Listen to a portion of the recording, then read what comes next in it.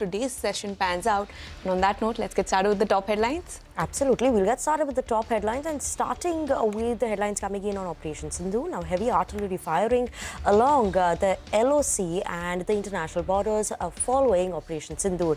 15 civilians and 1 soldier have been killed in Pakistan shelling in Jammu and Kashmir's Poonch, as well as government calls for an all-party meet later today. India's air defense units activated along the border to tackle an eventuality. Amid rising tensions between India and Pakistan following Operation Sindoor, authorities enforced a complete blackout in Jaisalmer. Several areas in Amritsar experienced blackouts during mock drills. Residents asked to remain indoors. And Defence Minister Rajnath Singh says India only targeted those who killed innocent people, while Pakistan terms India's strike an act of war and vows to respond at a time and place of its choosing. Wall Street ends higher after Fed leaves rates unchanged while investors dial back hopes for June rate cut. Trump says he won't lower tariffs ahead of US-China talks. Asian markets mostly higher in early trade. And Elon Musk Starlink gets nod for satellite internet services in India. The telecom department issues a letter of intent. Government to consider grant of final approval on fulfillment of all license conditions, security protocols as well. Well, let's get started with the top news and the latest development from the India-Pakistan border. Pakistan resorted to heavy cross-border shelling post-Operation Sindoor, which hit terrorist infrastructure in Pakistan and Pakistan-occupied Jammu and Kashmir. Let's go across to Parikshit Luthra for the latest developments. Parikshit? Things continue to be tense at the Indo-Pak border. There are military drills taking place by the Indian Air Force and by the Pakistani side as well. Overnight, there has been firing at the LOC, at the international border, at different places like Aknoor, Baramulla, also Poonch.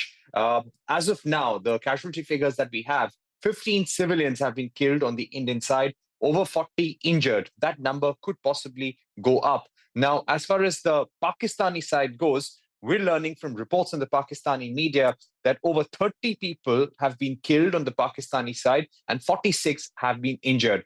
Now, what the Indian side says that they have been targeting only terrorists, and Operation Sindoor to target those 9 terror camps is over. But our defensive alert remains very high right now. Having said that, we are looking at air defense units all along the line of control and the international border being activated. There were mock drills which happened at Amritsar. In fact, there was a blackout initiated in Amritsar with people being asked to stay indoors as much as possible. Unfortunately and tragically, 1 Indian soldier has died in Pakistani firing at the LOC and the international border. So this is tragic news coming in. Pakistani Prime Minister also addressed the nation yesterday, and he vowed to take revenge and back the forces for any kind of operation they undertake against India for that strike on Pakistani terror camps. Okay, Parikshit, thank you so much for that latest update that's coming in here. But let's also listen into Defence Minister Rajnath Singh and what he had to say, saying that India has exercised its right to respond to the attack on its soil. Listen it. हम कह सकते हैं एक तरीके की सटीकता, सतर्कता और मानवीयता यह हमारी भारत की सेना के जवानों ने दिखाई है,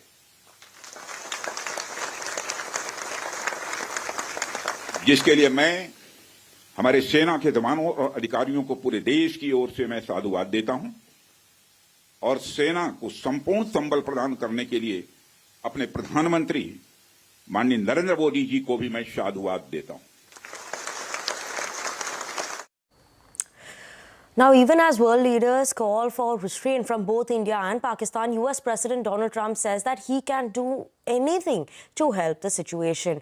Parikshit, please can you give us more details on this one? What are you picking up from this in terms from the diplomatic angle as well now? Well, the United States has been expressing a lot of concern with the India-Pakistan situation because these are 2 countries with nuclear capabilities, and that is indeed a worry for the world. Having said that, Donald Trump has gone on to say that he's willing to do anything to help both India and Pakistan. He knows both the nations very well. And the situation between India and Pakistan must stop and must stop immediately. US NSA Marco Rubio has also tweeted to say that he's in touch with India and Pakistan. He's monitoring the situation very closely. NSA Ajit Doval has spoken to his counterparts in Saudi Arabia, in Russia, in UK, in the UAE, France, and Japan as well.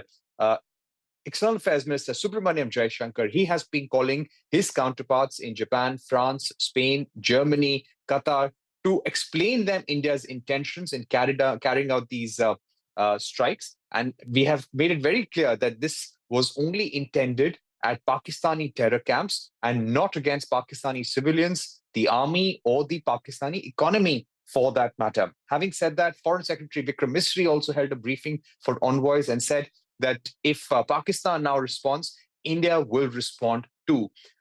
Clearly, the ball is now in Pakistan's court. If they respond, India will definitely respond. But if Pakistan escalate things or tries to go in for a full-blown conflict, then India will have no choice but to defend itself. And that's why our level of preparedness remains very high. We are on a defensive alert. So we are going to continue seeing mock drills around the country. And over the next few days, things are expected to remain tense between India and Pakistan. We've been hearing of a lot of air drills from the Pakistani side, from the Indian side. A lot of reports there in social media, which are absolutely not confirmed. A lot of that is fake as well, coming in from Pakistani propaganda machinery. We have to be very careful for that. And all our viewers must take only confirmed information coming in from the Indian Army, the Indian forces, and the Indian government. Well, thank you so much for that, Parikshit. Surely keeping an eye out on all of those developments. But in fact, let's also listen in to what US President Donald Trump had to say on this. Oh, it's so terrible. My position is I get along with both. I know both very well, and I want to see them work it out. I want to see them stop. And hopefully they can stop now. They've gone tit for tat, so hopefully they can stop now. But I know both. We get along with both countries very well. Good relationships with both, and I want to see it stop. And if I can do anything to help, I will be there. And the Government of India has also convened an all-party leaders meeting which will take place at 11 a.m. today, while Home Minister will speak to the Chief Ministers and other officials of the bordering states. Well, on that note, let's slip into a very short break. Up next, we tell you how these overnight cues impact our own Indian markets. Stay tuned.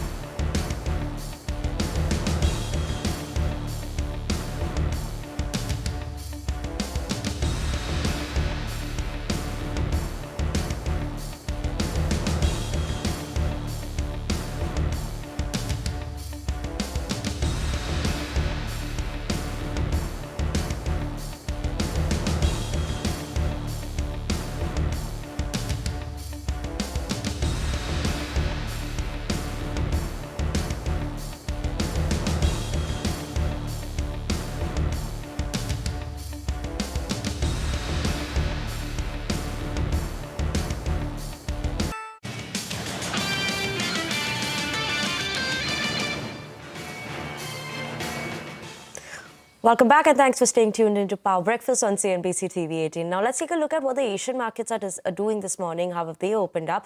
A bit of a mixed opening is what we've seen coming in. ASX 200, a muted start is what we saw there. It is flip-flopping between the red and the green. Nikkei just a 0.1% of gain. Hang Seng 0.2% of gain. Taiwan Index managing to hold on to gains of 0.5%. So we're seeing a bit of a flattish to a muted start coming in for most of the markets. Some of them have seen a recovery from the day's lowest point as of now. Let's look at the Nifty implied open and what is that indicating for the Indian market. We're seeing a bit of a decline there as well. Negative bias, 45 points down is what Nifty implied open is indicating. We'll see. Like yesterday, if we are going to see a recovery coming in, will be key to watch out for, Vamakshi, from the Indian markets. But as of now, a 45-point decline is what we're watching out for. Well, absolutely. A 45-point decline in the early trading session. That is what the GIFT Nifty is indicating. But let's also look at the US market. Wall Street ended higher despite a choppy trading session after the Federal Reserve left rates unchanged and signaled uncertainty in inflation and possible higher unemployment. S&P 500 rose by 25 points, Dow Jones rose by 285 points, and the tech-heavy Nasdaq saw an uptick of almost 48 points. CNBC's Steve Leisman brings more on the Fed front. Fed officials maintain their holding pattern for monetary policy at that May meeting and suggested they could be on hold for a while longer until the fog from the economic impact of tariffs and other fiscal policies clear up. The Fed said in its statement that, as Melissa said, the risk of both higher inflation and higher unemployment had risen. That's the stagflation problem. Even while the economy continues to expand at a solid pace, unemployment is stable at a low rate and inflation somewhat elevated. Asked whether there had been any progress on the Fed figuring out which side of the inflation-unemployment mandate it would most likely need to address, Fed Chair Powell said, still too early to say. I don't think we can say, which way this will shake out. I think there's a great deal of uncertainty about, for example, where tariff policies are going to settle out, and also when they do settle out, what will be the implications for the economy, for growth, and for employment. I think it's too early to know that. So, ultimately, we think our policy rate is in a good place to stay as we await further clarity on tariffs. So the market continued to price a July rate cut with some confidence at 70%, and two more cuts this year, one in September, then the other one in December. But that 23, or what is it called there on June, there's a 23% probability on a June rate cut. That shows the market hearing the Fed loud and clear. June is still too early to know how monetary policy should be steered amid the profound changes and uncertainty that's coming from President Trump's tariff. Thanks so much for that. Now, the Federal Reserve Chair Jerome Powell states that he and the committee remain committed to the dual mandate goals and will have time to take the appropriate actions as and when the economy develops. Listen in.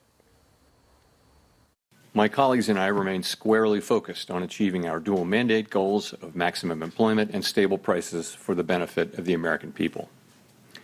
Despite heightened uncertainty, the economy is still in a solid position.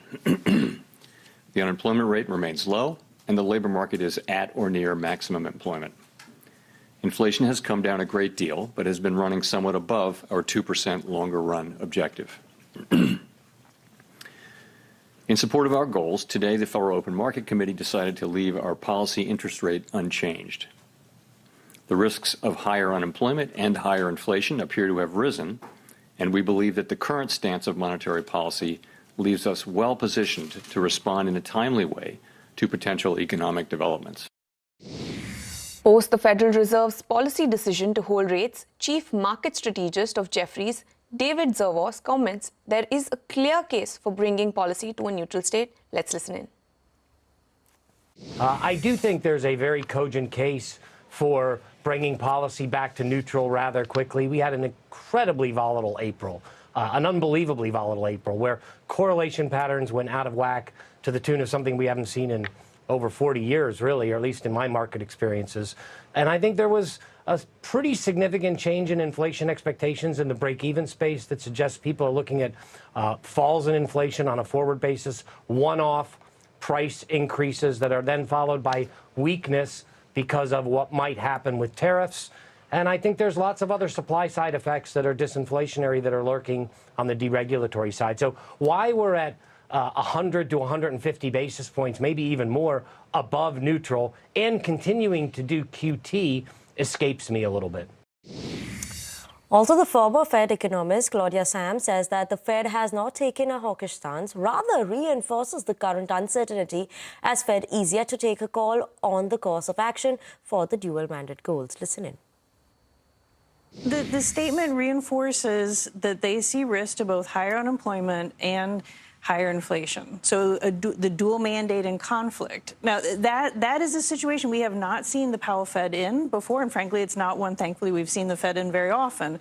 It's important that they really set the stage, and now it's going to be an opportunity for Powell to expand on what does that mean? How are we evaluating? It's not that they're putting more weight on inflation or on employment. These are co-equal in the dual mandate. It's just they're going to have to assess how far is inflation going off track, how far is unemployment going off track. And then an important thing that Powell also talked about in his April speech was, and then how quickly do we think they'll get back on track? Like, how much work does the Fed have to do? Well, Double Line Capital's Jeffrey Gundlach thinks uncertainty continues to loom, not just in the markets, but also in the Federal Reserve Monetary Policy Committee. Let's listen in. The word of the day in the press conference is uncertainty. I mean, he said it's too early to know, don't think we know, phrases like that all the time. So I can't really blame them. I mean, we are in sort of uncharted waters we don't know what the tariffs are going to do to inflation. There is pressure a little bit on the rising unemployment rate. I think that it's a little bit of uncertainty. I'm surprised the market didn't act worse on the stock market because it sounds to me like we're back in Mr. Magoo land, where we're in the car driving around and he admits that there's risks, higher inflation, higher unemployment rate, but he says, I can't explain to you what we need to see to get concerned about one side of the mandate or the other, so we're just going to wait and see which tree we bump into.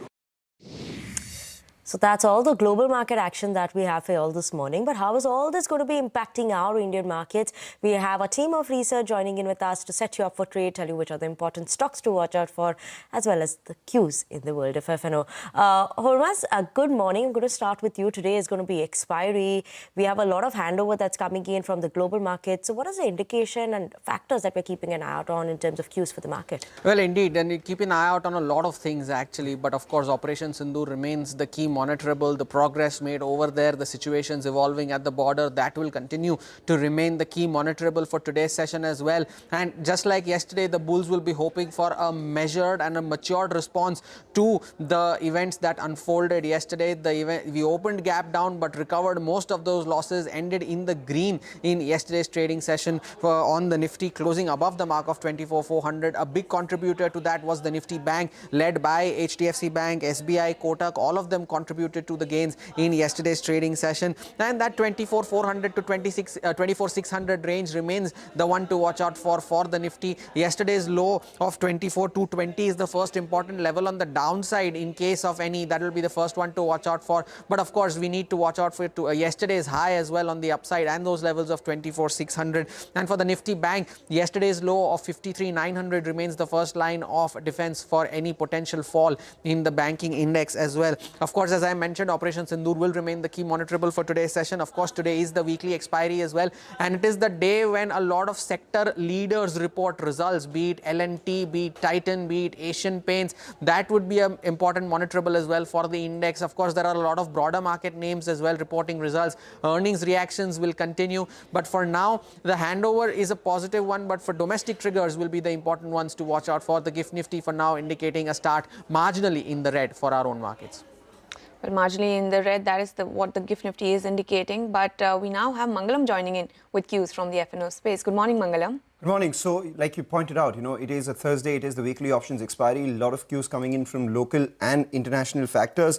But amidst all of this, if you look at the market, it tells you that maybe there are no cues. I'll tell you why, because there have been such narrow-ranged consolidation. Yesterday, the mid-cap index did a lot better. That was heartening. But if you look at it over the last 4 trading sessions, after the big rally that we've seen from the lows, the Nifty is consolidating between 24,200 to 24,450 itself. A 50-point here and there, sort of, from this broad range is what we've been seeing.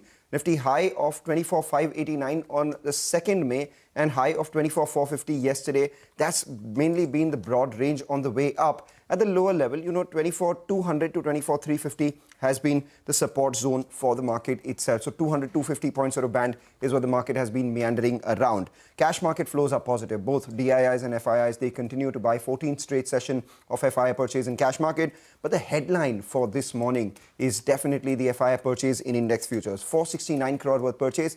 And there you have that chart up for you on the screen. The last number is plus 458 and 50% long exposure. It's the first time FIIs have gone net long in index futures all the way since October 4th, 2024. So this is a seminal moment. Very important to see where the market goes from here on because the clients are on the short side. For today itself, again, this range is likely to hold out. That's what option writers are believing. 24,400 call and 24,300 put. Fairly active. Option writers expect a 24,250 to 24,450 sort of range on the frontline index. However, were we to break out, there has been active call buying at 24,500 and 24,600 as well. So I'll keep an eye out on that. And in terms of stocks, I'll definitely watch out for Asian Paints. Had been recovering from lows, but ahead of numbers, a lot of short positions have been added on that stock, ended about 3.5% lower in yesterday's session. Okay, Mangalam, thank you so much for that. We'll keep an eye out on cues in the world of F&O. But which are the important stocks to watch out for in today's trading session? We have Ria to give us all the stocks as well as give us the list in terms of earnings as well. Ria. Well, yes, good morning. Let's take a look at the stocks that are going to be in focus today. We have a lot of companies reporting their Q4 numbers. First up is Dabur. The net profit has seen a decrease of around 8.5% over the previous year. And the EBITDA has also gone down by around 8.5%. Margins have also seen a contraction coming in at 15.1% versus 16.6% that we saw in Q4 of last year. For Blue Star, the net profit and revenue have both seen increases of around 21% over the previous year. Margins have been largely stable at 7%. For Coal India, the net profit has seen an increase of around 12% on a year-on-year basis, and EBITDA margins have also seen an expansion coming in at 31.2% versus 29.8% that we saw in Q4 of last year. And further, they've also signed an MOU with AM Green Ammonia India to supply renewable power for its green ammonia project. Tata Chemicals has also reported its Q4 numbers. This time around, we've seen a net loss of around 56 crores versus a loss of 850 crores in Q4 of last year. EBITDA margins have also decreased, coming in at 9.3% versus 13.8% in Q4 of last year. And they're also going to raise up to rupees 200 crores via the issuance of NCDs. For Symphony, the net profit and EBITDA have increased by around 65% and 88% on a year-on-year basis. For the revenue, that has seen an increase of around 47% over the previous year, and margins have also come in at 22% in this quarter. For Voltas, the net profit has come in at 241 crores in this quarter. EBITDA has seen an increase of around 75% over the previous year. Margins have also seen an expansion to 7% versus 4.5% in Q4 of last year. For Neva Bupa Health, net profit has seen an increase of around 31% over the previous year, but the operating profit has gone down by 43% on a year-on-year basis. For United Breweries, the EBITDA has seen an increase of around 31% on a year-on-year basis. Margins have also improved to 8% versus 6.7% in Q4 of last year. Volume growth has been seen at 5% versus our estimates of 4 to 5%. Shifting away from earnings, KFintech will be in focus. Some sources have said that General Atlantic PE is likely to sell approximately 6% of the total share of the company via block deals today, and the deal is likely to be at a discount of 5 to 8% versus yesterday's closing price. So keep your eye out on all of these stocks today. Thank you so much for that, Ria. But on that note, we're going to step into a very short break. And after the break, we'll get you cues in the world of commodities. So stay tuned in for that.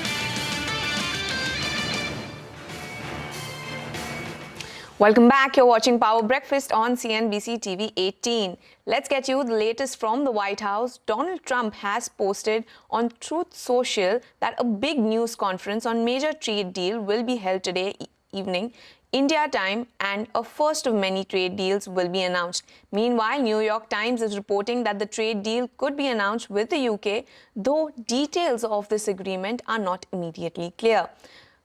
Vinny? Absolutely. But on that note, let's go across to Manisha, who's here to tell us the important cues in the world of commodities. What are we watching out for? A lot happening on the global front as well. Manisha, good morning. What are you keeping an eye out on today?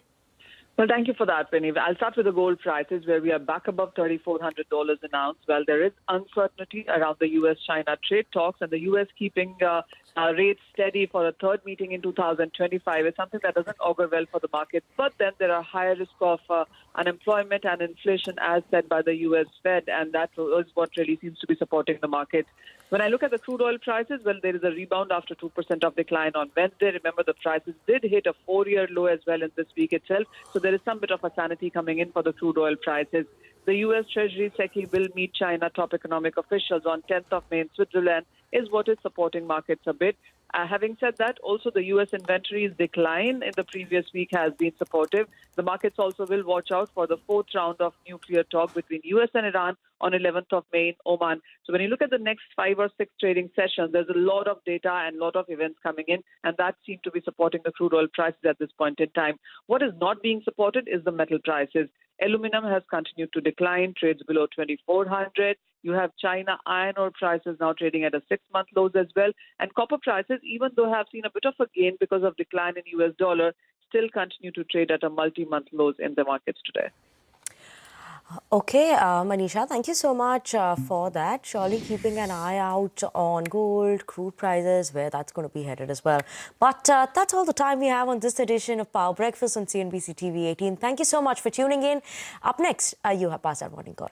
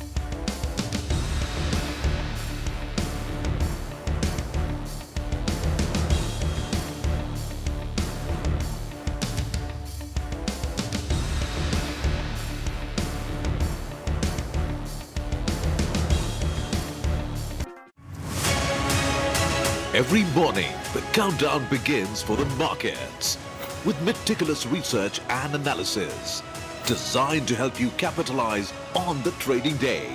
Beaming live from the CNBC-TV18 Motilal Oswal studio.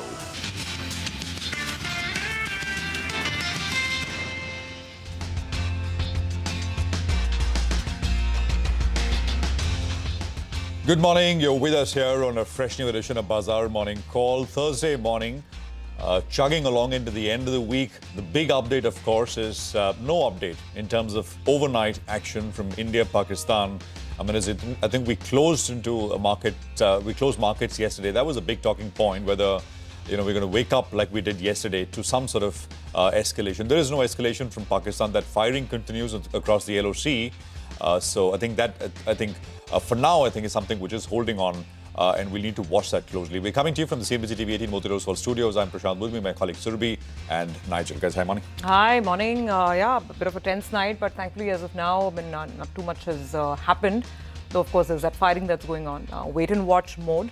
A lot of other cues as well. I mean, we've got the Fed, we have plenty of other cues to look at as well. Well, that's right. An eye on the border. But as you said, we have the Fed to look at. And Trump is hinting at one of the first deals to be announced later today. So let's see how that goes. So we've got our plate full. Let's get straight to the action. Absolutely. So, let's take it from the top then. As I said, the big story, of course, is that there is no escalation from the Pakistani side overnight. When I say escalation, I mean, some attempt at a counter-strike, etc. Cross-border shelling, of course, continues, and very, very unfortunate, the loss of lives in areas like Poonch and some other areas as well.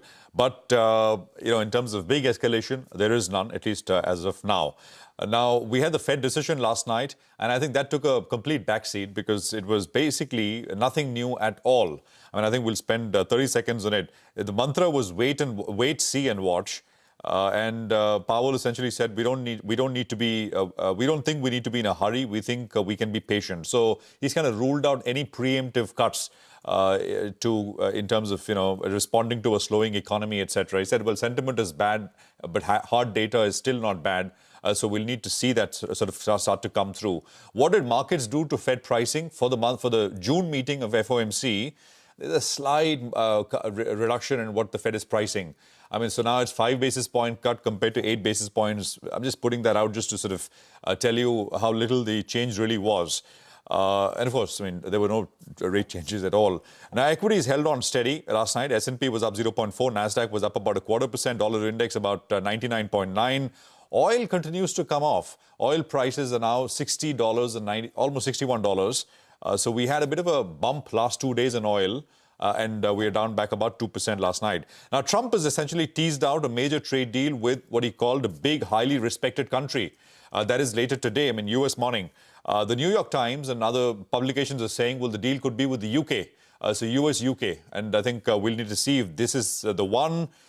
More than, what this deal would mean for global markets. I mean, markets, of course, if we get details, if this is a framework deal, this is the actual deal, most likely it's a kind of a framework deal and things that they've agreed to do. And then the negotiations will go on.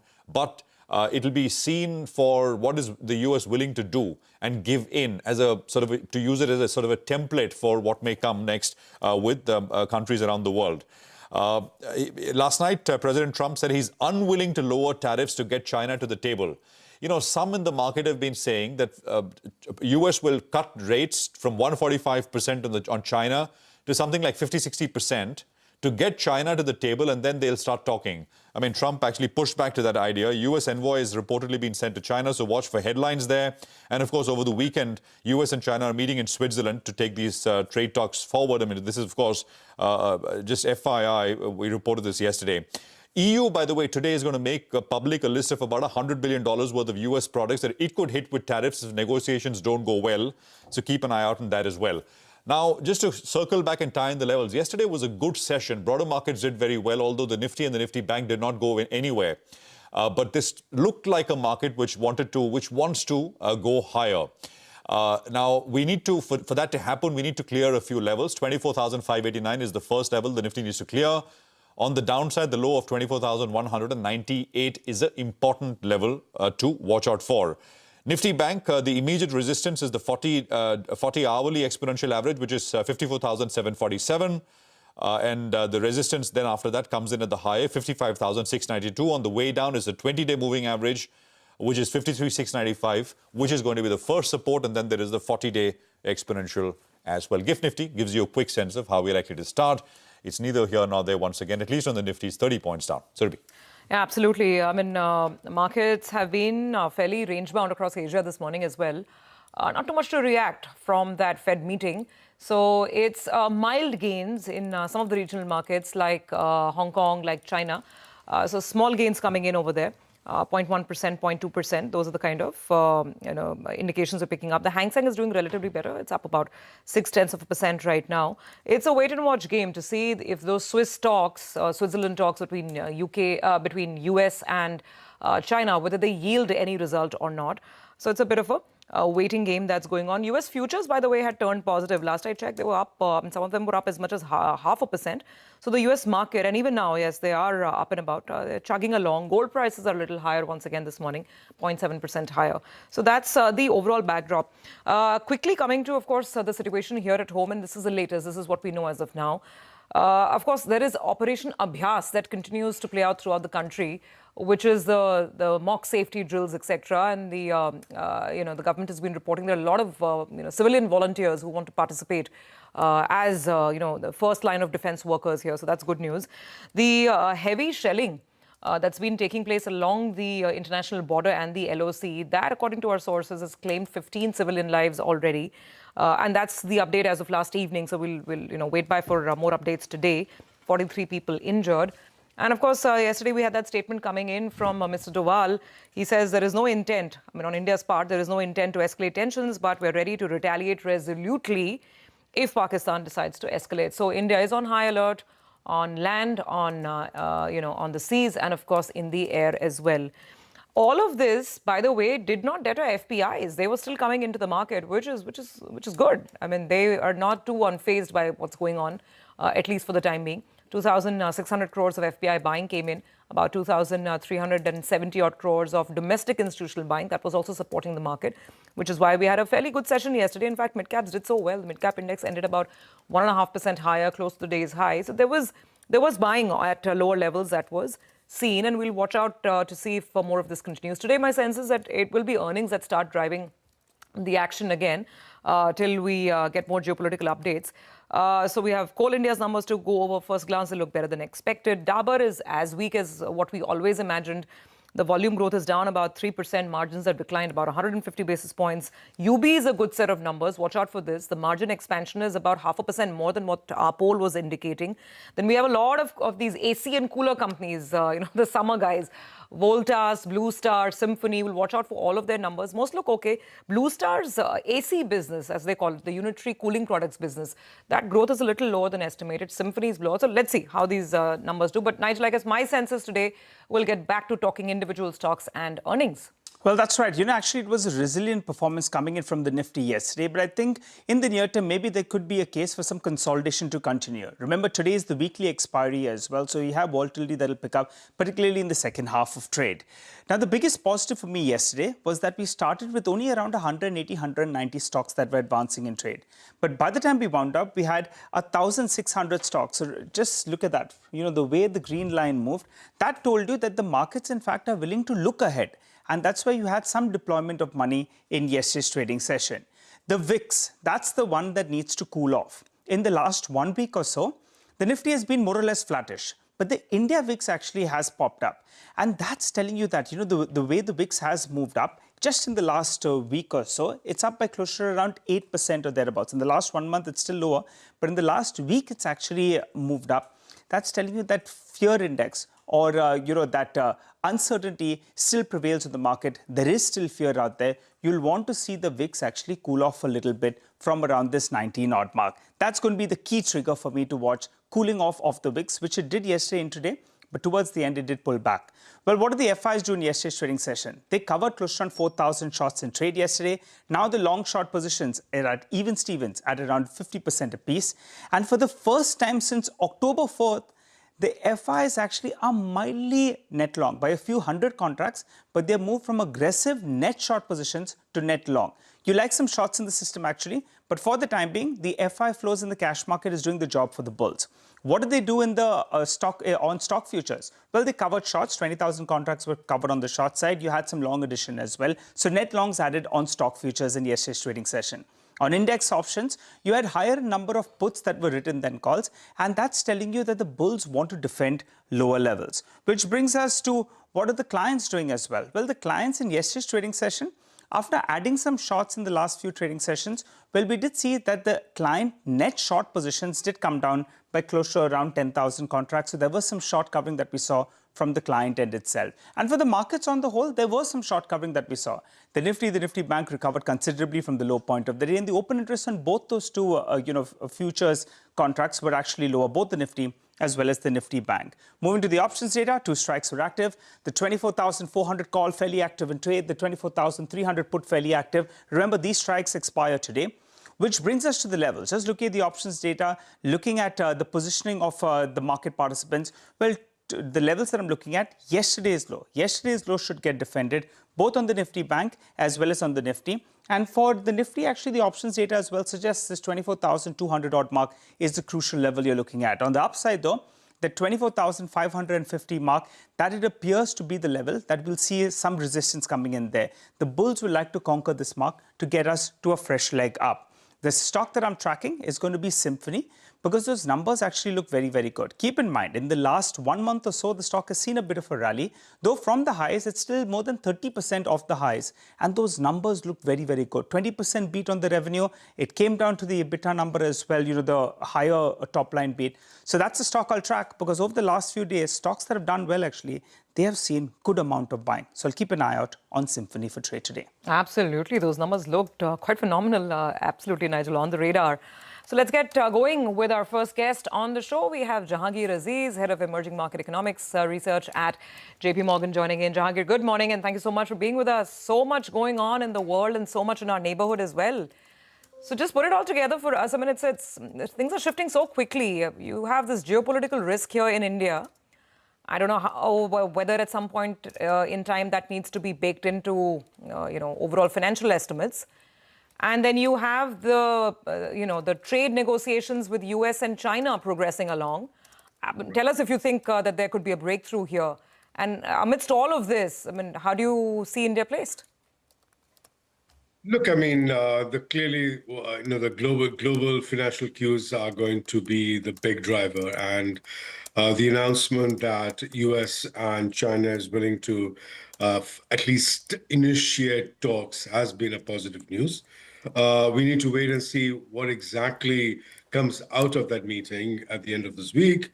For my end, I think that establishing who is going to negotiate on behalf of the US and behalf of China is probably the key sort of signal that I'm expecting from that meeting. Once you have established who the key negotiators are, then at least you know that the two sides are serious about talking and putting together a framework. I don't expect any discussion on what the framework or the parameters of the discussion would be. My sense is that, if we get simply the names of the key negotiators for each side, I think that would be a big positive move coming out of this weekend's US-China talks. Okay, fair enough. Jahangir, good morning. Good to have you with us. And there's always so much to talk about, right, nowadays, especially with regards to trade. This UK deal, US-UK deal, which many publications like the New York Times are saying we'll get to see today, will markets parse through it to sort of see the amount of give and take, which is possible, the amount of leeway there is, and kind of sort of use it as a template? What's your sense? So I think clearly it's important for for India, right, and for the US in the context of bilateral trade. What is happening on what kind of parameters or what kind of template, as you pointed out, we get of the US-India trade deal. But I don't think that globally has that much of importance. What really is important, or what or global clients are looking at, the global financial markets are looking at, is what happens to the US-Japan and the US-Korea, but particularly the US-Japan trade deal. Because in the US-Japan trade deal, there has been a rumor, and this has been floating around in the market for quite a while, is that exchange rates will become part of the trade deal. And people are waiting to see whether or not financial variables, particularly the exchange rate, becomes part of the trade discussions. I don't think that that is going to be critical in the US-India deal. I think that is what really what the market is looking for, because if that becomes part of a country's trade deal, then all the rumors that you've heard over the last 1 week, what happened to the Taiwan dollar and what's happening to dollar CNY, etc., people will get much more faith that all of this is happening because there is some sort of a discussion about, some form of Mar-a-Lago deal that's in the offing. That's not a base case, but all that I'm saying is that the eyes will be on the US-Japan deal to see whether or not exchange rate and exchange rate management is part of a trade deal. All right. Hi, Jahangir. Good to see you in as always. Jahangir, what do you make of what the Fed chair Powell had to say overnight? Some read it as a little bit more hawkish than what they expected, but he said risks are on the table post these tariffs and the markets are still to digest that. What was your reading?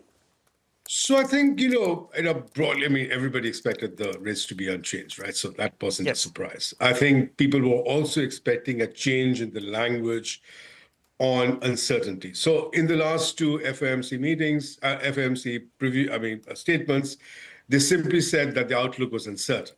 And I think there was a assumption going into the FOMC meeting that they would change the language on uncertainty and add words like increased uncertainty.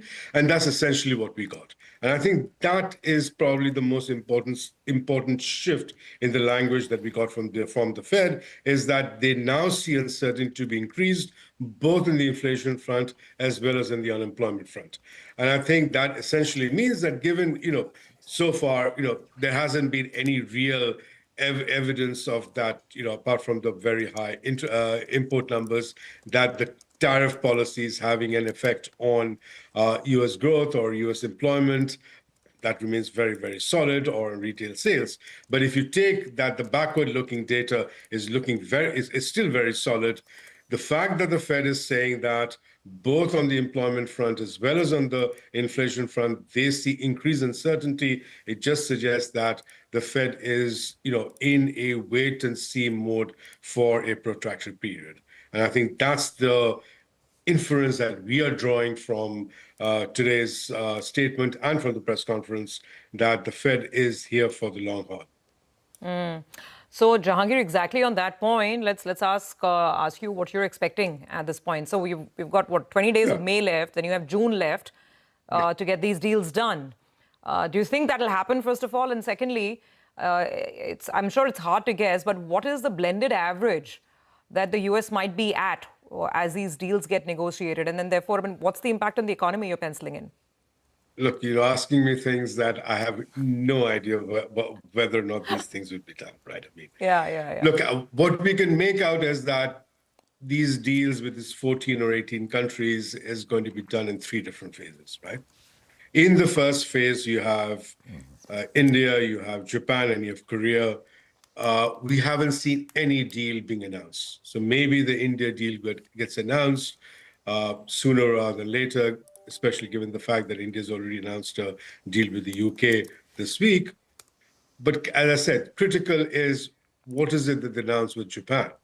And once those deals get done, then you go to the second set of countries, which presumably we don't know whether or not that's, whether exactly what the sequence will be. Presumably is going to be UK, is going to be Euro area, etc. And then we go to the rest of the, countries in particularly in Asia, who are the manufacturing exporters.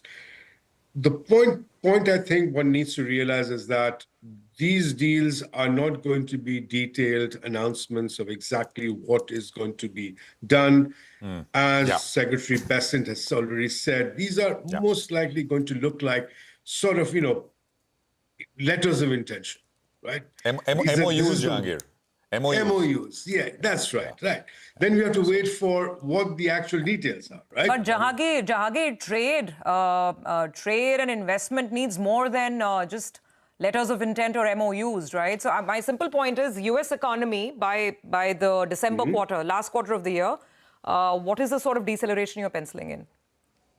So we do have a second quarter growth rate actually turning positive, simply because you are not going to see a 51% increase in imports being repeated. You're going to see a negative number of imports. That itself should be able to give you a reasonably positive number over there. But we have as a baseline a recession in the second half of the year, with both the two quarters, Q3 and Q4, turning negative. And then the recovery starts in 26, with the Fed reacting to it in September by the first rate cut. Got it. All right, Jahangir, we'll leave it there. Thank you very much. Good speaking with you. Thank you for coming on. And till next time, goodbye. Appreciate it. We'll tell you quickly what's lined up here on the show. So we have exclusive interaction coming up with the management of PB Fintech and General Catalyst. There's a big deal announcement there. 9 o'clock, you'll have the management of Neva Bupa. So some more insurance stock. Of course, Neva on numbers. Samir Arora will join us at 9:20 as a market march of the day. Hudco at 9:30 with their fourth quarter numbers. Ashok Chandra of PNB will be speaking with us at 9:40 on their numbers.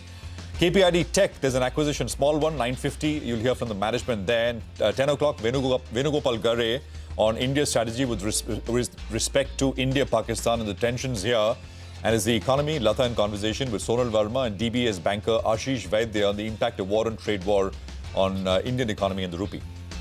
Time to slip in a short break. You got a lot of stock-specific action to track for you. For the time being, I'll give you a sneak peek. We're looking at Coal India, United Breweries, Tata Motors, Lupin, Neva Bupa, Health. All of them will be reacting to positive news flow, while we have on the flip side Dabur, Voltas, Blue Star, KFintech and UPL that will be reacting to negative news flow. Take that break, come back, get into further detail on all of these names.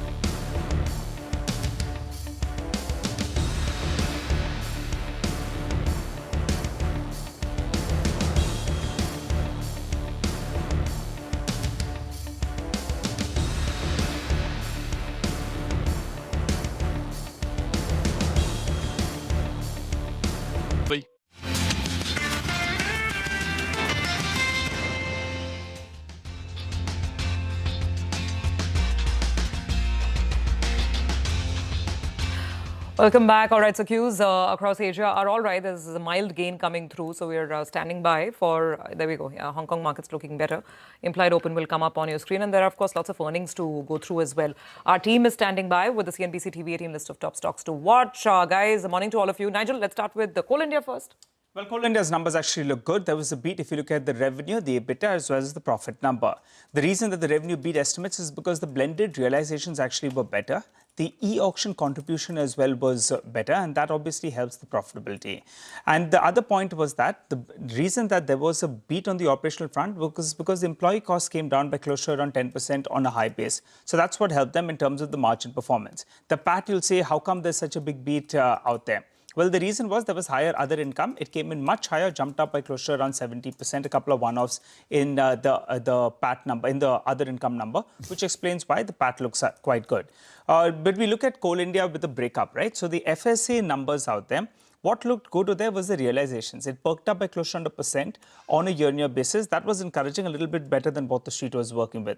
On the e-auction front, the volumes continue to remain more or less flattish to the mild negative bias. But what was good out there is the realizations did jump up by close to 2.2%, which was a pleasant surprise. Also in terms of a contribution in the last quarter, that's quarter 3, you had around 9.9% coming in from e-auction. This time around, it was 10.8%. Besides the good operational performance, they have given it a sweetener. They declared a dividend of around 5 rupees. That takes the total yearly dividend payout to around 26 rupees. And the receivables have come down, cash in the books as well, at around 16% of market cap, going with green on Coal India.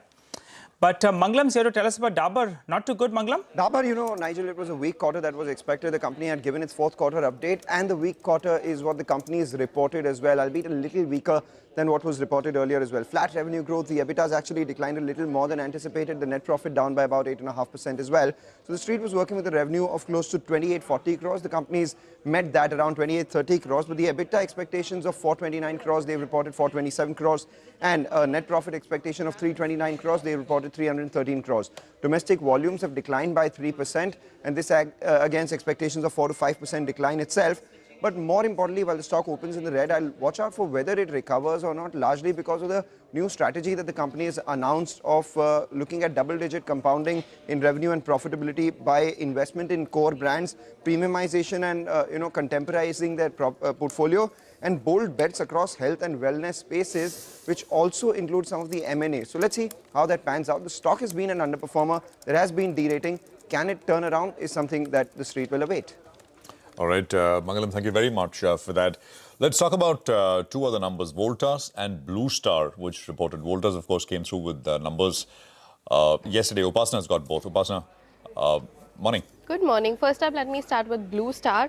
Now, if I sum up the Q4 result, the revenue growth was in line, margin was below, but company's UCP segment, the growth moderated here, while EMP segment reported a strong performance. Now, coming to the numbers, revenue saw an uptick of 21%, which was largely in line as mentioned earlier, and this growth was driven by company's 31% growth in its EMP segment and 15% growth in company's UCP segment. Now, UCP segment, the growth moderated at 15%, while the street was working with a growth of 21% on a YoY basis. EBITDA saw a downtick, was up 15%, stood at 279 crores, and EBITDA margin stood at 6.9%, which was down about 50 basis points, while we were working with a number of somewhere around 7.6, which was much below. Now, PAT stood in line largely at 194 crores, and overall, if we see, the company's order book stood at 6263 crore with an uptick of 9.9%. And coming to company's UCP segment, the UCP relatively lower, as company says that the April demand has been muted and it expects the demand to pick up in May and June 2025. Now, coming to Voltas, overall result was below expectations. Now, if we talk about the revenue was largely in line, up about 13%. EBITDA was up 74%, but below our poll estimates. EBITDA margin stood at 7%, while we were working with a poll of 7.5, so slightly lower. And PAT stood at 235 crore, while we were working with a poll of 247 crore, much lower. Now, company has lost its market share in Q4 and it stands at 19% as of March 2025 versus 20.5% in December, but company still retains its position in FY25 as #1 player in RAC. Now, Q4 UCP saw a strong performance of revenue 18% and margins was a surprise with an uptick of 90 basis points at 10%. And company's Q4 EMP segment remains a drag with a revenue up 4% on a YoY basis. So overall, I'm going with the red, but I won't be surprised if it recovers and stands in green, as the stock has recovered much in the last 1 month. Okay. All right. Got that. Thanks very much, Upasana. Let's get back to Mangalam. United Breweries. At least here consumption is strong, Mangalam. Cheers for beers. That's what we say. Why do I say that? Because, you know, the revenues are a lot better than expected. We have the EBITDA and net profit even better than street expectations out here. And there wasn't much going on in this quarter apart from, you know, the Telangana issue. So the street wasn't building in a lot of expectations. Revenues 21 crores. the street was working with 2,300 crores. EBITDA 186 crores, the street was working with a number of 173 crores. So on account of that, there is a 50 basis points beat on the margin as well. And the net profit at 97 crores, near 10% beat on street expectations of 90 crore as well. Domestic volumes, higher end of expected 4 to 5% range, and it has been led by premium beer. So 24% versus expected 24-25% growth in the premium beer range, and that's something that has been doing well for them. But if the fourth quarter was good, my sense is the first quarter will be even better. Why is that? Because of peak summer season, Telangana price hikes have been in the price, so obviously they will improve their operational performance there.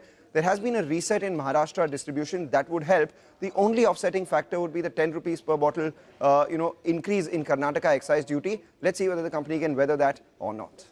All right, thanks a lot for that, Mangalam. Well, let's go back to Sudarshan. He's here to tell us about Tata Motors. Well, sir, yesterday you told us a couple of reasons why Tata Motors is higher. Today you've got more reasons. Maybe Trump and the UK do a deal. Tell us more. Today there is something new. It seems like that before Trump went to sleep, he decided to tease his upcoming press conference on Truth Social. He has posted that in the upcoming conference that he is going to have, in that one he is going to announce a big trade deal with a friendly nation. Now, after that, New York Times has come out with a report that that nation might be United Kingdom. And as per the report of New York Times, what does that report say? It says that deal, if it happens, it could be a significant for both countries, but it's not clear what all details are likely to be in the agreement.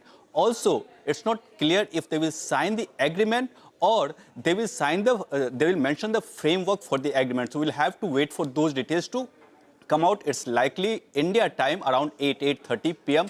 and EST it's 10 a.m. Now coming to why it's positive for Tata Motors. If you remember JLR, which forms nearly 1/3 of its North America forms 1/3 of total sales of JLRs, and JLR does not have any manufacturing facilities in the US. That was the reason when US had announced tariffs, it was taken very negatively. Now JLR forms 30% of Tata Motors consolidated revenue, and because of tariff, stock of Tata Motors had seen a sharp fall. It did recover in the last few days, but if this news comes out, it would be positive. Also, it will help JLR maintain its targeted EBIT margin.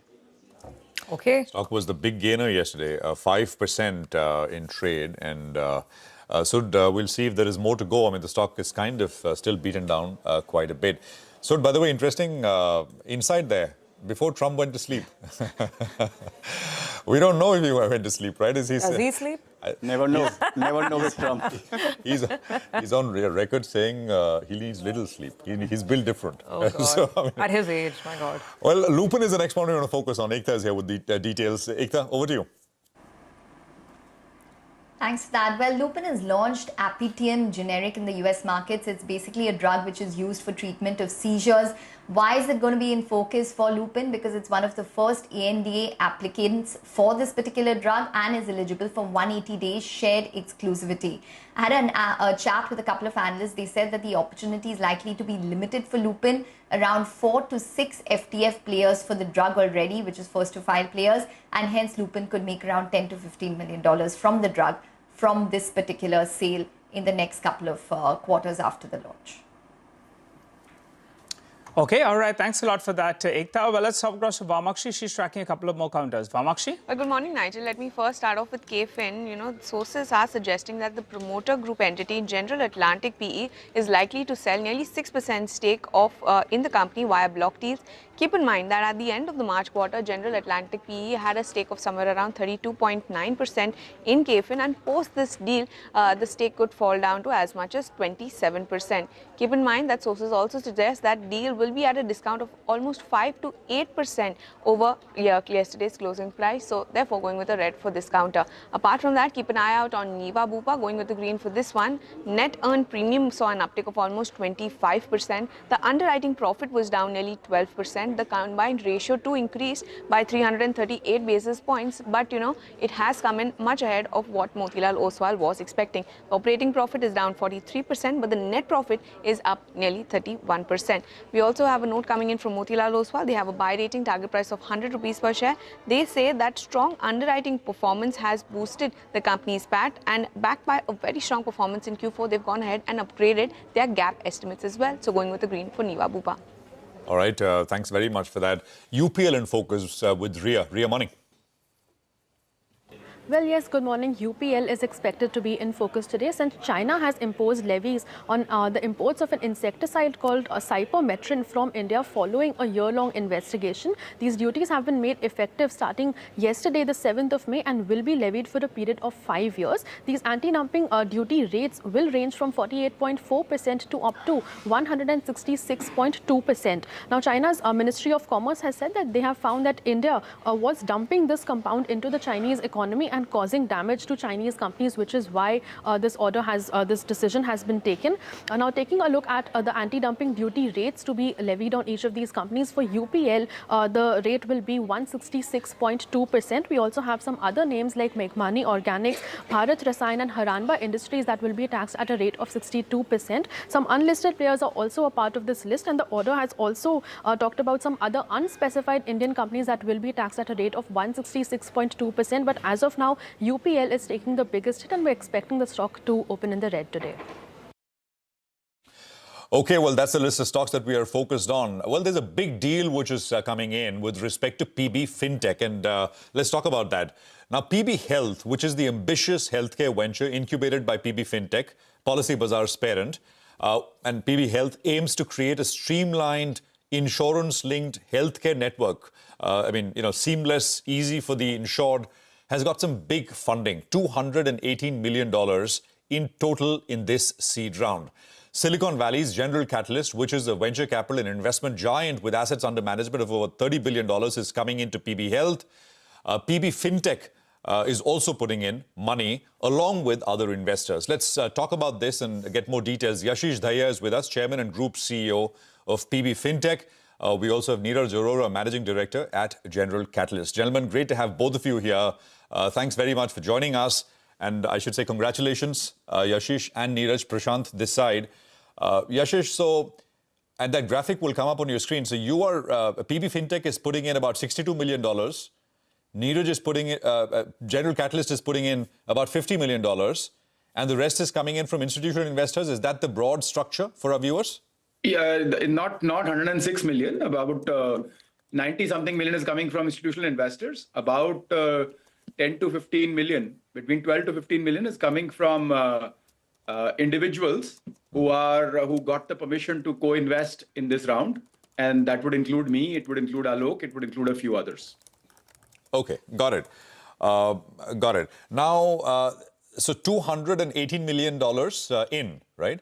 Yes. Neeraj, good morning. On a lighter note, on a light, not a light, it's a serious question actually. Last time Yashish was on, and he wants to create something very different, right?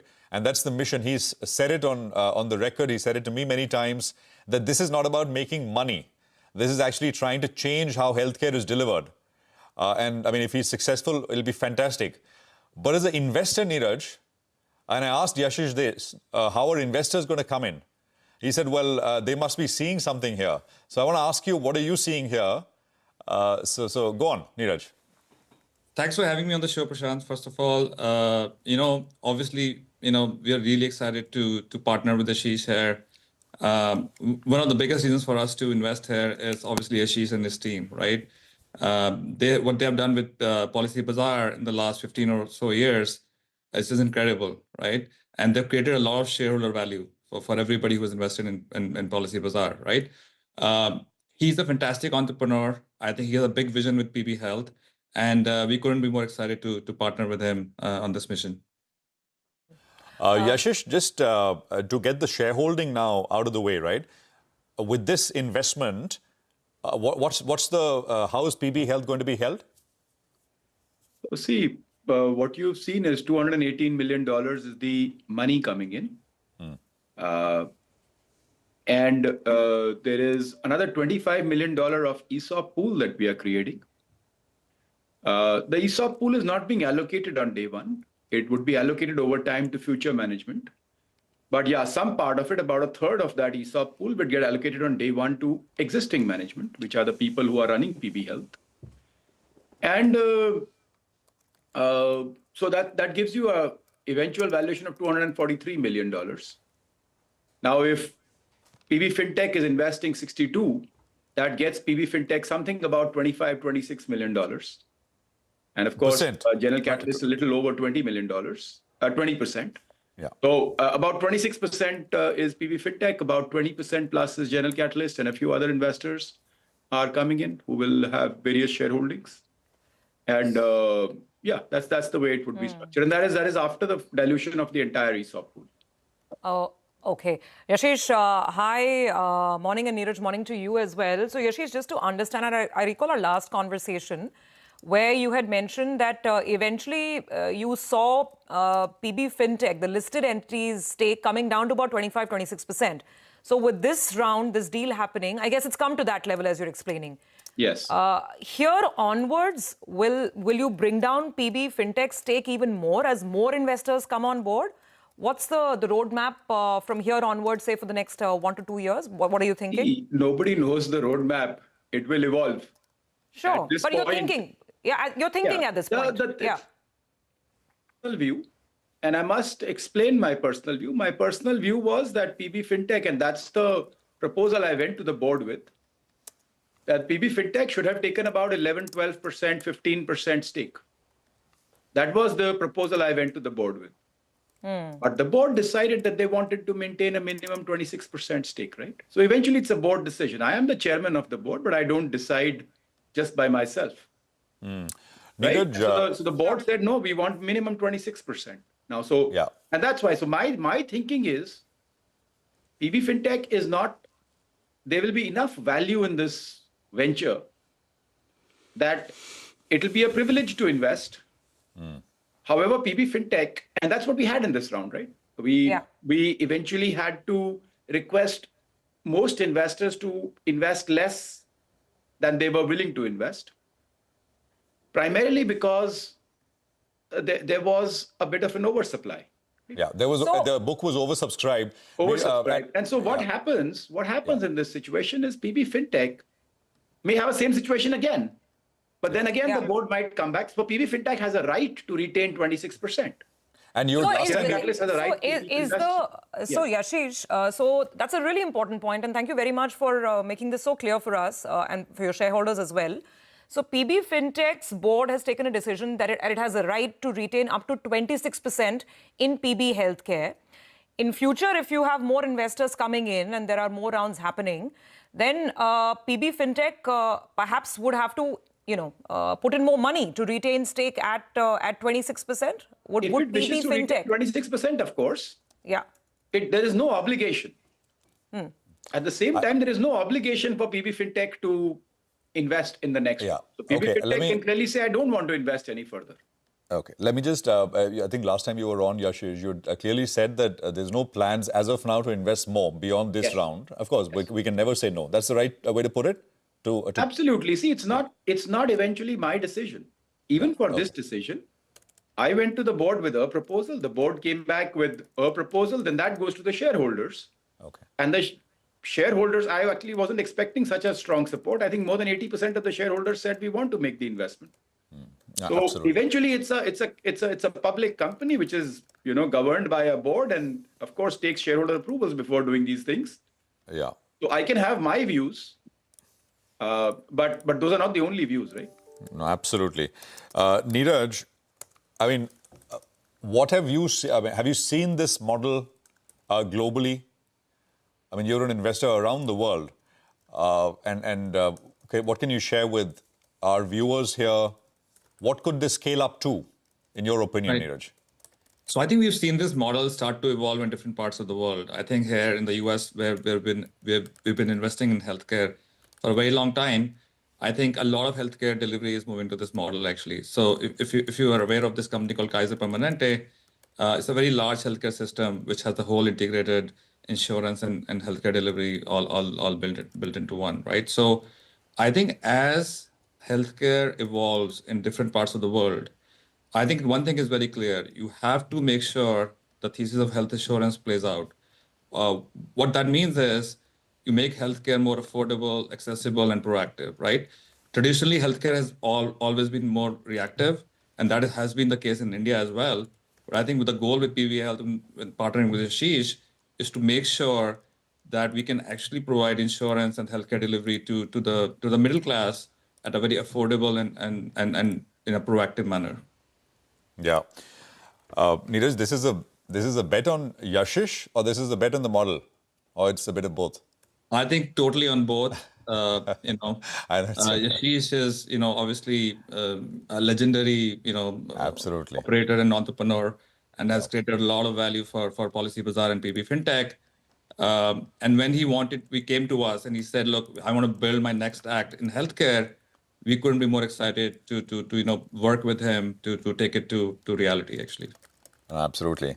Yashish, so the money's come in now. Tell us how this is going to be used. I believe you've already... I want to actually focus more on what is it that we're trying to solve here. Because that's the most important thing, right? Yeah. Of course, money has come in about 1,800 odd crores. We all know the mathematics. The mathematics is 1,800 crores broadly gets you about 1,000 beds. That's the maths, right? Everybody knows that maths. But that's not what we are doing. We're not setting up another hospital chain. We are not here because we believe we can run the best hospital in the country. Of course, we'll run a good hospital, just like anybody else. However, we are here for a very specific purpose. There is a conflict today. When a middle-class person turns up at a hospital, the hospital does not always we have the best healthcare in the world, by the way. It is just not affordable for the middle class. The middle class has to be very precisely defined because a lot of us think we are middle class. We may have either moved out of it or we may not belong to it. The middle class is a person, as a family that is earning 50,000 rupees to 200,000 rupees in a month as a family. So if there are two people earning in the family, 1 lakh rupees each. That's what a middle class is, right? And we have 200, 300 million such people in our country. These people cannot afford to go to a hospital where the RPOP is the main target and the RPOP is 78,000 rupees or 75,000 rupees. Cannot afford it. And thinking that, insurance is somehow going to come as a magician and just pay is impossible. If the person can't afford it, then insurance also can't afford it. Today, I am speaking to every CEO in the insurance industry. You know what the reality is? The reality is after the third year, the claims ratios are upwards of 80%, 80% claims ratio. Right? Now, at that level, and it's only the beginning. By the way, the same were 75% 1 year ago. They're going up very rapidly. And this is going to blow up.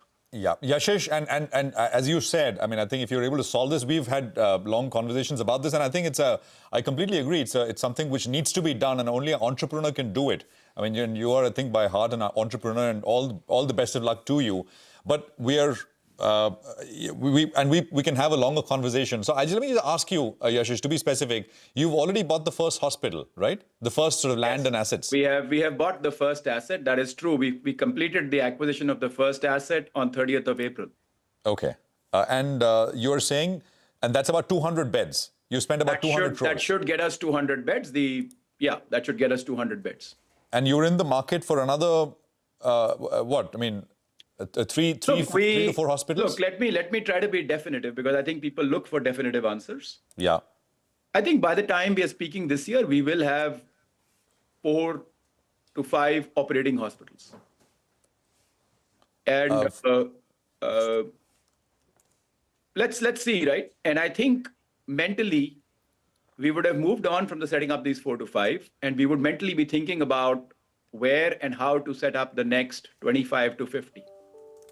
So 4 to 5 hospitals by the end of this year, you're saying, Yashish? No, I said by the same time this next year. By the time, okay, in about a year's time, 4 to 5 hospitals. Yeah, is the hope, right? That's what we are working towards. Operating hospitals. Yeah. And I'm thinking we would be planning about the next stage, which is going to be the next 25 to 50 hospitals. See, at the end of it, we will become a hospital chain like any other in the country, just like any other large corporate hospital chain. However, with a different ethos, with a very different ethos. Absolutely. Absolutely. No, let me explain. This is a very important part. Very, very important. We will make more money if consumers use us less. And I think that is the part, that is the penny that is not dropping on people. Yeah. That listen, if today 6.5% of customers go to a hospital, if that comes down to 4%, we will become more profitable, not less profitable. Got it. And I think Got it. that key thing Is the difference. And that's the difference, right? For me, I will not be driven by RPOP. I am being driven by net present value of customer. My P&L starts with the insurance policy premium. Got it. Got it. Yashish, 1,000 beds by the same time next year? No, I did not say 1,000. You said you started by 1,000. So 800 to how many beds then? I did by not. These 5 hospitals. Prashant, how many you're beds? a very good person, but don't ever put words in my mouth. You said I'm very 1,000. You began specific. by When I around speak, I 1,000 speak very beds. That's how it came. specifically. When I speak very specifically, and I don't mince words. Okay. So how I many said beds? 4 to 5 Yashish? hospitals next year. Yeah. By next year, it could be somewhere between 600 to 1,000 beds. You're absolutely right, but it is not 1,000. I did not say 1,000 beds will be set up by next year. Okay. You fair enough. No, got that. So 600 to 800 beds, 2 crore a bed, and that basically consumes the capital that you've raised, approximately, right? Yes, then, you are and then we will about see. right. Again, you are putting words in my mouth. No, we're talking in the ballpark. We're talking in the ballpark, broadly. In the ballpark, you're about right. Please do appreciate, today I have more tech resources and product resources than hospital resources. Yeah. So there are other things that are going on. We are working, we are coming at this from a tech-first perspective. Now, a standard hospital would say, why do you need so much technology? Consumers deal with this kind of technology. Got it. Well, let me explain, right? I want to give a single app experience to a family. This is a family app, not an individual app, wherein from the time when you buy insurance to the point when you get your claims, or there is nothing called a bill or a claim, everything is happening under one app, right? And it doesn't matter which insurance company you buy the plan from. It does not matter which of our hospitals you go to. So all of that experience is also very powerful, and all the data that you're capturing through that and helping, what is the objective of capturing this data? To identify problems early. To identify this customer could have a heart illness coming up 5 years later. Instead of making money from his surgery, I will make more money, and this is the important part, I will make more money by preventing that surgery. Why will I make more money? Because that customer is already paying the insurance premium. Got it. So me and insurance get joined at the hip. Yeah. That is the key here. No, and we look forward to that success. We've all faced it, Yashish, as you said. I think that's the key, right? Yeah, that's absolutely. the key. Absolutely. When I started Policy Bazaar, a lot of people asked a lot of questions. But when I asked people, okay, their experiences were they had been missold policies. They had not understood policies. So information gap was much bigger than the industry believed. Yes. I think our conflict of interest. See, today when I go to a doctor and he says, listen, for your son, you can have this kind of treatment equipment or this kind of equipment. Yashish, allow me to come in. We're running into market open. We promise to get you back on, and we will discuss this in greater detail. And I think this story needs to be told properly. Thank you very much, though, on joining us on an important day. Thank you very much. Neeraj, thank you very much for joining us. It's good connecting with you as well. We take a quick commercial break here. Deepan Mehta joins us on the other side. Stay tuned.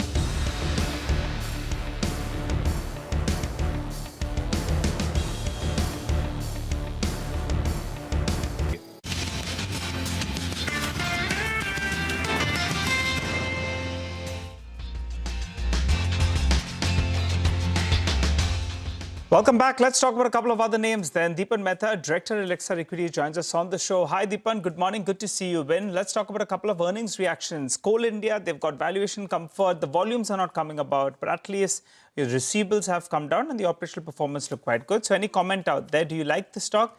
And Dabur, well, the numbers were weak, but as Mangalam said, they were expected to be weak. Your take?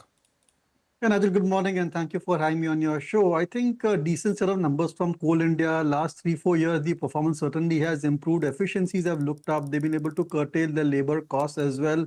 And they're getting higher yields also from the open market sales. But look, it's a mature business and volumes will always be growing at single digit thereabout. But if you want a steady, safe stock, then certainly Coal India, kind of fits that criteria. So I'd remain invested, but from a fresh investment perspective, maybe go for more exciting high growth stocks. Coming to Dabur India, I think all FMCG, traditional FMCG are all avoid at this point of time. And although they are betting that a good monsoon and overall revival in consumer spending will improve their volumes. And if that does happen, it's a great opportunity to get out of all of these stocks. I think a lot of the categories have reached mature levels and the growth has been certainly the long-term secular growth of this sector now is in low single digits. So they're about in line with population growth and not in line with GDP growth anymore. Okay, Deepan, stay on. We'll have some more questions for you. Quick break, come right back. We'll have, of course, some technical trading ideas as well, and also the pre-open rates will kick in. So back in a moment.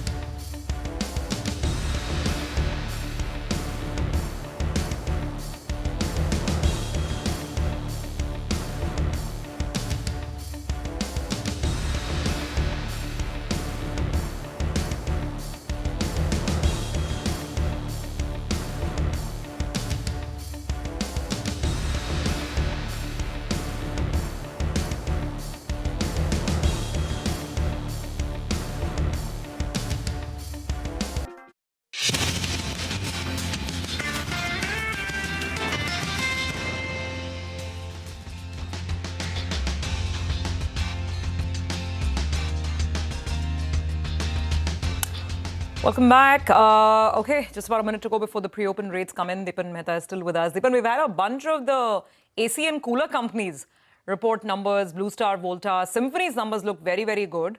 Blue Star, at least for the AC business, the growth is a little lower than the street expectations. What do you think of all these three stocks? Do you like any? Yeah, Surbhi, I think from a valuation perspective, again, disclosure we and our clients are invested. I think Symphony offers the best risk-return profile and very impressive numbers. I think even Voltas and Blue Star came with good set of numbers, but they are fairly valued. At least Symphony, there's scope for P's to move higher considering the kind of growth rates. And a lot of the problems are behind them in terms of receivables and the slow performance of their subsidiary companies. But look, there was a line of warning coming in from Symphony that this particular showers which are taking place, that certainly is going to impact the performance, at least in the short term. But these are great long-term secular growth stories. All of these cooling companies, air conditioning, air coolers are no longer kind of a luxury. They are a necessity. And I'm very convinced of the long-term prospects of the entire industry. Okay, all right. Well, it's 9 o'clock. We'll start getting in the first rates any minute now. By the way, today is an important earnings day as well. Lots of companies like Asian Paints, many others reporting numbers. So it's a earnings heavy day. As the first rates come in, there's some weakness on TCS. There's a lever which is on the downside. We'll just see how this settles. The banks are doing better at opening glance right now. We have Mitesh and Sudarshan joining in as well. Gentlemen, good morning to both of you. Let's get some trading ideas in then. Mitesh, why don't you go first? What's the call on the indices? Good morning, sir. So on the index, we maintained that we'll possibly be in that consolidation. I would look at closing about 24,520 for a breakout, and then the index moving up higher. Till then, it's 24,520 to about broadly 24,000 for me. On these stocks, I'm also trading with long bias, but I think I'll just cover them once you ask me to. Yeah. Okay. Why don't you finish? Actually, give us the stocks as well, Mitesh. So on the stock side, I have all buy calls today. APL Apollo is a stock which gave a good breakout after a few days of consolidation. So buy here with a stop at 1629 for targets of 1750. AME Capital is a buy with a stop at 195 for targets of 210. A buy on KFintech Technologies. Keep a stop below 1250. Look for targets of 1365. And Excite is a buy with a stop at 369 for targets of 390. That's a strong opening for the rupee, by the way. 84.64 versus 84.83. So pretty solid. Those dollars from the FPIs, they've been coming in. That's the situation. Sudarshan, let's get to Sudarshan as well. Good morning, Sudarshan. What's your approach to trade today? Stocks and the index, of course. Yeah, good morning. Well, yesterday I had said buy every dip, starting with the morning dip, and that view continues. I must quickly explain the difference between trend and volatility. The trend is up. The markets are slowly inching higher, consolidating, and I assume going higher. Volatility will continue. Volatility is that part of the market which goes up and down and eventually lands up, but then causes pain to everyone. That will not end. So today also, in next few days, I expect a lot of volatility. Every dip remains a buying opportunity because the trend is up. And should I talk about the stocks? Yes, please go ahead. Stocks. All right. Muthoot Finance is a buy with a stop under 22.58.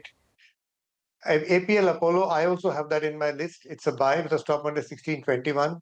Marico is a buying opportunity with a stop under 719. And I have only one intraday short, Gujarat Gas, which you can sell with a stop above 468. All right. Good to get those trades from both of you, Sudarshan and Mitesh. Appreciate it. Deepan, I think, is still with us. Deepan, just a quick word on pharma as a pack, if you have any thoughts. Because that, that executive order, Ekta telling us that FDA has now issued directions for more unannounced inspections, cost of inspections going up. I mean, sounded a little nasty. And what's your sense, Deepan? See, in Prashant, in pharma, you have to try and go for the CDMO companies. And if you just see the result, I think OneSource, one of the new listings split from Strides, very impressive set of numbers came through over there. And that's true for Divi's Lab, also looking forward to great numbers from Suven in the longer term as well. So within the pharma space, that's where our focus on the CDMO companies. There's Blue Jet Health also. We discussed that company also in earlier shows. The general regular pharma company, the Dr. Reddy's, the Ciplas and Lupins, I think there's a cloud of uncertainty because of Trump tariffs as well. So I'd just like to, be a little equal to underweight over there. And the opportunities are more in businesses which have a slightly differentiated business model. Okay, slightly differentiated business model. I think the pre-open is settling down. And that what Surabhi mentioned, the move in the rupee is substantial. Yes. About a 20 paisa move. And there's no other reason except that there's no big move in the dollar, etc. It's essentially the lack of further escalation after the attacks yesterday, that the strikes that India carried out. And I think it's showing up in the rupee in a bigger way. Otherwise, I don't see anything else which is really happening in other currencies or Asian currencies or the dollar, or for that matter, anything else. Nigel. Deepan, we spoke about Dawa. What about Daru? United Breweries, that's one of the top gainers in pre-open. The stock is up and about. It was getting very, very hot. Quarter one could be better. Input costs as well have cooled off. Your take? Yeah, I know, Nigel, but 125 times or thereabout trailing 12 months. How can you get great returns by buying at such expensive valuations? All I can say is that if you're invested in United Breweries, then remain invested. But from a fresh investment perspective, from these levels to expect a decent return, even outperforming the broad market indices, I'm not so sure. Okay. All right. By the way, I was looking at the dollar index. Intraday yesterday, the dollar index had spiked quite a bit. Deepan, thank you very much for that. Really appreciate you being with us. Intraday, the DXY had spiked to 100. Then it cooled off intraday only. But from that high of almost 100, I mean, it's a little bit of a climb down on the dollar index. And if you see, that's a 0.23% decline on the DXY. And it's an equal gain for the rupee. Now let's pull up the dollar rupee. The rupee has risen by almost an equal measure. So it is a cool off in the dollar, as well as the fact that there's no escalation and the fact that flows are still coming in. Actually, speaking of that, let's straight away go across to our colleague Parikshit. Parikshit, morning. So, I mean, last evening you were telling us that shelling across the LOC was still pretty heavy. What's the latest, and what is the likely course ahead? Well, tensions are simmering between India and Pakistan. The firing from the Pakistani side continues across the LOC and the international border. We are getting reports that overnight also there was firing in Akhnur, Baramulla, and other sectors of Jammu and Kashmir. There is a very high level of defensive alert. Why are we on defensive alert? Because we've carried out a military operation, a kinetic strike on 9 terror camps across the border. But we cannot control the response of Pakistan. If now Pakistan acts in a disproportionate manner or ends up escalating things into a full-blown conflict, India has to be prepared. So currently our stance is a defensive one, and we're carrying out mock drills across the country. Yesterday, there was a blackout alert at Amritsar as well. We've been hearing drills and fighter planes from the Pakistani side. There are Air Force drills happening on the Indian side as well. So there is a lot of information out there, a lot of propaganda from the Pakistani media handles as well, and we have to be wary of that information.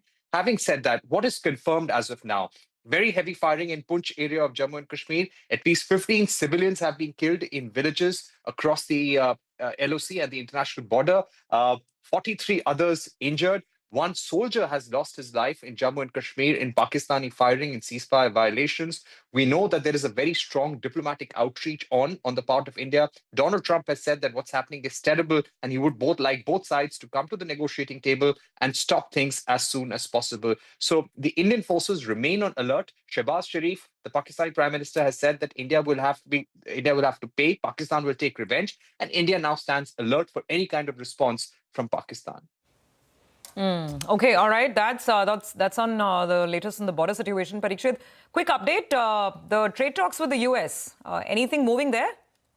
Well, we believe the things are moving well on the trade talks with the United States.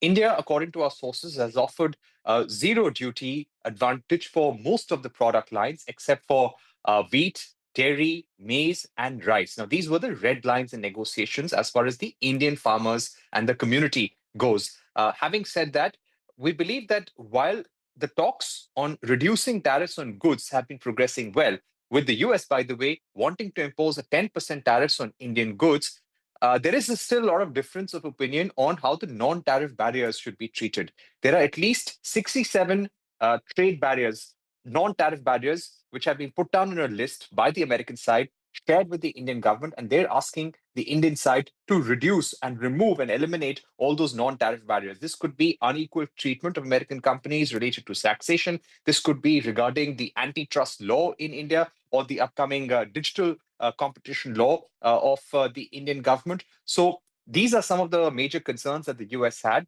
But we believe that Commerce Minister Piyush Goyal is now traveling to the United States within the 2 weeks, and as early as the 19th of May, for talks with Howard Lutnick, the US Secretary of Commerce, and also probably Jamieson Greer, the USTR. Let's see if there's a breakthrough. But what India would like to achieve is that within this 90-day pause, currently there is a pause on the reciprocal tariffs for all nations. India would like to have a deal within this 90-day period and get a reprieve. So let's see what happens. All right, no, absolutely, Parikshit. Thanks very much. Very, very useful and important update there.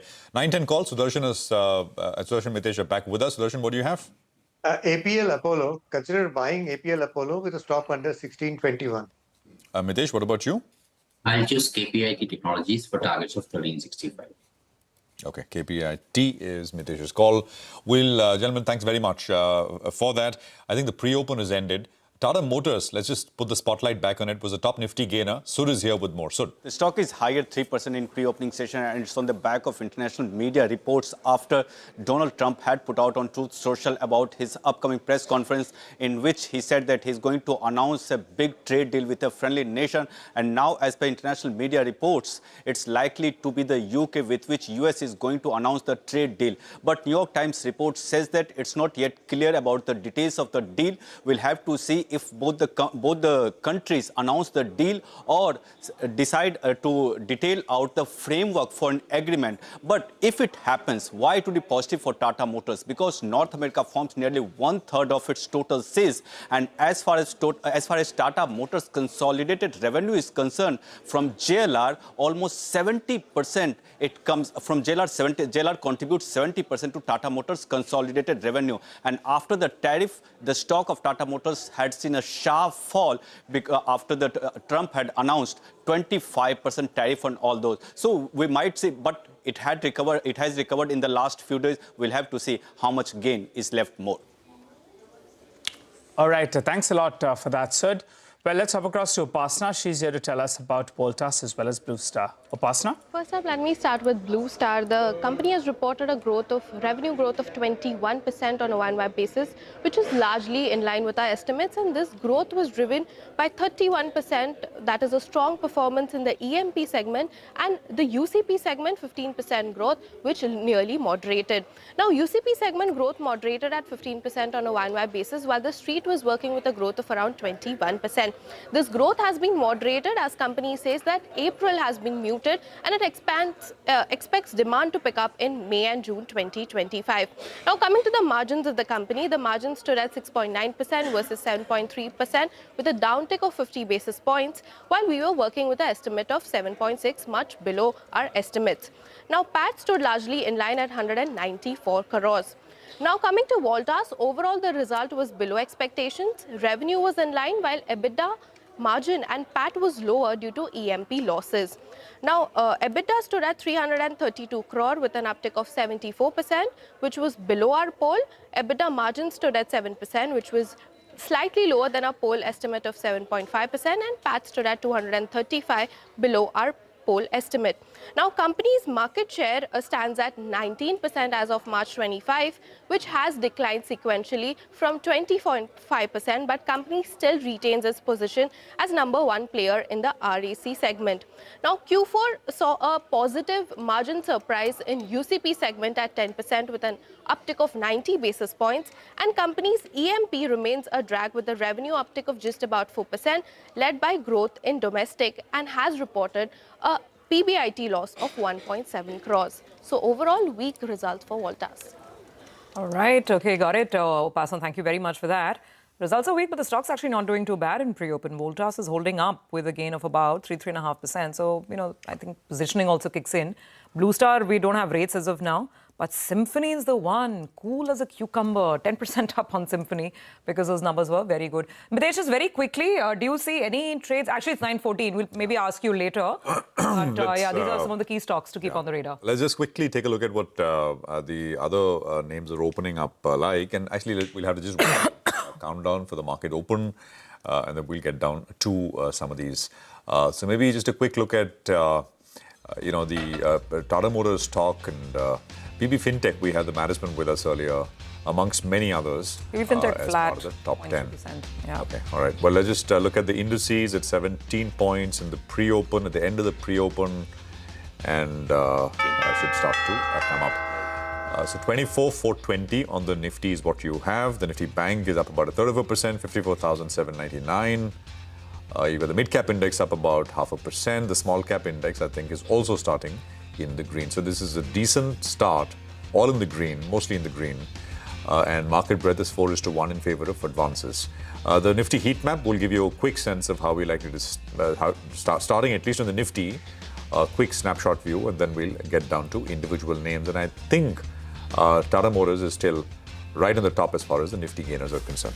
Absolutely, it is 3%. I mean, Any sign of a thaw, UK-US trade deal, all those drags that they're exporting to the US, I mean, that hope is that, that will really benefit the company as well. So that's the top gainer. Coal India is up about 2% after numbers. The banks are doing quite okay. Actually, the banks are leading from the front this morning once again. Axis Bank, Kotak Mahindra Bank, State Bank of India, banks and financials actually throw in something like a Bajaj Finance as well. So these are some of the stocks on the upside. The problem, however, is that beyond these financial names, nothing else in the market is really working. On the downside, you have Dr. Reddy's losing about 1%. There's ITC, Maruti, Eternal. So consumption plays, whether it's FMCG or discretionary. Lever is down about 0.5% as well. ONGC, Hindalco, TCS. There's no other leadership. So stocks are not falling too much, but then they're not rising also. There's hardly any leadership beyond some of the top banking names, which includes the likes of ICICI Bank as well. They're closer to the flat line, Geo Financial Services. Those are the kind of names. So Tata Motors and financials, that's pretty much it on the green side for now. Well, that's right. Let's pull up a few stocks, though, from the frontline names. Voltas actually has opened up. The numbers looked a little bit soft, but I think the street liked the fact that the UCP saw strong performance, 18% growth, margins up close to around 90 basis points. So that explains why that name has opened gap up. The two big winners from the broader markets. We had pointed this out earlier that Symphony could be the stock to watch because those numbers were much better than what the street was working with. There was a 20% beat in comparison to what consensus was working with. The operating performance as well was good. And the stock from the peak actually is down more than 30%, even after this big bump up. So it'll give you incremental reason why, in fact, the stock could bounce back. Now, sustaining this start is going to be important. So Symphony is the stock we're talking about. Neva Bupa as well, they have been growing at a fairly decent rate. So I think the street likes that, and even the EOM has cooled off a little bit with the street likes. So that stock as well is up close to around 9%. Sonata Software, another one that's doing quite well. That stock, in fact, has opened up with good gains in today's trading session. Numbers fairly good out there.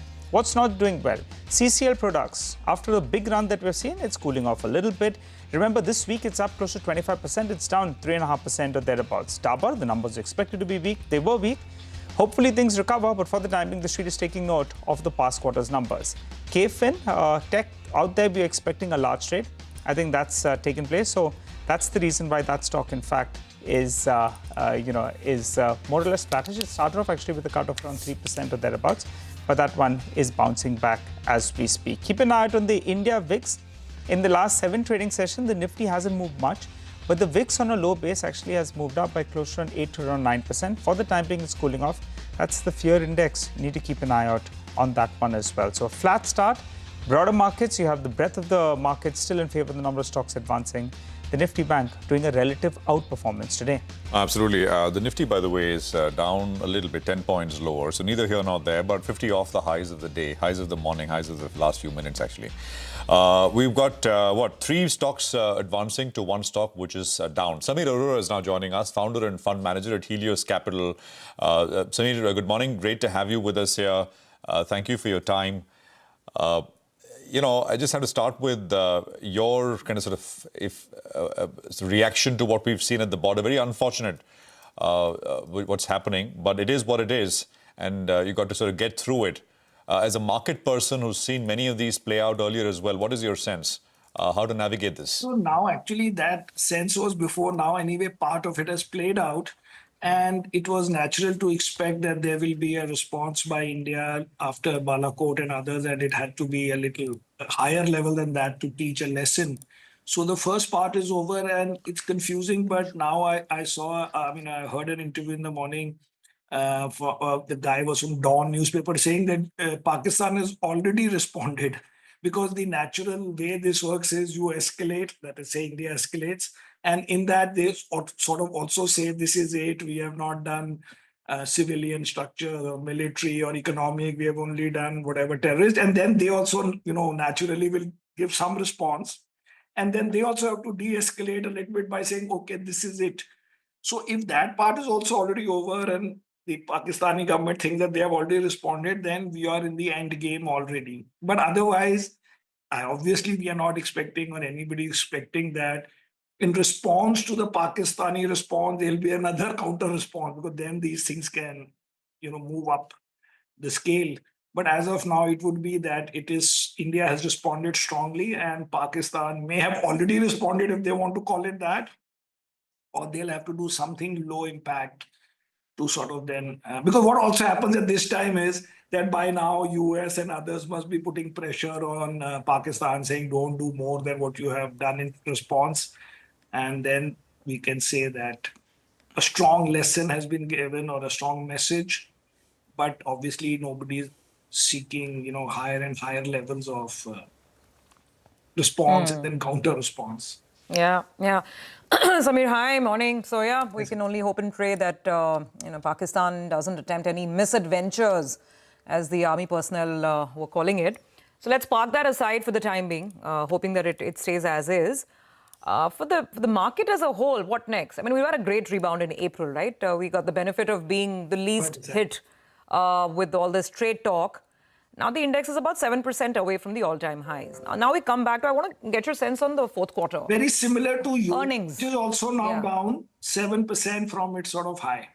So my thinking is that I am negative on US and very bullish on India, but the very bullish is contained in the sense that because the earnings are not coming. Exactly. So therefore, but still bullishness doesn't mean that it's going to make 25%, but bullish means you don't go back in the evening every day seeing a fall. And the reason for that is, I think now, you always need one story in the backdrop and then rest you can choose stocks. And my story for that is that whether US does well or not, whether US has low tariffs, high tariffs, does deal with China or not, that the equity market investors worldwide will reduce their weightage in US. So it's not that if US has these deals, therefore people will put new money, because they may realize naturally. So first of all, there's a lot of inter-country or US tension with other countries because of the way this thing has been done and disrespect, and then saying I want to take over Canada or Greenland or Denmark, whatever, not take over Denmark, but all these things, or Mexico or whatever. So the point, and even otherwise people will realize that you cannot have so much of your exposure to US. And I was seeing actually on your channel only an interview with Jeffrey Gundlach, and he's saying, and actually I saw it somewhere else also, that about $15-20 trillion extra have been invested by foreign investors in US since the GFC. Samir, that point is very well taken. That point is the point. That point is the point, because if we broadly say that over the next 2-3 years, 1 year, that there'll be a little bit of reduction in the weight to US, we don't need to do anything else. We just have to be there. Even with pedestrian earnings? Even with pedestrian earnings, because then you will go into things which don't have pedestrian earnings. So my thinking is that nobody will buy Indian IT, because why will somebody leave US IT, which is growing at much faster than Indian IT, and they are trying to distance from US, and then buy something which has linkage to US. So in the end, I am very happy that the real sector will be financial sector, A, because the foreigners like it, B, because visually, on a top of the surface, it doesn't look as having done too well. And broadly, the companies are large and they have complete familiarity and comfort with it. And the valuations also look okay. And therefore, that is the number one spot. And then you buy here and there. Samir, as you said, right, that the thesis that money maybe a little bit moves from, as they say, from west to the east and India here, right? I mean, it could be a big shift, huge numbers we're talking about. But is that, are we making, is that thesis has become kind of mainstream now, but you think it'll play out? Yes. You just got, that's what I'm saying. Let me just complete. You just saw the earnings from Google and all the big tech companies, right? Actually, generally very good. It's to do with this exceptionalism, this extra 15-18 billion. Actually, okay, they're not very good. But they're not bad either, right? They are for that size, for that valuation, numbers are not bad. Let me put it that way. That's what I'm saying. So there are, let's say, because we want 5 of these till Feb. Basically, if you see Apple was getting more than $25 billion from Google every year. And even if the attack from the Justice Department is on Google, and they say you can't pay, that is a direct loss also to Apple. Plus, Apple still has to deal with China in some way, because please imagine one more thing. We are saying that India is a big beneficiary of this shift, correct? Or, well, no, let's call it differently. India has a one chance or a good chance to be part of the new supply chain, whatever. This is a one shot for US to restructure global trade and all that. But it is also at the same time a one shot for China to not allow all these things to happen very easily. So China will not easily let everything happen that, okay, Apple says, I will move everything here, I will move everything to Vietnam and things like that. And China says, yeah, because Apple sells 10-15% of its sales in US. If you look at Amazon, also a little bit affected by the fact that God knows X% of their stuff comes from China. If you look at Meta and Google, some 10% of the ads come from these Shine and that other company, Temu and all these guys who are selling these. So all of them are affected. It's just that we are looking at March results. But even forget about that. Even if their results are good, the point is that the world has realized that you cannot overdo any one thing. And also, if you see over the last 40, 50 years, for some 1 decade, US does well, then 1 decade, international does well, then commodities do well, then emerging markets do well. It's just that this time, the US outperformance lasted for like 2 decades instead of 1 decade. So it's a marginal thing. And we are, as I said in the beginning, doesn't mean we can be overly excited without earnings, without anything. Therefore, all I'm saying is you can outperform and you can make a little bit more than others and maybe in absolute make 8-10% before even our valuation will again look like going back to those very high December type numbers. But right now, that is the game. And then you choose some beneficiaries here, there of this FTA with, with US also one day or whatever is the new deal, and also with UK and whatever else we do. All right. Hi, Samir. Good to see you, Ben. You're sounding relatively optimistic, actually, on prospects of India, which is good. A couple of questions. Do you think that the low for the year has been done at around the 21,700, given the cues that we have as of now? And also, since you mentioned that financials is something that you like, stick to the big name, HDFC Bank? All the big names, yeah. Because as I said, first of all, we already like them, so it's not that I am just finding a new reason for it. But I think this idea that... So previously, say about a month ago, I was saying that I am super negative on US and on India cannot do much if US does very badly. So now the change is that US may not do that badly simply because, we in the end found that they are basically going back on many of the things which were going to create that negative scenario. But during that period and during this uncertainty and because of just this realization by the world, because I am also a global investor in one fund, and so we ourselves are also going to buy more European things and European companies and Japanese companies, just because you don't want to be overexposed. Plus, whatever you may say, there is some questioning on the big 5, 6, 7 companies. Separately, Justice Department wants to break Google, things like that. These are all new things. And the idea was that this was being like Democrats would do it, but now even Trump is doing it. And so in general, that very easy trade that you buy these 4 companies and move on may still work. But the overall nervousness around US is there. By the way, you can see reports saying that hedge funds are at their lowest net exposure and whatever. So the point is that it's not that I am the first guy to think of it, but this change can stay. Yeah, we had Nilesh of Kotak on the show yesterday. And Nilesh bhai, you know how he is, right? So he said, "Subah ka bhula, jab sham ko ghar wapas aata hai, to bhula nahi kehte hai." He was talking about the FIIs, and that's what you're saying, right? They're coming back. So finally, there's one more thing on this. That for 2 years, FII was selling and the domestics were buying.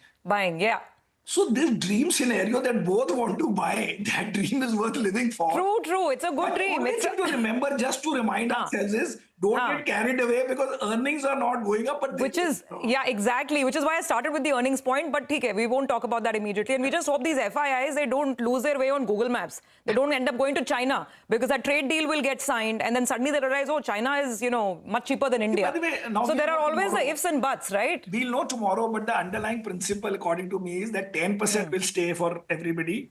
Now, the whole game is whether the sector tariffs remain or not. Yeah. And as of now, the impression for China would be not less than 40-50%. It can't be 10. If 10 happens, then India's story is gone. of this part that India is a beneficiary yeah. of this. No, that Yeah. delta will remain. I don't But think they started with 145% tariff. No, If they come down to 145 they 10. didn't start. Exactly. It was a counter. Counter. Say 40, So. 50. And in his campaigning, Trump had said 60. Oh, okay. Yeah, I know. Yeah, exactly. So he said 60, went to 145. Now they'll 40, talk. 50, something like that. So as long as it's 40, 50, we are still good. Meaningful. It's still meaningful for India to benefit. Got it. So we'll watch out for this. Let's watch this space next couple of days. There's a meeting in Switzerland. And tomorrow and is we'll... also crucial with the UK. What if it is UK? Most probably it can't be India. Yeah. Because India is right now busy or distracted for some 2-3 days, 5 days, whatever. Fair point, Samir. So we'll watch this space. We hope to get you back and have a deeper discussion about what more to do in our market here. But let's wait for some of these trade issues to settle. Looking forward to the next one. You have a great rest of the week. Okay, thank you for joining in. Thank you. All right, so that is Samir Arora saying the best thesis in town for the Indian market right now is the fact that FPIs need to diversify from the US and they will make India at least one of their homes. Let's get back to corporate commentary then and focus on some of the earnings. Hindalco is the next company on our radar. For the fourth quarter, disbursals have been slightly weak, but the loan growth actually is still very strong. Asset quality is actually improved. So let's discuss the performance and the outlook with Mr. Kulshrestha, Chairman and Managing Director of Hindalco. Good morning, sir. Great to have you on. Thanks so much for being here. We'll talk about the loan book and we'll talk about your diversification into much bigger infra assets in a bit. But I want to start with margins because you've managed to grow margins both year on year and quarter on quarter. Plus now I think you're eligible for this Section 54C, the bonds, the infra bonds as well, which help people save tax. So people love to invest in those bonds, right? To what extent will that bring down your cost of funds? And how do you see margins going ahead? Will this improving trajectory continue? I think we are working on both the side, asset as well as the liability side. If you see towards our borrowings, we had cut down our cost of fund by using different methodologies and tapping different kind of resources, including the foreign currency resource. And we had been able to tap the Japanese market twice during last financial year, which has actually contributed towards our cutting down of cost of funds.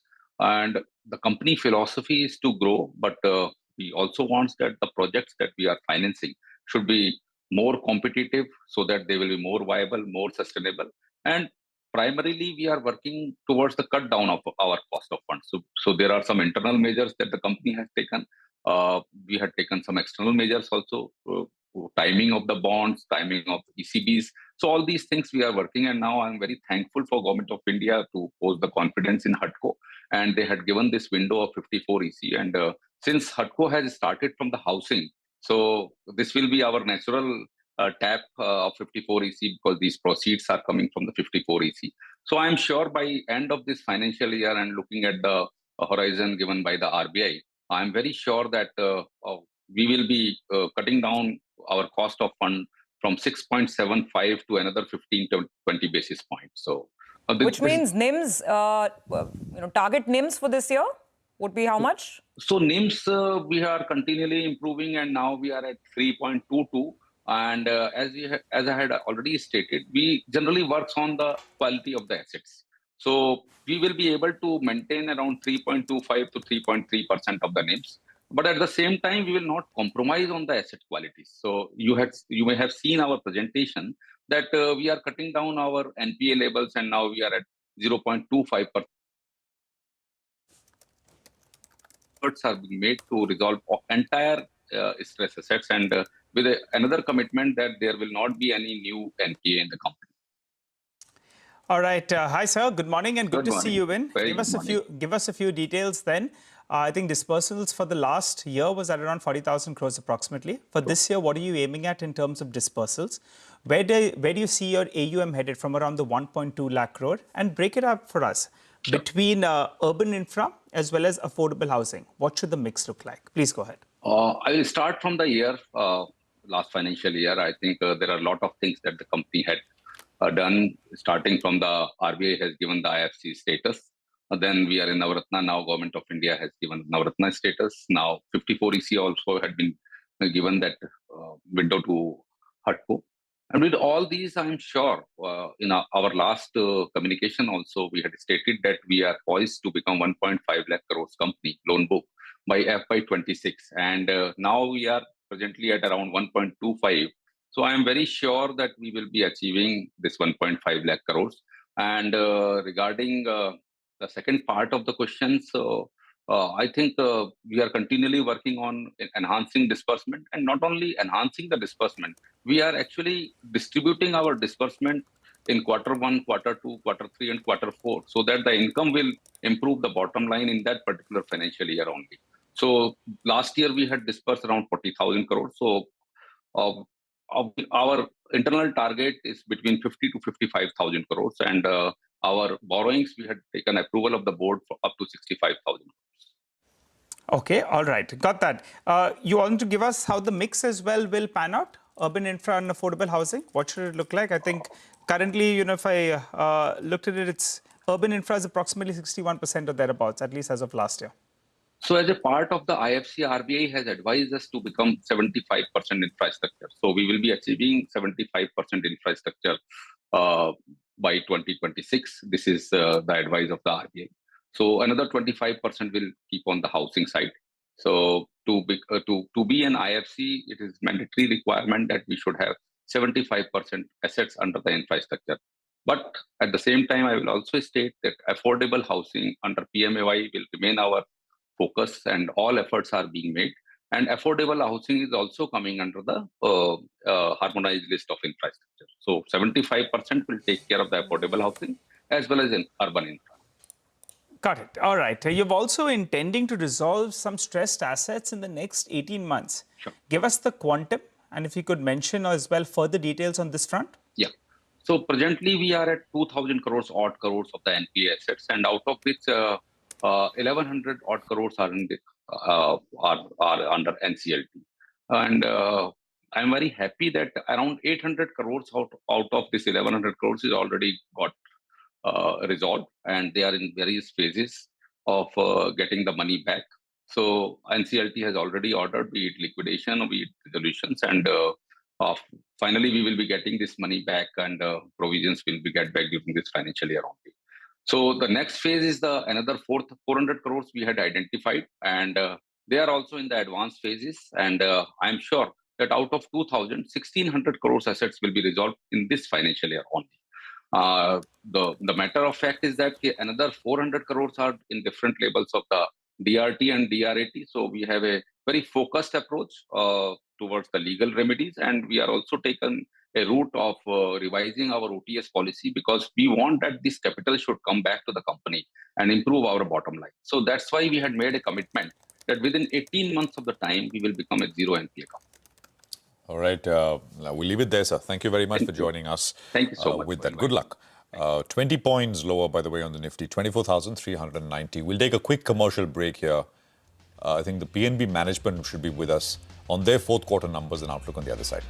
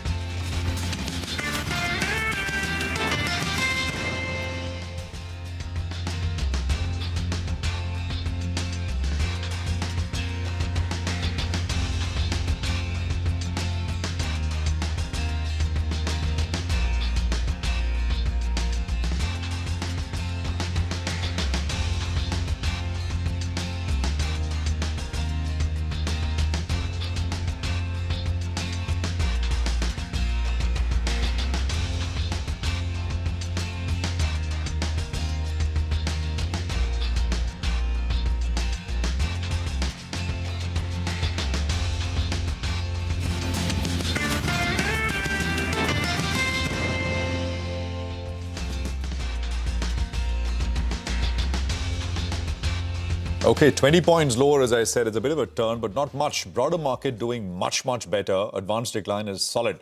PNB, as promised, is the next company we're speaking with. Our numbers were a bit subdued. Business momentum has slowed down. Margins are a bit under pressure. Net interest income has also seen some muted growth, which has come in the weakest in about 13 quarters or so. Ashok Chandra is Managing Director and CEO at Punjab National Bank. He's with us with what to make of these numbers. Mr. Chandra, good morning, sir. Thank you very much for your time. Prashant here. Good morning. Good morning.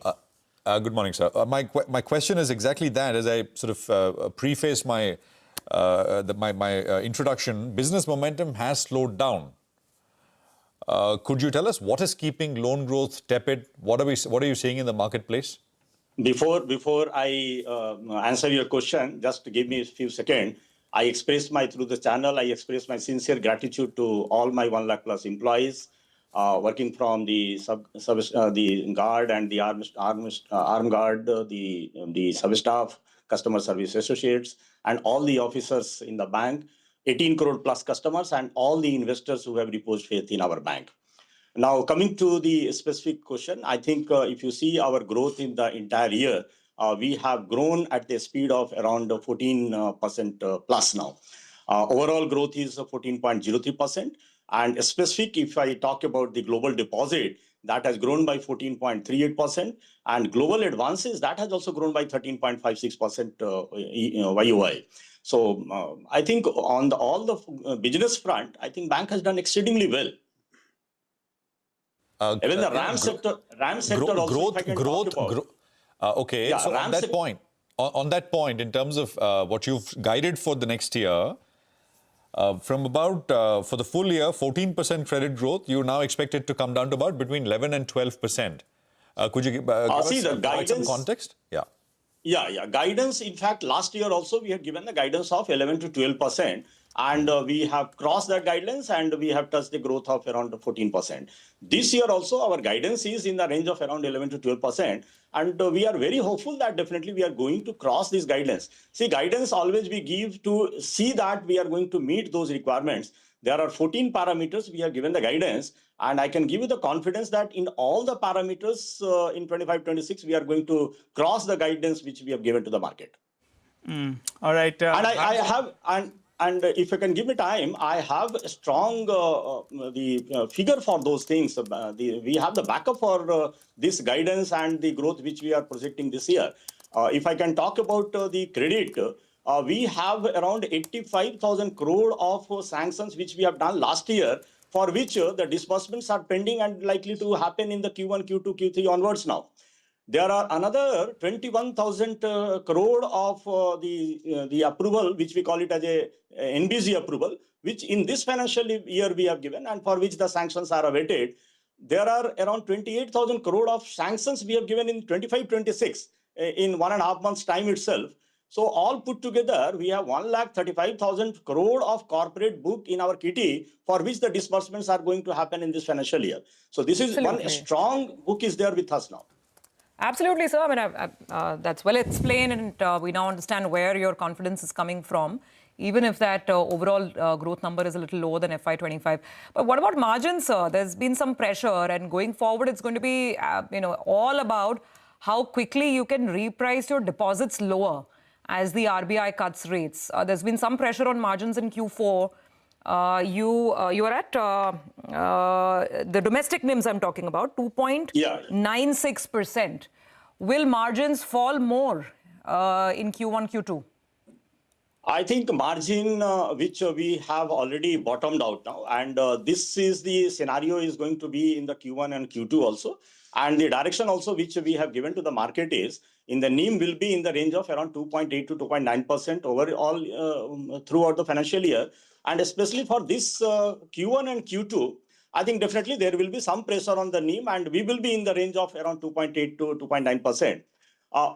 See, whatever we have done in the last year on the deposit front and the deposit which we had mobilized, I think the cost of deposit has already bottomed out now.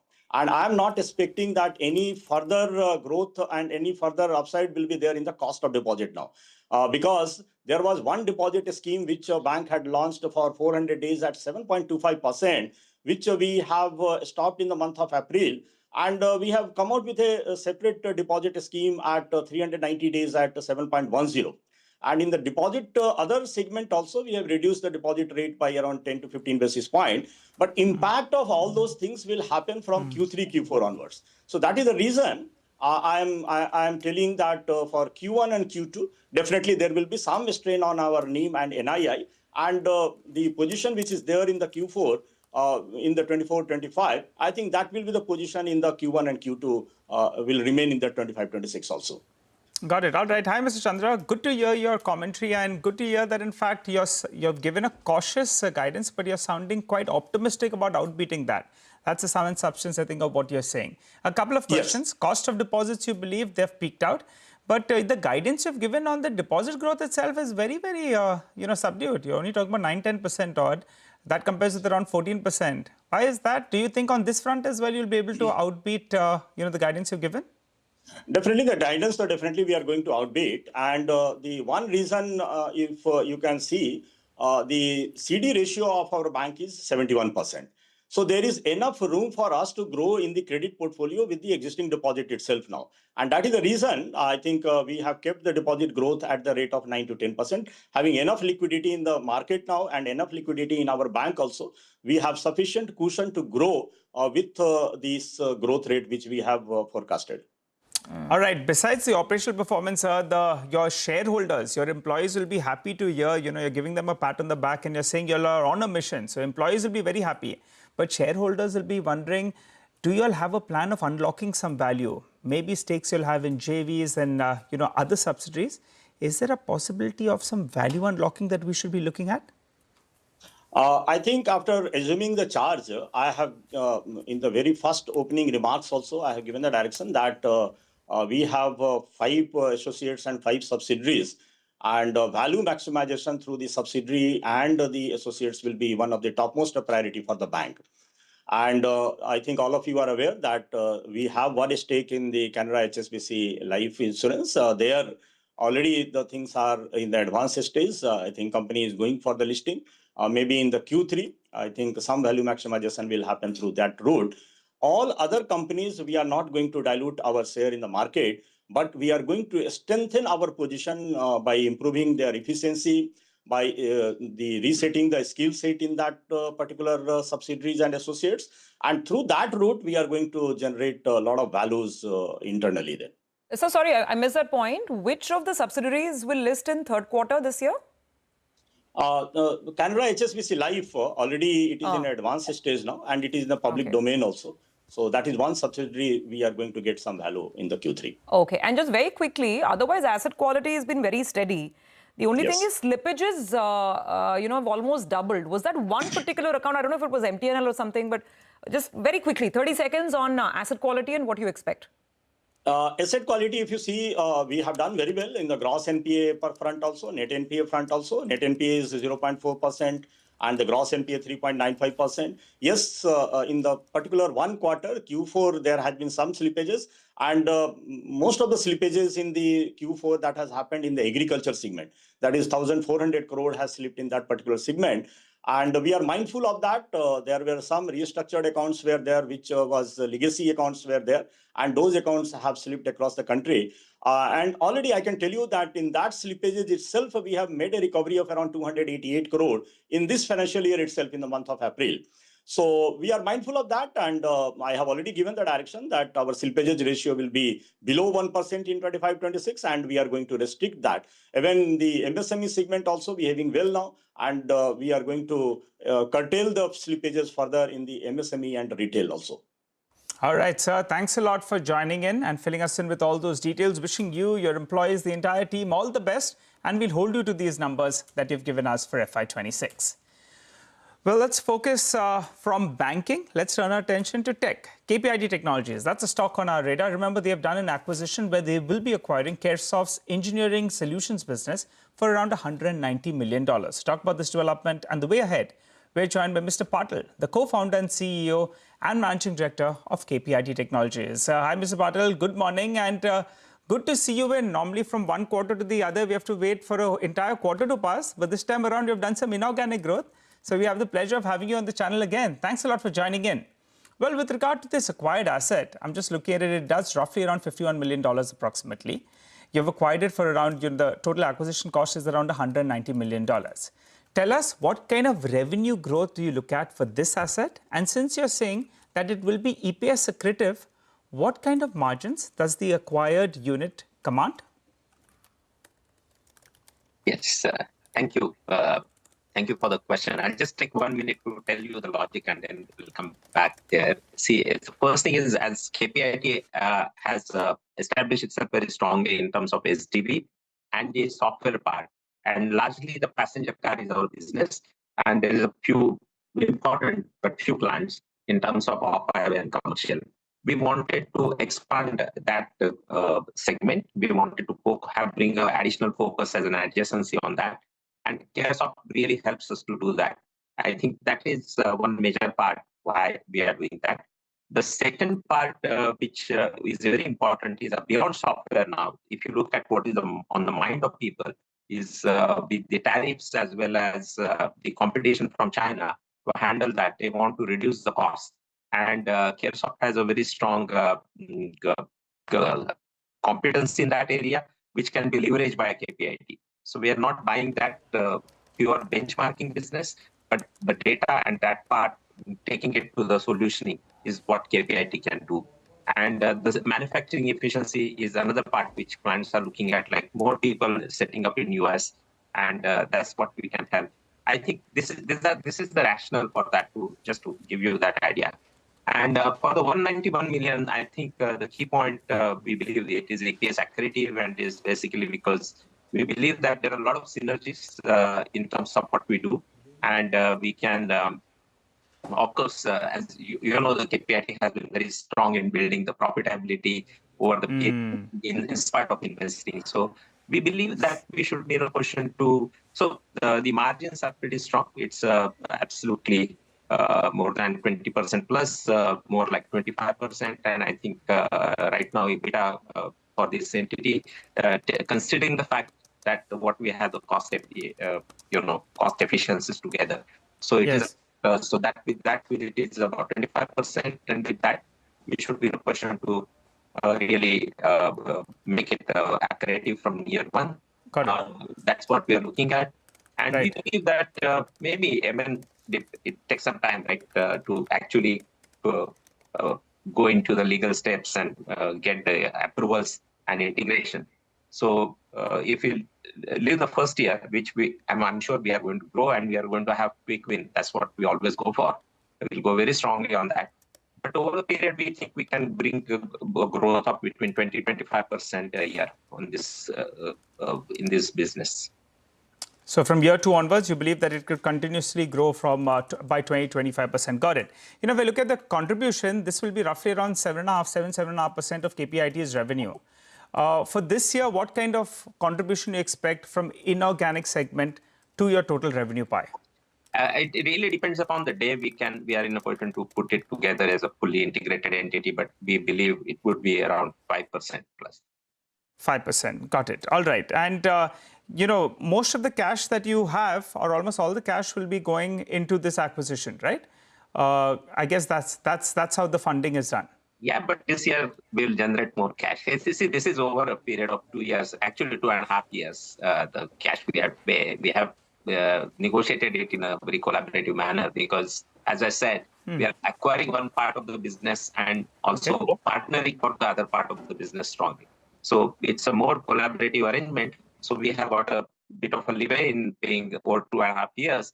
So we will be generating cash from our business. Next 2 years, we're generating cash from their business. So absolutely, I think that's our idea, is to make it completely internal and probably have some room if we can borrow a little bit here and.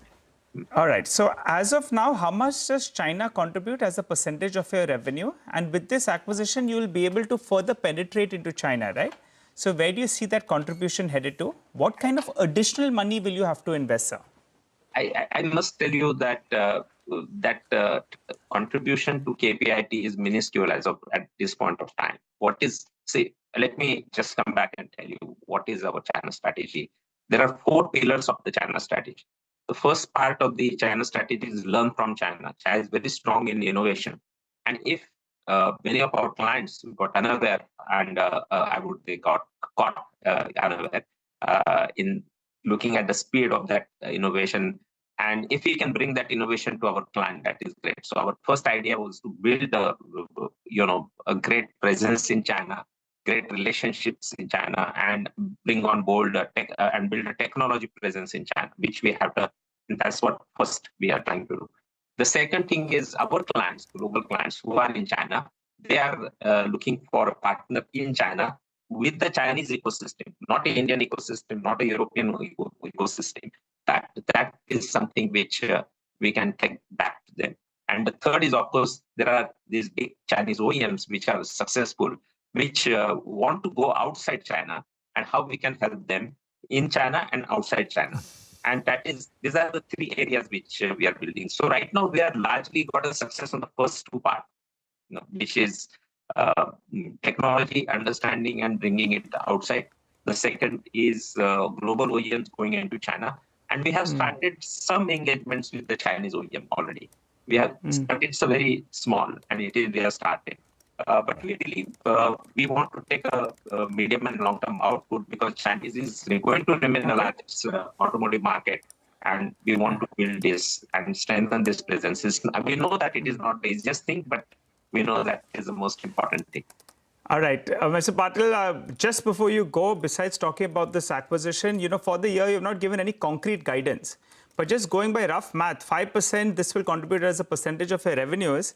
You should end the year in the vicinity of around 950 to around $1 billion of revenues. Should that be, mathematically 5%, they're doing 50 million.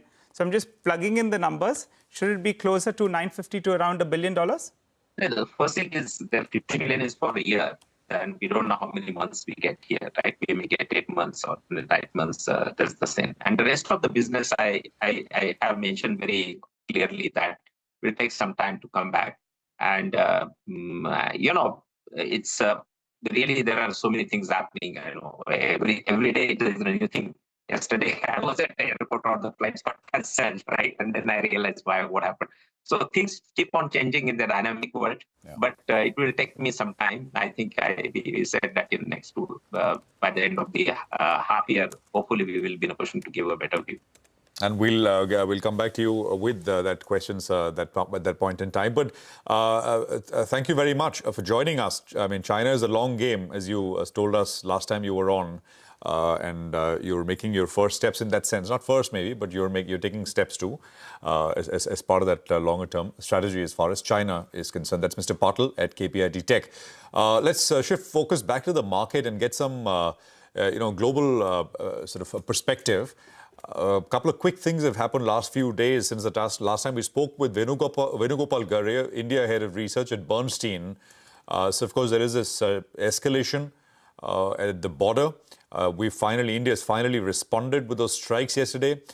And we also have big news flow in terms of trade with the India-UK FTA, which has been signed. So a lot is going on. Venu, you've written on both these sort of developments in that sense. Just distill your thoughts as in terms of what this all means now for the market from here on. How are you looking at things?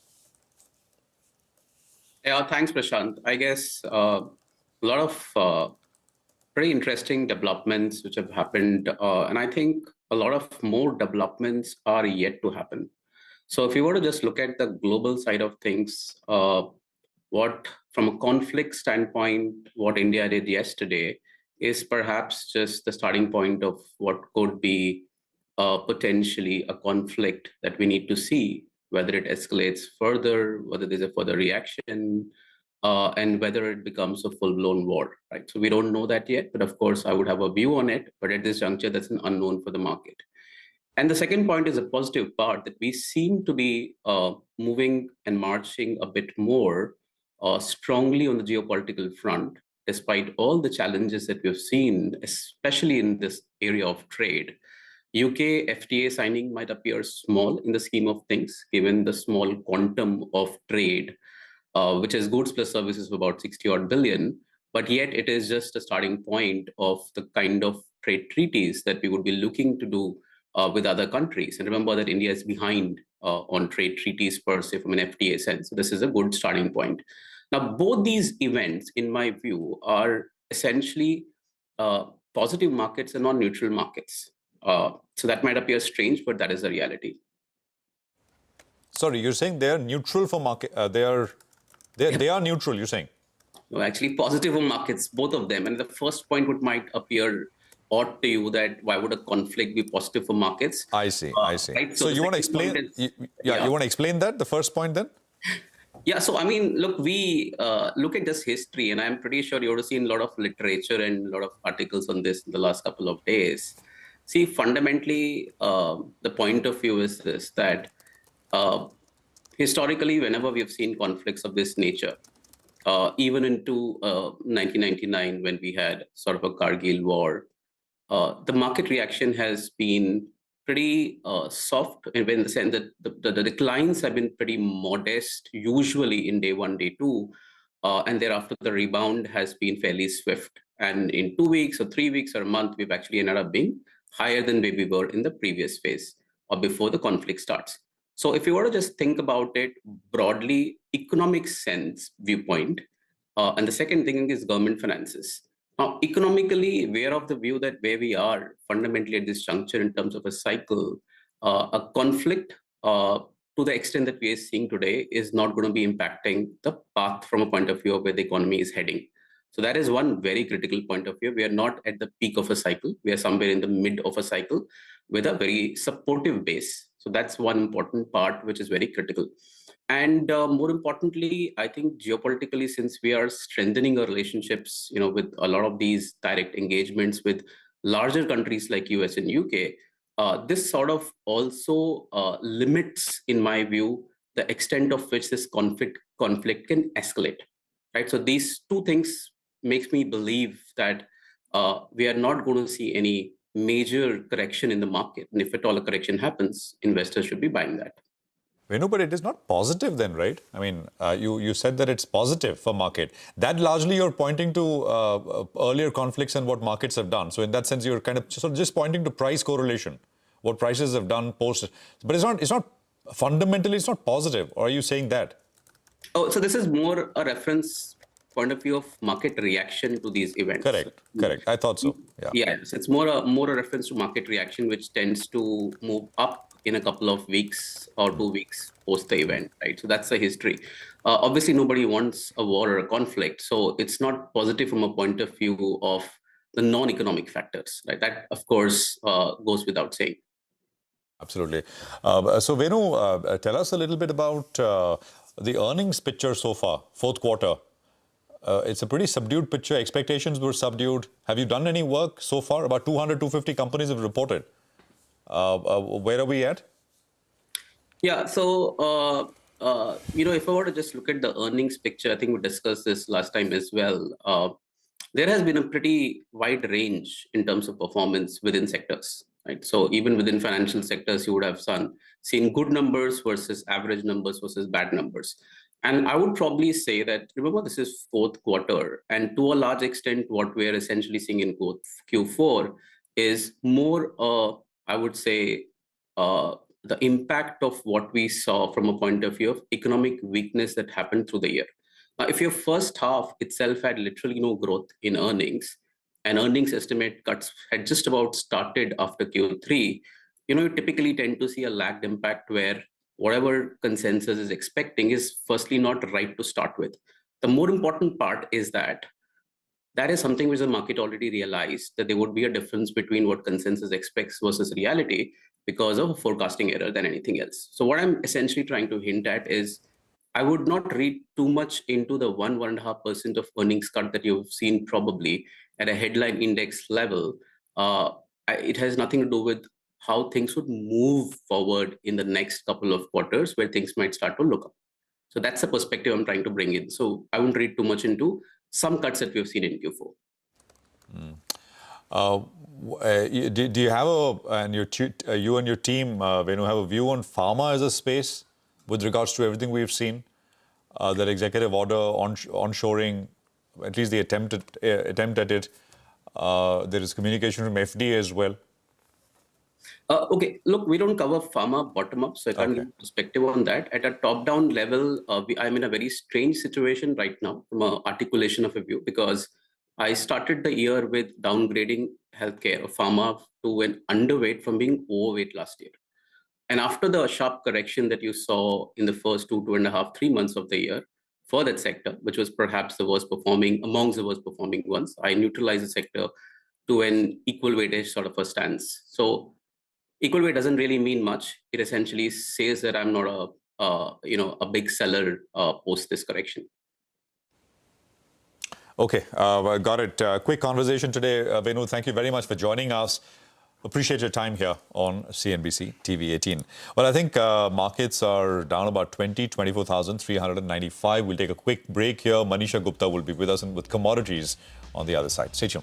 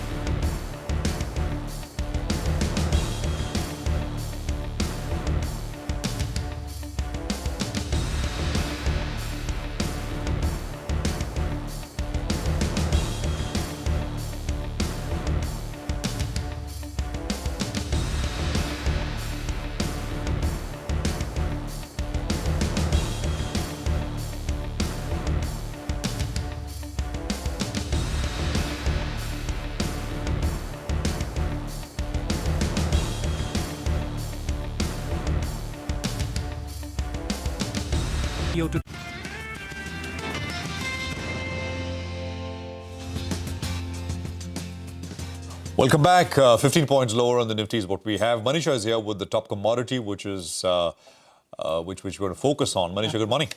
Well, I'm looking at gold, Prashant, because we did see a bit of a profit taking from 3,500 to almost 3,200, but we are back above $3,400 at this point in time. So the corrections that you've seen in gold in the last 8 or 12 months have been very small and very few to begin with.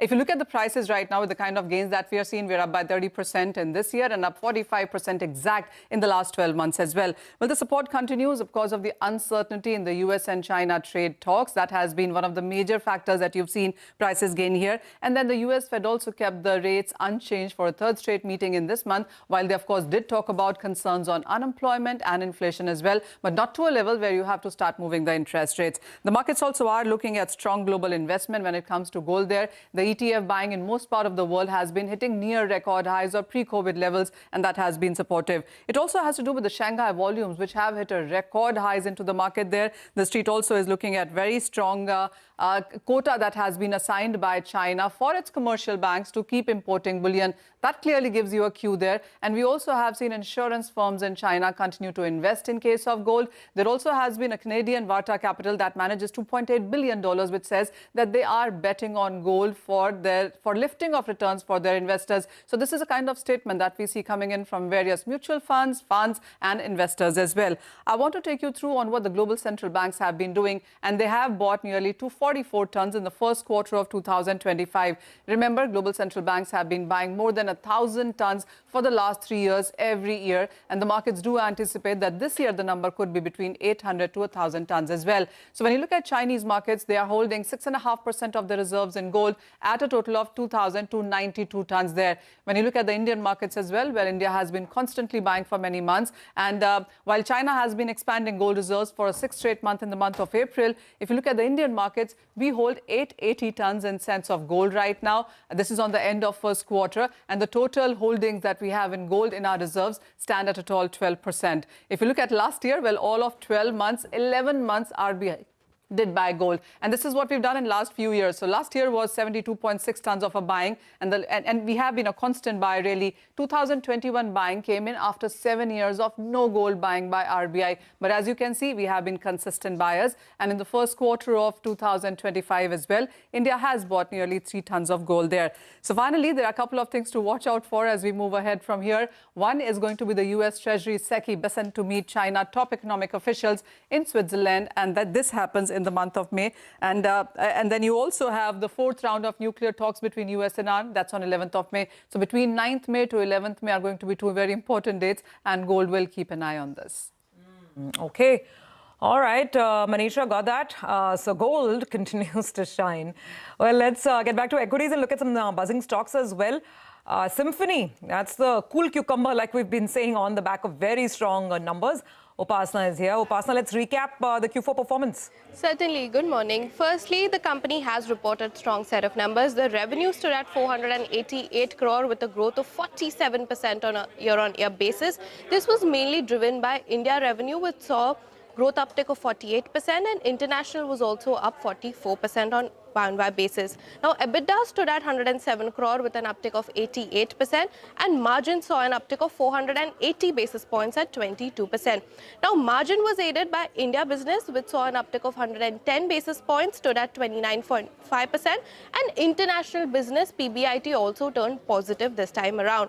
Now, PAT stood at 79 crore with an uptick of 65% on a year-on-year basis. Now, company has shared its outlook. It says that the India summer began with a promising start, but momentum is mild due to erratic summer.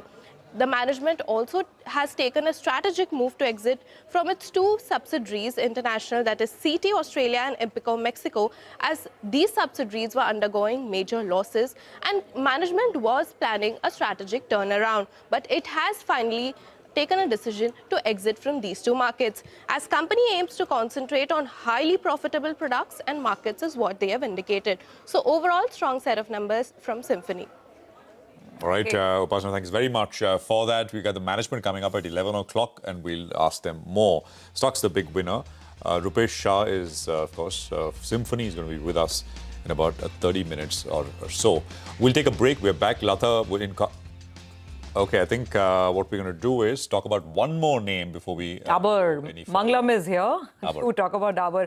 It was always expected to be weak, right? With the Q4 update itself, Manglam, and well, they delivered on that. They did, and it was slightly weaker than expectations, which is why the stock opened lower as well. Though from lows, it has recovered because the stock has been a rank underperformer in the FMCG space itself. So if you just look at the numbers, revenue, EBITDA, and net profit, all of them mildly below street expectations, which were anyway weak. We had domestic volumes which declined by 3% as well, versus the 4 to 6% decline expected. I'm looking at some of the brokerage notes that have come in. Morgan Stanley has maintained their underweight rating. They have a target of 396. They believe that there could be further earnings derating cycle that may come by for Dabur. ICICI Securities too has cut their estimates by 5 to 8%. They've revised their target price lower from 510 to 480 as well. And the most interesting point comes in from Jefferies, which says that in the past few years, the stock has derated from a pure multiple of 52 to 54x, which, Marico and Godrej Consumer would trade at, to about 41, 42x, which is a lot lower than its earlier peer set. For Dabur to actually not trade at valuations at which, say, Imami or Bajaj Consumer or the others trade, which is between 27 to 30 times, their reset, project research, the new strategy that the companies announced, must be successful. They too have lowered their target multiple on the stock to 45 times. Let's see where it goes from here. Okay, all right. Manglam Gaurav, thank you very much for that. And with that, we have to take a very quick break, but we will come back on the other side. On our special segment, it's the economy. Lata today speaks with Sonal Verma and DBS banker Ashish Vaidya on the impact of war and trade wars, of course, on the Indian economy and the rupee. Stay tuned.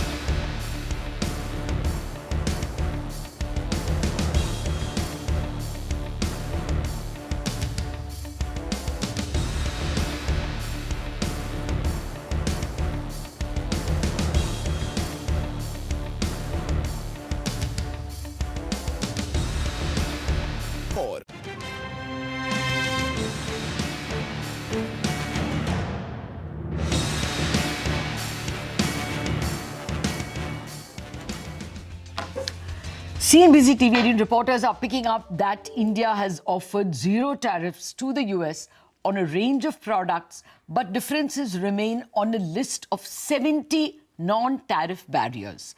Now, what are the advantages of India is first off the block with a deal with the US, but on the other hand, will the non-tariff barriers include a forced currency appreciation? These are the two initial thoughts that come to the mind when one hears of a trade deal, for a preliminary and essentially speculative discussion on the advantages of India being first off the block to strike a deal and the likelihood of currency emerging as a non-tariff issue. I have with me two experts. Sonal Verma of Nomura, who has just written an excellent optimistic report on India looking to benefit from shifting supply chains. And I also have with me Ashish Vaidya of DBS Bank to tell us what are the currency appreciation fears that are ranging in the market at this point in time. So two very different aspects of the trade deal is what we are discussing. Sonal, Ashish, thank you very much for joining me. Sonal Verma, an optimistic report from you is very encouraging. At the moment, is Nomura of the view that India is on the winning side of the trade deal? Yes, and I think the comments from even the US administration seem to suggest that India, along with other allies like UK, South Korea, Japan, are probably going to be first off the block.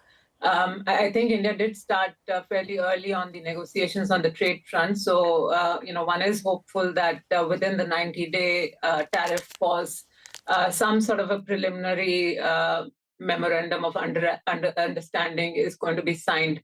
Now, why is this important? I think from a very short-term perspective, the importance is really in terms of getting some sort of a tariff arbitrage relative to our competitor countries, both in Southeast Asia and other countries in South Asia. The current tariffs on China remain quite high, so there is trade diversion that's ongoing to countries outside China. So if India can negotiate a reciprocal tariff that's lower than where we are right now and lower than our competitor current countries, then we could gain from this trade diversion that's happening from China. This is the immediate impact. More longer term, as the trade deal and India, as India aligns with the US, is really the supply chain relocation theme. Now, shifting supply chains takes time from the firm's perspective as well, but this is more of a medium-term theme that we think will benefit India as well. If I remembered right, Sonal, Nomura had a sub 6% GDP growth rate for the current year. Are you changing that, or are you changing any of the medium-term growth forecasts? Yeah, FY26, we are still at 5.8%. I think there are both negatives and positives to take into account for India. The positives really in terms of the trade diversion, the lower oil price that we are seeing, and the more proactive monetary and liquidity easing that we are seeing, which will have some impact, although with a lag.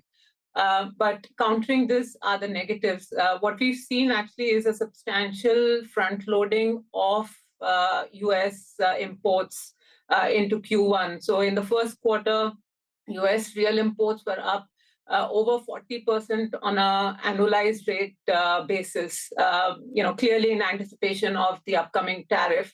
But when you have this kind of front-loading, there will also be payback in the forthcoming quarter. So that's something a number of exporting countries, including India, have to reckon with. And second is the impact really on global demand. There are early signs from the manufacturing PMIs we've got from Asia and outside Asia that demand is softening. There's the impact of uncertainty on investments globally, including on private investments in India. So when we put all of the positives and negatives together, India relatively in Asia actually is still better off. But on an absolute basis, we still think there will be a negative impact in FY26.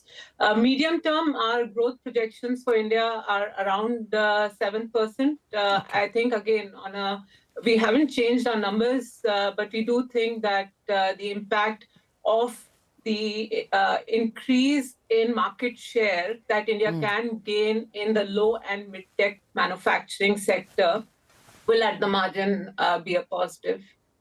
Okay, that's very good to hear that there is someone speaking about 7%. The best I heard is 6.5% in the medium term.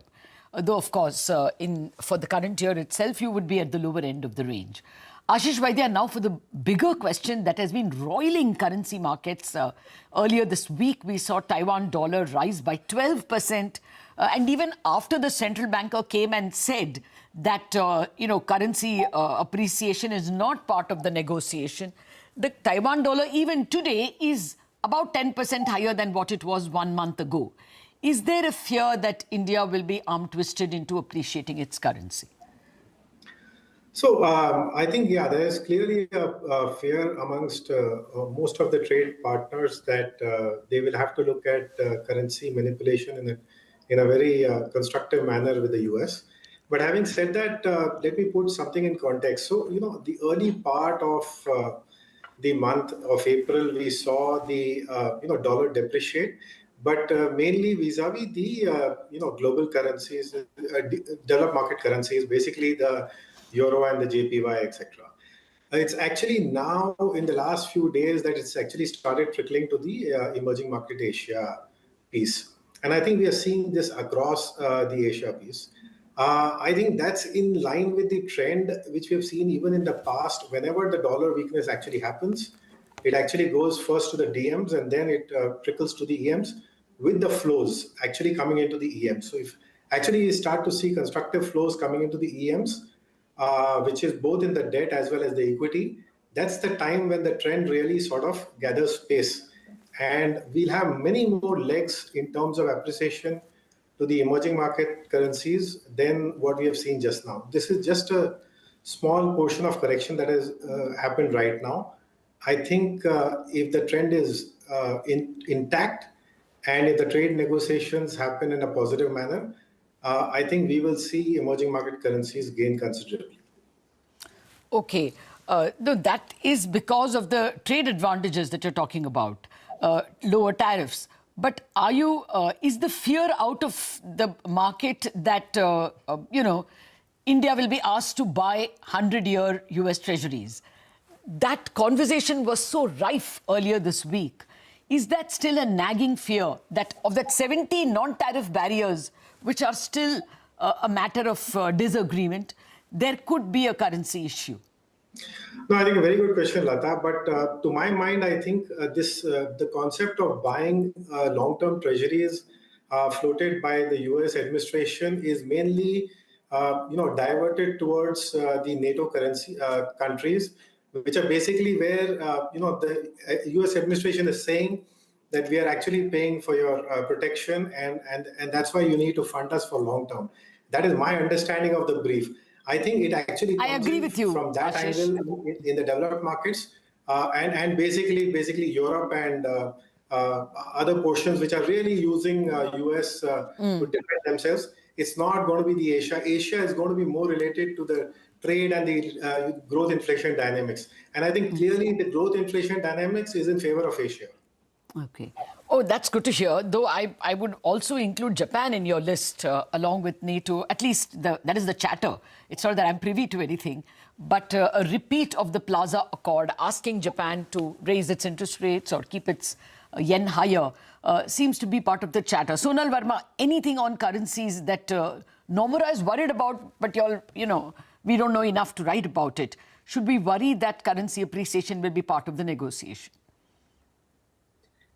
So, Lata, I think the non-tariff barrier definition differs across countries, right? So, for countries that run a current account surplus with, in general, so within Asia, that includes Taiwan, South Korea, Japan, Vietnam. I mean, for these countries, China, for these countries, currency could potentially be a part of the negotiation. We don't know entirely what's going on behind the scene. It could be.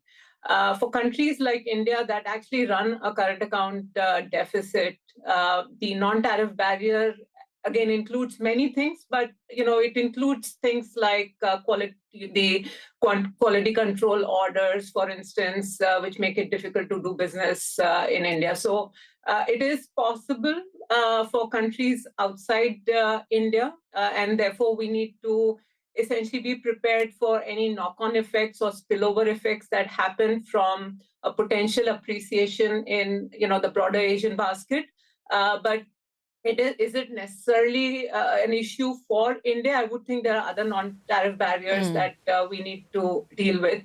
The other thing to keep in mind is the broader dollar weakness that has been going on, initially more against G10 countries. But a lot of these Asian current account surplus countries have been investing in US assets over the last decade and more. And for instance, in Taiwan, the investment by life insurance companies, these have been also unhedged investments. So we are also seeing a bit of repatriation back in Asia, which is also driving this. Not necessarily something that implies directly to India, but indirectly we need to be alert. Point taken. Out of time, Ashish, can you just give a range for the currency, dollar rupee?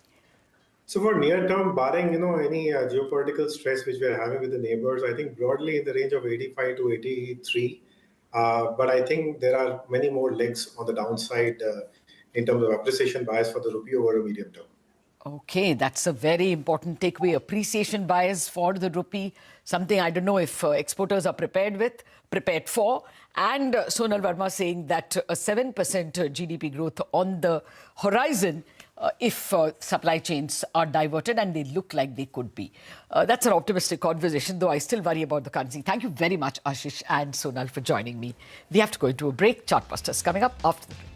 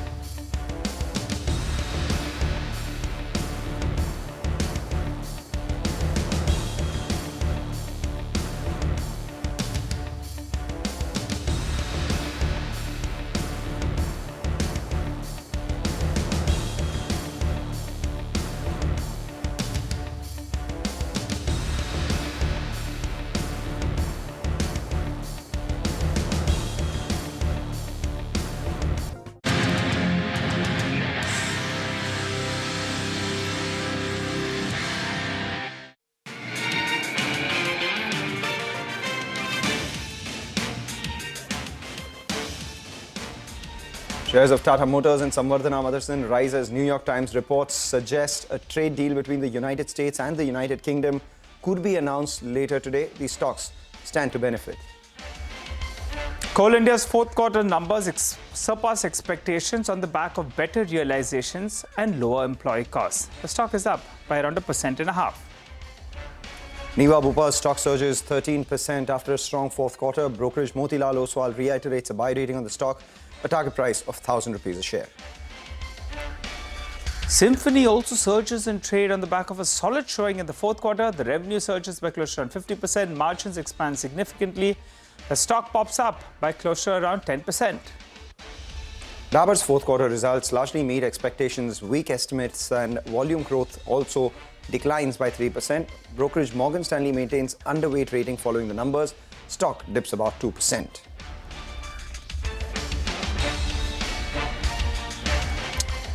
Hello and welcome to Chartbusters. We are coming to you live from the CNBC-TV18 Motilal Oswal studio. I'm Nigel. With me is Mangalam.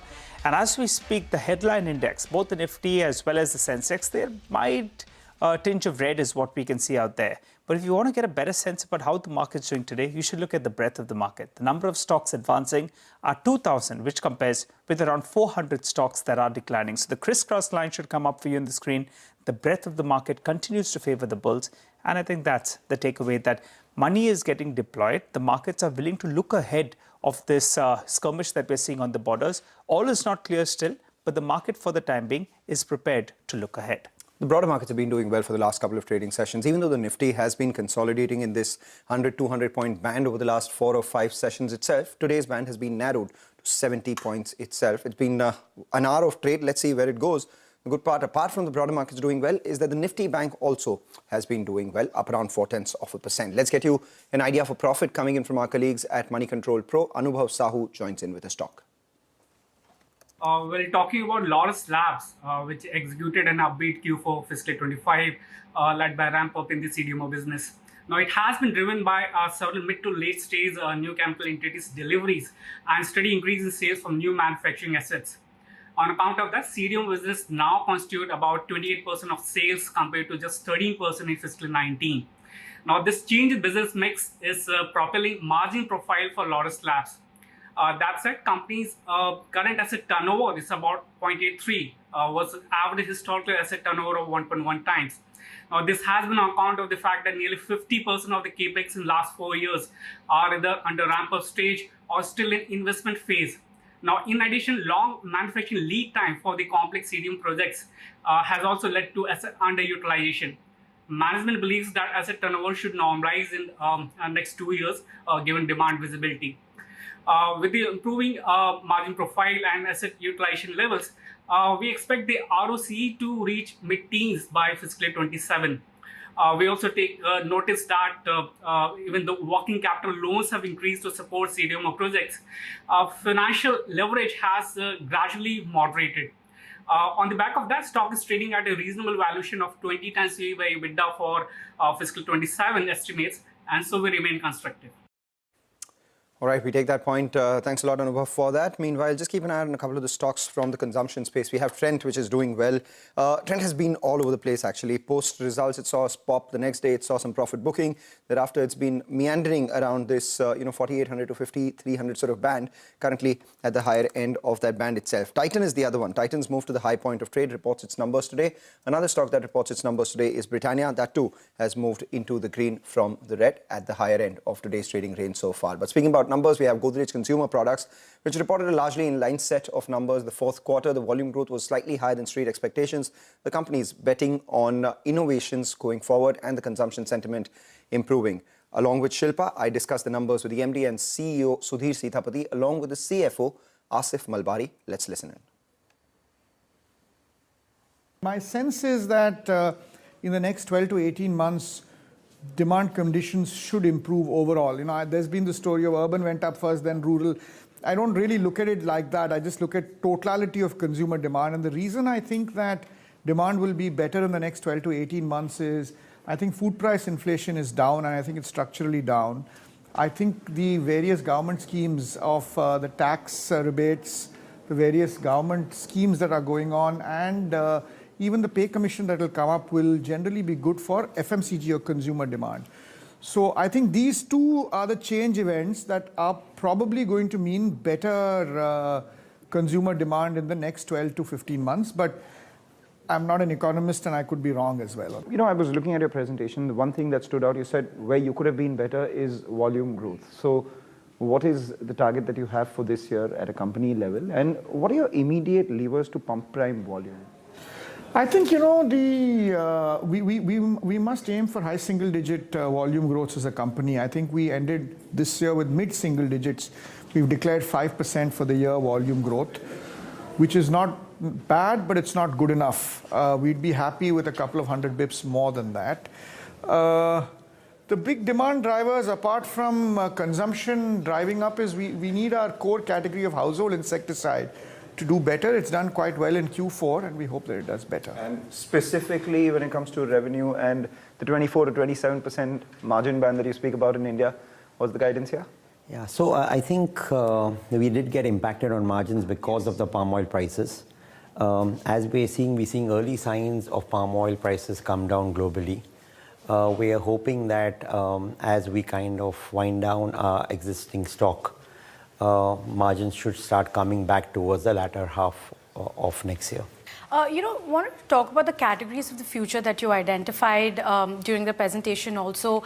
Can you quickly run us through what the plan is there with respect to how and which are these categories and how you're working on them? And also right now soaps are about 40%. That's majorly bringing in the business. How do you see the mix then also changing going forward as you focus more on growing these categories of the future as well? Yeah, see, about 37% of our India business is soaps, and it's a 99% penetrated category. So it certainly has its limitations in terms of volume growth that you'll get from soaps, and that's the reality of the situation. So it's important for us to extract value from soaps and pivot to faster growing categories of the future.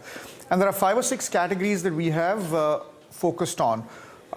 Air care, perfumes and deodorants, sexual wellness, laundry liquids, and pet care. These are the 5 or 6 categories that we think can be explosive growth categories in the future. And we've got to move our resources into these categories because they need market development and a lot of investments in order to meet their potential. So how does your revenue mix change over the next, say, 5 years or so, if you are looking into the future? See, the revenue mix, soaps pricing is a little unpredictable. So, soaps, while volume growths, I think will be range bound in low single digits. Value may change a little bit depending on currency and on soap prices. So it's hard to judge how fast can soaps grow. Soaps can continue to grow at double digit if palm oil prices go, or let's say the rupee devalues, etc. But if you take volume, which is the right way to do it, soaps will likely to be a low single digit volume growth category. These categories of the future should be high double digit, mid-teens kind of growth categories is what these should be in volumes. And then value depending on pricing. I think the categories of the future will have probably 3-4% pricing. Soap pricing is a bit variable. What about the international business? Indonesia, last quarter just about 1% in terms of revenue. Africa is recovering, but we still haven't, seen a great amount of performance or recovery in the Indonesian part of the business over the last couple of quarters. So what's your prognosis for these? So I think on an average over the last 2 years, we actually kind of stabilized the Indonesia business as close to 9% CAGR growth. So we're quite happy with the way we've put in structural interventions, both in terms of product, in terms of stepping up investments behind the brand, and in terms of distribution. So it's been a steady ship over the last 2 years. Last quarter, we did kind of have some challenges in terms of the pricing growth because of multiple parameters, but good 2-year performance on both top line and bottom line in Indonesia. When it comes to Africa, again, it's been a big financial reset. We were operating at single-digit margins. We've kind of taken margins to 15%. 5 quarters of significant profit growth and margin reset. So I think we're happy from where we moved these businesses to where they stand. Now it should be a sequential journey of ensuring that we get range-bound top-line growth and we get a profitable growth. And that's what the idea will be. What would the range be when it comes to top-line growth and profits as well? I remember the last quarter we spoke, you said there are 300, 400 basis points further of margin headrooms in the international business as well. How long before we get there? So I think the last 2 years has been very sharp improvements in the international business. I think the entire total international business put together was at EBITDA margins of around 10%. We moved it to 13 and to 17. So it's been very sharp increases. we should get to the entire complex of international businesses getting to 20%. But now it's going to be a slower journey of a few bits improvements happening every year. But that would be the journey we would kind of take forward. As far as growth goes, I think we are going to pivot the growth onto some of our blockbuster products which we have, where we have a competitive edge. And hence, it will be about how do we take these to more countries abroad. These are the hair color and those products? These are products like Air Pocket, these are products like shampoo, hair color, these are products like HI, LV, etc. So we know we have some really great products. It will be about how do we kind of distribute them to more countries across the world. Right. You don't want to talk about the pet care business also. You identified that as one of the next big bets that you have. You've done a small launch right now as you speak in Tamil Nadu. Can you run us through what the nationwide launch plan will be there, the nationwide rollout, what the plan there is, and what's your big bet on this business? How big do you see it? Do you think you'll be able to replicate the success that you saw with Fab? We've entered this category as a test launch in Tamil Nadu. These are all very long runway businesses, and one shouldn't get impatient. One should kind of, figure out the market. We're also new to this market, understand it, and kind of once we get all of it right, then roll it out. Whether it is as successful as other categories, only time will tell. But I think the important thing for a company like GCPL is we shouldn't get fazed by early failure. One must expect. One can hope for success, but one must expect failure when you do these kind of things, good odds of failing. And one must kind of internalize that and say, okay, we'll fail once, we'll fail twice, but eventually we'll succeed. And that's what we will do, hopefully, in pet care. So let's wrap it up with two things then. One, the Raymond portfolio. A year of consolidation, a year of trying to tweak the products, the SKUs, etc. What's the outlook here, prognosis? And second is Fab. It's a 250 crore annual run rate in terms of revenue business. Obviously, the TAM is a lot bigger here. What's your growth target here? What's your aspiration? I think the answer to both questions is similar. So maybe let me shoot it off by saying both these are categories that have massive growth potential, liquid detergents and deos and fragrances. Yes. And again, we're not fazed by success and failure. We've had early success in Fab, but we could easily have failure next year, but it doesn't mean much. Similarly, we've had some ups and downs, some rocky starts in RCCL, but we're very excited with the innovation funnel that we're launching as we speak. What's your right to win in Fab? Because, yes, you've got success, like you said, but there are large incumbents. And you have newer players that are disrupting the market at a lower price. Till 5 years ago, we were 70%, or 7 years ago, we were 70% of the liquid detergent market in India. So the liquid detergent market in India was built by Easy, which is very much a Godrej brand. To answer your question on right to win, right to win is determined by 2-3 things in our category, actually 2. One is the product differentiated and do consumers like it? And is it an exciting brand that consumers kind of identify with? We think that Fab has got potential on both dimensions, and hopefully it'll get better with time. All right, that's the management of Godrej Consumer.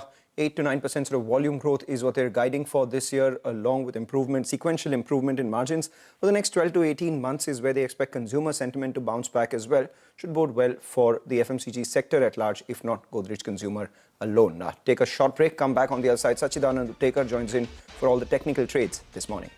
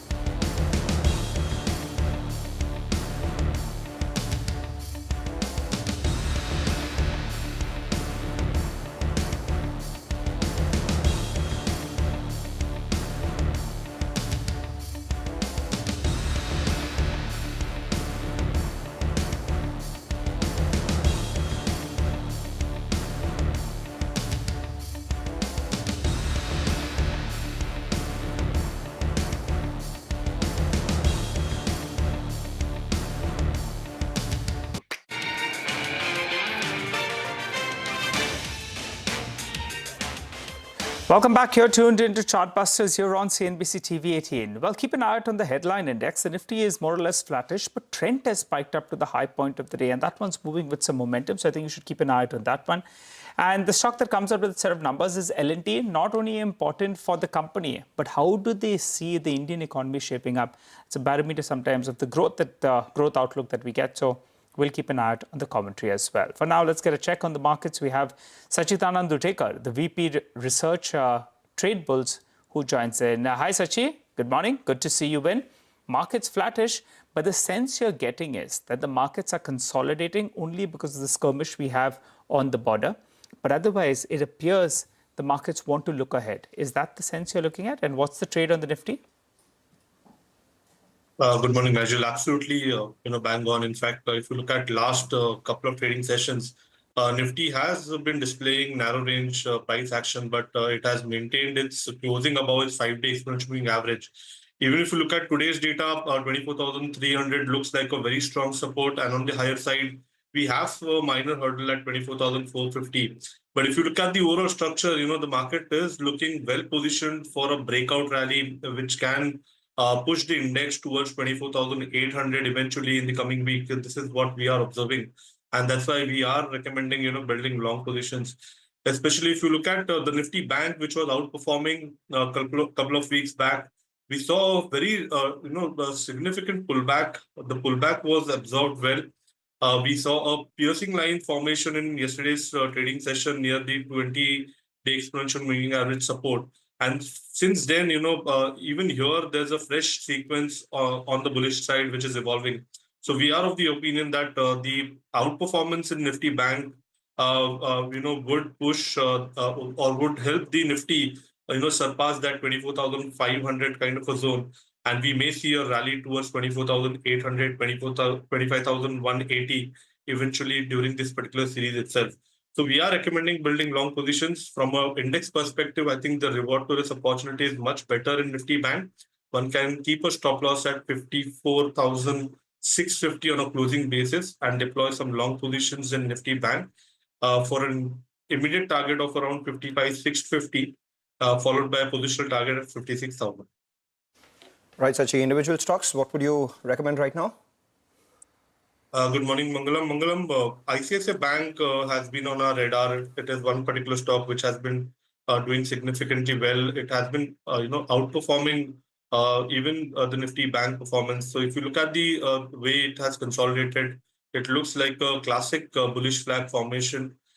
We are expecting that this particular rally may continue towards 1485, eventually leading its way towards 1550, which is the pattern target of this bullish flag formation.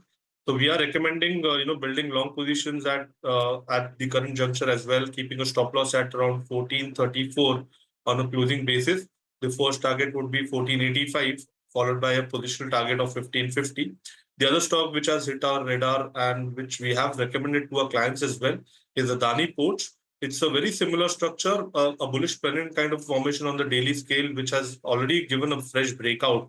Now, if you look at the options data, even here, there looks like a trajectory open towards 1400, 1450. And that's why we are recommending, building long positions here, keeping a stop loss at around 1330 on a closing basis. The first target would be around 1400, followed by 1450.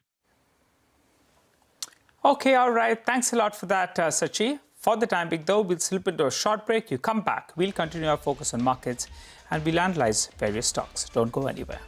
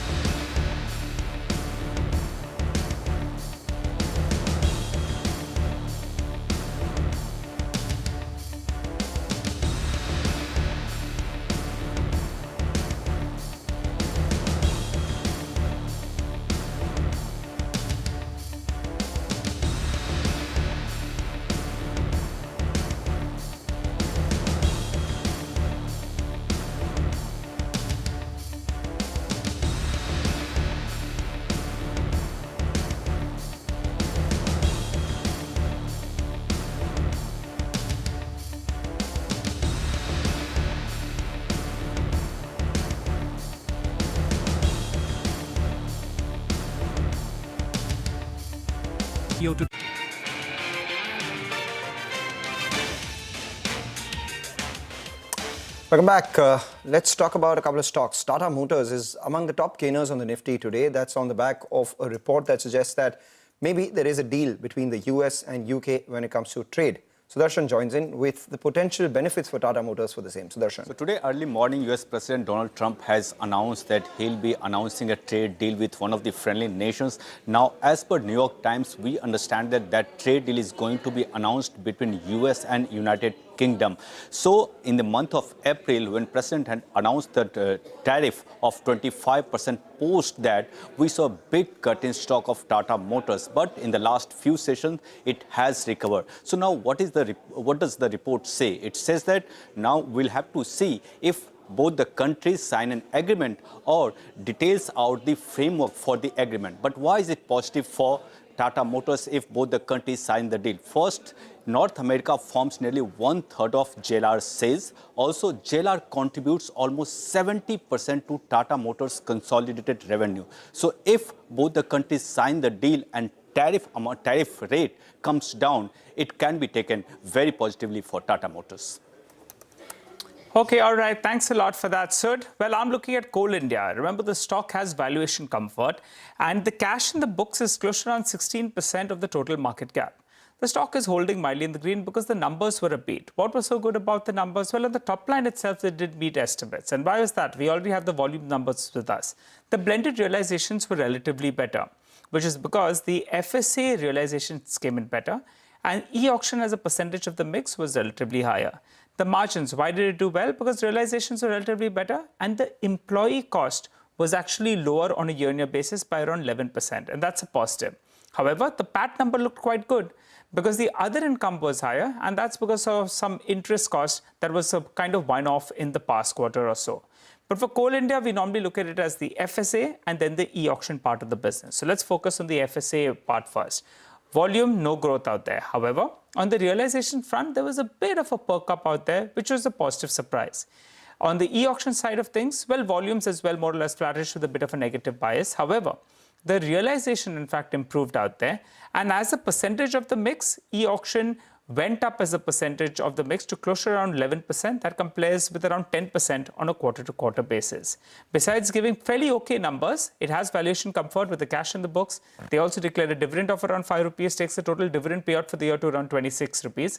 And the receivables, which sometimes is a bit of a pain point, that's come down on a year-on-year basis as well. So put everything together, the stock mildly higher, because these numbers were better than what the street was working with. All right, that's about Coal India. Just keep an eye out on a couple of these stocks which are reporting their numbers today. We spoke about Titan and Britannia already. Don't lose sight of L&T as well. L&T too has moved to the high point of trade, reports its results today. And from the broader markets, we have Intellect Design Arena. Something's up with that one. It's up 9% this week so far. And as we speak, volume's picking up on that one as well with a big spike of 6%. An F&O stock, just keep an eye out on this one. And finally, as we wrap up on this edition of Chartbusters, don't lose sight of Reliance as well. The giant has once again woken up from the lows. It's up around 1.5%, just peeking into the green as we speak. That one moves, then the index stands well supported. We wrap up on this edition of Chartbusters on that note. Stay tuned to CNBC TV18 as Trading Hour comes up next.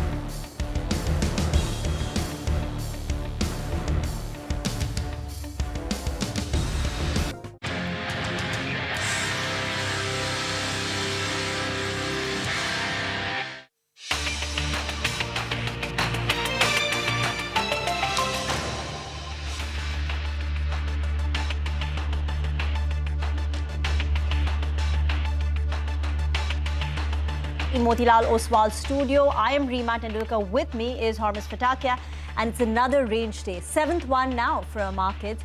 I think last Monday was the only big day where we had a directional move, and after that we've pretty much been marking time, treading cautiously, locked in a tight trading band. Broader markets, though, are faring much better. So once again, mid-caps are outperforming. In fact, this week, while the Nifty is just up close to about 0.3%, the mid-cap index has gained close to about 1.6% higher on the mid-cap index. The star sector of the week has been auto. The Nifty Auto Index has a gain of 4%, and that's courtesy a 7% gain in Tata Motors, all come yesterday and today. And then you've got M&M. Today, quiet, M&M, but the start of the week on the back of the numbers was very good. The other auto name that's doing well for itself is Tata Motors, right? It was doing well for itself yesterday.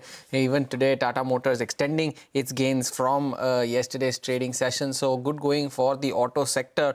But of course, the index, as Reema was just mentioning, has taken a bit of a pause and moving along the sidelines. The focus has been on specific stocks, particularly earnings reactions, sector-specific stock reactions, and that is what has kept the momentum going within the broader markets, although the index has remained stuck in this range. And earnings reactions are plentiful today as well. Neva Bupa is one of them, 11% higher on that stock, the top gainer on the Nifty 500, as has been the case right from the start of the trading session. The other one, Welspun Living, was doing very well for itself yesterday, is doing very well for itself today as well. Another 7.5% higher for Welspun Living, so good going for that stock as well. And of course, all of these apparel makers that were doing well for themselves yesterday are continuing that trend in today's session as well, be it the likes of KPR Mills, be it the likes of Gokaldas Exports. KPR Mills is up 7.25%, and Gokaldas Exports too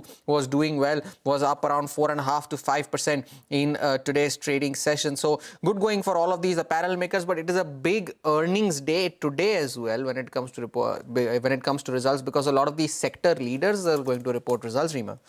Indeed. I think you've got Asian Paints, you've got Titan, you've got Pidilite, you've got L&T. These are amongst the larger ones reporting numbers. Then a whole host of mid-caps too will be coming out with their numbers. And not to forget, this is also the Nifty weekly expiry. It's Thursday, so you'll have the Nifty weekly expiry as well. So talking about some of the earnings reaction, on the way down, you've got Satin Credit Care. So that's got a cut of nearly about 2.5%. Dabur continues to trade with cuts 2.5% lower. Since the start of the year, Dabur has lost nearly 7.5%. Unexpected lines a weak quarter. Sonata Software, where the IT services business, what they call international, has been subdued. We'll get chatting with the management for more on that. UPL too has a cut of nearly about 1%. But on the way up, it's Symphony. So let's straight away get chatting with Symphony. Very strong quarterly performance. The net profit is surged 65%. The revenue was higher by 47% on a year-on-year basis. And the board has also recommended a final dividend of 8 rupees per share. Rupesh Shah, Managing Director of Corporate Affairs at Symphony, is now joining in on the show. Mr. Shah, thank you very much for joining in. Now, this quarter that we're currently in is typically the strong quarter for you, given the summer season. You've indicated that it's had a strong start, but the momentum has been mild due to the erratic summer. And that's something even what Blue Star seem to have indicated when they talk about their unitary cooling segment, that April has been a bit subdued compared to earlier expectations. So tell us how April has been and what can we expect in the current quarter in Q1? Will growth rates be similar to Q4 or better? Yeah, so March quarter has been phenomenal. So summer started with bang. Of course, post-March, April is subdued so far, mainly on account of erratic rains and not so much supportive weather. However, due to variety of our initiatives, including adjacent category, our decent penetration across the channel as well as rural and semi-urban area, relatively we are doing better. However, YOY certainly so far, it is subdued. However, as it has many times happened in the past, still depending upon the region, 7 to 11 weeks of the summer have to go. And it needs 7 to 12 days of consistent heat in any region and product gets sold out. So we are keeping the finger crossed. But when you say April has been subdued, are we looking at degrowth on a year-on-year basis? To what extent? And even if things recover in the month of May and June, what could you end the quarter with? given the slow start? Yeah, as I say, it is subdued in the sense YOY. April 24 was exceptionally strong. In fact, it was historically strong. Vis-a-vis, it is subdued, that is lower. However, we have repeatedly seen in the past, in the weeks to come, in such a large country with many, many territories, if there is 7 to 12 days of consistent heat anytime during next 7 to 11 weeks, it takes care of it. So Mr. we are Shah. all losing the nerves, and we are keeping the territory-wise temperature and sale and our variety of initiatives quite vigilant.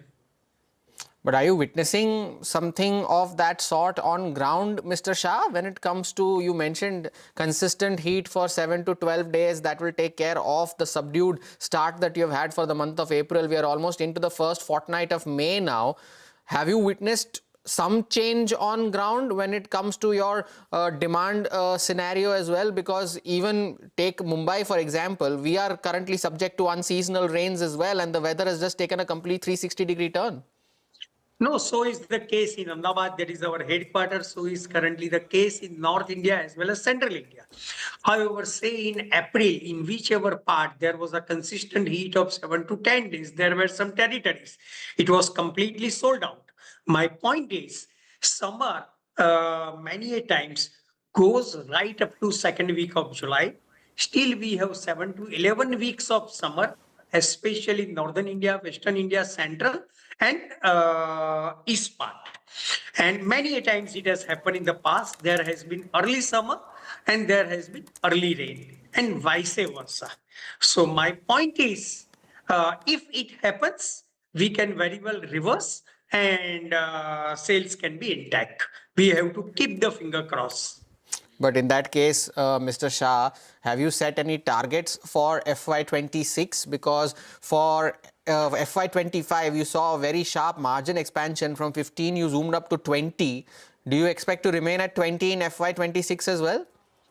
Of course, we have our own, not only quarterly, but quarterly, monthly, territory-wise and model-wise target. But that is not for public domain as per our IR policy. And as far as the margin profile is concerned, we very much expect to maintain current kind of increased margin profile. We endeavor towards that. What are the drivers for the increased margin performance? I think last time you indicated that those 70 new products that you launched, SKUs, were margin accretive and they'd seen very strong demand. So what, to your mind, are the key drivers behind the margin performance in the current quarter? And you're saying it's sustainable. So one, of course, launch of 70 new models. They have received overwhelming response. We have also in pipeline many new other models for year to come. Number two, economies of scale. Also continues value engineering, as well as our decent penetration in rural, semi-urban, digital channel, and model train, apart from general trade. And during the year, apart from our core household air cooler, adjacent category, LSV, geyser, etc. have also contributed decent amount of sales. And that will continue and should witness further traction. Just a couple of questions, if you could help with numbers. What was the contribution of the adjacent categories like geysers, etc. in the current quarter or FY25? That's number one. Two, last quarter you had very high unbilled advances, 150 crore at a record level. Is there a number in Q1, in Q4 that you could, share us that? And third, there were also provisions towards an e-commerce customer. And you had, I think, made a provision of 46 crore. What's happened on that front? Okay. One question, many answers. Yeah. All right. So first is geyser, the adjacent categories in the sales. That's right. So adjacent category put together have contributed almost 17% of sales. And when I say adjacent category, it includes tabletop, it includes kitchen cooling solution, large space ventilated cooling, etc. And these are the products which are sold round the year. And in addition to that, counter seasonal, that is geyser as well as spare sales. So they have collectively contributed almost 17% of the sales and huge potential. They are in a way non-seasonal. Your second question was about provisioning on our The e-commerce customer. E-commerce customer. So the legal updates I have, we have succeeded in a very short time to get the power of attorney and have registered the mortgage in our favor on 13 valuable properties of that company, their promoter, as well as associates. So we have power of attorney and mortgage has been registered. In addition to that, there has been court-approved settlement agreement. And if the recovery doesn't materialize, there is a bailable warrant against the promoter. So we have taken in a very short time, very stringent action, and we hope sooner or later, some recovery should materialize. But we'll update on that as soon as we receive it. So far, we have recovered small amount, that is 50 lakh rupees. 50 lakh out of 47 crore, is that correct? It was write-off as well as ECL provision, all put together 50 crore in previous year. Now, whatever recovery will happen, that will be as an exceptional gain because year has changed. Sure. And so one more question. Already booked as an expense. Yes, I remember that. And one more question. The unbilled, I think the sales, I think it was 150 crore in Q3. Correct. So as we had informed, large part of that was related to new models. And most of that billing happened in March quarter as it was guided. And that is also one of the reason of substantial growth in March quarter. As far as 31st March is concerned, I don't have the exact figure, but we had decent amount of advances lying as on 31st March, by and large to bill in June quarter.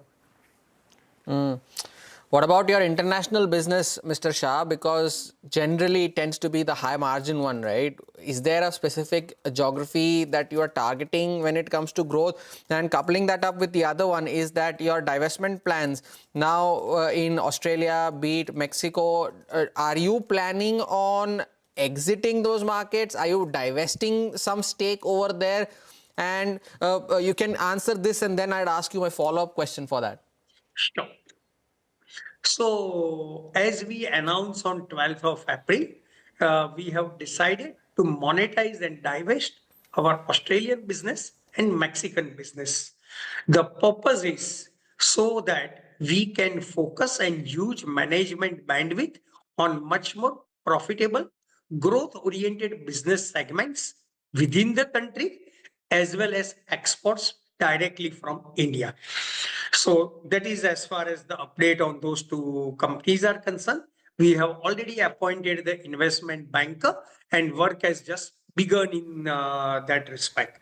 As soon as there is any major update, we will of course announce suitably.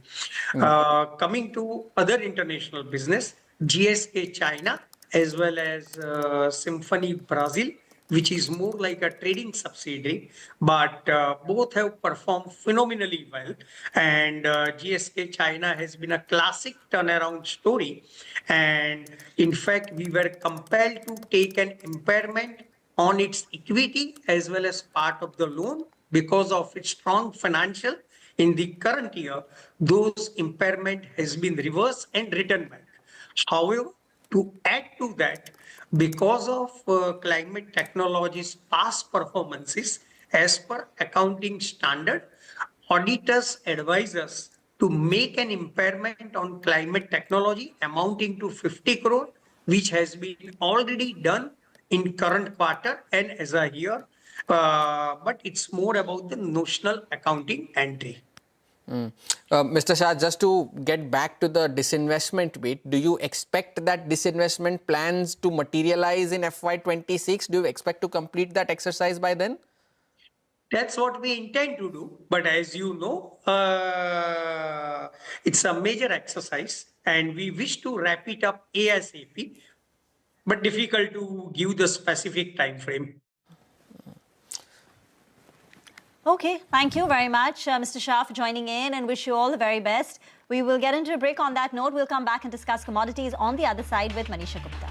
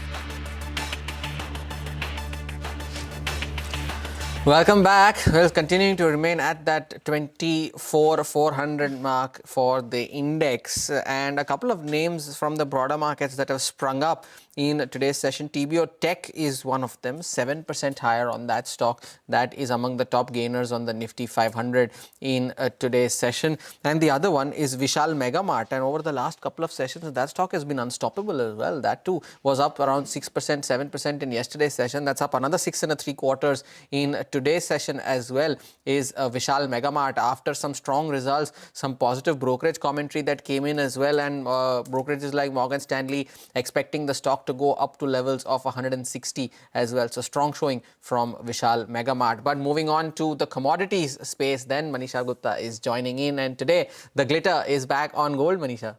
It is, and that's because all these corrections that we've seen come in for gold have been short and few and very short-lived as well. So when you look at the gold prices, while we did see an all-time high of $3,500 an ounce, we did see a correction up to $3,200 as well, but we are trading back at around $3,400 at this point in time. And with those kind of levels, you are up by 30% in this year until now, and up at nearly 45% when you look at the last 12 months as well. Well, if you look at the markets itself, there's a lot of uncertainty when it comes to US and China trade conversations, and that is where the gold prices are taking their cues from.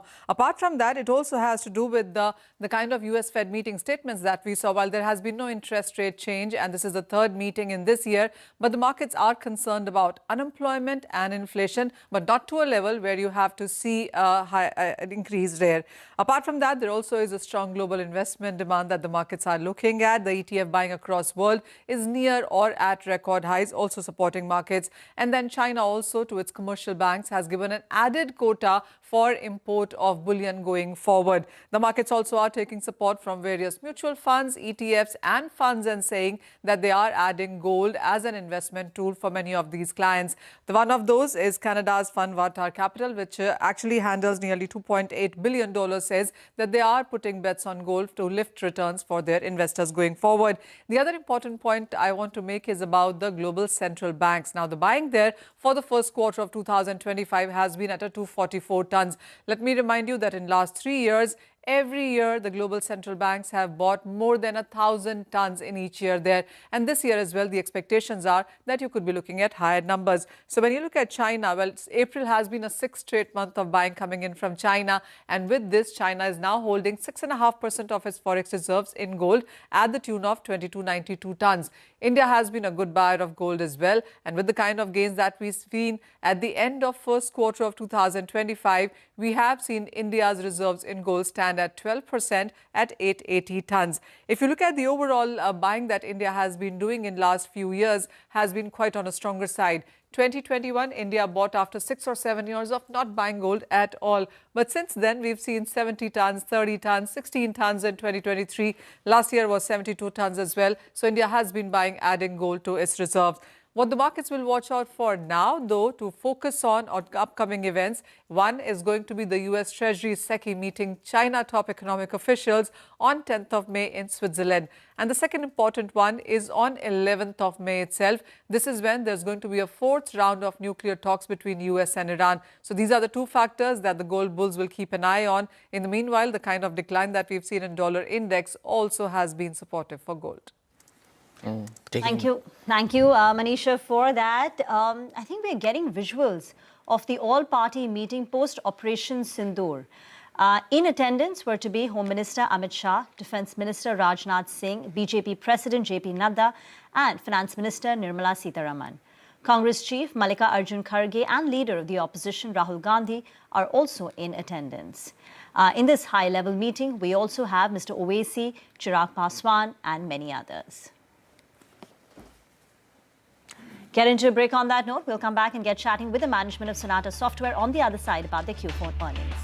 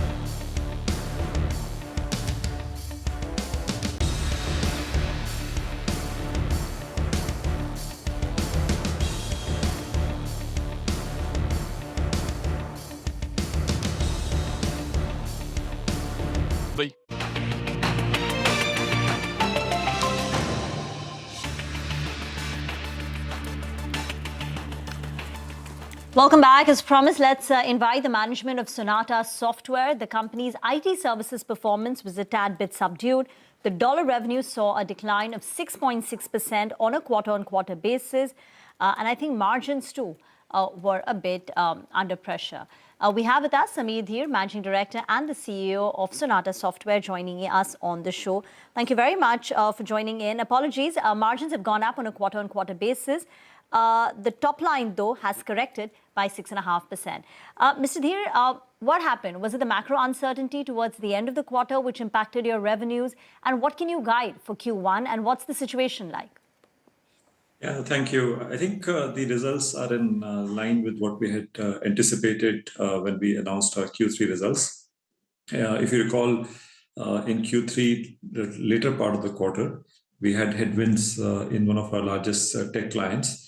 And we saw partial impact of that come through in Q3, but the full quarter impact came only in Q4. So it was much in line with what we anticipated on the top line side. And on the bottom line side, I think we had anticipated it will regain close to about 2% on our EBITDA line, which is, I think, what the results have come out around 1.9%. We have improved our quarter-on-quarter profitability. Just on the numbers, broadly speaking, I think the market is currently uncertain, as you're aware. We are seeing a sectoral trend. Our banking and healthcare business continues to do well because they are more regulated industries, so they are continuing to do well. the retail industry is under severe pressure given the tariffs discussion that are currently on in the US. So we are seeing pressure points in the retail industry. And the tech industry is doing well for us as well. So it's a little tale of two cities. And that's what the results reflect. Our largest client headwinds were fully peaked up in Q4. And I think as we get into Q1, we think the pressure on the largest client will ease off. So we'll probably see flattish to slightly marginal growth up in that client as well. So overall, very much in line with what we anticipated. The results are not a surprise in that sense for us. Okay, so if the large client is flat or is likely to grow, plus BFSI, etc., is going to do well, in Q1, the company should grow again? Yes, we think we'll be back to growth in Q1, quarter on quarter. So we do expect to be back on growth trajectories. And you've also withdrawn, I believe, your guidance of your aspirational guidance of $1.5 billion of top line by FY27? We had given that as an aspirational guidance. Yes. I think that still very much remains intact. I think what we are doing is, and we have said this before as well, we want to be one of the top quartile growth companies, and that's pretty much remains intact. Given the macroeconomic market conditions right now, it's very hard to predict where the growth will or what growth numbers will hit in the next 1 or 2 years. So we're just staying that we will be a top quartile growth company as we move forward, and that's where our aspiration has been and will be. Samir, good morning. Thank you for joining in to talk a bit about your international business as well, right? Your margins recovered on a sequential basis, but even after that recovery from 14 to 16, you still remain below that 20% mark. Do you expect to get there in FY26, or would you still be happy if this 16 even becomes an 18 by the end of the year? Look, our long-term aspiration has been, just to revisit our aspiration, is to be a top quartile growth company with a low 20s EBITDA. We were trailing at around 14%. We've come to about 16 now. We think sometime in the course of the year, we'll be around 18 to 20 mark. So this will be very much a defining year in many sense, FY26, that we will climb back to high teens and maybe even 20 marks. So we feel pretty good about it, but the macroeconomic uncertainties are still very much upon us. If market holds up to the extent we are thinking it will hold up, so I think 18 to 20% by the second half of the year is absolutely in the sight. Okay, H2 margins 18 to 20% at the EBITDA level. On AI, I think you've said 97% of your workforce is trained in generative AI. You're pursuing some $34 million of an AI pipeline. How much will AI contribute to your top line, say by the end of FY26 and then 3-5 years down the line? Yeah, it's an interesting question. I think we're pretty excited about where we are on AI, and I think we believe with agentic AI has really come to life. So a lot of the deals that we are now pursuing definitely have an element of agentic differentiation, and that's really helping us. As you probably know, we announced a very large deal win a couple of weeks back, which is a $73 million deal, and that was really predicated on the whole agentic AI differentiation. So we think as we move forward, the AI differentiation is getting embedded into all our deals, and then that's what will the trend go forward as well. From a long-term perspective, I think we've called out in about 3 years' time by FY28, maybe FY29, about 20% of our revenue should be AI impacted or AI influenced. That's how we think this will go. And I think the deals momentum that we have, the pipeline momentum we have, really gives us a lot of confidence that definitely, that we're in the right track.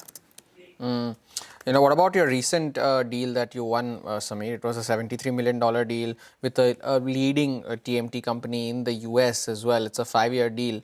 Now, how do you expect that to scale up? Do we see meaningful contributions coming in from this year, or do you see that happening over a period of time?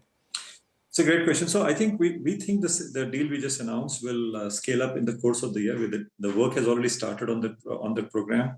We'll probably have marginal uplift in Q1, but significant uplift in Q2, but a full uplift by Q3. Maybe by September, October timeframe, we'll be fully ramped up on the deal. So it is very much in the play for the ramp up in the coming year. And like I said, that deal has an integral part of the differentiation is AI.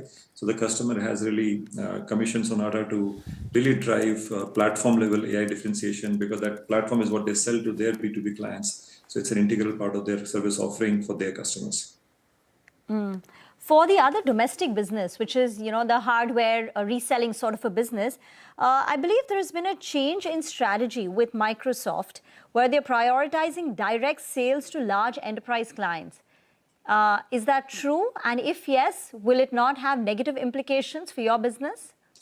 So we work with multiple OEMs. Yes. Microsoft, of course, is a significant part of our strategy. So that business has grown for many years now in mid-teens growth from a gross contribution perspective. As you know, we don't calibrate our revenue there, but we calibrate our gross contribution. So we expect that will be the performance even in this year. As long as the market holds up, we think we'll be around mid-teens, around about that growth in the coming year as well. We're very confident of that. Now, each OEM has different incentive models, different plans for the coming year, and we're calibrating to that. We're not overtly concerned about that. I think as the OEMs calibrate their plans, their incentive model will align to that. Our strategy has changed, not vis-a-vis the OEMs, but our strategy has changed that we have now added 3-4 service offerings in the mix. So, for example, we launched, I think a couple of quarters back, our Security Operations Center, SOC, which is really an integral part of our offering from a local domestic market perspective. And also we have added a layer of AI co-pilot implementation and AI implementation for our customers as we do this reselling work.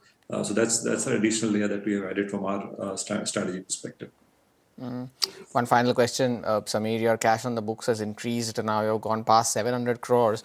What do you plan on doing with that? Is there an inorganic growth opportunity that is coming up, or do you plan on rewarding your shareholders with a buyback, some dividend? What do you plan on doing with that? So we just announced a dividend. You might have seen recently. So we just announced the board has recommended the dividend. It, of course, will go to the AGM, but the board has recommended the dividend in the most recent board meeting. I think our strategy is very clear that based on the fact that we are positioning ourselves as a modernization engineering company, we are in the market looking for assets which are the right asset for Sonata. And if we find the right asset, we'll put the cash to good use. But right now, the valuations are overheated. So the moment market cools off a bit and we find the right property, we'll not be shy to take a decision on M&A as well. Quant acquisition, as you know, was done about 2 years back. That has worked very, very well for us. It's a highly accretive acquisition of Sonata. So we'll take calibrated decisions and pull off another one if we find the right property. Thank you very much, Mr. Dheer, for joining in. Always great chatting and getting your perspective. We'll get into a break on that note. On the other side, Somal Mehta of Mirae Asset Share Khan will join in with his top trading bets.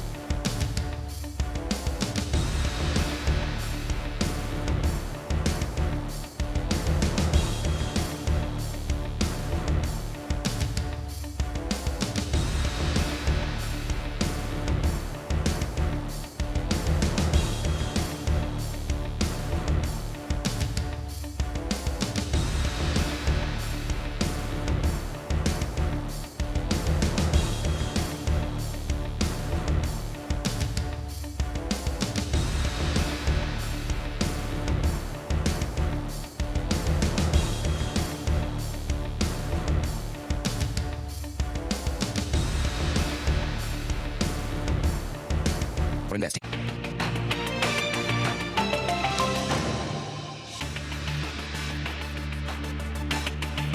Welcome back. The index remains where it was, but there are plenty of movers. Then in counting down to results from Bharat Forge, I'll be reporting results during market hours. We'll be hearing from the management as well during the course of the day. So Bharat Forge is a stock that you will have to watch out for. Still 0.5% lower on Bharat Forge. Asian Paints too continues to remain on the edge. There is no significant movement in the stock there as well ahead of its results announcements. Mind you, the stock is down almost 30% from the top is Asian Paints. So management commentary, volume growth, there are plenty of factors to watch out for when it comes to Asian Paints as well. The other one though, among the top Nifty losers, Tata Consumer is one of them, 2.5% lower, and Eternal, that too is trading with losses of around 2.5% in today's session. But time for a quick chart check. Saumil Mehta of Mirae Asset Sharekhan is joining in for a quick technical check and some trading ideas as well. Saumil, good morning.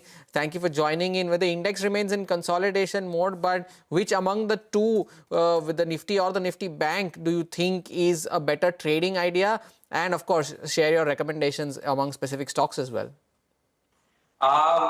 I think we are still in the range, and Nifty has a very narrow range now. It has become a very narrow range. Previously, it was 24,000 and 24,600. Now it's become 24,200 and 24,600. So till the time we don't decisively cross about 24,600, I think we will still remain in this range for some time. There is a lot of uncertainty at this point of time, and the VIX is at very high levels, 18.36 at the moment. So I think Nifty is still going to be range bound, but Bank Nifty looks all right to me. It has taken support at 20 daily moving average, and the support is at 53,930. That will be a very strong support for Bank Nifty, and I'll be expecting a good move on the upside till 56,000 levels in Bank Nifty. So Bank Nifty will be a good bet rather than Nifty.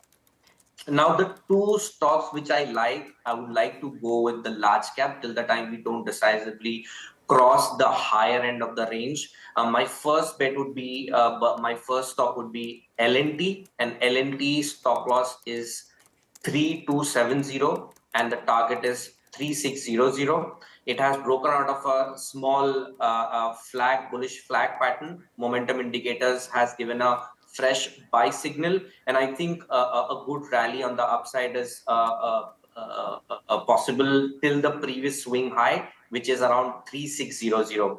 The second stock which I like here is Titan. Titan, again, heart of our bottom formation on the hourly charts. Fresh momentum buy signal. Stop loss would be 3300 and the targets would be 3650. Thank you very much for joining in, Saumil. Just keep your eye out on Route Mobile, because Route Mobile came out with numbers yesterday post-market hours, and the first dip on Route Mobile was in the red. The stock opened with a cut of 2%, but has managed to recover. Well, numbers are muted, but remember the stock had fallen so much. This year, Route Mobile is down 30%. From its 52-week high, it's down 50%. And the reason for that, why the stock corrected so much, is that growth slowed down. You know, that annual growth picture will come up for you on your screen. When Route Mobile was getting re-rated, it was growing at 40, 50, 70%. Then in the last 2 years, growth started slowing down because in the international market, there were some headwinds. And secondly, there was a lot of shift from the traditional SMS channel to the OTT channel, right? Your WhatsApp, right? A lot of brands are communicating with you via WhatsApp rather than SMS. So this entire transition created a bit of a flux for these companies. So which is why Route Mobile itself also corrected. Now coming to Q4 performance, softish quarter, revenues down 0.7% on a quarter-on-quarter basis. Year-on-year, it's up 15.5%. And if you remember what the company had targeted before, they had said a 15% kind of revenue growth for 3 years. But this year, they didn't manage to do that. This year, they ended with a growth of about 13.7%. They also said our endeavor is that Q4 will be better than Q3. That also didn't play out. Both Q4 and Q3 is similar with a 15.5% growth. Margins have contracted for the company on a quarter-on-quarter basis. Gross margins, so that's put pressure on the EBITDA margin. And also, if you look at the PAT, profits are significantly down, 30% lower on a quarter-on-quarter basis, though there was an exceptional item. But the problem is growth for the company, because growth has slowed down for all these, CPaaS kind of companies, whether it's Route Mobile or Tanla. So the stocks have been under pressure, but today it's seeing a recovery. Beaten down names, creating a bit of some buying interest coming in at lower levels, right? For a company like Route Mobile, almost 2% higher now, had surged past levels of 1,000, but has cooled off from those levels, still significantly off the lows of the day. The other stock doing well today is Tata Motors. Was doing well yesterday, continuing that trend in today's session as well, and that is on the back of a potential trade deal that might take place not between India and the US, but between the UK and the US, and that is a New York Times report from earlier in the day. Sudarshan is here to tell us more on that and the likely implications for Tata Motors. Sudarshan. So Tata Motors is top Nifty gainer, and it's up almost 3% ahead of likely trade deal between the US and UK. So today morning, US President Donald Trump has announced that he would be holding the press conference to announce a trade deal with one of the important nations, or say one of the friendly nations. Now, after that, New York Times had come out with a report saying that that trade deal might happen between the US and the United Kingdom. So what did that report say? It says that right now, details are not out. We'll have to see if both the countries sign the deal or they announce the framework for the agreement. Now, why this would be positive for Tata Motors if the deal is announced? So, JLR forms nearly 1/3 of North America's sales. Also, JLR contributes almost 70% to Tata Motors' consolidated revenue. And if this deal is announced, it would be positive for JLR to maintain the guided EBIT margin that company had given for FY25. So we'll have to wait till evening to see if the Trump announces the deal with UK. All right, Darshan, thanks a lot for that. Top gainer on the Nifty yesterday, among the top gainers in today's session as well. But the top gainer in the broader market space on the Nifty 500 though is Neva Bupa, and that is on the back of its quarterly results, still holding on to gains of around 10%. At one point was up almost 13 to 14. Vamakshi is here with more details on the results and what brokerages have to say on Neva Bupa. Vamakshi. Well, absolutely, Hormaz. The numbers that have come through from Neva Bupa are much better than what the street was penciling in. When you look at the net earned premium, that saw an uptick of almost 25%, coming in at 1,530 odd crores. The underwriting profit, however, saw a downtick of almost 12%, posting a profit of almost 58 crores. The combined ratio, on the other hand, was up 338 basis points, and therefore, when we look at how the company has fared as compared to analyst expectations, it was much better. Operating profit was down 43%, but the net profit surged higher by almost 31%. There's a note that came in from Motilal Oswal, and they say that the performance of the company was very strong in the fourth quarter. They also they have a target price of 100 rupees per share, and they have a buy rating on this call. They say that the strong underwriting performance boosted the company's net profit, and they believe that given the kind of strong performance that the company has posted in the fourth quarter, they've gone ahead and upgraded their gap estimates. So therefore, good set of numbers, better than expectations. Positive note coming in from Motilal Oswal. The stock resultantly is higher in trade. Big mover. Thank you very much for that. Get into a break. On the other side, Prateek Parekh from Nuvama Group will join in to talk about the markets.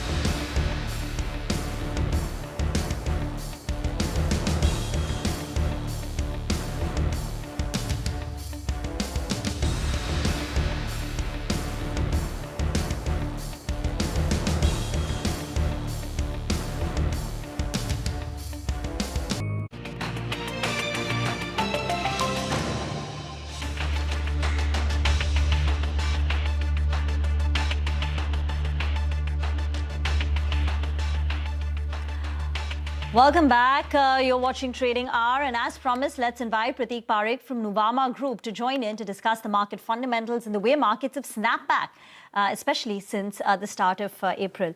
Prateek, you've been tracking this SMID rally very closely, the small and mid-cap rally, and you point out that the small and mid-caps have recovered almost 11% from their February 2025 lows, which means they have retraced 1/3 of the drawdown since the September 2024 peak.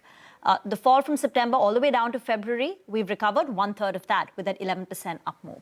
How would you classify and categorize this recovery? Is it a dead cat bounce? Is it just a rally we should ignore? Or do you think it has more legs? Yeah, thanks, Rima, for having me over. It's always a pleasure being on the show. I think if you look at the mid-cap bounce of sorts per se, I think the main driver of the bounce so far is owing to the liquidity easing. RBI's liquidity easing coupled with dollar weakness has certainly lifted sentiments of sorts per se. But nonetheless, I think where the concerns still remain or loom large, I think is on the growth and valuations part. First is on growth. Growth, what we are seeing is clearly global uncertainties have increased. I mean, that goes without saying. But even on the domestic front, my worry is that a lot of high frequency data is slowing down. For example, credit growth continues to remain in the soft lane. Further, some of the stronger pockets of the economy, especially the urban part, like real estate, PV sales, electricity generation, all of them are moving much lower. So from a growth standpoint, if I look at it, dynamics has only worsened since February till now. And valuations, they still remain elevated. Now, if we go by history, what we observe is that liquidity does help provide a temporary calm, but for sustained easing, it is very critical that this liquidity trickles down to credit improvement and overall top line and earnings growth. If it fails so, then this rally for it to sustain will be difficult because valuations are still high, earnings are not coming through, and margin levers are exhausted per se, Rima. So we at least think that this is a rally to be a bit more cautious about rather than be very aggressively positioned for a next leg ahead. Prateek, good morning. Thank you for joining in. So by this thesis, do you expect any potential negative trigger to cause a bigger drawdown within the small caps and the mid caps, considering the recovery that they have seen? Because the large caps may have recovered slightly, but not as much as the broader markets have. Yeah. So yeah, I think it depends on which point you take as a recovery per se, Hormaz. So if you take from the peak of September, I think the large cap drawdown is lesser. But yes, from bottom, mid caps have bounced a lot because they cut it also a lot more.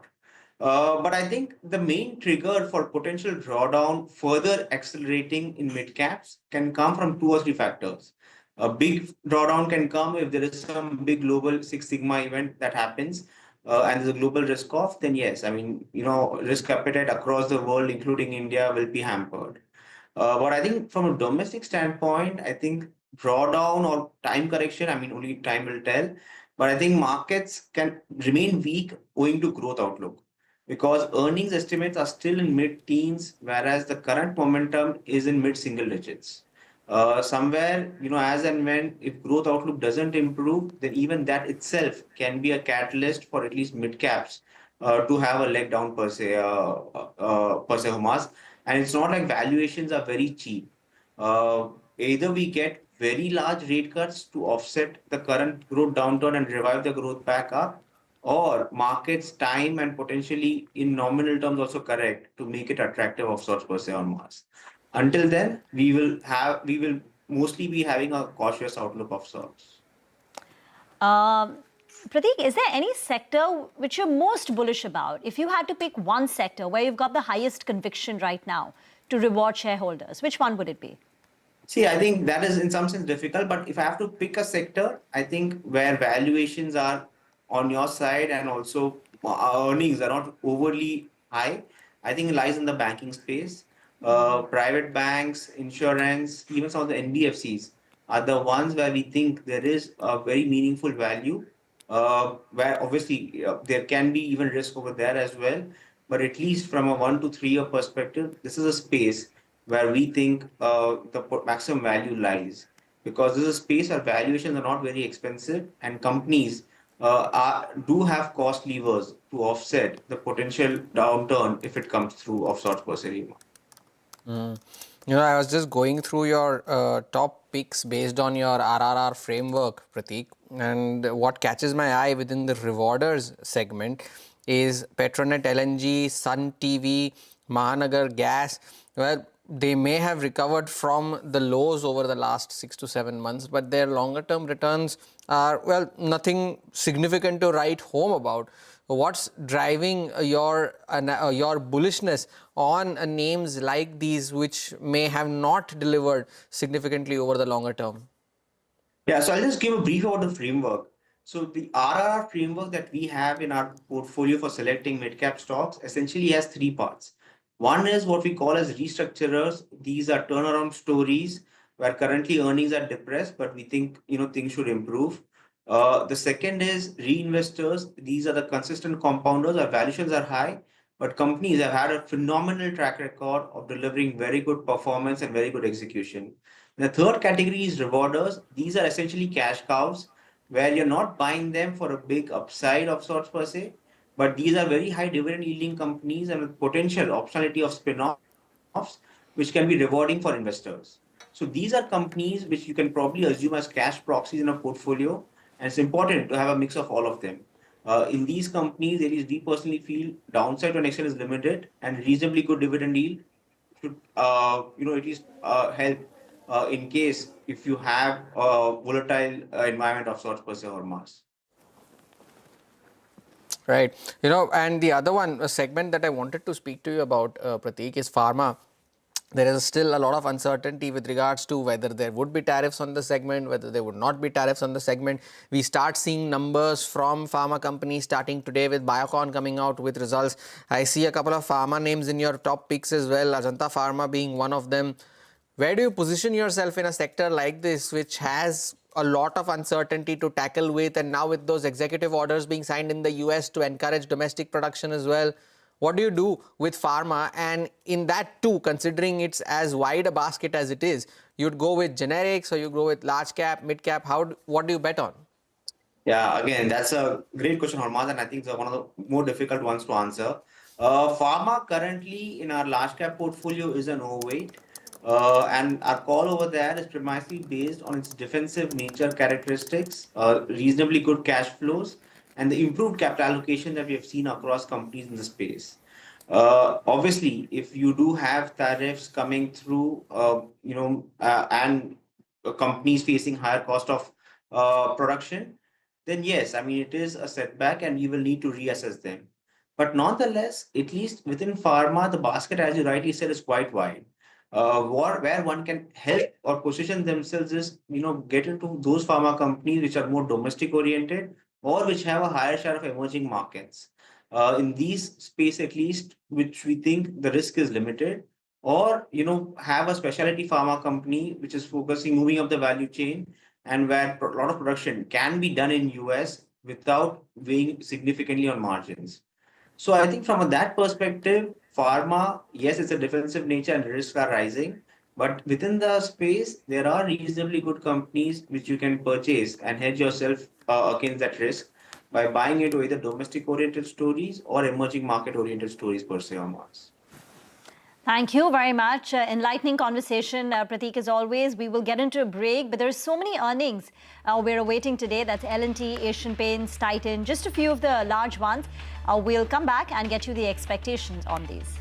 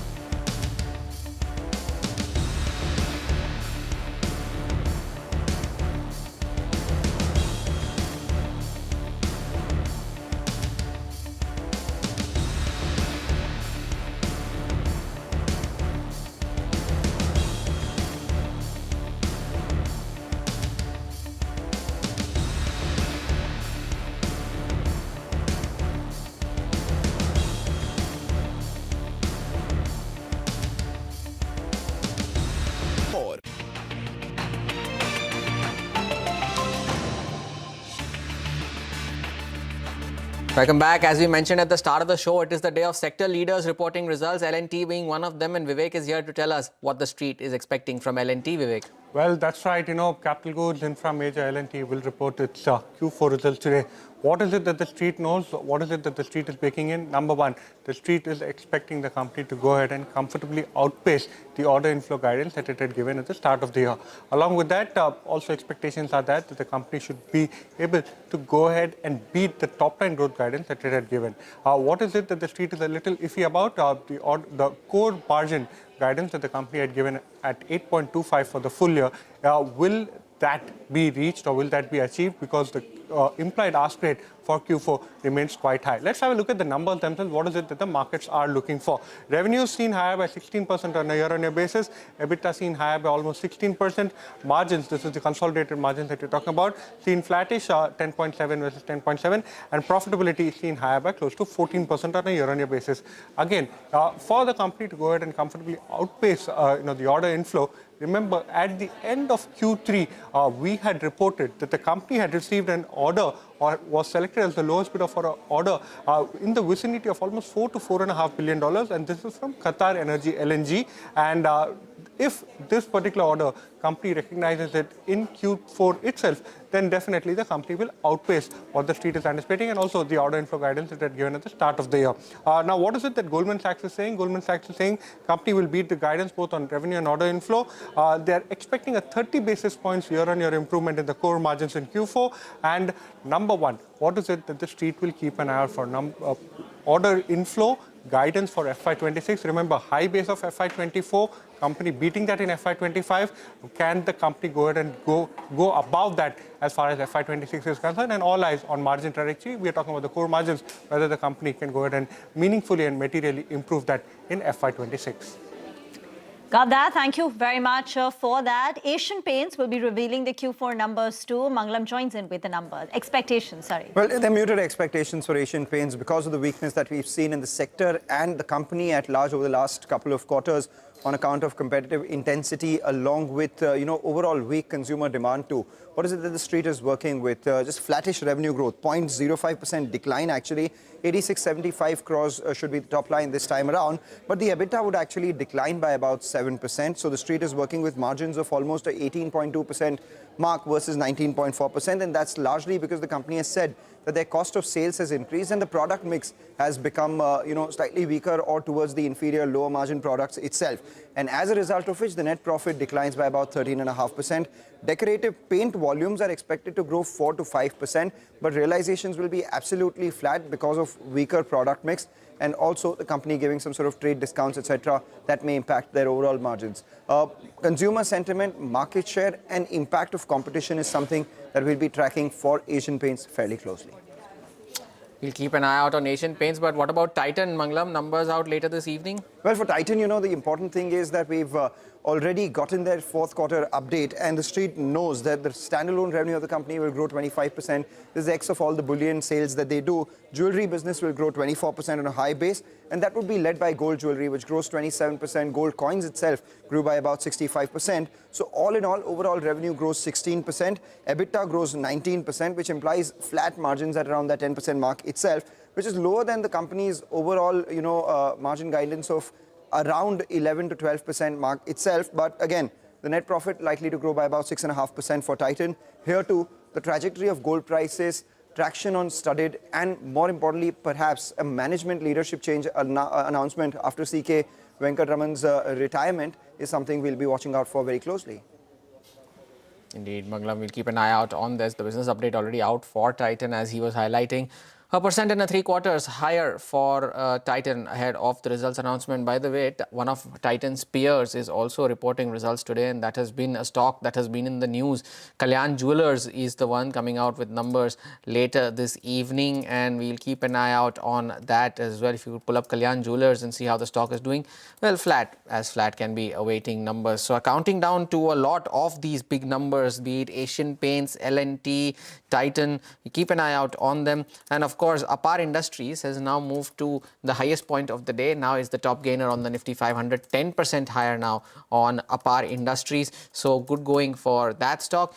And the other one that has moved higher is Inventurous Knowledge Solutions, IKS, and that too now is up 6.5% as we speak. It's been a mover over the last few minutes in today's. There you can see 6.5% higher for IKS. So good going for that stock as well.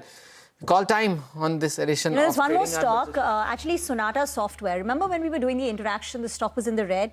It was down about, I think, 1 to 2%. Now it's in the green. So post the interview where the management said that they will come back into growth in Q1, that's the subsequent quarter. Revenues declined on expected lines in Q4 because of a large tech client of theirs which had a ramp down. So the management said they were expecting it, but things will recover in Q1, and that's helped the stock claw back some of its losses. Okay, now we'll call time on the show. Nico will indeed do that from Reemami and the team that put the show together. Thank you for watching. Halftime report on the other side.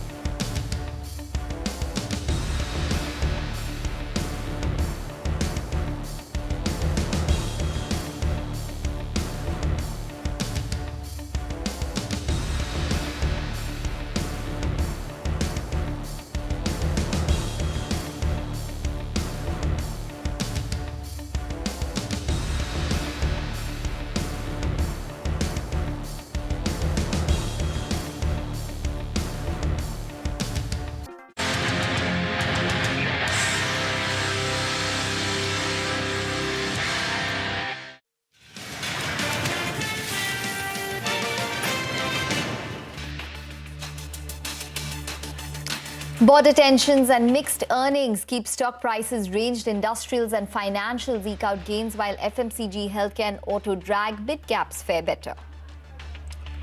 Dabur posts a weak quarter as sales stagnate on weak showing by the beverages and healthcare segments, compounded with margin pressure due to rising input costs, a delayed winter and urban slowdown hurt. Voltas and Blue Star report a weak quarter as household air conditioner demand cools. Voltas also suffers losses in its projects vertical and loses market share in air conditioning units. Donald Trump tweets he will announce a trade deal tomorrow with a big, highly respected country. Reports suggest it is the UK, and this will offer relief to exporting automakers like JLR, Tata Motors. Stock perks up.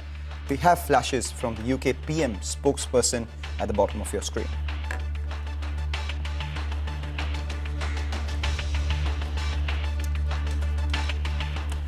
You're watching us here on Halftime Report. We come to you live from the CNBC-TV18 Motilal Oswal studio. I'm Mangalam Malu. With me, Ekta Batra.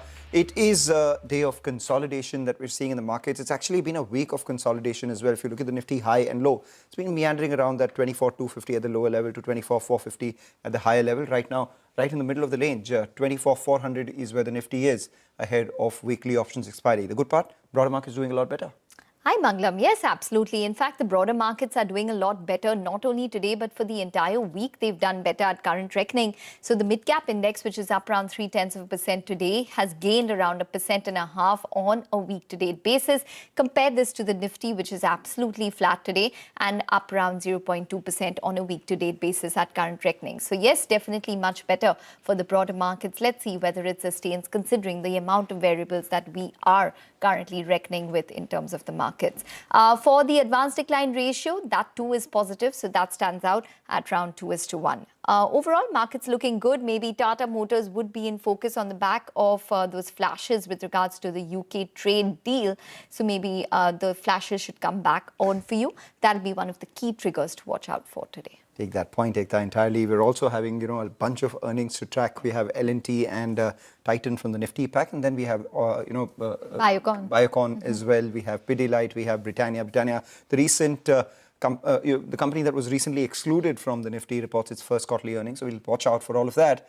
Speaking about earnings, we do have Wonderla Holidays, which is under a wee bit of pressure after weak set of numbers coming in from the fourth quarter for the company, down about 1.5%. There is a drop in footfalls for the third consecutive year. We're joined by the Managing Director, Arun Chittilapalli, to discuss the company's performance for the quarter gone by. Arun, usually we speak about business looking a lot better, but this is seasonally a weaker quarter. You don't see a lot of action in the fourth quarter as much as you'd see in the first quarter or the third quarter because of the holidays, etc.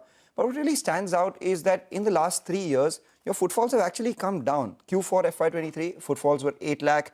Last year was close to 7 lakh and now 6.8. Even for the full year, if you look at it, 33 lakhs has turned into 32.5 and FY25 is 30. This despite you adding another park. So we're just trying to understand what exactly is happening when it comes to footfalls. Why aren't people just going out to these parks? And what are you doing for them to go out of these parks, go out of their houses to the parks? Thank you, Mangalam, for having me on the show as usual. Pleasure talking to you. Yeah, so I think for us, Q4 is not a very strong quarter, so we don't get too much footfalls. There are not too many levers for us to play with. So in terms of footfalls, we did see a decline in footfalls in our existing parks, mainly because of Ramadan. I think that is the main outlier this year compared to last year. So because of changing seasons, we do see sometimes footfalls moving between quarters. So we did lose a little bit of footfalls because of that. Otherwise, I think it's been pretty good. I mean, like I said, we were not expecting great numbers in the last financial year. And this year, I mean, the reason why we had flat footfalls is because Bhubaneswar also contributed a little bit of footfalls. Otherwise, we would have seen, I think, about 8 to 10% decline. In terms of revenues also, I think ARPUs also were not very strong for the quarter because this is, again, like I said, a weaker quarter for us.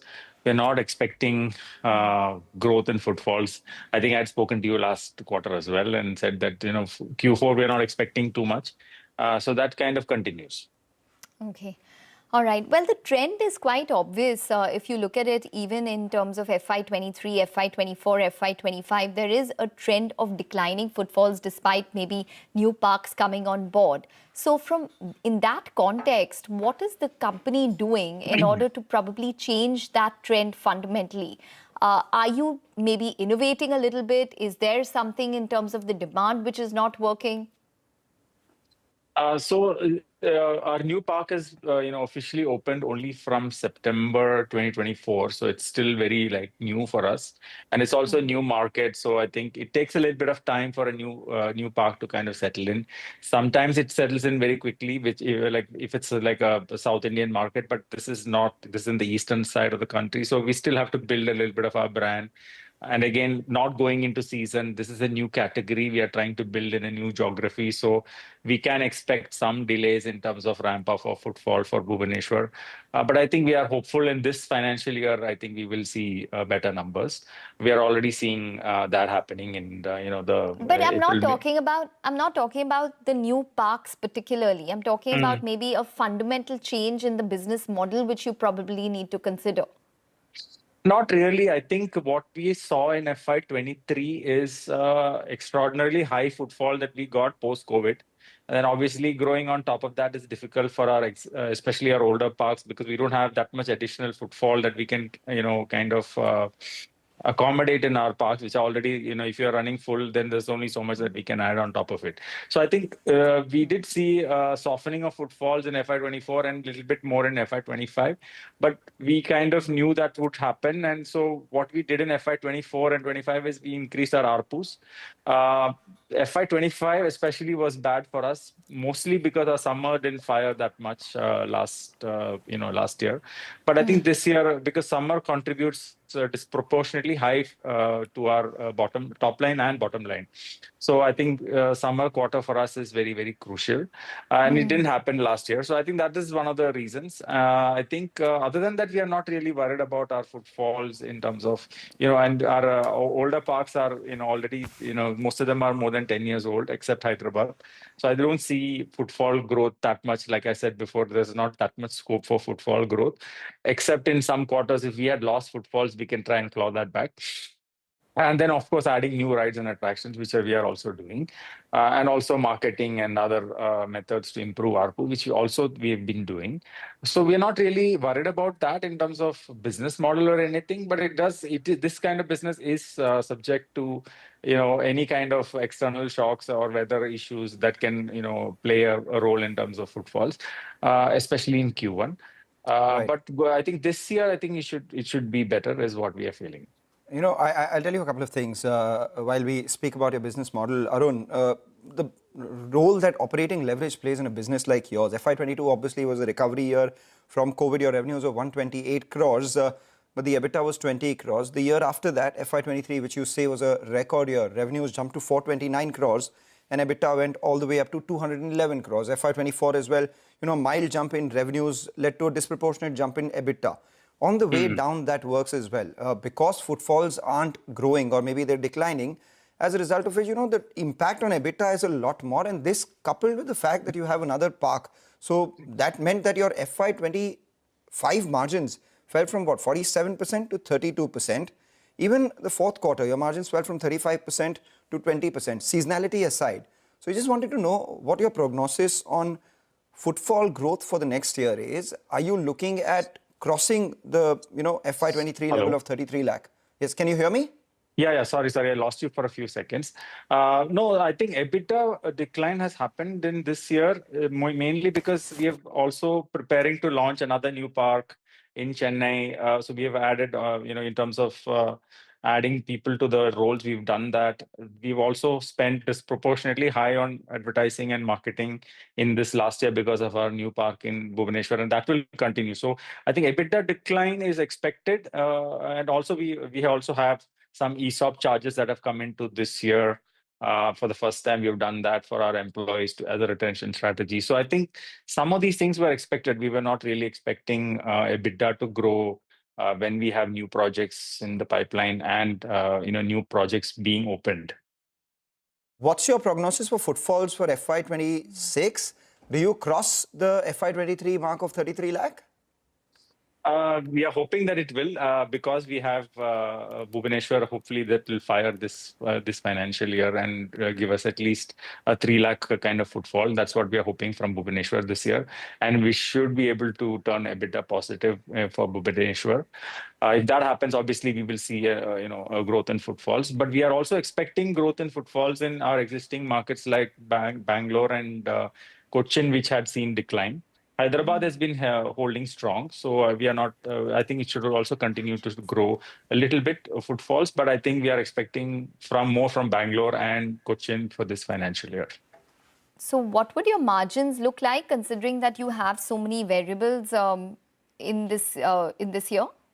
It will be hard for me to predict margins, but definitely margins will be hopefully better than what we did in FY25, maybe slightly better, or maybe flattish for this financial year, because we do have another large project that will be opening by December in Chennai.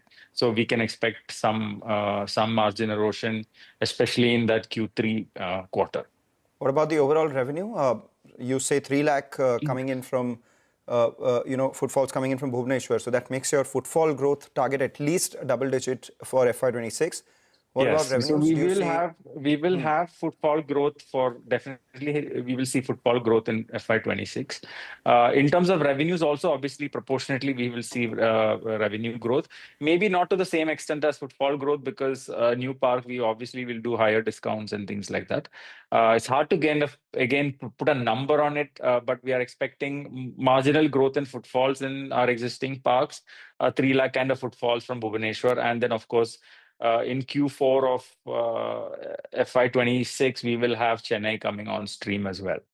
So with all things considered, 8 to 10% is a fair estimate, I would suppose, because 10% footfall growth because of Bhubaneswar, some coming in from Chennai, you have marginal coming in from your original, and maybe some discounting in realizations because of them being new parks. So 8 to 10 Correct. is a reasonable estimate, right? Between 5 to 10% is, I would say conservatively, between 5 and 10% is what we would think, for sure. Okay, all right. We're going to leave it on that note. Thanks very much for joining in and speaking with us. So that's Wonderla. There is a little bit of caution in terms of maybe guidance going into FY26, but nonetheless, that's the stock. The stock should come up for you. But we need to take a break. As we do that, here is some good news for our viewers. India Business News Leader is now a click away, introducing CNBC-TV18's all-new app. Get instant access to breaking news, in-depth articles, and financial world updates at your fingertips. Download the CNBC-TV18 app now from the Apple Store or the Google Play Store, or just scan the QR code on your screen.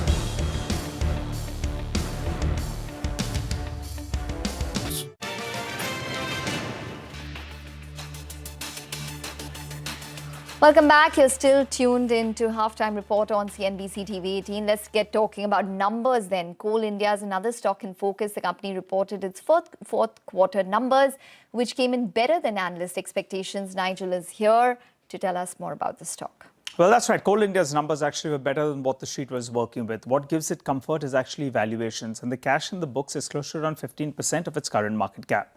Let's run you through the top numbers though. The revenue, the EBITDA, as well as the profitability, all of them were better than what the street was working with. The reason that the top line beat estimates is because the realizations actually were better, and also e-auction, well, it contributed a larger chunk to the total pie of volumes in comparison to what it was in the previous quarter. So because of that, that's what helped the top line. The EBITDA performance was better because of a couple of more factors. One is that the employee cost itself was relatively lower on a year-on-year basis. It was down by close to around 10%, and also realizations were better. But you'll say the PAT number looked much better. That's because of the other income. That in fact was boosted up by a one-time income out there. So that explains why the big beat came on the PAT. But for Coal India, we look at the FSA sales and then we look at the e-auction sales.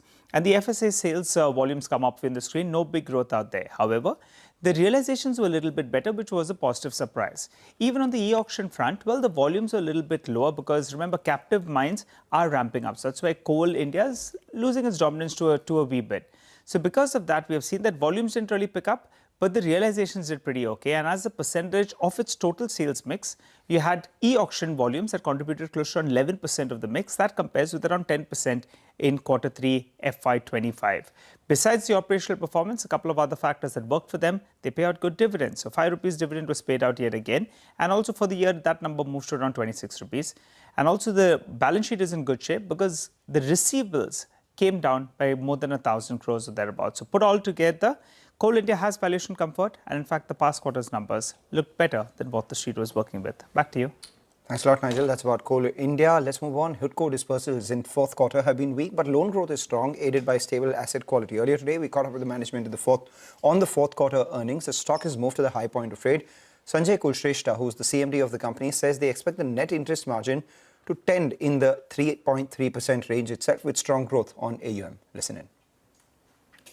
So NIMs, we are continually improving, and now we are at 3.22. And as I had already stated, we generally works on the quality of the assets. So we will be able to maintain around 3.25 to 3.3% of the NIMs. But at the same time, we will not compromise on the asset quality. So you may have seen our presentation that we are cutting down our NPA levels. Efforts are being made to resolve entire stress assets, and with another commitment that there will not be any new NPA in the company. We had stated that we are poised to become 1.5 lakh crores company loan book by FY26, and now we are presently at around 1.25.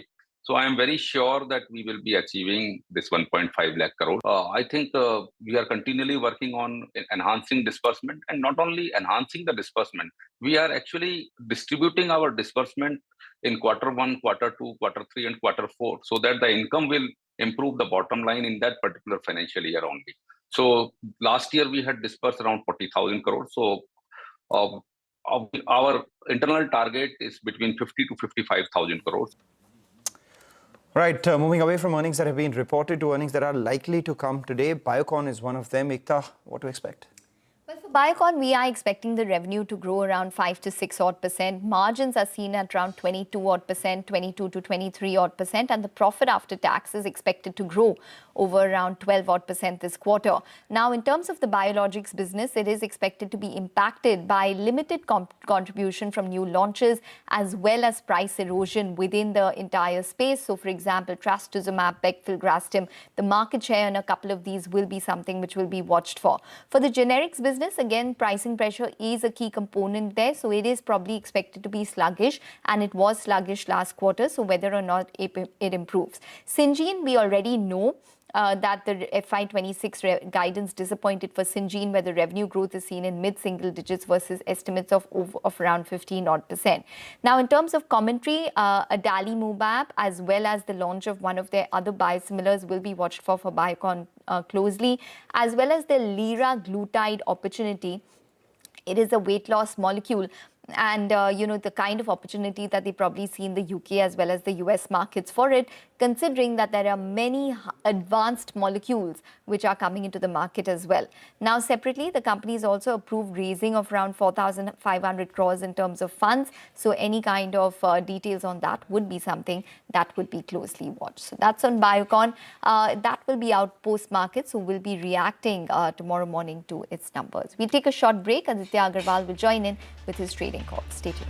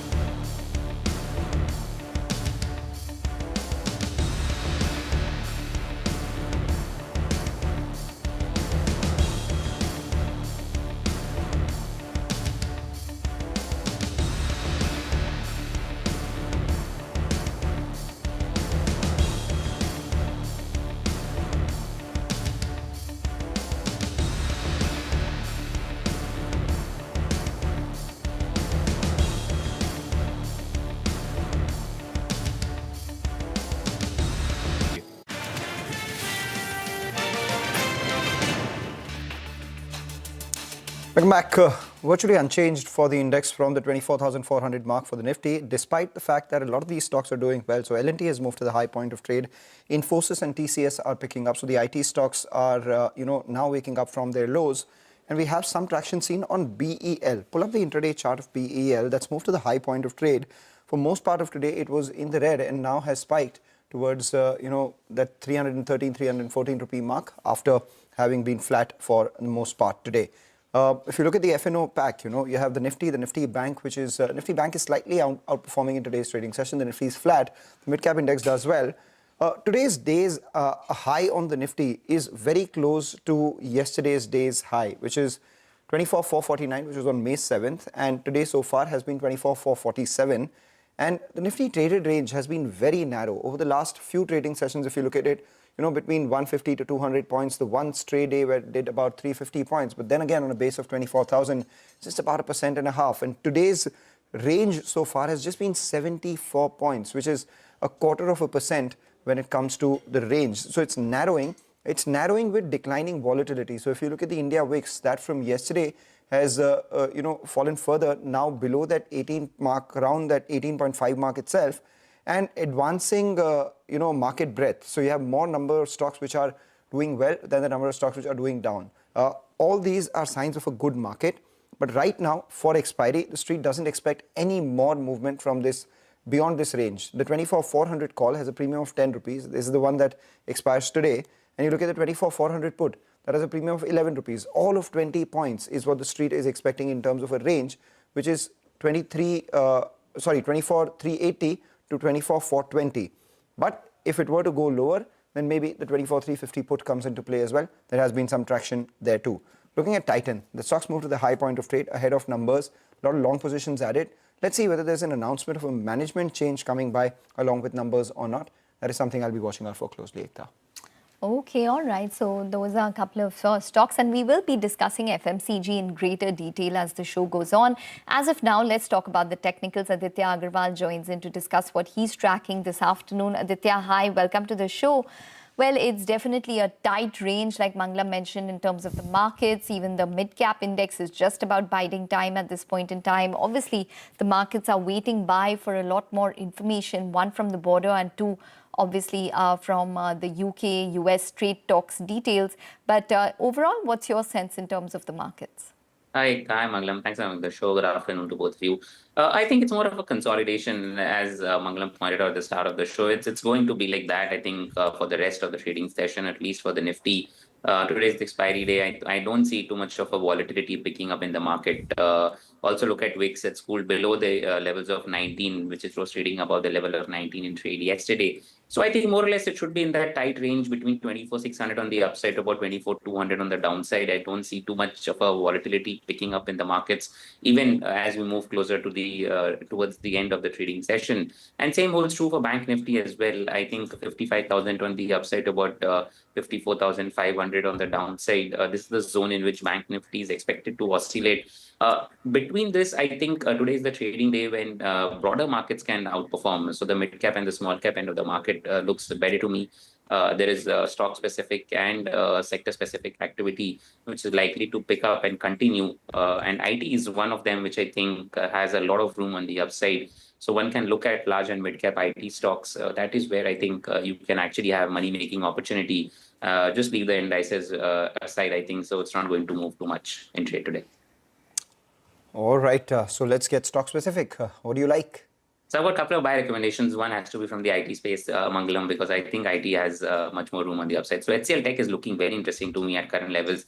Can be bought for a target of 1,700 on the upside with the stop loss at 1,550 on the downside. The second stock is a DMart.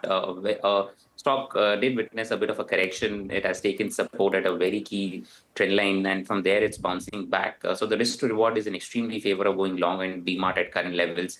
So with the stop loss at 39.50, I would look to go long for a target of 4,300 on the upside. So DMart and HCL Tech both are on my radar and think can be bought at current levels. Okay, all right, Aditya, we're going to leave it on that note. Thanks very much for joining in. That is the call coming in on the technicals. We'll take a short break, but up next, we'll talk about FMCG. We have Abneesh Roy, Executive Director at Nuvama Institutional Equities, joining in.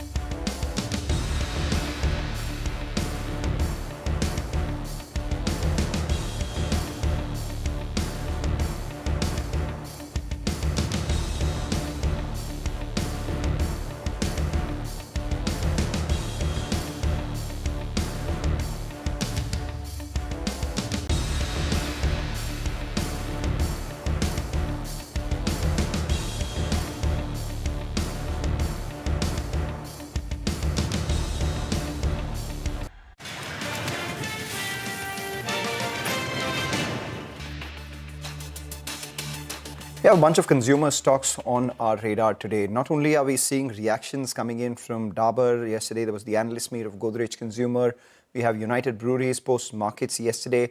And now today we have earnings coming in from, the likes of Titan, we have Britannia, we have Pidilite, we have Asian Paints along with Kalyan Jewellers reporting their numbers too. So let's get in an entire, lowdown on the consumption space. We have Abneesh joining in from Nuvama. Abneesh, you've heard from a lot of companies that have reported their numbers so far, management commentaries. While from a texture standpoint, it's not very different from what it was in the third quarter, there are signs of improvement, at least if not in the first quarter, second quarter onwards, both volume pickup and sequential improvements in margins as well. Would that be a correct assessment? I will agree partly to it. So thanks for having me. So if you see Marico and Tata Consumer did see improvement versus the previous quarter. Marico with 7% volume growth. Tata Consumer gave the overall volume growth for India for the first time. 6%, not a good, bad number at all. So yes, from a outlook perspective, I think most consumer companies have said that in FY26 from a demand side, things are looking better. And from a raw material side, we'll have to monitor. Yes, crude oil is looking soft, but definitely a lot of other raw material like tea, palm oil, copra, still good news is awaited. Yeah, from a Q2 perspective, I think the improvement could further happen on the urban demand side. So in urban, if you see results are awaited for more consumer companies, currently there is a challenge. So we have seen discretionary demand, QSR, apparel, etc. In FMCG also, urban demand is a challenge. So yes, from a Q2 perspective, urban demand, there could be some improvement. Food inflation is soft. We have seen interest rate cuts twice happen. We have seen also the tax rebate, for example. So yes, rural is doing well. Urban, there's still the challenges there. Okay, rural is doing well. Urban, there are still some challenges. If you had to just narrow down, Abneesh, and say talk about the domestic volume growth expectations for a Dabur going into next quarter, what would it be, and what would the trend be according to you in FY26 as well? Sure, I think giving out Q1 is too early. Currently, we are just navigating halfway into the Q4 results, so I will say that it's a bit early. But in case of Dabur, clearly the base is quite favorable. Yesterday in the call, they have addressed on the FY26 outlook. They believe that high single to low double-digit kind of a sales growth is possible. And my sense is volume growth should be also pretty close to that if they can deliver this kind of a number. Street was awaiting more clarity on what McKinsey's overall feedback, overall plan is. I think that's a 3-year overall plan. So we will await more clarity there. But in case of Dabur, clearly Campa Cola is impacting the fruit juice business. And on the Ayurvedic portfolio, I think they need to contemporize overall to the youth, etc. And from an M&A perspective also, the way Marico has really changed the portfolio, I think a lot of the other consumer companies should take some learnings from there, that they have to grow around 20 to 30% of the portfolio at 20-30% to get a 6 to 7% volume growth. Otherwise, core part of FMCG cannot grow at that number. I think Marico, that's why is something which we really like in the staple space. We also like Britannia, Nestle, we like the liquor companies, and we like definitely Pidilite also. Take that point, 30% of your business has to grow around 20 to 30%. That's something that Pidilite has been doing fairly well with their pioneer and growth categories. We've seen that with Marico, the digital and foods portfolio. Also, Tata Consumer has that, Sampann, Soulful and Narishco portfolio along with Capital Foods that has been projected to grow at 30%. On Dabur itself, I wanted to ask you, Abneesh, I remember, I'm sure when you started tracking the sector, Dabur was compared at par with HUL when it came to looking at consumer sentiment and being leaders in the sector. Thereafter, it started being looked at par with, say, something like a Marico and Godrej Consumer. Now, after the derating that we've seen on Dabur's multiples, the earnings disappointment, a lot on the street believe that maybe it could be put in the bucket of, say, something like an Imami or Bajaj Consumer.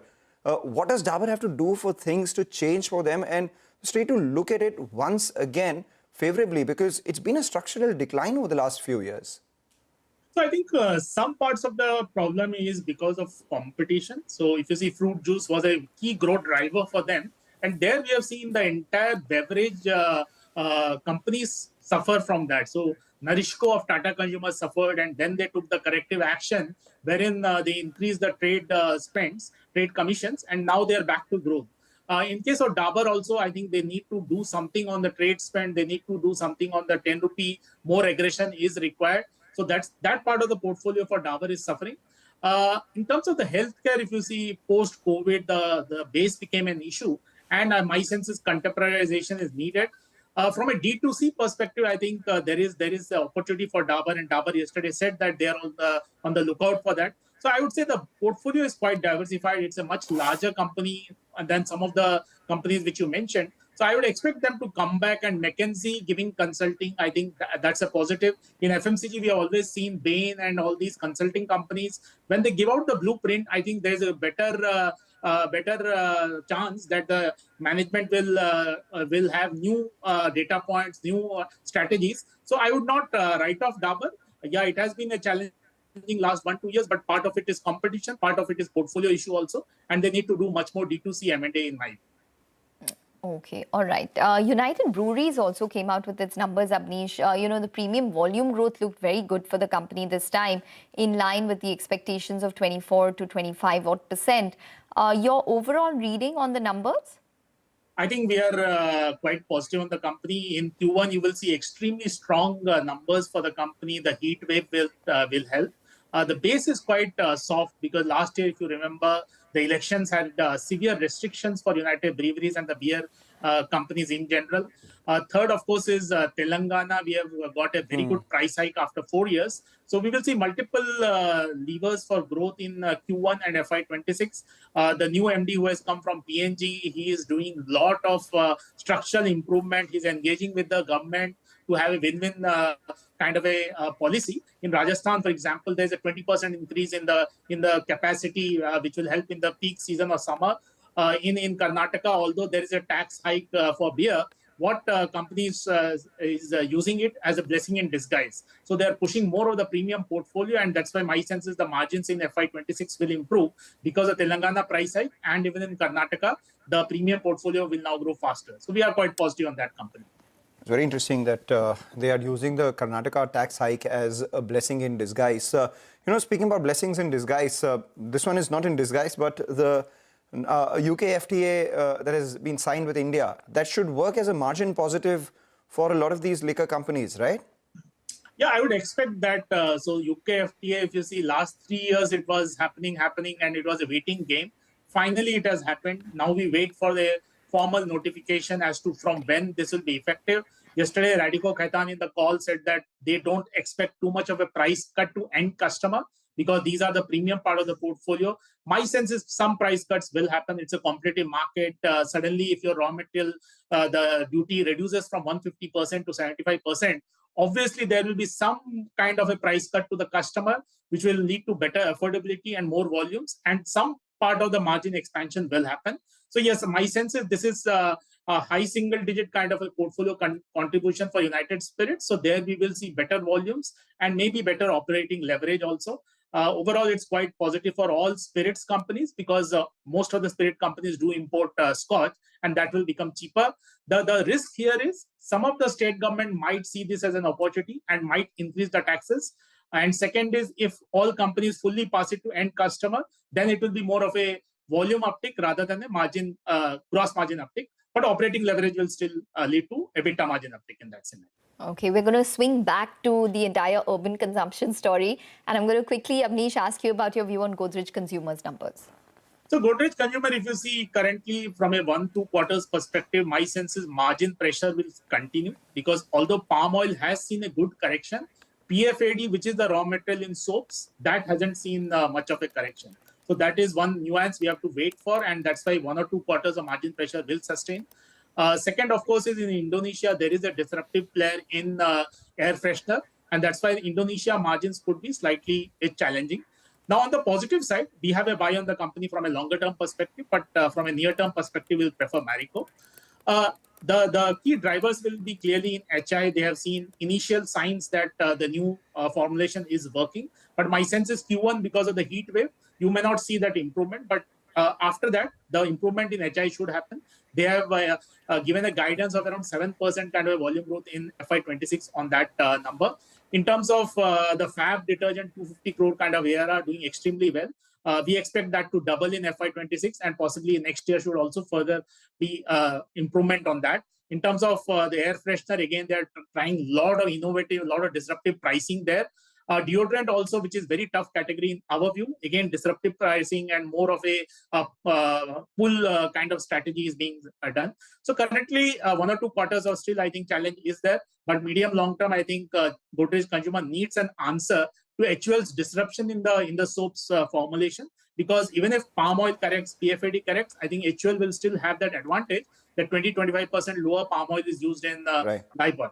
Yeah, so that's the point. Abneesh, for the first time, I think we've spoken for so long and not mentioned HUL. That's the that's the kind of conversation that's how conversations have shifted in the consumer space. Just a final question before we let you go. We've spoken about reviews so far. We've spoken about management commentaries so far. What are your expectations from Titan, Britannia, as well as you have Pidilite reporting their numbers. You like Pidilite. Asian Paints, the biggest of them all, reporting numbers. It's been a challenging 3 quarters for them as well. What are your expectations from these 4? So out of these 4, I think Asian Paints will be weak. We have highlighted that it's a much more urban-focused company. So currently, Berger will be growing faster because Berger is more of a central India, eastern India, small town India salience. But in big towns, clearly slowdown is impacting Asian Paints. And that will lead to sales being slow, operating deleverage, EBITDA will be a miss versus expectation. That is our sense on Asian Paints, weak numbers. Of course, analyst meet is there post-market, so we'll have more clarity on the outlook. But from a raw material scenario, I think clearly paint companies are in a sweet spot from a FY26 perspective. Coming to Titan, if you see already the update is out, so we don't expect too much of a surprise there, except margins, where I think clearly we will see that there's a down trading and overall competitive intensity, which remains quite high. Britannia, my sense is margins will be a bit weak, but FY26, wheat crop is looking good. So I think Britannia, FY26 could be a good year. We are positive on the company. So these are the 3 ones. Pidilite, always a compounding story, and we continue to now see how the leadership style changes from to Sudhanshu Vats from Mr. Bharat Puri. I think that's a great company, and that remains a top buy for us. Take that point, Abneesh. Thank you so much. Always a pleasure speaking with you. Wish to have longer conversations about deeper issues in the consumption sector beyond just individual stocks with you at some point as well. With that, we'll take a short break. Come back on the other side. We'll bunch up all the stocks which are in the news today.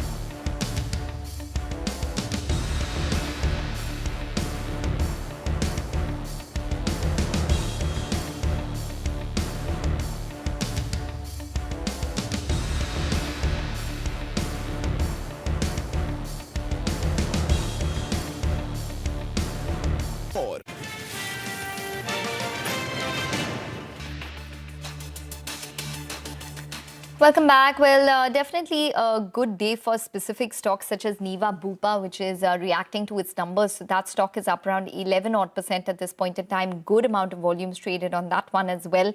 Separately, we have Concord Biotech, which is doing well. That stock is shot up around 8%. And just watch out for Newland Labs. It comes out with its numbers on the 15th of May. So that stock is gaining some amount of traction. So up around 7.5% for that particular counter. Overall, that's what's taking place, a lot of these smaller pharma stocks seem to be gaining at this point in time. But one of the biggest stocks that we're tracking today and is a Nifty stock is Tata Motors, which is up in trade today on the back of a New York Times report that said that the US is likely to announce a trade deal with the UK. Sudarshan is here with more details on how this could impact Tata Motors. So New York Times has reported after US President Donald Trump has put out on its social media handle on Truth Social that he would be announcing a trade deal with one of the friendly nations. And after that, New York Times has reported that it would be deal between US and UK. Also, the report mentions that details are not out as yet. We'll have to see if both the countries sign the deal or they put out a framework for the agreement and later on they might announce the deal. But if it happens, why this will be positive for Tata Motors? Because North America forms nearly 1/3 of JLR's total volumes, and also JLR contributes almost 70% to Tata Motors' consolidated revenue. And if this deal happens, it would help JLR maintain its the guided range of the margin, and going forward, it would be taken positively even for other Tata names like Tata Tech, Tata Elxsi. So we'll have to see how it pans out today evening or going forward. Right. Thanks a lot for that, Sudarshan. Let's talk about Neva Bupa. That is another stock which is up and about in today's trading session. Reported a better than expected performance for the fourth quarter. Vamakshi joins in. 11% higher on Neva Bupa today, Vamakshi. Well, absolutely, Mangalam. Good set of numbers coming in from the company, much better than what the street was penciling in. Of course, the net earned premium saw an uptick of almost 25%, coming in at 1,530 odd crores. The loss ratio has gone up by almost 580 basis points to 56.4%. The expense ratio, including the commission, was at 36.4%, with a year-on-year improvement of almost 50 basis points in the commission ratio and 190 basis points in the expense ratio. Resultantly, when we look at the combined ratio, that is seeing an uptick of almost 338 basis points. But despite that, this has come in much better than what the street was penciling in. The net profit is up nearly 31%, coming in at 206 crores. We also have a note from Motilal Oswal, and they say that strong underwriting performance boosted the company's PAT. Given the kind of strong performance that the company has seen in the fourth quarter, they've gone ahead and revised their estimates upwards, especially on the GAAP accounting standards. They believe that the company is well positioned to harness growth opportunities with a strategic global partner, a growing customer base, and innovative product offerings. They also believe that the company is taking measures to mitigate claim inflation, and this in turn will continue to aid their loss ratios. And apart from that, when we look at the operational efficiency, that too will lead to an improved expense ratio going forward. So they appear to be quite bullish and happy with the kind of performance that Neva Bupa has posted this time around. They have a buy rating, target price of 100. Resultantly, the stock is surging higher today. Okay, yes, absolutely. Stock is doing very well today, Vamakshi. Thanks very much for that. Back to numbers. L&T is reporting its Q4 numbers today. Vivek is here to tell us what we can expect from this company. Well, that's right. So capital goods major, infra major, L&T will declare its Q4 results today, FY results today. And remember, all eyes will be number one on the guidance that the company gives as far as FY26 is concerned. We are going to be coming off a very strong base as far as FY25 is concerned, especially when it comes to the order inflow outlook. Remember, oil prices are significantly lower.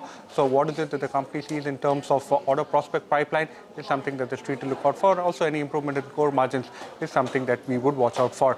Looking at the numbers themselves, revenue seen higher by almost 16% on a year-on-year basis. EBITDA seen higher by 15.5%. Margin seen flat, and profitability seen higher by close to 14%. What is it? That was the key development as far as Q4 was concerned. Remember, we had reported earlier that the company had emerged as the L1 or the lowest bidder for a project worth almost $4.5 billion, and this was from Qatar Energy LNG. And this particular order, if the company recognizes it in Q4, what it means is that the company will significantly and comfortably outsurpass its own 10% order inflow guidance for FY25. The ask in any case was quite muted given the fact that Q3 was very strong. End of Q3, the company had maintained all of the guidance parameters. Remember, 15% top line growth, 10% order inflow growth, and also had maintained the core margin guidance of close to 8.2%. And this is something that the street will watch out for, whether the company can go ahead and achieve this, given the fact that the company actually has a significantly steep ask rate for Q4. All in all, expect a top-line beat, expect order inflow beat, but guidance on FY26, especially in terms of margins and order inflow, is something that the street will watch out for very closely. Take that point, Vivek. Thank you so much for that. With that, we'll wrap up on our coverage of the equity market. Stay tuned. On the other side, Manisha Gupta joins in with Sabyasachi Ray, the Executive Director at Gems and Jewelry Export Promotion Council.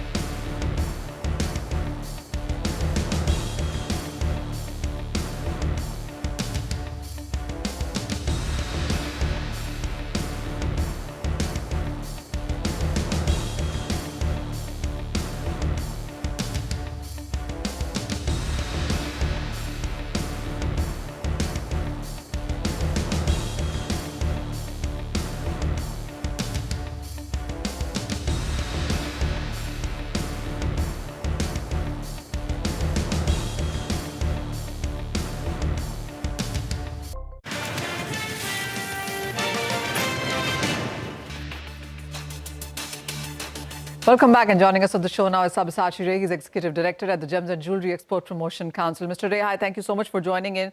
First of all, on the FTA that has happened with the UK, what does it really mean for the Indian jewelry markets? Manisha, and one thing, of course, as you have seen that recently this India-UK deal has been signed. I will just tell you the volume of the business between India and UK. So we import $2.6 billion of, let's say, gold, silver, platinum, and we export around 941 million, around $1 billion of jewelry and molten silver and etc., gemstone and diamonds, finished diamonds. So if you look at this sector, we import the raw materials and we export the finished goods. So that way, this FTA will go a long way into seeing that we get a very good foothold into the UK market. Now, if you look at the duty part of it, of course, it ranges from 2 to 4%. I know a lot of people think that only 2%, how will it help? But in jewelry, 2% is huge, So that way, it will have a price advantage. And UK is a very good jewelry market. They import some $3 billion worth of jewelry. I'm talking only about jewelry. Of that, we are only exporting some 400 million worth of jewelry. So we are around 15%. So what we are looking at is that at least with this FTA, with signing of the FTA, it will take some time to implement. After that, within a year, I think we are looking at some $1 billion. So at least doubling this exports is whatever we are looking. And of course, the trade also can double if we have not seen the fine print. If there are some advantages given to the imports of silver and etc., because we primarily import silver from there, then the trade will also improve. And if that is there, then the trade will also double. So that is around $7 billion. So we have everything to gain with this FTA. That much I can tell you. Mr. Ray, if we look at the history of FTAs and the one that happened with UAE as well, we did see a lot of growth coming in. Would you say that this really is an era of bilateral trades, FTAs, and that is what the industry will thrive on? See, one of the things, Manisha, what our minister also keeps on telling, and you also keep on, covering that, is that now the FTAs, whatever is happening, when you look at UAE, when you look at Australia, or you look at us, this UK, and our goods, we are looking at consuming markets. These are the countries where you can buy jewelry, a lot of jewelry buying culture is there, a lot of jewelry demand is there. So that way, if you look at our sector, the FTAs, what is happening now, of course, is very, very beneficial for our sector. And of course, we are looking at future FTAs like EU or, in that sense, the USA BTA. if all these things take place, we have a very, very rosy time ahead. Well, EU is something that we'll keep for later on, but the US FTAs, I do understand that the GAPC has made a lot of representations into it. Is there anything that you are in sense of conversations or updates that you're hearing from that one? Yes, Manisha, in your channel only we have explained your viewers that in jewelry, you do not talk about percentage. Like today, every day you are, covering this commodity gold.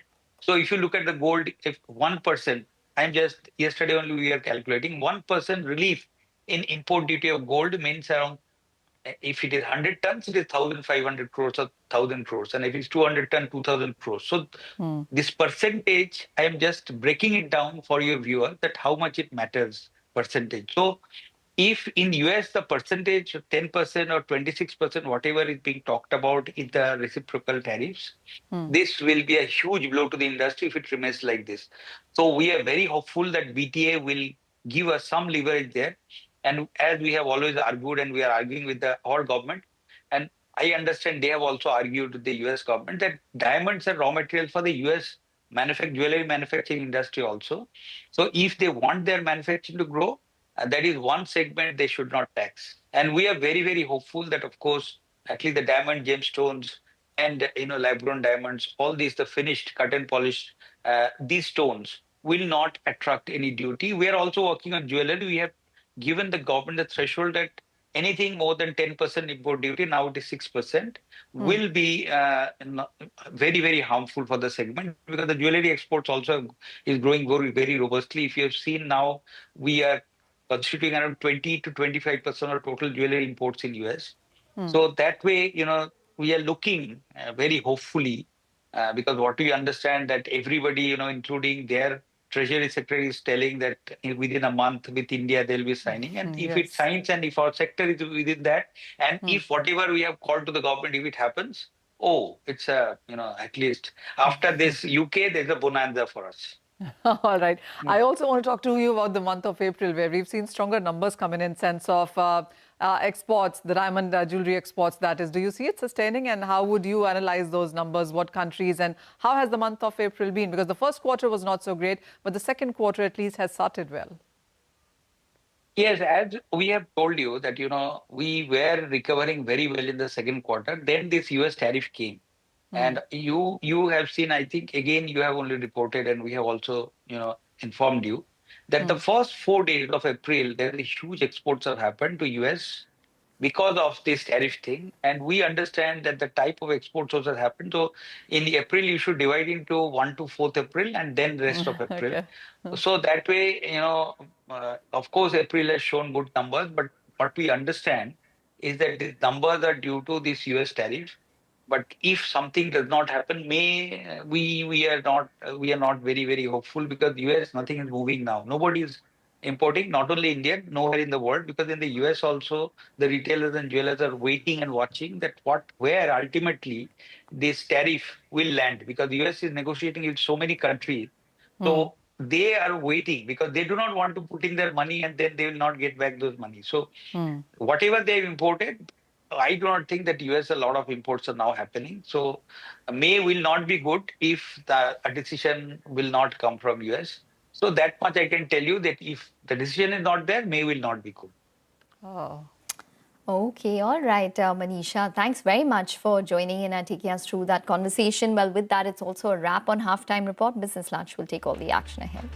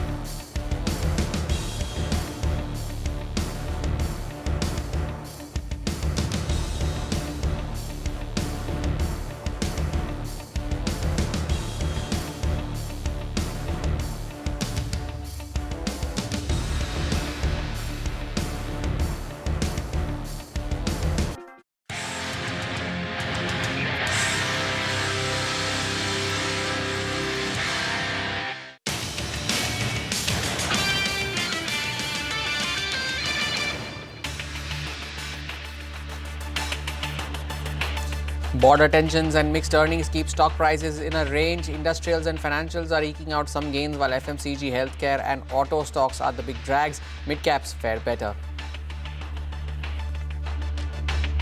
Dabur reports a weak quarter as sales stagnate on weak showing by the beverages and healthcare segments, compounded with margin pressures due to rising input costs. A delayed winter and urban slowdown also hurt.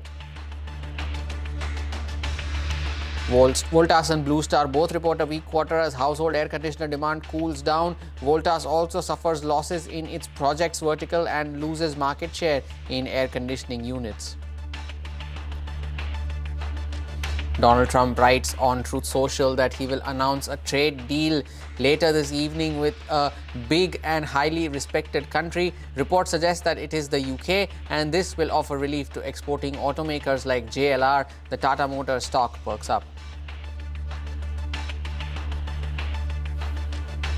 Good afternoon, you're watching Business Lunch live from the CNBC-TV18 Motilal Oswal studios. I am Hormuz Patakia. The markets continue to consolidate as they have been over the last few trading sessions as market participants, and so do we await more clarity and more updates on Operation Sindoor and the progress made with regards to that. And that's why the Nifty continues to remain in the range. It's been 75-point range through the day for the index. Between 24,380 to 24,450 is where the index has continued to trade in, and it's been that kind of a week for the benchmark indices as well. We ended flat yesterday, and it appears to be a similar story today as well. Of course, we are counting down to the weekly options expiry as well, so the second half might see some directional moves for the index, but a lot of stock specific reactions as well. We are counting down to earnings from a lot of big companies later in the day. L&T is one of them, as is Bharat Forge. L&T is now up 1.25% at the highest point of the day.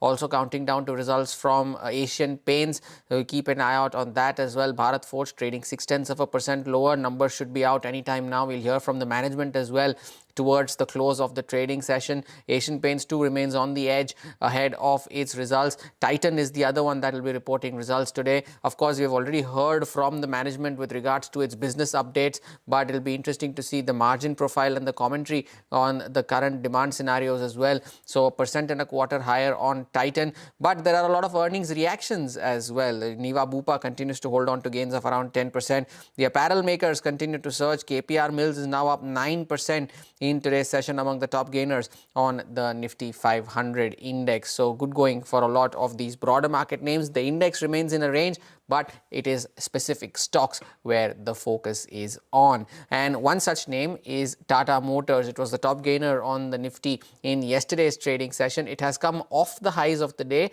but still holding on to some bit of gains in today's session. And today's move is after US President Donald Trump wrote on Truth Social that he is expected to announce a large trade deal later this evening or early morning Washington time, and this might be the first of many trade deals that the US signs. Now, of course, the details, and he did not name the country, the reports are suggesting that it might be the UK, and that's why it is Tata Motors that is in the spotlight. Sudarshan is joining in with more on this, with the implications and the importance for Tata Motors. Sudarshan. US President Donald Trump has put out on its social media handle on Truth Social that he would be announcing a trade deal with one of the friendly nations, and after that New York Times has reported that it would be deal between US and UK. Also, the report mentions that details are not out as yet. We'll have to see if both the countries sign the deal or they put out a framework for the agreement and later on they might announce the deal. But if it happens, why this will be positive for Tata Motors? Because North America forms nearly 1/3 of JLR's total volumes, and also JLR contributes almost 70% to Tata Motors' consolidated revenue. And if this deal happens, it would help JLR maintain its the guided range of the margin, and going forward, it would be taken positively even for other Tata names like Tata Tech, Tata Elxsi. So we'll have to see how it pans out today evening or going forward. Be interesting to see what kind of trade negotiations emerge from the US later in the evening. But staying with trade, India has offered zero tariffs on most products to the United States. Parikshit is joining in with more on this. Parikshit, tell us, what are you picking up? Well, we hear that the negotiations on tariff reductions have been going well between India and the United States. India has offered zero tariffs to the US in most products except for wheat, maize, rice and dairy products. And this is where India's red lines stand to protect Indian farmers. The US, on the contrary, wants to impose a 10% tariffs on products coming from India. The talk and the effort from India's side is to ensure there are 0 for 0 tariffs. Let's see where that goes. Now, while the tariffs on goods is progressing well, there seem to be some differences on non-tariff barriers, such as equal treatment for US and Indian companies in the banking sector, in terms of taxation as well, in terms of India's competition laws. All of these are concerns that the US companies have been raising. In fact, we hear from sources that a list of 65 to 70 non-tariff barriers has been shared with the Indian government, and we have been requested by the US government that all these non-tariff barriers need to be eliminated. Let's see what happens. Commerce Minister Piyush Goyal is set to visit the United States in the next 2 weeks. It could be as early as the 19th of May, where he will meet Howard Lutnick, the US Secretary of Commerce, and maybe even USTR Jamieson Greer. So let's see what comes out of the negotiations. The effort on India's part will be to have a trade deal, at least an interim trade deal, in the 90-day pause period. Remember, Trump has imposed a 90-day pause on reciprocal tariffs for all countries which are negotiating with the United States. Indeed, interesting updates. Parikshit, thanks a lot for that. Now, on to other updates. Then India and the UK have signed that landmark free trade agreement earlier in the week. Abhimanyu is joining in on some key aspects of the deal that he is picking up from some sources. Abhimanyu.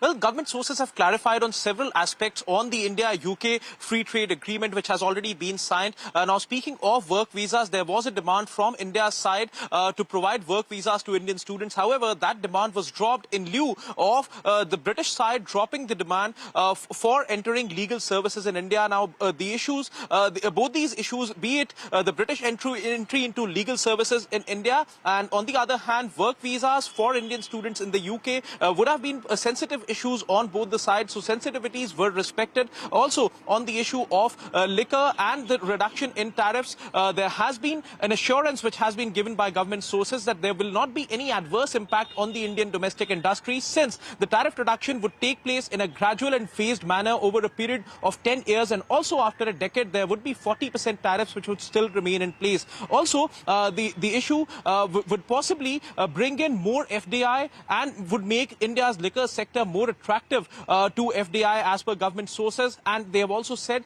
that several Indian liquor makers may also gain from better experience which can possibly be shared by British players which may enter the Indian market. Apart from that, the issue of government procurement in which British companies have been allowed. However, in that case, only the non-critical, non-sensitive sectors would be opened up for British companies in government procurement. The issue of carbon tax, while it hasn't been mentioned in the FTA per se, government sources have said that India reserves its right to retaliate and take any necessary retaliatory action in case the need arises, in case India needs to act against any imposition of such tax. Also, several issues have been left outside the ambit of duty concessions, which include optical fibers, bundles and cables, smartphones, base stations, plastics, TV camera tubes. So clearly, government sources have assured that India's interests are going to be protected largely, and the FTA with the United Kingdom is going to only increase investment in the Indian domestic sector. Abhimanyu, thanks a lot for that update. Moving further east, then another trade discussion is likely to brew over the weekend, with the US and China expecting to meet in Geneva after months of escalating tensions over the imposition of tariffs. Take a look at this report. Chinese stocks got a boost Wednesday on glimmers of hope that a trade war with the US might just be set to ease. Benchmark indexes in Hong Kong and Shanghai were up around 0.5% by early afternoon. That followed news the day before that the US and China will hold talks in Geneva on Saturday. US Treasury Secretary Scott Bessent and Chief Trade Negotiator Jamieson Greer will meet Beijing Economic Tsar He Lifeng. The meeting will come after months of escalating tensions that have seen both sides impose tariffs way in excess of 100%. Now the two countries are expected to discuss reductions in the broader levies, as well as possible exemptions for specific products. Speaking on Fox News, Besant said he thought the talks would focus on de-escalation.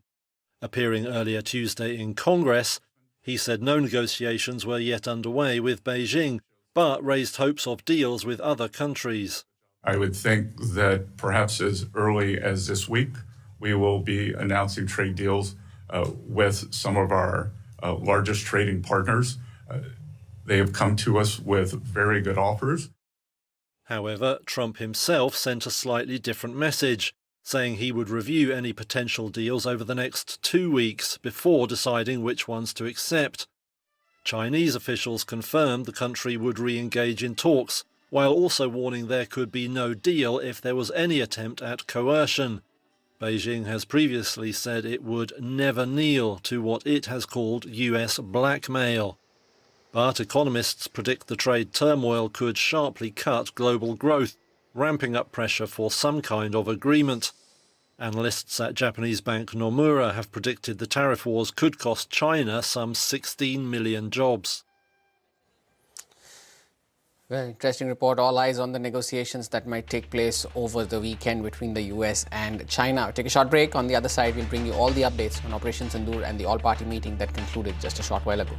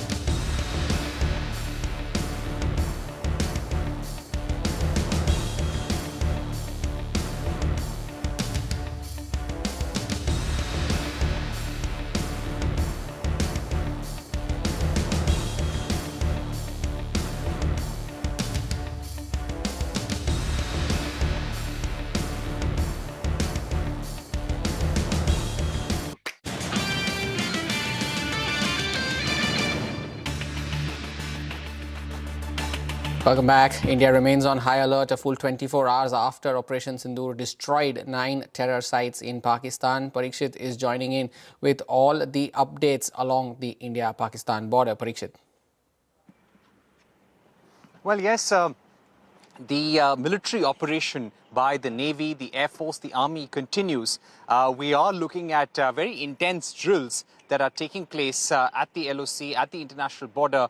There are lots of reports coming in of the Indian side having shot down fighter jets, drones and targets in Pakistan over the last 15 to 20 hours after Operation Sindoor. None of that has been confirmed by the Indian Air Force. We believe there will be an update from the services and the Ministry of External Affairs later in the day. What we've been told is that the operation continues and it's very difficult to give ball-by-ball commentary. But what we can tell our viewers that during Operation Sindoor, which lasted for about 25 minutes, Indian fighter jets fired Scalp missiles and Hammer missiles. Scalp are missiles which have a range of about 250 to 300 kilometers. Hammer are short-range missiles which have a range of about 60 to 70 kilometers. These were used to fire at Pakistani terror camps. Now, there was an all-party meeting a short while back. Rajnath Singh, the defense minister, went on to say that a large number of terrorists were killed and India was absolutely successful in eliminating terror camps on Pakistani soil. So there is a resounding amount of support for India right now. Those drills, those blackouts, those alerts in border areas continue. Airports along the LOC and the international border would be priority targets for the Pakistani Air Force, and that's why those airports have been absolutely shut. We're expecting some updates, but the global community also coming out in India's favor in a very big way.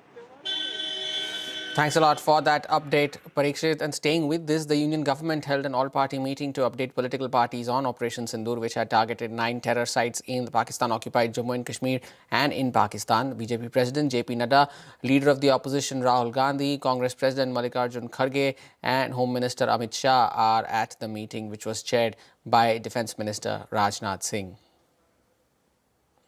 Shifting focus then, the Indian government has issued a letter of intent to Elon Musk's Starlink for satellite communication services. Ashmit is joining in with more details on this one. Ashmit. Well, the first regulatory hurdle being crossed as far as Elon Musk-backed Starlink is concerned. Starlink, of course, just for the benefit of our viewers, is the satellite-based internet service that Elon Musk has been pitching for providing services here in India. Now, the application had been made. There were certain security concerns that had been flagged that required compliance. Now we understand that the DOT, the government, has given a conditional nod in the form of a letter of intent. A letter of intent essentially says that, yes, both the parties are committed towards allowing for providing of these services, subject, it is conditional, mind you, subject to compliance with all the conditions that have been prescribed as a part of the license agreement 1 and 2, the security protocols that have been identified. So the LOI, the letter of intent, should not be deemed as a final approval. That, of course, is pending, subject to Elon Musk-backed Starlink complying with all the security norms. Now, bear in mind that only earlier this week we had a fresh list of security norms that had been prescribed by the Department of Telecom, which included about basing critical network infrastructure here, ensuring that there is no pilferage of the network, especially in border areas. It doesn't spill over into neighboring countries. There were issues with respect to data localization, with respect to providing the authority and the power to the government to intercept and block certain communications as and when required based on national security concerns. All those aspects are yet to be fulfilled. Once they are done, Starlink can then move ahead and seek final approval. But for now, the first hurdle being crossed, conditional nod being granted, the letter of intent being issued by the Department of Telecom, by the government to Starlink. Back to you. The first hurdle crossed for Starlink. Ashmit, thanks a lot for that. And just before we take that break, numbers from Canara Bank on your screens. A 33% jump in its net profit to 5,000 crore rupees. You'll get more data on the net interest income and on asset quality as well.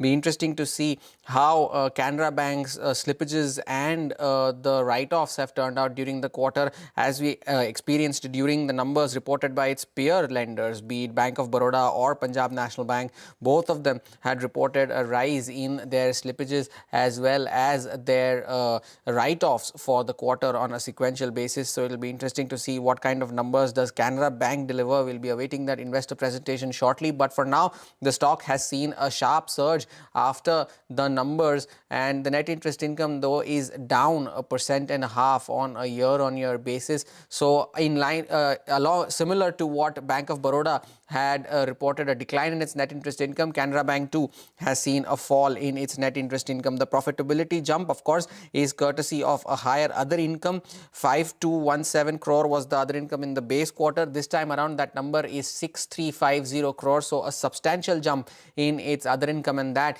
is reflected in the bottom line figure, as you can see. But the net interest income down 1.5% on a year-on-year basis for Canara Bank. And the asset quality, when we take a look at that on a sequential basis, and that too has seen some improvement on a sequential basis, 2.94% of the gross NPA front compared to 3.34% in the previous quarter. Net NPAs too at 0.7% compared to 0.9% in the previous quarter. So we'll get more details on that. The stock now starting to come off that day's highest point. The asset quality seeing some improvement, but we'll get more details on that as the numbers go, as more numbers emerge. But Ashutosh Mishra, who is the banking analyst at Ashika Stockbroking, is joining us now with a quick reaction on this. Ashutosh, good afternoon. Net interest income lower on a year-on-year basis for Canara Bank. What do you make of the numbers? What are you awaiting more clarity on?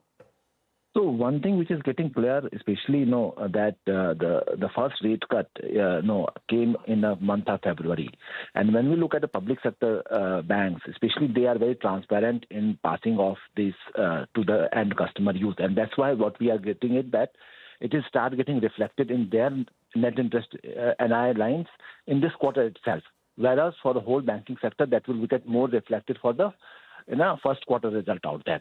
So that was the reason for Bank of Baroda. That can be reason for the Canada banks too. And there you can see, even though the net interest income is down on a year-on-year basis, it is still higher than expectations, and that could show why the stock is still trading higher. They're 3% higher on the stock. But Ashutosh, a lot of these PSU banks, be it Bank of Baroda or Punjab National Bank, both have seen elevated slippages, elevated write-offs as well. What is the kind of trend that you're expecting from Canara Bank, and what clarity would you like to hear from the management with regards to its FY26 guidance? So one of the most important guidance which we like to have is that how they are going to manage this year, especially on the front of NI, because we are going to see few more rate cuts coming in, where all the cost of fund repricing will take a few more months to start taking place. So how they will balance this first 6 months out there, that will be one of the important strategies to understand. Second is that now liquidity is getting eased out, and so given in this current situation, what will be their growth aspiration from here onward? I don't see any major issues coming on asset quality front in FY26. What is your call on the stock, Ashutosh, or would you like to active rating at this point of time? Oh, all right, Ashutosh. Thank you for joining in with your views on these results on Canara Bank. For now, the operating profit and the net interest income both higher than expectations, even though the net interest income was lower on a year-on-year basis. Asset quality too has seen some improvement on a quarter-on-quarter basis. The stock has surged to the highest point of the day, has Canara Bank. So interesting numbers there. We'll await more clarity on the slippages and on the write-offs as well. But take a short break for now, and just before we do that, some good news for our viewers. India's business news leader is now just at your fingertips, and that's the CNBC-TV18 all-new app, where you can get breaking news, financial world updates, and in-depth articles, all of it at your fingertips. You can download the app from the Apple Store or the Google Play Store, or you can also scan the QR code that comes up on your screen to download the app. We take a short break, and we come back on the other side with more. Stay tuned.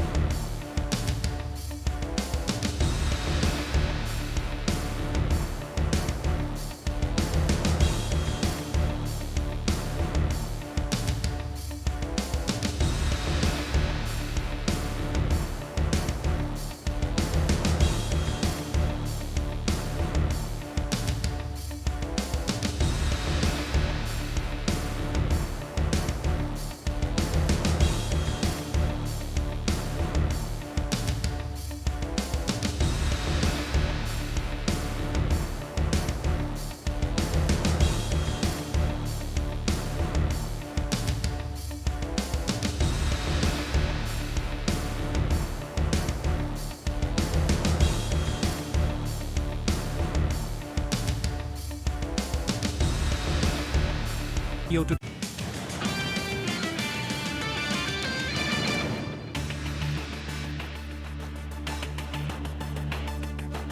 Welcome back. The big news trigger from overnight was that the Federal Reserve held its key interest rates unchanged as it awaits the Trump administration's trade policy to take shape and see its impact on a sputtering economy. CNBC's Steve Leisman brings us more on that.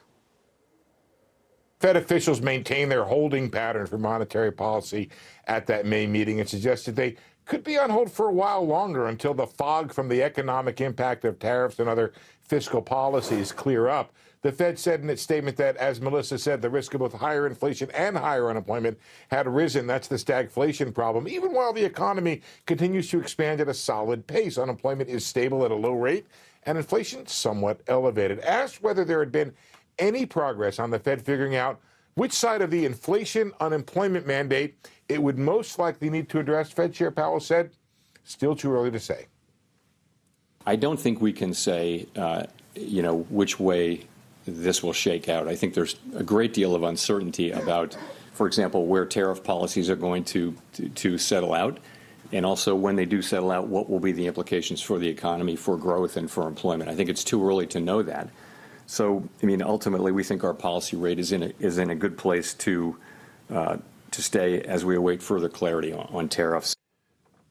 So the market continued to price a July rate cut with some confidence at 70%, and 2 more cuts this year, one in September, then the other one in December. But that 23, or what is it called there on June, that there's a 23% probability on a June rate cut.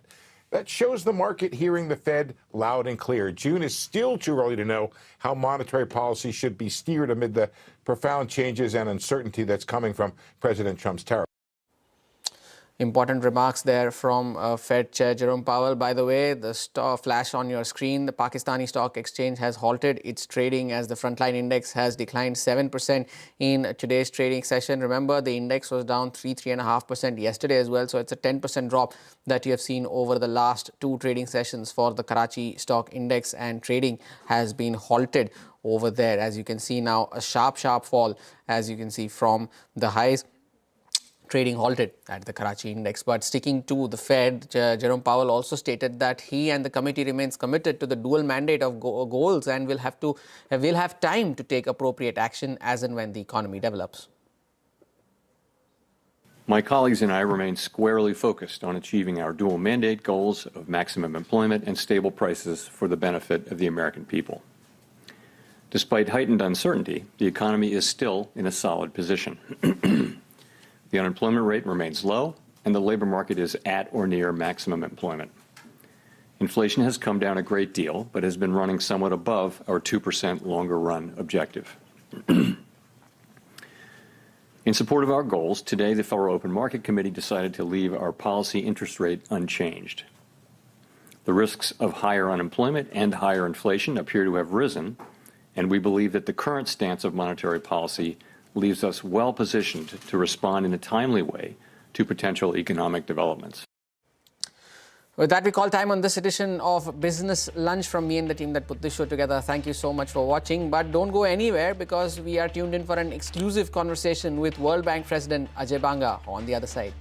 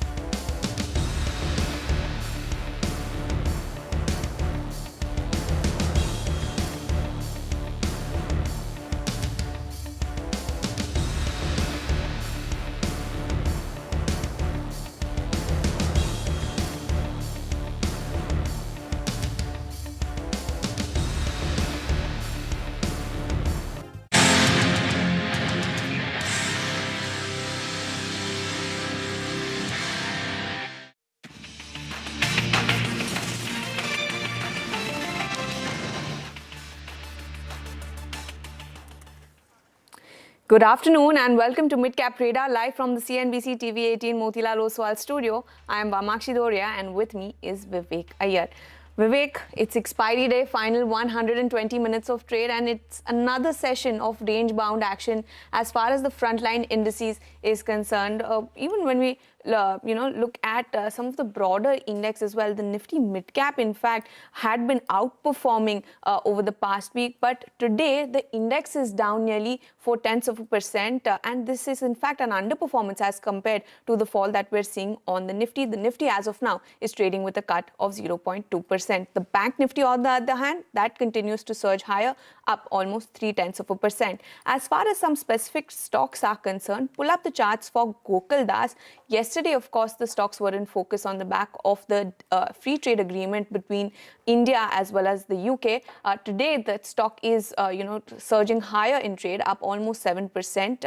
Apart from that, keep an eye out on KPR Mill as well, 52-week high as well. And, on that note, let's actually cut across to CNBC TV18 Town Hall, where Shriram Finance is in conversation with World Bank President Ajay Banga.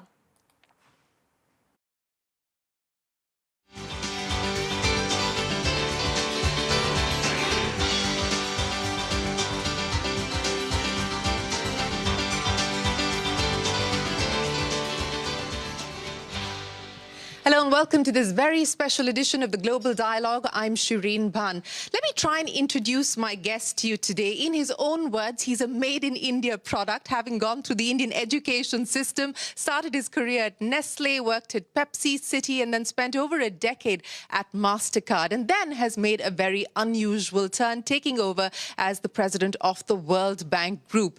His mandate, again in his own words, is to make the bank bigger, bolder, better. Joining me today on this very special CNBC TV18 exclusive is the man himself, Ajay Banga. What an absolute pleasure. Thank you very much for joining us. And may I say, welcome home. Thank you very much. It's nice to be back. Well, it's great to have you here, Ajay. Since you are here in India, let me double down on your view on India to start with. The World Bank estimates a growth of 6.7% over the next 2 years for India, but you do believe that we need to do 7.8% on average over the next 22 years to be able to get to that high income aspiration by 2047. As you look at India today, size up the opportunity for me. Look, I think first of all, I think the opportunity of becoming a fully developed country is a really cool target to aim for. Because I think when you set up a target like that, you set up a plan like that, you can get people driven and motivated with a single vision of where they want to go. So I'm a full believer in that perspective. Getting from here to there, I don't measure things in straight lines, and therefore I don't really care about the 6.7 and the 7.8, because you will have years when things will work better. You will have years when things will be difficult. Part of those will be outside of your control as a country. Part of those will be within your capacity as a country. The important thing to do is to figure out what you can do in your capacity to insulate yourself to the maximum extent possible from the vicissitudes of global economic systems. So right now, for example, the global economic system was powering along just fine. We do have challenges currently.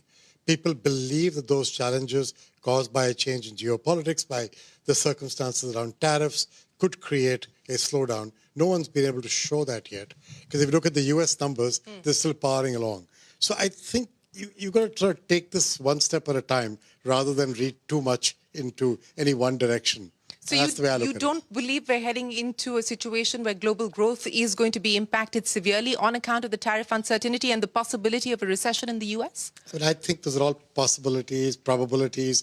As my old boss, Bob Rubin, used to say, life is full of probabilities. These are probabilities. My way of thinking about it is, if things continue the way they are today, meaning if uncertainty and volatility remains part of the system, then definitely there will be a slowdown in global growth. But you don't know that. You don't know if tomorrow or the next 10 days, 2 or 3 trade deals get signed, and all of a sudden, people will say, less uncertainty, and it changes. So my own vision of this is, compared to where we were a little while ago, it is more volatile today. There's no doubt on that. Volatility creates uncertainty for a CEO, for an investor. People will hold back on 10, 20, 30-year decisions. It takes a little while to turn that tide. So that will be a problem if it continues for a while, but you don't know how long it'll continue for. No, we don't know. And you talked about trade deals. And one, of course, is, the UK-India FTA has finally been done after many years of negotiation. And President Trump tweeting, saying that there is a possibility of a deal being done later this evening. And in all likelihood, it's going to be the agreement with UK. As we look at these bilateral agreements being signed up, how do you see this next wave of globalization, so to speak? Because there are concerns that we're retreating from globalization, but are we perhaps in a new era of globalization? So somebody asked me this the other day, and I said to them, actually, this change of the model has been going on for a little while. So if you look at the data, in the last 10 years, 100 different regional and bilateral trade deals have been signed. If you go back 20 years, 250 of them have been signed. Today, there are 375 plus regional and bilateral trade deals operating. It's just that the public conversation was not about this, and now it's got focused onto this issue of bilateral and regional trade deals. The reason that this model has been changing over time is, I think, quite fundamental, and the real fundamental issue is the idea that you could outsource an OECD job to a developing country by changing the location where something was made because of a change or because of an arbitrage in labor costs. And eventually, also an arbitrage in logistics, because these developing countries tend to do logistics very efficiently when they start from scratch, right? So if you moved a T-shirt manufacturer from the Carolinas to Vietnam, you went there originally because of the labor cost difference. And eventually, you also got a logistics cost benefit. And so you stuck around there, and in theory, you created jobs in Vietnam, and Americans got T-shirts cheaper. Yep, and then macro, America should have been doing more digital, less T-shirt manufacturing, also good at a macro level. At a micro level, the person in the factory in the Carolinas, their life changed. And unless you believe that that is a one-to-one relationship where that person seamlessly moved into an outstanding, higher productivity, higher paid job, which did not happen, then you have to believe that this model cannot persist forever. All you're seeing today in the political firmament is that coming to be seen in the developed world. And I think, therefore, what you're going to find is jobs being created in the developing world, critical factor of jobs, but being created probably in sectors that don't rely as much on the preponderance of global trade caused by labor cost arbitrage or logistics arbitrage. And I think some other form, which I'm happy to talk to you about, but that's where I think life is going. No, so what is the new normal then likely to be when we talk about this reset, this global reset that you just kind of alluded to? And in the context of this global reset, then how do you find India positioned? So it's not that global trade will stop. I'm just saying relying on that as the sole engine of driving jobs in the developing world, that's something you should rethink. My belief is that jobs are even more critical in the coming 10 to 15 years than they were in the past 20.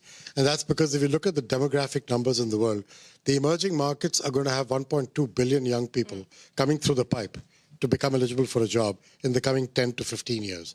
The same countries are currently slated to generate about 400 million jobs. Now, these are forecasts, and they're made by economists, so I would be careful about that. But we're not going to be wrong by 800 million people, right? We hope. We hope not. So and forecasts are not destiny, so you can do something about them. But you have to find a way to change what we're doing today if we're going to step from 400 million to 1.2. And my belief is that you'll get 5 sectors that address the topic we were discussing.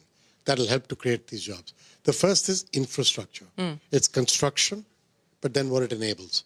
Bridges, roads, airports, schools, skilling institutes, digitization, healthcare, electricity. And the World Bank is very focused in that space.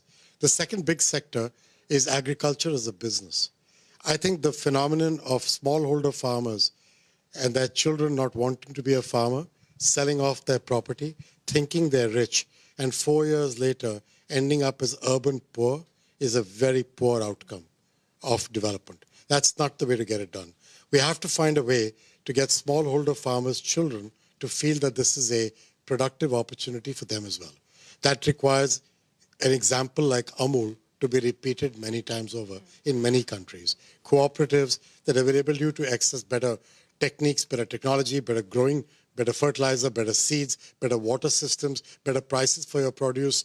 AI app today that allows you to say that stain on my crop is this disease for which I can get this spray from my co-op. I don't need to be a rocket scientist to do that. I just need to be a farmer with access to a phone. That is to me a big opportunity. And the bank has said that we will put $9 billion a year into making smallholder farmers think about business of the agriculture as a real opportunity. It's not very different to what India wants to do with rural prosperity. The third is primary healthcare.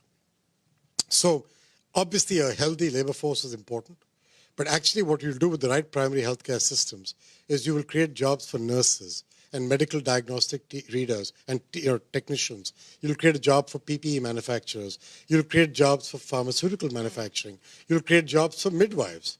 Things that are not just doctors, but create a ladder of jobs that you need to provide in a growing economy of the type we're describing in the developing world. And a fourth category, and again there, by the way, in primary healthcare, we've said we'll reach 1.5 billion people by 2030 with improved access to healthcare. I mean, the other side of this is that the diseases of prosperity, blood pressure, diabetes, heart attacks, and strokes, the non-communicable diseases, if you diagnose them early, you can bring healthcare costs down in a country dramatically. So this will help with that. The fourth one is tourism. That is a more obvious one to most people. And I don't mean over-tourism, and I don't mean numbers. I mean quality tourism done the right way. I was in Sri Lanka. It's a big opportunity for them. We're not experts in tourism, but we are very good at designing skilling institutes that work backwards from what the opportunity of tomorrow's jobs will be in the private sector. Work with the private sector to run those. And the last one to me is manufacturing, both for local and regional consumption, as well as global trade, but in a way in which you create value-added jobs in the country. So if you're a country that is blessed with minerals and metals for the energy transition, extraction is not where the money is. It's the value-added processing of that extracted material. That's where the value of jobs is. And I'm trying to enable people to think about whether a job with a small company, medium-sized, large one, whether as an entrepreneur, think in these 5 sectors. You will notice there's almost zero necessity here to outsource an OECD job. You know, Ajay, you've very clearly articulated for us the 5 pillars that you believe the bank needs to focus on and governments and policymakers need to focus on to address the jobs challenge because, you've said previously that jobs are the nail in the coffin of poverty. But address that in the context of the challenge that we find ourselves faced in India. You've got this young population, you've got an economy that's growing, but jobs not being created at the pace at which we need. Of those 5 pillars, what do you believe India needs to prioritize as we look at addressing this jobs crisis? I think there's 2 things. I'll come to the 5 pillars. There's one other thing that you need to understand about jobs, which applies for India as well, but applies to many countries. And that is that to create jobs, you need 3 things to happen. You need infrastructure, what we were talking about, which India is doing a great deal of work on in the past 10 to 20 years, whether it's roads or bridges or airports or electrification and water availability. And there's work to be done on education and skilling. I don't think that task is done yet, but there's a fair amount of progress across the range. The second part is the regulations and policy clarity that enables businesses to succeed. And there, while I think India has made a lot of progress, there's much more still to be done. And I think that's a topic of regular public debate, so I'm not telling you something new. It's everything ranging from further land reform and labor reform to things in that form that enable the private sector, which is the third pillar of this strategy, to actually grow and develop. 85% of jobs are created in the private sector. The overwhelming majority of them in small and medium businesses. They cannot navigate challenges on regulations and policy the way others can. And I think, therefore, thinking through these 3 pillars of infrastructure, the right kind of regulatory policy, enabling the private sector with blended finance and insurance and guarantees and the like, is how I think about the job cycle, the virtual cycle of it. India, in the context of those 5 sectors, is doing fine on infrastructure with work to be done on education and schooling. I think India can do much more on agribusiness. It has done. Amul, to me, I've been quoting Amul for the last 8 or 10 years because of my days at Nestle, I used to admire Amul for what they got done. And I think it's just one example. There are more like that. But because that one is such a shining star, I think it's worth studying and understanding and trying to replicate to the extent possible in many countries around the world, including in other parts of India. On primary healthcare, India has made progress, but there's enormous more to do. India's progress is on neonatal and maternal care and vaccinations and the like. This I'm talking about is an early diagnostic system spread across the country in a way that catches these diseases of prosperity earlier in their cycle.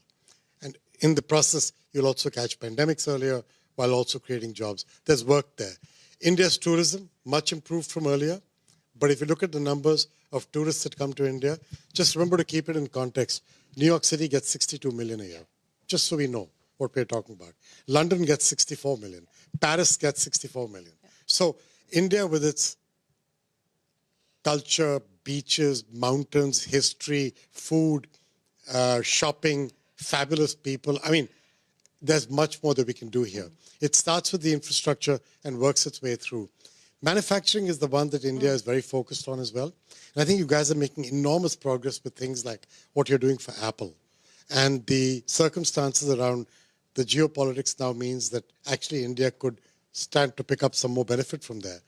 But I'm telling you, you don't create a lot of jobs by manufacturing Apple phones in the numbers that you need to change the tide in the Indian context. You do create fabulous jobs, don't get me wrong. Yeah. Anybody who works in an Apple assembly factory is very fortunate to have that job. But you're talking about a challenge of many millions more than that. That requires a focus on all those other sectors as well. But if I could specifically talk about manufacturing, because India believes that this could potentially be the big manufacturing breakthrough in light of this global supply chain diversification, global supply chain resilience that people are talking about. You gave the Apple example as one of the examples. What do you believe needs to happen on the manufacturing side to really leverage what is opened up as an opportunity for India today? And how big of an opportunity do you really see? Do you believe this is India's manufacturing moment or could be India's manufacturing moment? To be honest, if we don't seize it quickly, the moment will pass us by because others are moving on to it very quickly as well. So, but that doesn't mean India doesn't have an opportunity. The real issue is India's logistics cost is very high, even now. And if you look at the arbitrages I was referring to in the beginning, labor and logistics, you know, you've got to be careful about the logistics cost. And fixing that logistics cost arbitrage is going to take some out-of-the-box thinking into how to change that. And I think those are it's not a one-year cycle to change that. But there's work that can be done. I believe that India has the benefit of a huge workforce that could be put to work. It will need skilling. That's why I kept talking about skilling a little while ago. I think India wants to do it. I think the Prime Minister is very clear in where he wants to go with it. So that will help on one side. Working on logistics will help. And clearing up the processes of opening a business, acquiring land, managing labor, those are going to be very important, Shriram, if you want to really get into the global supply chain the way you want to. The other thing is, you know, what will help really in global supply chains is a zero for zero discussion. So if the trade deal that comes through is that kind of deal, boy, that will facilitate the reduction of friction enormously, which is what you need for a global supply chain. So there's a number of pieces that happen to be falling into place. And India, through its effort on infrastructure construction over the past few years, has managed to move itself into the right place. Now the question is, can you make the next move and take advantage of all that? Well, you know, you were talking about zero for zero tariffs, and that is likely to be the way forward as far as the India-US FTA is concerned, or at least negotiations. You know more than I do. I don't. This is again what we're picking up. These are whispers in the corridors of power at this point in time. But, you know, let me also get a view from you on what's happening in the region. You've just come into India from Sri Lanka. The World Bank has signed now a new agreement with the government of Sri Lanka for $1 billion. Yeah. This is a complex region, and we're currently also talking about an escalation of tensions between India and Pakistan. How do you see the region, Sri Lanka, Bangladesh, Pakistan, and of course India? Yeah, look, first of all, civilians losing their lives is a disaster anywhere in the world. For those of you who are living in India where you saw this happen a few weeks ago, you have to be feeling it even more acutely than somebody like me who now lives elsewhere, even though I understand the situation on the ground in this region well. So that goes without saying. And that creates its own uncertainties and volatility in people's minds, but this too shall pass, right? The question really is, this region, South Asia, is one of the regions in the world where intra-regional trade is abysmally low as a percentage of trade. So if you look at some trade numbers, which we started talking about the uncertainty in this space, trade has doubled in nominal terms in the last 20 years, globally. The share of the developing countries in that has also doubled from around a quarter to around a half. The share of developing countries' trade among themselves has also doubled in that period from around 20 to around 40 something. But South Asia is single digits. Africa is single digits, low double digits. Latin America and the Caribbean is similar. These three regions are not realizing the potential yet of trade among themselves as a great prophylactic from being over-reliant on one or two or three large buyers for your produce otherwise. And I think as part of this change of trade, this may be a good time as countries here strike individual deals with the US, which they should, as soon as possible to reduce the uncertainty. But at the same time, they should look at their own tariff and non-tariff barriers. The reality is that the United States has the lowest tariff barriers of any country in the world. Even before this 10% flat rate, even with the 10, it'll be one of the lowest. The developing world has far higher tariff and non-tariff barriers for various good and bad reasons. I'm not questioning the reasons. I'm just saying, is this an opportunity to change that? And everybody knows that if you reduce tariffs, while you go through some pain, eventually you get growth out of it. And so the question really is this the right time to look at facilitating greater intra-regional trade in these countries? And will that be helpful in itself? It won't all work seamlessly, but it's worth thinking through. But is it even a possibility given the geopolitics and the history? Everything's possible when politicians put their minds to it to find solutions. This is a political problem, not a development problem. I'm not qualified to comment on that. I'm very clear what I do, what I don't do. I don't comment on politics.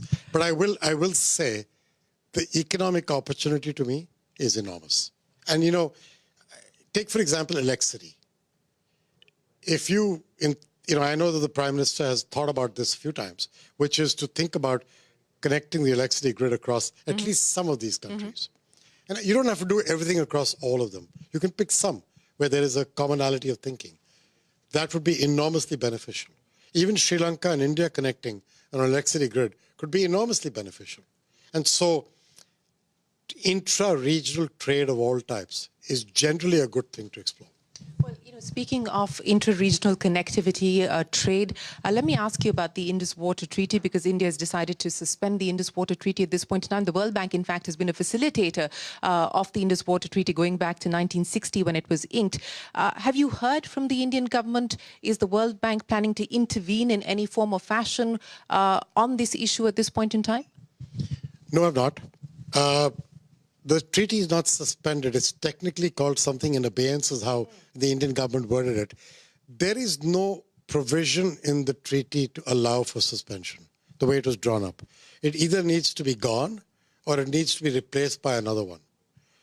That requires the two countries to want to agree. The World Bank's role is basically that of a facilitator if they disagree, not by us making a decision, but by us being the party that goes through a process to find a neutral expert or an arbitrator court to settle it. And we have to pay the fees of those guys through a trust fund that was set up at the bank at the time of creation of the treaty. That's our role. We have no role to play beyond that. I haven't heard from either country yet about anything to do with the Indus Water Treaty. So that's exactly where it is. I know there's a lot of speculation in the media about how the World Bank will either fix it or not, or be approached or not. It's all bunk, because we don't have that role to play. And I wish you would help me tell the media that they should take a look at the treaty and realize that the treaty is a treaty between two sovereign nations, and they have to decide whether that's what they want to continue with. It's their decision, and, so be it. It's worked for 60 years through ups and downs. It hasn't worked perfectly, Both governments will tell you it's been through ups and downs. So I'm not one to argue that you shouldn't play with it or change it or amend it. I just think this is a topic for the countries to decide. And the World Bank's role is what the World Bank's role is as defined in the treaty, no more and no less.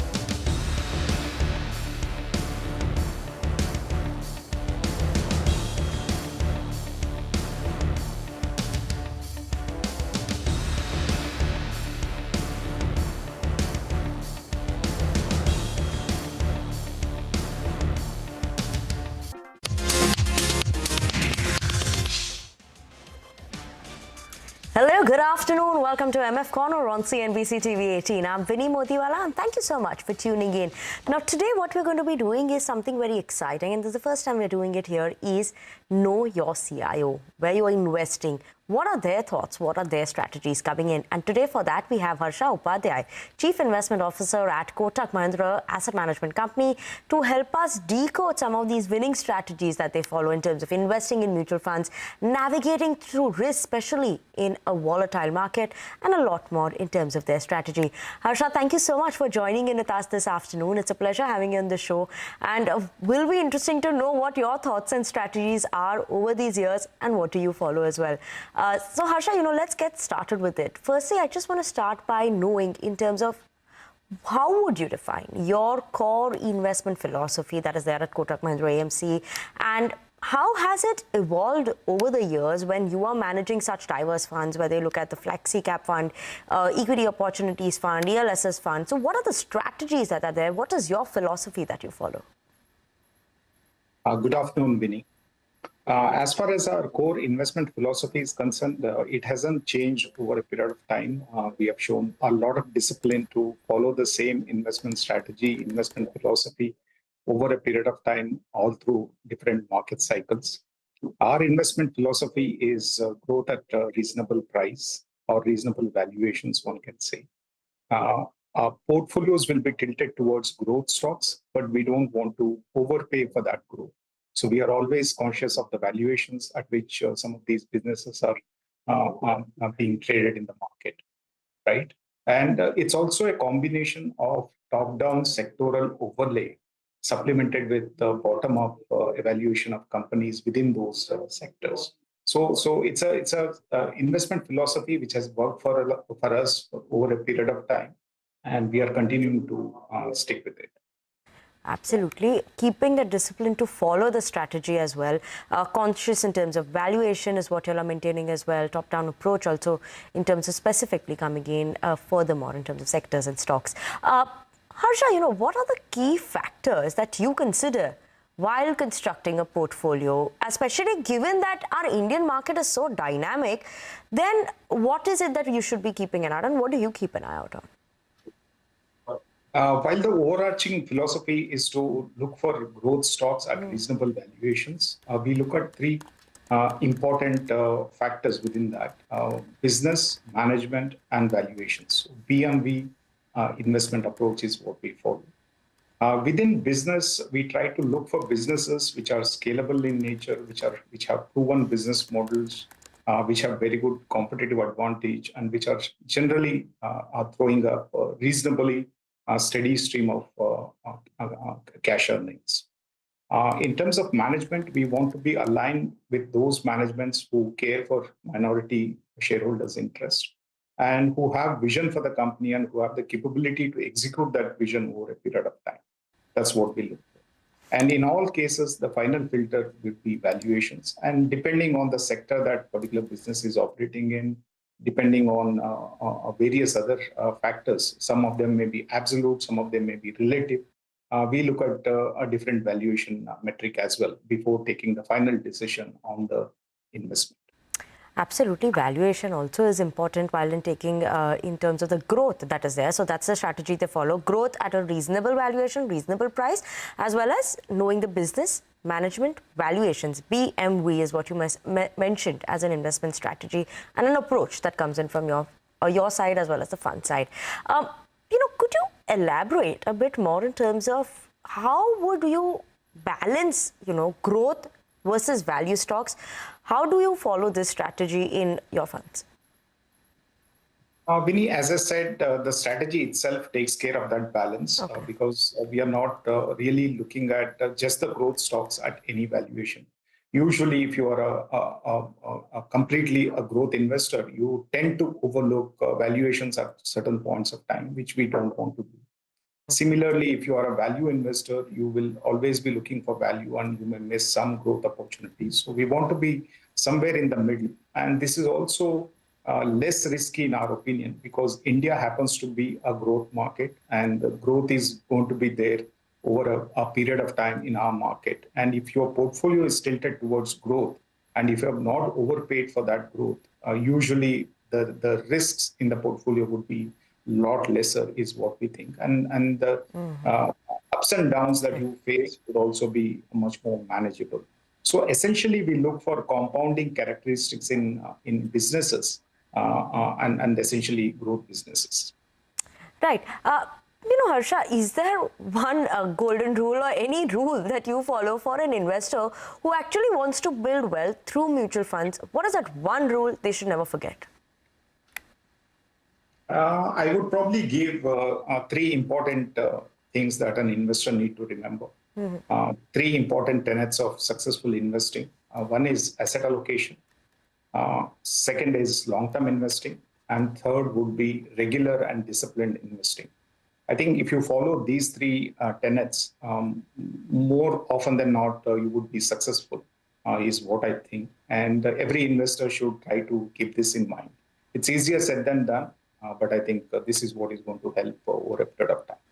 Absolutely. So allocation, prudent asset allocation, long-term focus, as well as discipline and regular investing, no matter what happens, even in an uncertain time, continue with your SIP. I believe that's what you mean to say as well, right? Because people get worried, and that risk is something that scares people, right? That's exactly what I wanted to say. I mean, SIPs are meant to take care of those volatile periods. And if there are no volatile periods and if it's a one-way market, obviously you will be building your portfolio when the market valuations are moving up or when the prices are moving up. That may not be an ideal situation. You also need volatility to make sure that your average cost comes down for the long-term investments that you're making. So to that extent, discipline and regular investing is very important, and also to have that long-term focus is critical. Absolutely. Harsha, like I'm saying that, risk overall, even in a portfolio, whenever you see higher risks, sometimes that scares, especially newer investors, right? So as a risk management, just to understand from your point of view, how do you all manage risk? What is it, that you would tell an investor?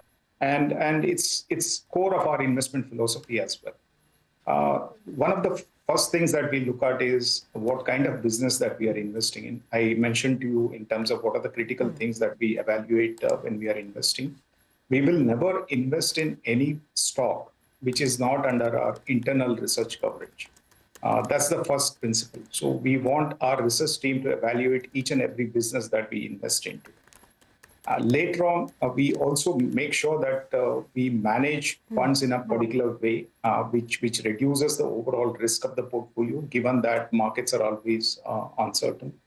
So we want to keep the portfolios quite diversified, not only from a sectoral perspective, but also from a stock perspective, so that even after doing all of that due diligence, if something goes wrong or if some headwinds come up, then it should not really drive the portfolio down too much. So that's where the portfolio diversification is very, very important. And also we make sure that there is enough liquidity in the businesses that we invest in, because at the end of the day, you can't cross the river and burn the bridge. So you need to be assured that you will be able to exit those positions if something were to go against your hypothesis at any point of time. So these are some of the things that we continuously do and try to keep overall risk in the portfolio at a reasonable level. Absolutely, Harsha. That surely will be reassuring to hear for investors as well, new mutual fund investors who have come in, that, while equity has exposure to risk, there is ups and downs, but when you're investing in a fund, you are surely going to have lesser risk because there are expertised fund managers who are managing the risk as well. But, Harsha, there is something that comes in is that retail investors, there are many new ones that have come in, especially post-COVID, right? So for them, if you had to just tell them, simplify this complex investment process that is there, everyone wants fast money now. They don't want to wait for a long period of time.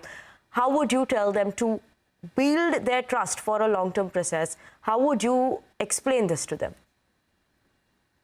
Yeah, you're right. This is the T20 generation rather than a test cricket generation. But investing is never a T20 game. It's always a test cricket in that sense. I think having that patience to remain invested through ups and downs is very, very important.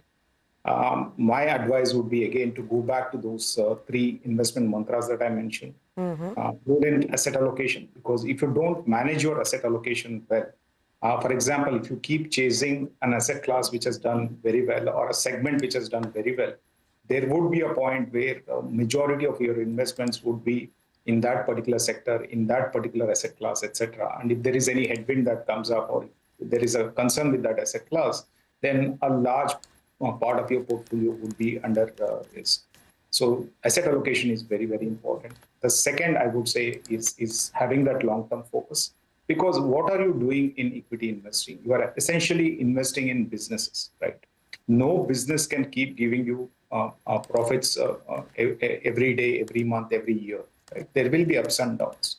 And that's the reason why we diversify the portfolio as well. So once we have done that, you should not be really looking at a very short term in terms of what's happening to the portfolio. Yes, it is good to monitor the portfolio, but the investment decision should be rational and should be taken with a lot of care with a long-term focus in.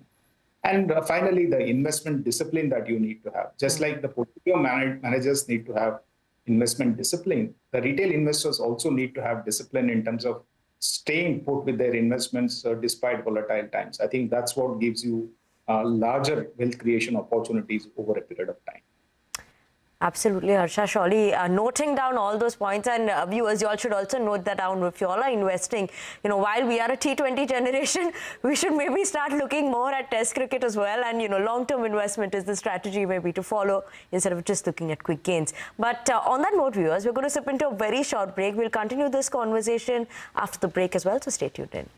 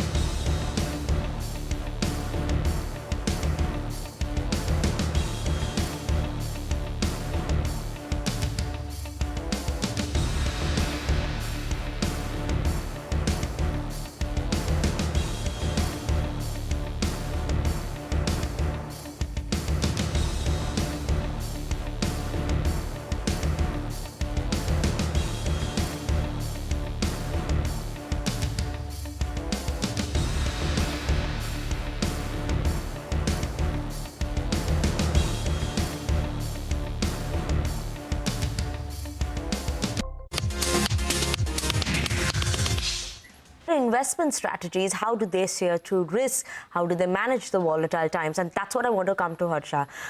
Given that, the current scenario, maybe since Jan, we have seen that volatility continue. People always spoke about, should I shut my SIP? Should I close it down right now? Maybe start it at a later time. But when you're managing a fund, how do you keep calm? How do you steer through all of this in terms of volatility? What do you manage? How do you manage? Vinny, volatility is inherent to equity markets. Anybody who's investing in equity markets should be ready to withstand this volatility for long-term gains. Just like each business faces headwinds and ups and downs, the equity investing also goes through those cycles. And it's not just one business. There are multiple businesses that are there in the portfolio. So to that extent, there will always be volatility that you will see, but you need to manage that. In fact, as a long-term investor, you should be looking for volatility in the market, because that's when irrational decisions are being taken by a lot of market participants. And if you take rational and good decisions at that point of time, that works for you in the long term. So I don't think one should be really worried about volatility. But you should be able to wade through that volatility and use those irrational periods of volatility to actually build portfolio from a long-term perspective, is what I think. Harsha, have you made any changes in the recent times? Tariff events, global events that are happening. Is there any way that you have adjusted your portfolio recently? In fact, most of our portfolios were mostly domestic focused to begin with, since we felt that domestic growth is a lot more resilient compared to global growth. We had tilted our portfolios towards domestic-oriented businesses. And the same philosophy has continued a little bit more, even through this tariff uncertainties and the related issues. We believe that our portfolios are quite resilient in the face of what's happening globally. Clearly, there has been a reset in terms of the way the global trade used to take place. We still do not know what is the final form and shape of the negotiations that will take place, and where tariffs are going to settle between countries, etc. But I think as far as our portfolio is concerned, most of the businesses are domestic focused and will have very little impact from what's happening in the global trade and commerce. Right. Harsha, is there a strategy maybe you follow to stay ahead of the curve at such a time? Is there, do you all do something and make adjustments much before anything comes in, or before you start seeing the fall or the volatility start? That's where we rely on our research team. We are a fundamentally driven investment house, and we keep looking for cues in terms of what's happening in the macro environment, what's happening in each of the industry segments, where are the regulations headed, what are the valuations, and how are the stock prices moving? Is there too much momentum in the market? Is it leading to exuberance, which could lead to correction at a certain point of time, etc. So there are different things that we keep evaluating at all points of time. And as and when we fear that some of our positions could get impacted because of any of those events, then we try to dig deeper and see what could be the corrective actions. And if needed, we start taking those corrective actions. It's not that everything we are able to foresee and we are able to manage, but obviously there is a process which tries to look for some of these anticipated events and their impact, etc. And to an extent, we are able to manage that well. Absolutely. Harsha, is there some limit that you keep, like, or how do you decide when to exit a stock? How do you all also take that call coming in, right? Is it like a percent that I've made so much, now I think I can exit it? What do you all as fund managers also see? We don't follow a target price, a kind of a rule to really exit a stock. But exiting a stock could be due to any of the factors that I mentioned. One, the company may be doing very well, the stock may be doing very well, but as a proportion in the portfolio, it may have reached a level where you believe that the risks are more, right?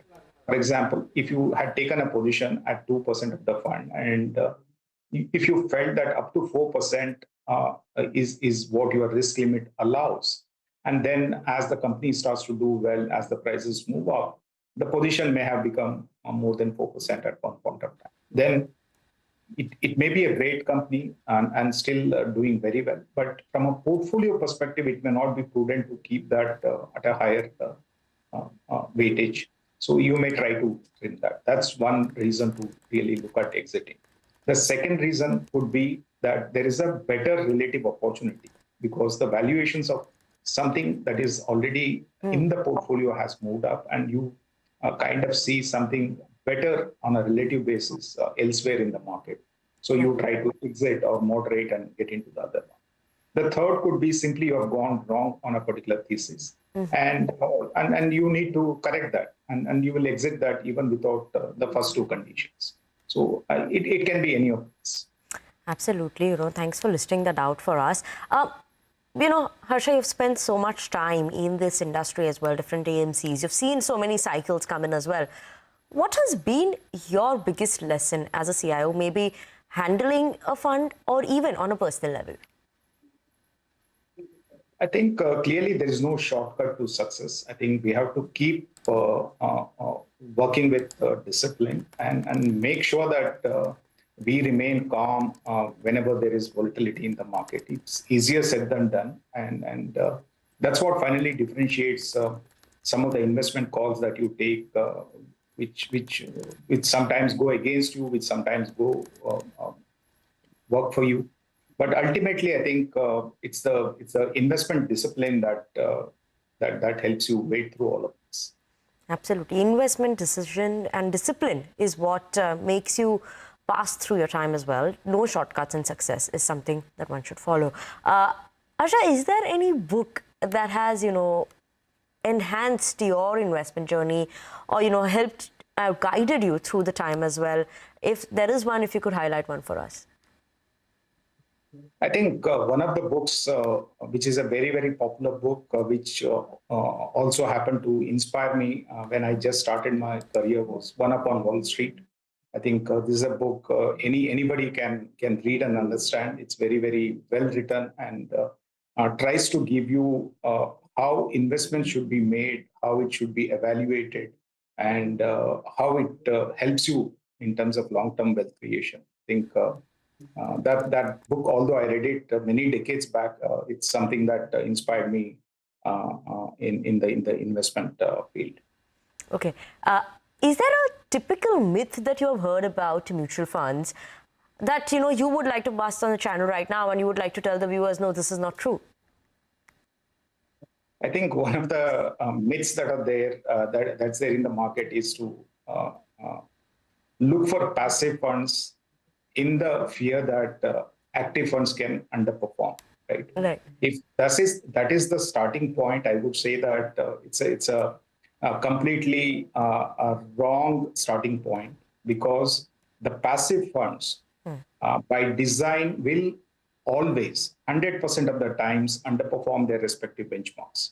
I don't know how many of those investors have seen this. Every passive fund, whether it's an index fund or an ETF, will always underperform because there is an underlying cost of management, underlying cost of distribution.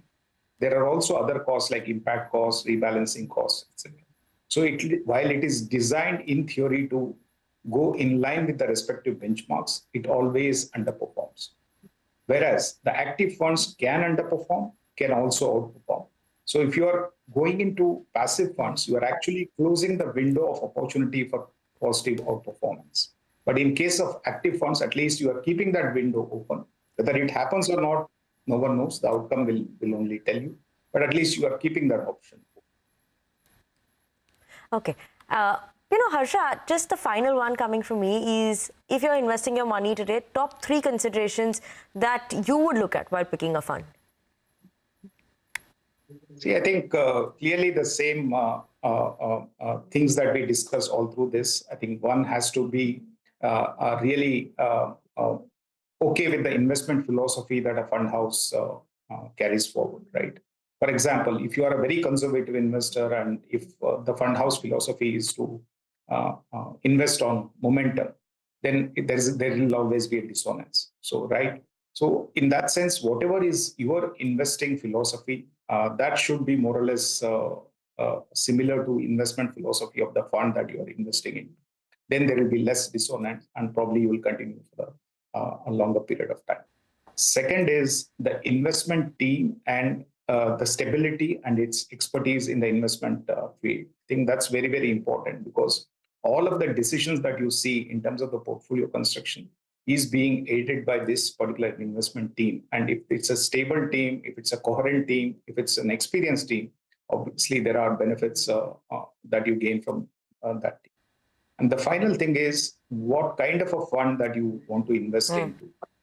The type of the fund, the asset class that you want to invest into. There are different asset classes, there are different funds. Every fund is designed to do a certain thing.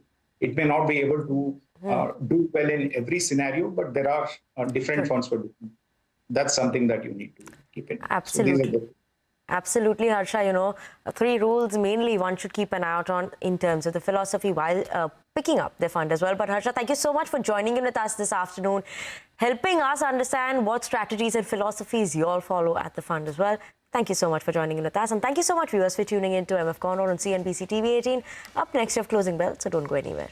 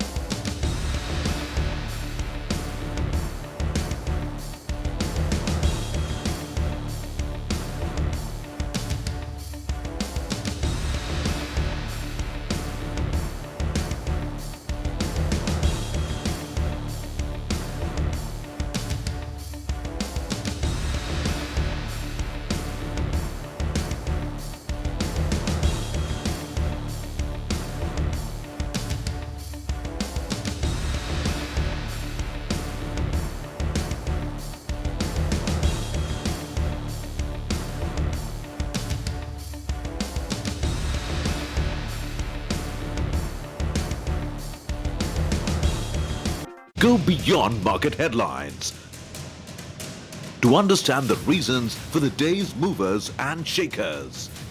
And get your portfolio ready for tomorrow. Beaming live from the CNBC-TV18 Motilal Oswal studio.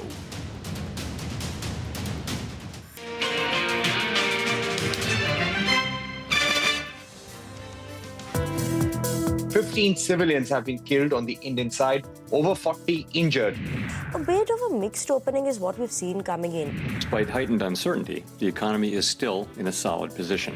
New York Times is reporting that the trade deal could be announced with the UK. Nifty Bank, the immediate resistance is the 40 hourly exponential average, which is 54,747. The announcement that US and China is willing to at least initiate talks has been a positive news. India, according to our sources, has offered zero duty. So 24,420 on the Nifty is what you have. The Nifty Bank is up about 1/3%. India has responded strongly, and Pakistan may have already responded, if they want to call it that. As per New York Times, we understand that trade deal is going to be announced between US and United Kingdom. Treading cautiously, locked in a tight trading band. Today, the index is down nearly 0.4%.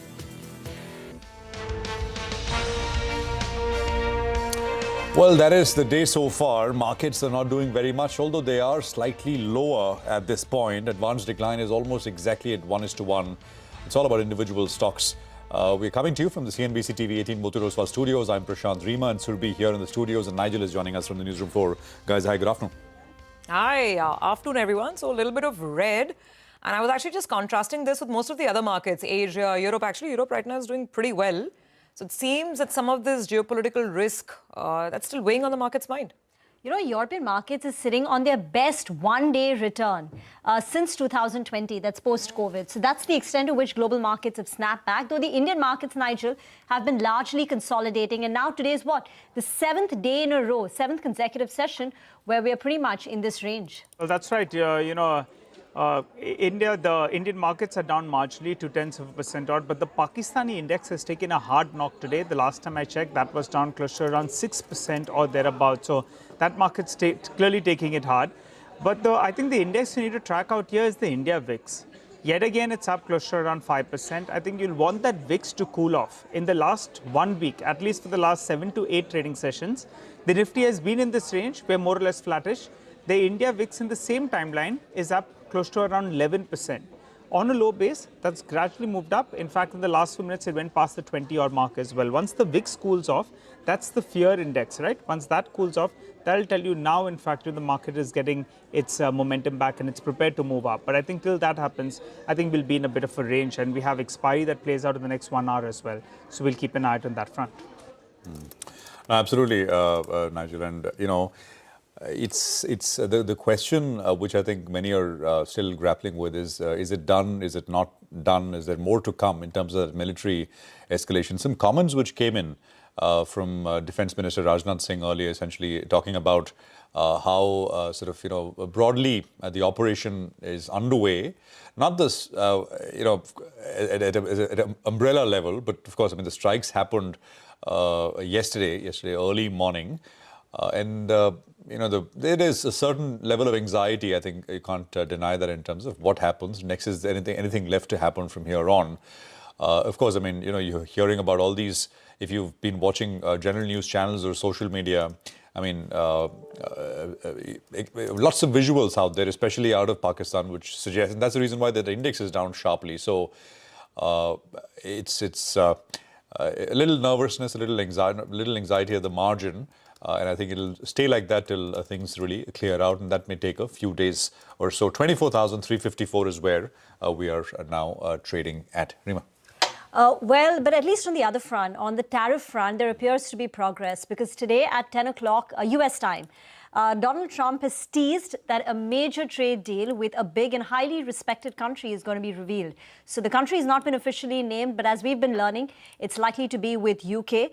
The question is it going to be a formal deal or just some, they're going to present some framework for negotiation, but it could be the first of the many major deals that Donald Trump signed. So everyone's going to be watching for that. So that's one thing to watch. And secondly will be the slew of earnings in the next 12 hours. We've got numbers expected from Asian Paints, Titan, Pidilite, Biocon, Larsen & Toubro. And most of these numbers will be out post-market hours. Don't make any plans for the evening. Okay. Because of that list that you just read out. So I'm going to sit in front of just sit in front of your computer, your laptop, absolutely. Plug in the numbers and then... We have our evening cut out for us. The mid-cap market is under pressure. It's down about a whole %. And we'll talk about some of the mid-caps that are faltering in a bit. I think let's get to Mitesh as well. Straight away get some closing ideas and comments in. Mitesh, so the market is still a little jittery, a little nervous. Let's start with the index. Would you look at any trades at all? Would you look at buying a dip like this? And then, of course, stock ideas. You're on mute, Mitesh. Okay, mistake. Sorry. So this market, basically can decline a bit more towards the lower end of the range. I think 24,000 is where I think the market can go, and I still maintain that range outlook of 24,520 to about 24,000. So avoid the index. On the stock side, though, I think Tata Motors is something which I would buy with the stop at 670 for targets of 720, 715, 720 zones. And Tata Communication is on the sell side with a stop at about 1540 for targets of 1480. Okay, in fact, let's talk about Tata Motors because Sudarshan will be joining in and all eyes will be on the potential US-UK trade deal that Donald Trump is expected to announce later. He wrote on Truth Social that the deal will be the first of many trade deals to be announced. While the details of the deal are still unclear, Tata Motors is up in trade and up for the second day in a row. Sudarshan joins in with the potential impact of any sort of deal.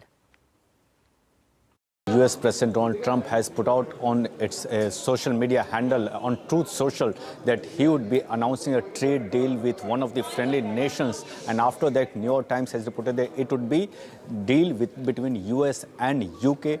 Also the report mentions that details are not out as yet. We'll have to see if both the countries sign the deal or they put out a framework for the agreement and later on they might announce the deal. But if it happens, why this will be positive for Tata Motors? Because North America forms nearly 1/3 of JLR's total volumes, and also JLR contributes almost 70% to Tata Motors' consolidated revenue. And if this deal happens, it would help JLR maintain its the guided range of the margin, and going forward, it would be taken positively even for other Tata names like Tata Tech, Tata Elxsi. So we'll have to see how it pans out today evening or going forward. So thank you very much for that. Asian Paints numbers are looking disappointing at the bottom line front. On the top line, there is about a 300 crore miss, but it is the bottom line which is sharply lower. 700 crores as compared to about 1100 crores, which was the expectation. A loss of 182 crore that I can see. Okay. So that explains part of the loss, but needless to say, the EBITDA is also a big miss because that's fallen short of our expectations by 150 crore, and then the balance miss can be explained by the exceptional loss. If you add back the exceptional, it gets about 900 crores. Yes. Even at the net level, there's about a 200 crore sort of miss at a net level, adjusting for the exceptional item. Look at the margins, 16.9% compared to 18.2%. I think the stock is holding like that. Maybe because it doesn't believe it, or maybe it's just waiting to see what this is about. And what this is about is as follows: exceptional item of 180 crores, 179.8 crores in the standalone results, comprising the following. The company has made an assessment of the recoverable value of investments in its subsidiaries. And accordingly, an impairment loss of 101.3 crores. So there's an impairment loss in one of its anything else apart from 180 crores, Surabhi? That's all I can see. And the company has recognized fair value loss of 78 crores. So basically, there's an impairment loss, there's a fair value loss towards derivative contracts for future stake purchases in white teak. So there's a impairment loss, and there are issues with the derivative contract fair valuation, which is where this 180 crore exceptional item has come in. But I think we've got Mangalam. Yeah, and the core business also, Mangalam, is under pressure because the company is saying the decorative business volume growth is just 1.8%, and that's much lower than the analyst expectation. Well, it is a weak set that has come in for Asian Paints, no two ways about it. You know, the revenues have actually declined by 5%. The street was working with a moderate sort of decline, or at best a flattish sort of performance, and that's where the problems start from Asian Paints itself, because when your revenues are down 5%, it's very difficult for EBITDA to actually grow further, and this at a time when the company itself has said that, you know, the cost of sales for them have increased. Margins at 16.9%. That's among the lowest that we've seen for Asian Paints in a very long time. And that's despite the company in the third quarter itself saying that the margins would be at the lower end of 18 to 20%. This is a good 110 basis points below that itself. Volume growth of 1.8%, again, is much below street expectations of mid-single digit volume growth. When a company is doing volume growth of 1.8% and revenue decline of 5%, it also tells you about the product mix, right? You know, you have inferior products selling, or products with a lower price point selling. That is largely led by weak consumer sentiment, but at the same time for premium products, maybe the company is also giving some price offs or discounts. So Asian Paints has been underperforming in the past. So it's not that these weak numbers weren't in the price already, which is why we aren't seeing a very big adverse reaction on the way down. Remember, the stock was lower by about 4% in yesterday's trading session as well. So there could be some shorts which may be unwinding their positions. The word on the street was that it would be weak set. It's a weaker than expected set coming in for Asian Paints. The question now is what happens from here on. Most on the street believe that maybe consumer sentiment is turning, the raw material prices are lower, and Asian Paints may perhaps at some point return to growth. Whether it does or not is something that we'll await for the management commentary. Right now, these numbers weak.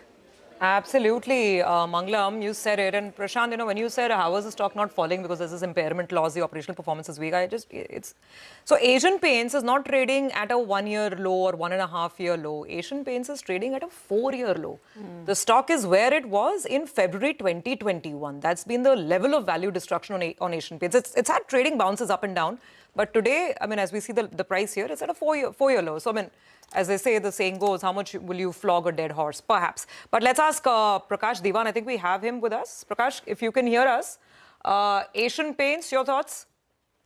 No, so while the direction of the earnings isn't a surprise, the extent to which the weakness is reflected in the number is definitely a cause for worry. Primarily on a few counts. One is, you know, it very clearly indicates lack of pricing power. You know, they've been having all these years, they've had it so good. There was nothing much in terms of options on the premium decorative paint side. Now you have many more alternatives. So the distribution network itself is undergone a big change. I mean, you don't have that prominence, that, you know, place of pride. It's more to do with, you just have to be there along with the, you know, with the Opuses and all of the world. So my sense is the pricing power is now finally hurting them big time. The other thing is that this was the quarter where things could have been much better on price on the input side, the RM side. And if that also hasn't been captured in the EBITDA, it's definitely something is wrong. They're probably, you know, spending too much to sell. And this kind of margins is not something which you would associate with a company that's always been valued at the higher end of the FMCG premium, you know, P multiples. So there will be a reset, and that reset will be very painful because very few people would want to kind of start buying into it or start doing bottom fishing at this point in time until there's something which significantly gives you some comfort that things will look up. So quite disappointing. Looking at input, I mean, you know, it's not obviously all of the input, but oil is an important input. So 31st December, oil prices were around 76. By the time the quarter ended, which is 31st March, they'd fallen $10 to about 65. And we're in May now, in the first quarter, middle of the first quarter. And prices of, I mean, 60, 61, so about $5 more down. But you had that $10 fall in price. Not all of it, of course, but I mean, directionally, it gives you a signal. Naveen Kulkarni is with us as well. Naveen, good afternoon. Thanks for joining in. Asian Paints, quick word. And what does the stock do from here, in your opinion? Yeah, so the numbers look weak to me. There is, of course, one exceptional item. Even if we are to adjust for that also, I can see that the numbers have missed our expectations. Going ahead, I believe that the margin should improve. Of course, Input costs were down in the last quarter, but companies typically tend to have a good amount of inventory, at which I would say that would not have reflected in the previous quarter. In the upcoming quarters, there is a good chance that the gross margin should improve.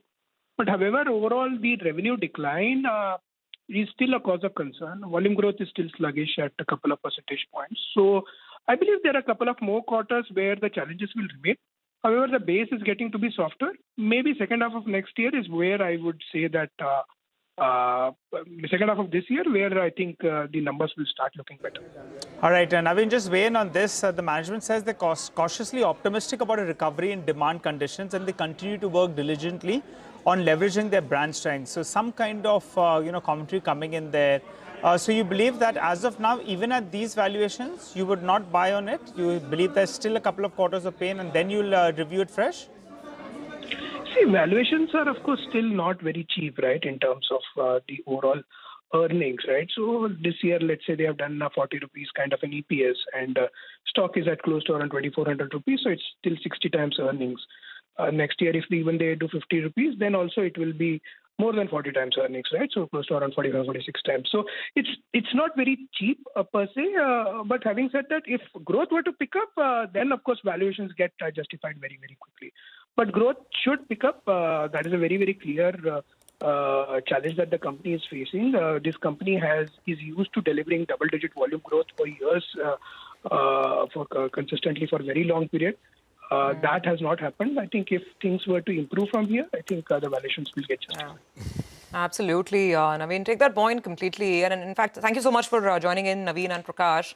Let's take this discussion forward and, of course, the rest of the market commentary as well with Dilip Bhatt, founder of Pedigree Advisory.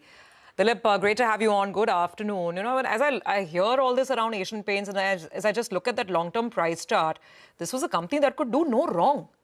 And yes, there is competition. Yes, there are big players entering, but big players are entering even the wire and cable space. Those companies are, still growing, or at least they're hoping that they'll, manage to beat the competition. What's the issue here? And more importantly, if someone is looking at Asian Paints today, stock is at a 4-year low. They say you have to buy great companies where, class is permanent and form is temporary, all of that. Is this the time to be buying in Asian Paints? Surabhi, I think we have been telling for a long time now that the perception about the industry, the perception about the competitive intensity, the perception about the margins, I think all those weigh a lot rather than the actual performance that really comes. But in case of Asian Paints, we have seen that all of them have become very, very subdued. Most of the parameters have become very subdued. Now, if you were to take even the volume growth has been pretty muted. And if management also feels not too confident about the volume growth, then I think if I were to extrapolate some of the things, the competitive intensity is only going to increase. You have two very formidable players, JSW as well as Grasim, with enough financial resources, and they also want to make a splash in this particular sector with a lot of money that they have. So taking all that into account, I think the disruption which is happening in this particular sector for Asian Paints is for real. And possibly, I'm not too sure whether it will take one more year.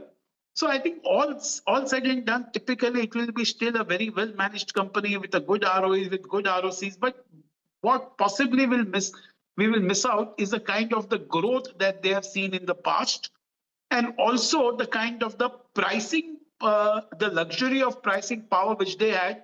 I think that also they probably are feeling the heat. So what I would say is that in this particular industry, it will be very difficult for anyone to make really big money in the stocks, especially if you're betting behind that. It will be a long haul, long wait.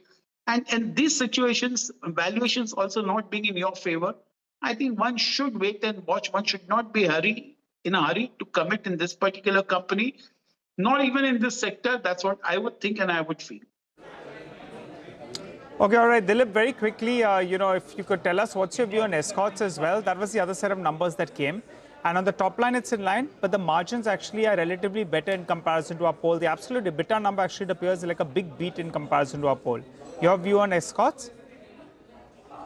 So, Nigel, I would say that I would be a little more optimistic on escorts. Particularly, I think amongst all in this entire auto pack, tractor seems to be fairly well insulated and possibly can still hold on its own. And escorts possibly will be the best to capitalize on this, especially with the foreign collaboration that they have. So I would say that escorts per se, even based on the numbers, probably it may not give all that great a return, maybe around 15% over the next 12 to 15 months is what I would think so. But I'm little upbeat amongst all this within the auto pack as far as practice are concerned. And that's why I would think that escorts still is worth holding on and possibly can give you maybe 12 to 15% over the next 15 to 18 months. Okay, by the way, this is very, very serious news that's coming in right now. And we'll have Parikshit joining in the next couple of seconds. And I'm reading out a Ministry of Defense release. Pakistan attempted to engage a number of military targets in northern and western India, including Avantipura, Srinagar, Jammu, Pathankot, Amritsar, Kapurthala, Jalandhar, Ludhiana, Adampur, Bhatinda, Chandigarh, Nal, Faludi. I mean, I can go on, but basically I repeat the line. Pakistan attempted to engage a number of military targets in northern and western India. Today morning, the Indian Armed Forces targeted air defense radars and systems at a number of locations in Pakistan. This is very serious stuff. Parikshit, over to you. Well, the significance of this message is this. Operation Sindoor is not over.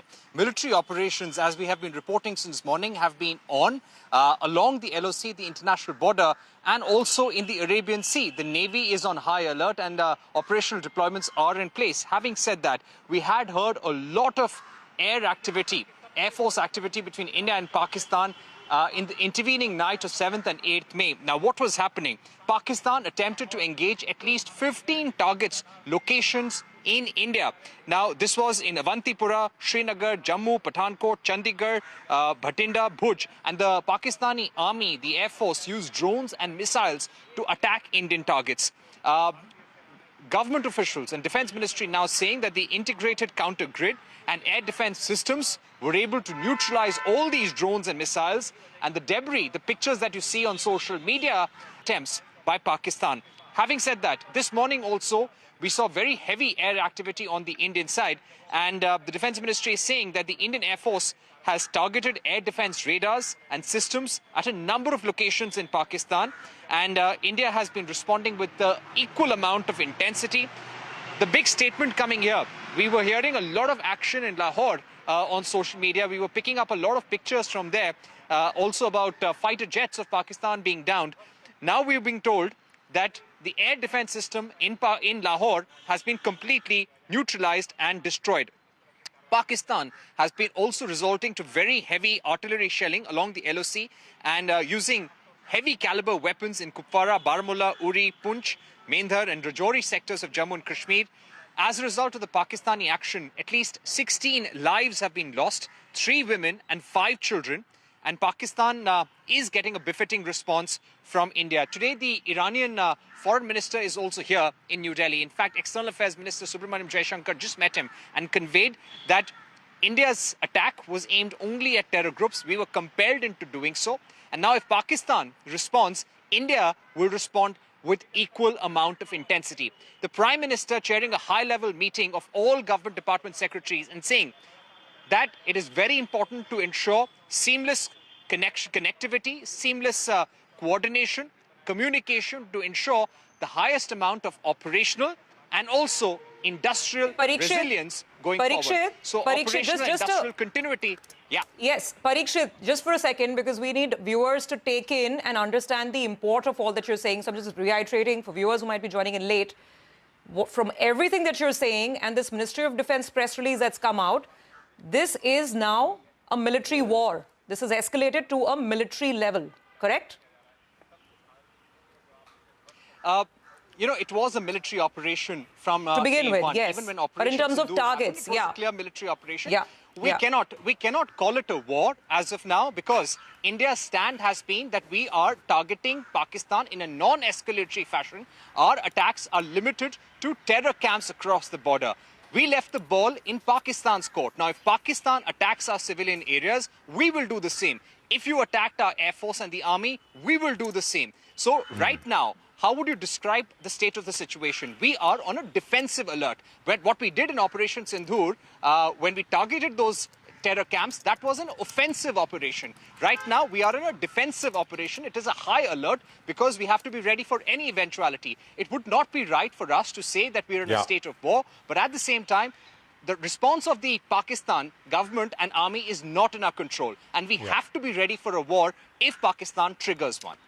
Oh, no, absolutely. And Parikshit, stay with us. You know, what we'll also do is try and get sort of a military expert who can kind of tell us and talk us through some of what we are seeing and reading right now. This is the broadly the escalation ladder in that sense, which markets are worried about, and everybody's worried about. I mean, markets are just one constituency that, as Parikshit has been saying constantly, what Pakistan does in response to the strike, we cannot control. I mean, if the response is disproportionate, there's no there's no option but for Indian forces to respond in equal force. And then if there is a response to our response, I mean, that's essentially the escalation ladder. So I think, in terms of a full-fledged sort of conflict, I think both sides would, at least that's essentially been the assumption, that both sides would want to avoid one. But these things beyond a point are not in control. You can't plan this, you can't map this, and you just have to sort of, respond according to what the other side really does. So this is the news which is coming in, and I think markets are taking note. We've got a 150-point cut now. This happened very quickly. Yep. And I think at 2:30 we were at 24,355, and we've dropped about 100 points, 80 or 90 points in the last, 20 minutes or so. And maybe if you can just quickly look at the Nifty as well, the Bank Nifty, beg your pardon. It'll also just, have moved, somewhat lesser so. But yeah, that's also come off a bit of a blip, which is occurring. Look at the mid-cap index and the way it's collapsing right now. The mid-cap index is now down close to about 1,000 points. That's the extent of the fall in the mid-cap space. So there is that risk premium, which you can see. And, investors are selling out of many of these mid and small cap stocks. Yeah, I think maybe just take a look at what's happening with... I don't think there is it's just our markets which are... Just keep an eye out, guys. Just keep an eye out on the India VIX, actually. That's a real barometer of fear. That one has spiked up. At the start of the show, it was around 19.5, around 19.8 approximately. Wow. After this news piece has come in there, the India VIX has spiked up. And that's the one that's been moving up, though the markets have been consolidating, which is telling you there is fear in the market. There is some nervousness. For this market to get a leg up, we'll have to see some cooling down of the India VIX, which as we speak, that's just taken off to the high point of the day. And that's the barometer that's telling you the market is still very, very nervous as we speak. So keep an eye out on the VIX. Yes, indices have come down, but the India VIX spiking up, that's the important barometer, I think, that you need to track. I'll tell you And that also explains, Nigel, why the Karachi index, by the way, it's down about 7.5%. I was wondering, all of this played out yesterday, so why would the Karachi index be down so much today? But this is because it's all overnight, and clearly, with all of those videos, we were not paying too much attention because you never know what's fake news and not. But I think the Lahore, footage that was doing the rounds on social media, it was clear that there was military action going on from both sides. There were lots of look like munition, etc. in cities. At least it's floating around on Pakistani cities, in social media, and I think. That is what, obviously the market there sold off aggressively. And it's halted. So trading in Karachi has been halted now for over an hour with that 7% fall. Let's actually, if Vivek, if BlackRock is with us, if we can quickly bring him in and stay live while we wait for, an expert from the forces to join us to run us through what really happens. Vivek, good to have you with us here. I mean, this is a developing situation. Any thoughts? You've been hearing the commentary. I have, and as you say, it's a developing situation. There's not a huge amount I can add over the point that you've already made. In situations such as this, if the markets perceive this to be a long, drawn-out process, that's when it's going to be more of a market reaction than if there's a perception that it's short and sharp-lived. But broadly, Vivek, I think the expectation, I mean, not just for markets, but I mean, it's overall it's going to be that one doesn't go up this escalation ladder in a rapid kind of way, and both sides would like to avoid it, right? That's been the broader baseline assumption, most people that we've been speaking with. Absolutely, for obviously many reasons beyond just markets. And if you're talking about the market reaction, I think history has shown us when we have situations such as this, if there's a perception that this is short-lived, then the markets generally tend to look through it to other dynamics, such as the stuff that we've been talking about for a long period of time, right? What's going on with trade policy, what's going on with the broader macroeconomy. They will ultimately matter more for markets if this is seen as a short-lived thing. The FIs have just started coming back to India. It's been, 15 days of a buying streak. Will that in any way get affected or impacted? Will we see a pause in FI buying in India because this is now a geopolitical worry? I think you've got to, this is a rapidly developing story. I think we have to keep an eye on it. I think the point I would make is that the interest in India from foreign investors goes beyond this, right? This is a structural dynamic. We've talked about this when you've been kind enough to have me on the show before. There are structural reasons why in the broader macroeconomy, India is well positioned in an environment such as this where trade alignments are being reformed in real time. And I think that is the catalyst for why we've seen, particularly in the period from April onwards, renewed foreign interest in India. Clearly, situations such as this might give people some pause in the very near run, but it's really hard to kind of draw a long conclusion from that. I think the thing to focus on is a structural dynamic, which suggests to me that there's going to be greater foreign inflow over a period of time to India. No, absolutely. I think we'll have Lieutenant General Sanjay Kulkarni retired, who's going to be joining us shortly. And somebody who's really served on the front lines, who can give us a sense of how this proceeds from here and what will be the thinking, because so far generally the expectation has been that this is going to be limited and not a wider kind of a conflict, and that escalation ladder both countries will avoid climbing it. And then it doesn't go into a bit of a spiral. So we'll wait for that to actually come through. The thing for the market, Prashant, also is the level of uncertainty has just shot up in a big way. Yeah. Because the ball is not in our court at all. It is not for India to de-escalate this. I mean, de-escalation can only happen when we don't have more aggressive strikes or a more aggressive stance from the other side. And that's not in our control. And from the information that the Ministry of Defense has just shared, it seems that last night was not a quiet night. The strikes that were conducted all through, many of them were targeting Indian military sites and Indian military infrastructure. So in response to that, India has undertaken similar operations in Pakistani territory, including in the city of Lahore. So the thing is that I don't think we have, it's not in our control to de-escalate. Do we have General Sanjay Kulkarni? Yeah. Okay, I think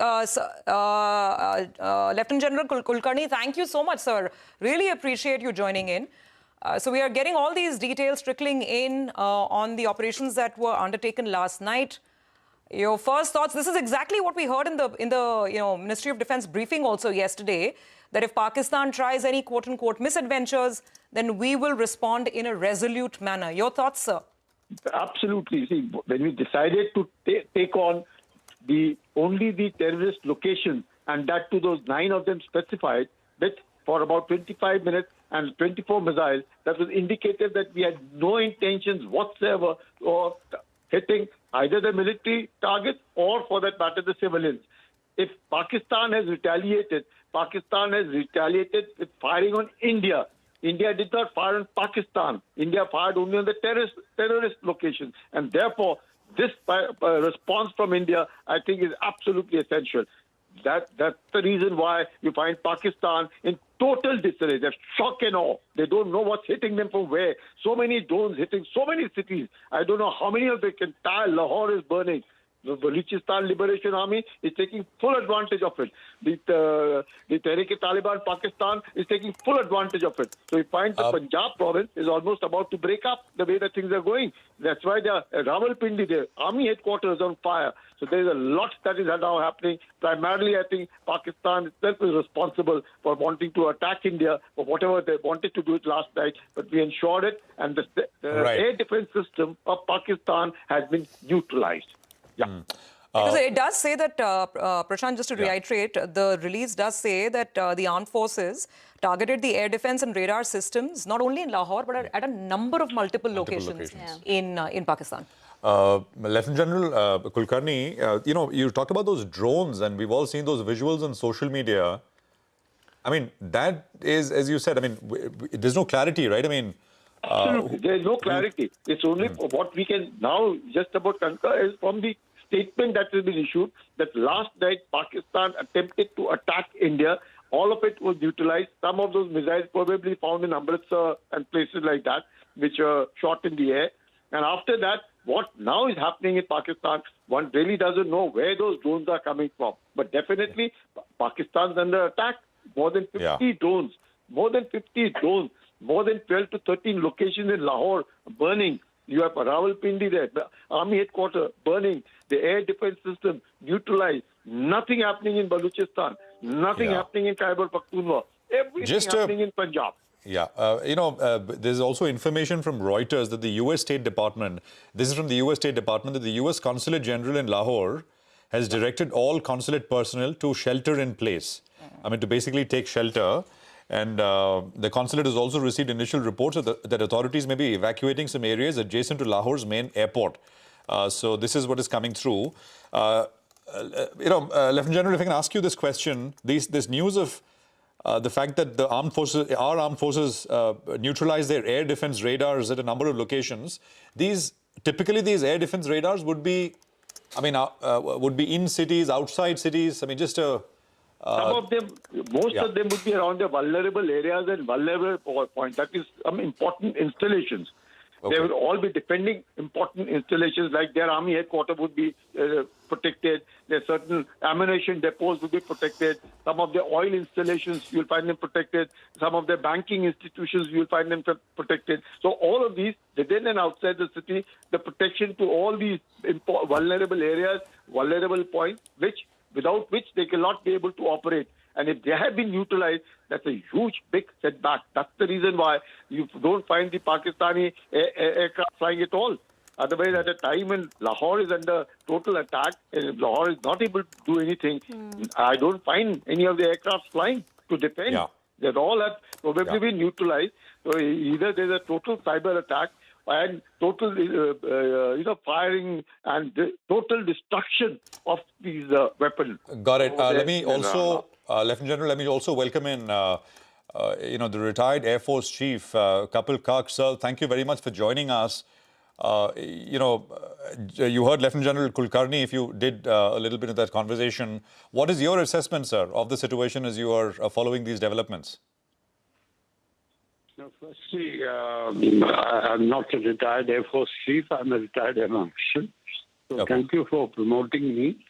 We are following the developments, and none of them are a surprise to any expert or any analyst who's evaluating the situation right from 22nd of April when Bison took place. To all of us, there was expectation that there would be initiative from our side to target certain elements within Pakistan where terror infrastructure emanates and where terror emanates. It is therefore quite likely, ever since the 35 or 30 minutes finished yesterday in the morning, that there would be a reaction. Now, what kind of a reaction that is, we are not very certain. So, but the reaction will come. Pointers and indicators of that these would be at one extreme attacks on military installation, which I, in my own view, think that Asim Munir is not unwise to opt for that option. It is more likely that they will do below the military threshold. Since there are no terror camps in India, there will be attacks on some installations, which they will term units from where people have originated certain activities in Balochistan. Sir, if you could just weigh in on what Lieutenant General Kulkarni just said. We were discussing these strikes that have happened specifically at the air defense and radar systems of Pakistan at several sites in the country, which is the information that we have now. And Lieutenant General was just saying that this could have potentially dealt a huge blow to the Pakistani Air Force, which is why perhaps we don't see their planes. That's what he was saying. We don't see their planes up in the air. They're not, they're not out flying to defend. No, but how would how would you read it? I have a slightly different take. I appreciate the point made by Lieutenant General Kulkarni. Yes, it would have been mandatory for us to undertake what are termed suppression of enemy air defenses, seed operations as they're termed. This could be in combination with attacks on cyber attacks on communications and everything else, as also similar kind of operations which prevent their air defenses and reaction capabilities in military terms from coming onto the conflict table. This is one element. The second element is most of the weapons which have been used, as per the media, these are air-delivered munitions, whether it is the Spice, which is the air-to-ground medium-range weapon system, or it is the Hammer, which is slightly shorter range. But these are very high-speed weapons. Likewise, if we use the BrahMos as is being, this is all possibilities. I don't know. I have no details, so I should not be quoted in that sense. But I'm giving a general picture of the weapons that have been used. They would have been used. The ability to be detected by the Pakistanis is very limited. And if they are combined with cyber and suppression of air defense operations, which would have been mandatory in this case, then obviously the Pakistan Air Force will not react. One of the things which is being used, confirmed, sir, is the Chakra missile. I think what we're putting out. That we know for sure. That's what we're putting out. This is according to different IAF S-400 Sudarshan Chakra fired last night. Yeah, fired yesterday. Sudarshan Chakra, the S-400, as you know, is a 360 degrees long-range surface missile system, which will take everything from a unmanned aerial vehicle to a drone, to a combat aircraft, transport aircraft, helicopter, and also missile. Got it. We don't know what is what. No, hold on one second. Let me finish. Yes. We don't know what was the target it would take. And therefore, where was it deployed and where did the target come from? I think these areas the media should avoid, frankly. So no, we have a press release on that. So we have a press release, and the release says that a lot of Indian military installations were the target of Pakistani attacks all through the night, which is perhaps where we had to deploy some of our systems like the Chakra. And in response, then we hit out at the Pakistani air defense. We also have, by the way, Lieutenant General KGS Dhillon joining into the conversation. Lieutenant General Dhillon, thank you so much. Really appreciate this. Your thoughts? I'm sure you've already seen this by now, but just to recap, what we are given to understand from the Ministry of Defense is that there was a lot of escalation from the Pakistani side last night. They tried to hit the Indian military infrastructure and apparatus, and therefore India responded in equal measure. Sir. See, after we carried out Operation Sindoor, and it was a very calibrated and very restrained and restricted sort of a reaction from our side. From a terror angle in Pahalgam, that is a terrorist act in Pahalgam, we reacted only on the terrorist targets inside Pakistan, that is Pakistani Punjab, Muridki and Bahawalpur in particular.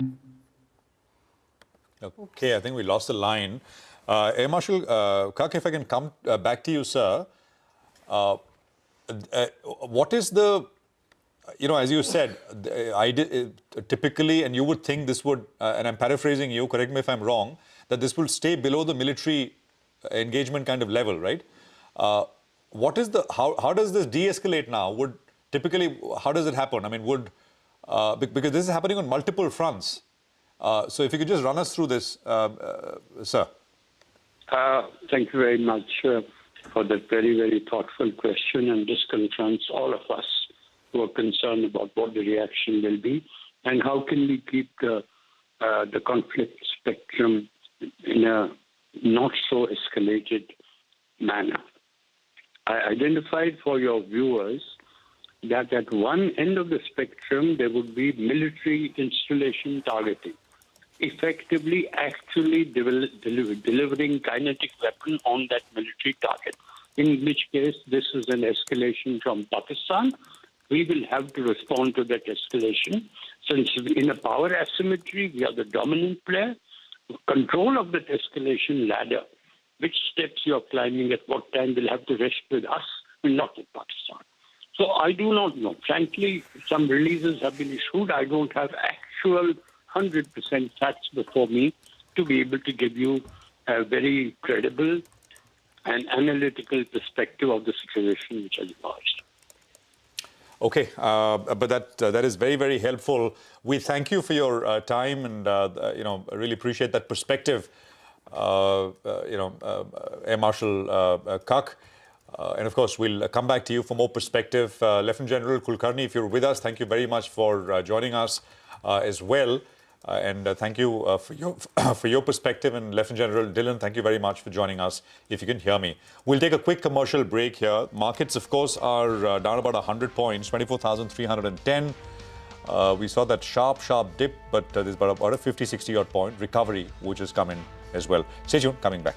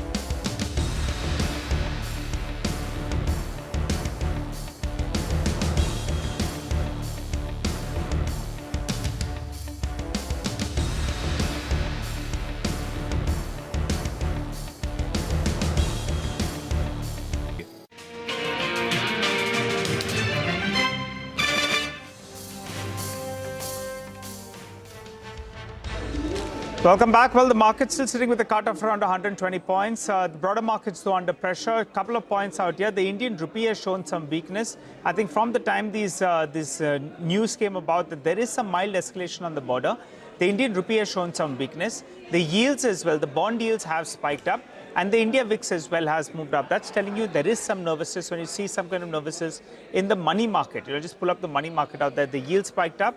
Rupee as well saw some weakness out there. But let's get back to earnings. Bharat Forge came out with its set of numbers. We have Mr. Kalyani who joins us on the show. Hi, Mr. Kalyani. Thanks a lot for waiting by, sir. Let's address the numbers first, and let's address the most important point, not just for your company, but for the nation on the whole, the defense vertical. Now, that's yet to show some kind of traction. So if you could help us out, what are the targeted revenues you're looking at in FY26, FY27? Because even of the last quarter, we saw some weakness in the defense vertical. Please go ahead, sir. We have increased our defense sales. Yes.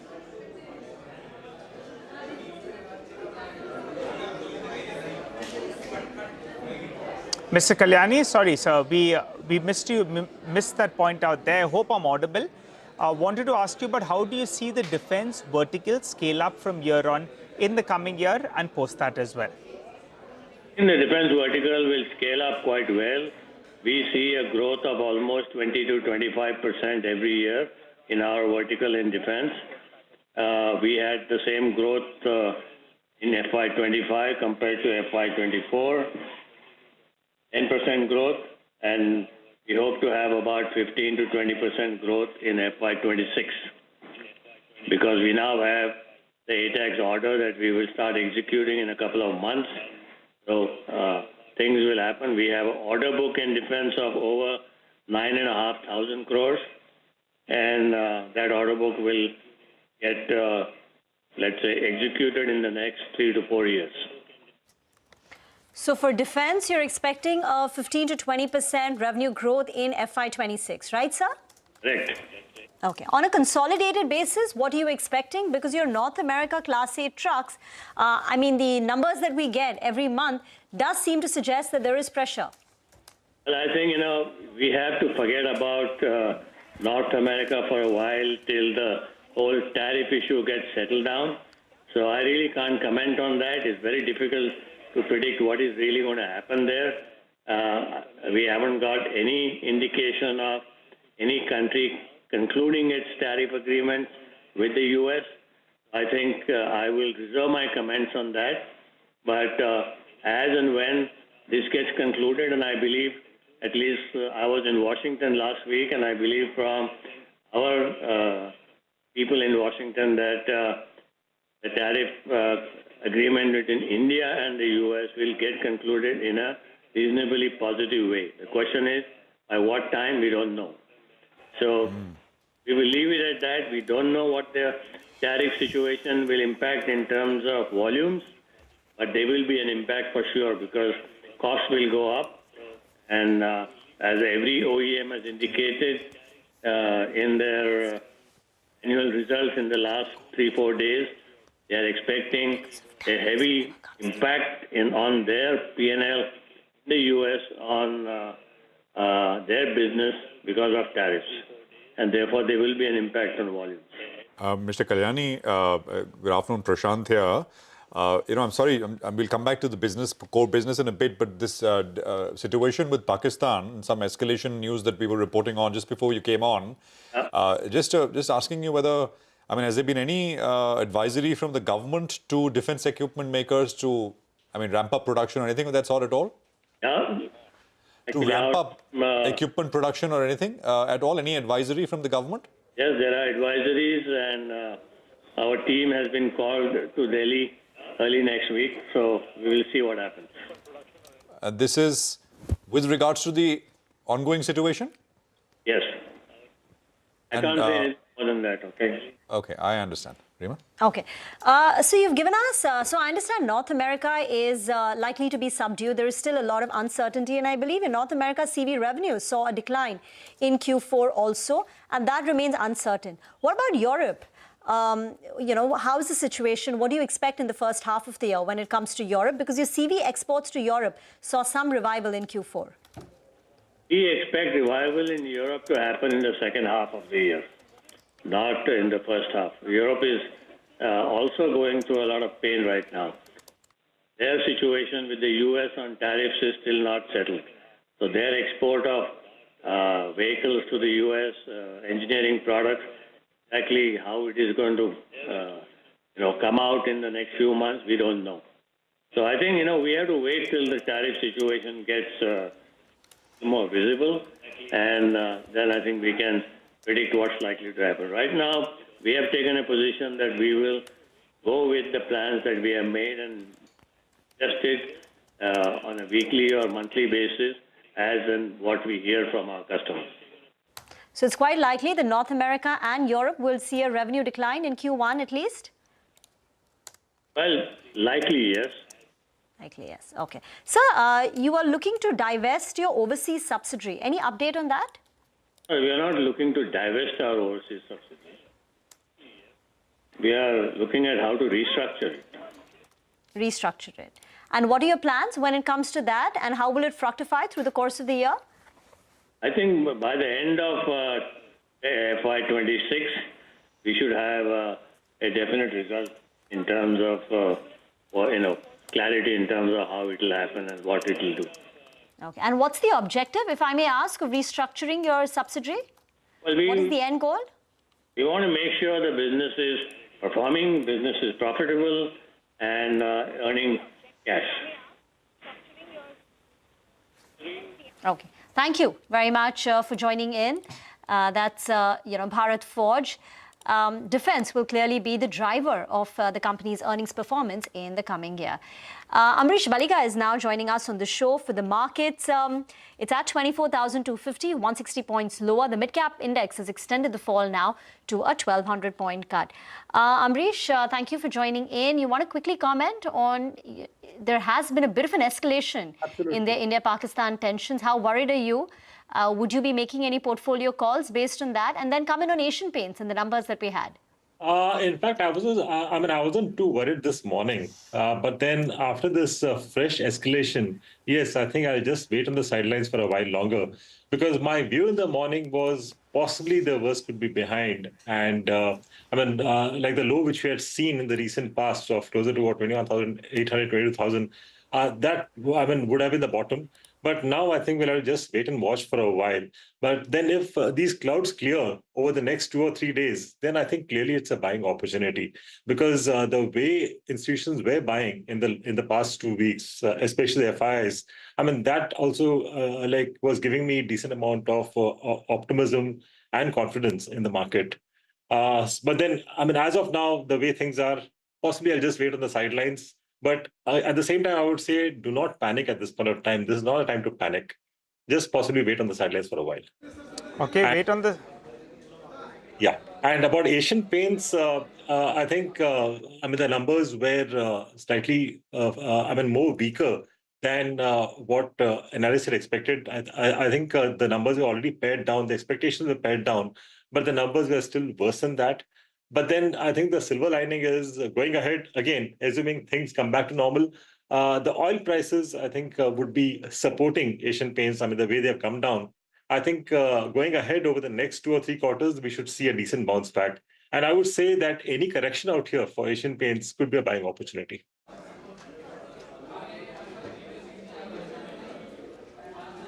All right. Hi, Amrish. Good to see you in. Amrish, what about a few of these names? This week, though the markets have been in a tizzy, from the broader markets, you have stocks like DCM, you have Symphony, you had CCL products. All of them gave very good results, and the stocks are still holding on to gains.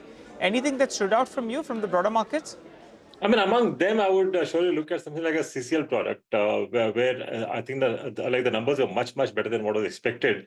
And the way things are, I think at least over the next few quarters, we should see better numbers. So I think one should still buy that. In case of a correction, I think one should buy that. Okay, look at the market now go, right? I think there was, it was looking tentative, but I think as we are approaching market closing, there is a steep sell-off which is now ensued. As we speak, we are coming off. So, 230, we were at 24,360 or so. There was a sharp dip. Then there was a sharp rebound, about 50-point rebound. And now we've broken the earlier lows. And now it's a clean, almost 200-point fall, which is about 0.75% coming through. The Nifty Bank is down as well, about 0.75%. And that is about 420 points. At this stage. The mid-cap index is down about 2.25%, and I think you got the small-cap index, which is down about 1.8% or so. 16,120 or so is where we are at. So it's a 200-point cut. That last comment, that one of the comments from Mr. Baba Kalyani of Bharat Forge was important. In response to the question of whether defense makers have been asked to ramp up production by the government. An advisory has been sent to defense companies. He said that, well, they've been called to Delhi and they're going, I think he said Monday or early next week. Basically next week is that their team is going to Delhi. He said, of course, I can't say more. And we didn't quiz more than that. But I think that gives you an indication in terms of the government also, wanting to be prepared in terms of supplies, etc. It's turning a deeper shade of red as we speak at this point in time. Amrish, it's a risk off, and in that sense, with this escalation, and we had some defense experts, etc. as well. Especially if you are trading, then you want to be away in that sense, right? I think a lot of it would be that. Absolutely. See, I mean, if you're a trader, then I think you need to be away from the market, at least for a while, unless you're willing to lose. And as an investor, I would say that we should look for opportunities. Because if this had not happened, I don't think we would have got either opportunity to buy because the markets were clearly on the way up. But then, whatever is happening right now, I think could be giving us an opportunity, at least, especially the long-term investors, an opportunity to buy at lower levels. There's one opportunity to your mind, and that's IRCTC, Ambarish. Yeah, Rima. In fact, IRCTC is into a niche area, online train ticket booking, which is exclusive, catering and hospitality, packaged drinking water, travel and tourism, other verticals. In fact, if you look at the Q3 numbers, they're decent. I mean, 15% Q on Q, 10% Y on Y. And currently, they're entering into partnerships with food aggregators for catering. You have those new luxury sleeper trains being launched, which is positive, like Vande Bharat, Bharat Gaurav, or Maharaja Express. And this should be margin accretive for them. They are, in fact, setting up 3 rail Neel plants. And tourism segment also has shown extremely good growth. And in the last 2-3 months, the payment gateway has been launched, IRCTC iPay. This, again, should be margin accretive. So March quarter earnings should be good. Expected EPS for FY27, I'm expecting it to be about 20. And with this, the target price should be about 880. Okay, all right. I think, Amrish, stay with us. Let me just quickly wrap out things as we are getting into the close. 250 lower on the Nifty, 24,160 is where we are at. And it all changed. It all changed pretty swiftly in the last 60 minutes of trade. In 2 phases. I mean, the first phase, of course, started around 240 or so, sharp dip, then some of it came back, and then the second dip starting at about 310, 315. 2.5% losses in the Nifty mid-cap and the small-cap indices. Shriram Finance, Adani Enterprises, Zomato, Mahindra, Hindalco, ONGC. These are the 3% plus losses. So 6 names with losses in excess of 3% on the Nifty is what you had. And you had barely anything in the green by the end of it. Only an Axis Bank, a Titan, and a HCL Tech, thrown a Kotak as well. But small up, less than 1%. Four names on the Nifty, which end marginally higher. That's the bell. Rima. Well, look at the India VIX. That's a barometer of the fear in the market, and the India VIX spiked up nearly 15% at that nearly 22 mark. Global markets were fairly resilient today. In fact, on the front foot, gains seen in the CAC and the DAX by the time we wound up for trade, and Asian markets too were resilient. On the mid-cap end of trade, by the way, the mid-cap index ended with a cut of nearly 2.5%. The advanced decline ratio had 3 stocks declining for 1 stock advancing. On the way down, CCR products see some profit booking after the 3-4 day run. Paytm, Varun Beverages, Swiggy, SAIL, NHPC. These were some stocks where the losses were quite stark, quite steep, and falling on pretty large volumes. And on the way up, it's Canara Bank, 1.5% higher on the back of strong numbers. Okay, so that's how it has closed out. A sharp, swift fall coming through as the market had to deal with quick changing developments with respect to the cross-border situation there. 2% down on the mid-cap index, 0.5% down on the Bank Nifty, and about 0.6% down on the Nifty. That's a wrap on Closing Bell. We'll continue with the market action. Up next is Markets Forward.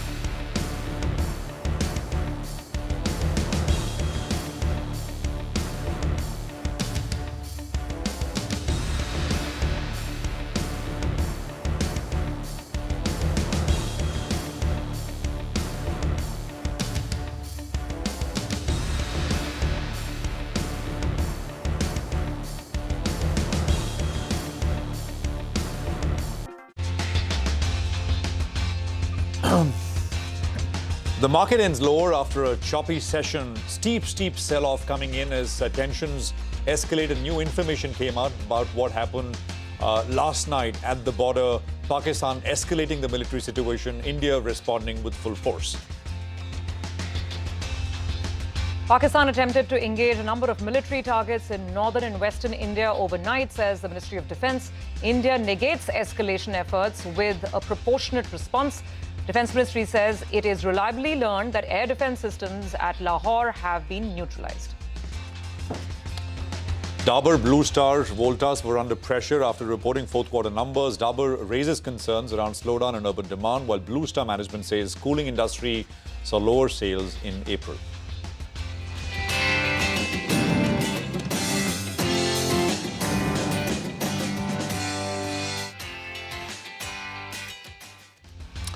You know, the big story, of course, is the India-Pakistan tensions, which, of course, is now manifesting with Pakistan trying to escalate the situation, as we understand, late last night at about 1 o'clock in the morning, actually, early today, attempting to target Indian military sites. And many of those attacks, of course, neutralized by us, by the Indian forces.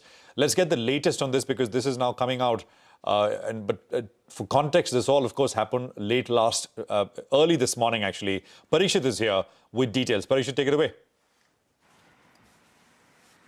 Well, clearly there has been an escalation by Pakistan after Operation Sindoor happened on 7th morning around 1 a.m. Ours was a 25-minute operation aimed only at terror camps in Pakistan, but Pakistan has clearly acted in a disproportionate manner. They have tried to target a number of military areas in 15 cities along the line of control and the international border. And these are places like Srinagar, Jammu, Pathankot, Amritsar, Ludhiana, Chandigarh, and they attacked military targets in these areas using drones and missiles. Now, all of this was neutralized and countered using India's air defense system. Our forces were able to counter these, bring them down in several areas, and pictures on Pakistani media show debris from their fallen drones and aircraft as well. Now, this morning, the Indian armed forces in retaliation targeted air defense radars and systems at a number of locations in Pakistan, and it has reliably been learned that the air defense system in Lahore has been neutralized. This is a very important piece of information. We've been reporting how after phase 1 of Operation Sindoor, Pakistan has resorted to very heavy artillery shelling, which has literally continued for over 24 to 30 hours, and it is still on. 16 innocent civilians have been killed. These are at least 3 women and 5 children. This has primarily happened in Punch, which has borne the brunt of the Pakistani fighting.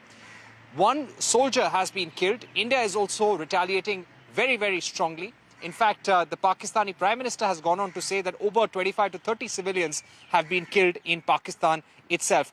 So a very grave situation. How do we describe this? Well, our Operation Sindoor was aimed at terror camps. It was non-escalatory in nature, did not aim at civilians, did not aim at economic targets or the Pakistani army.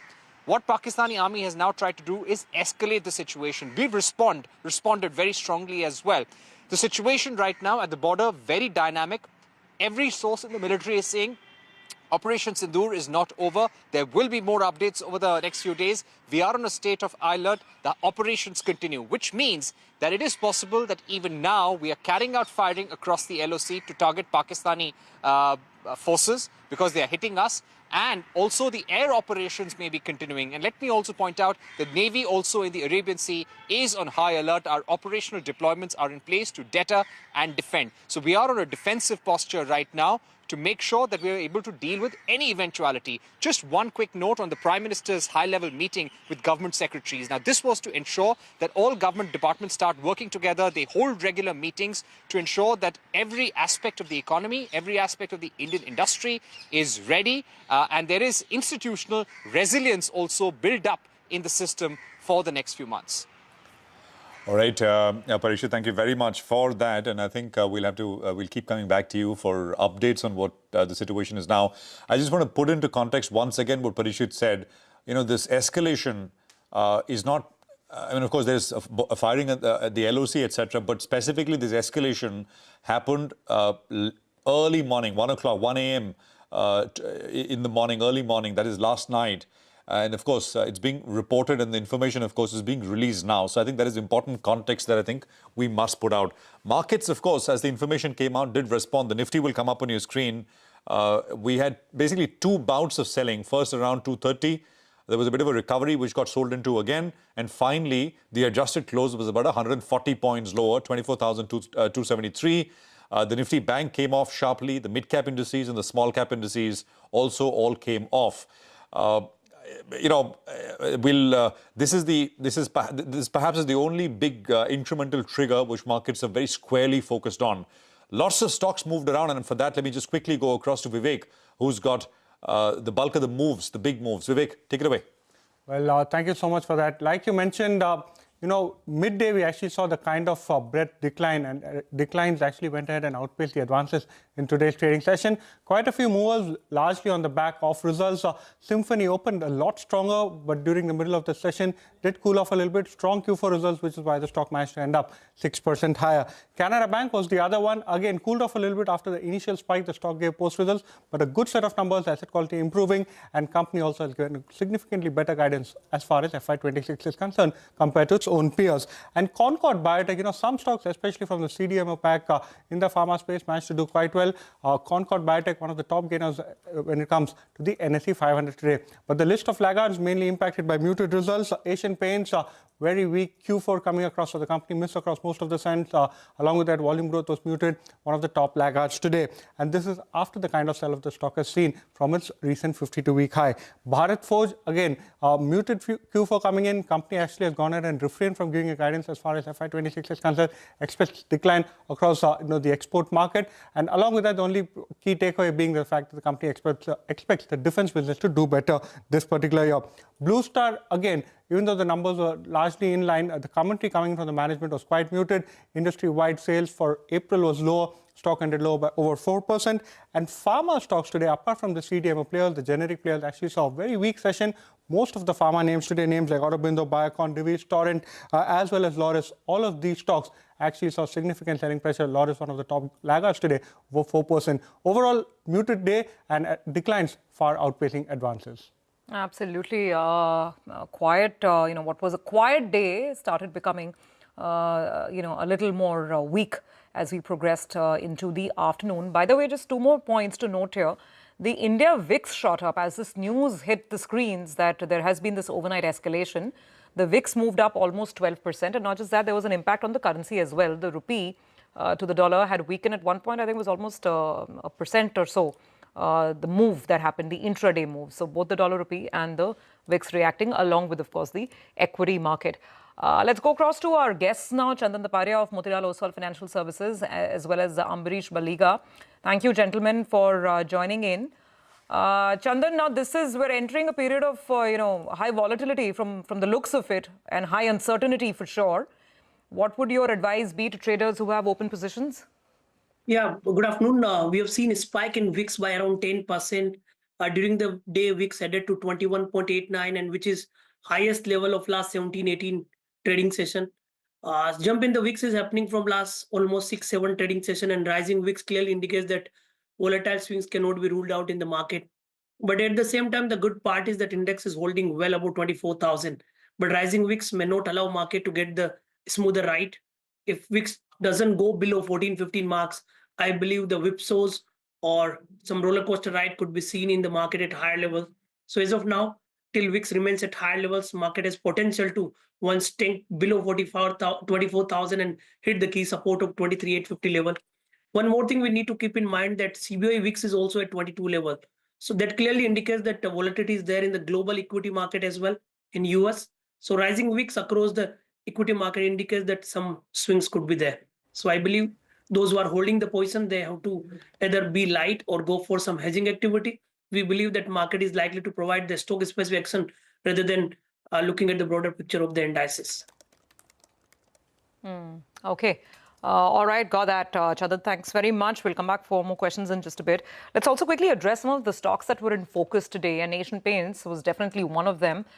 came out with numbers, and the numbers look really weak. There were a couple of extraordinary items or exceptional items in the bottom line, but even the operational performance seems to be below estimates. Manglam is here with the details. Manglam? Well, it was a top-down miss coming in from Asian Paints, and the management has attributed that to three things. One, tough demand conditions coupled with down trading and increased competitive intensity. All of these factors impacted their overall revenues. And even if you look at it year on year, not just our expectations, the revenue was down 4%, the EBITDA was down 15%, margins were down 220 basis points, and net profit down 45%. The big gash on the net profit was also on account of a 180 crore exceptional. And if you account for that, the numbers have been below street expectations across all parameters. The volumes have grown just 1.8%. This compares with expectations of 4 to 5% growth itself. The stock ended at the low point of trade, but remember, by and large, because of increased competitive intensity and prolonged consumer sentiment weakness, the Asian Paints stock has been an underperformer as well.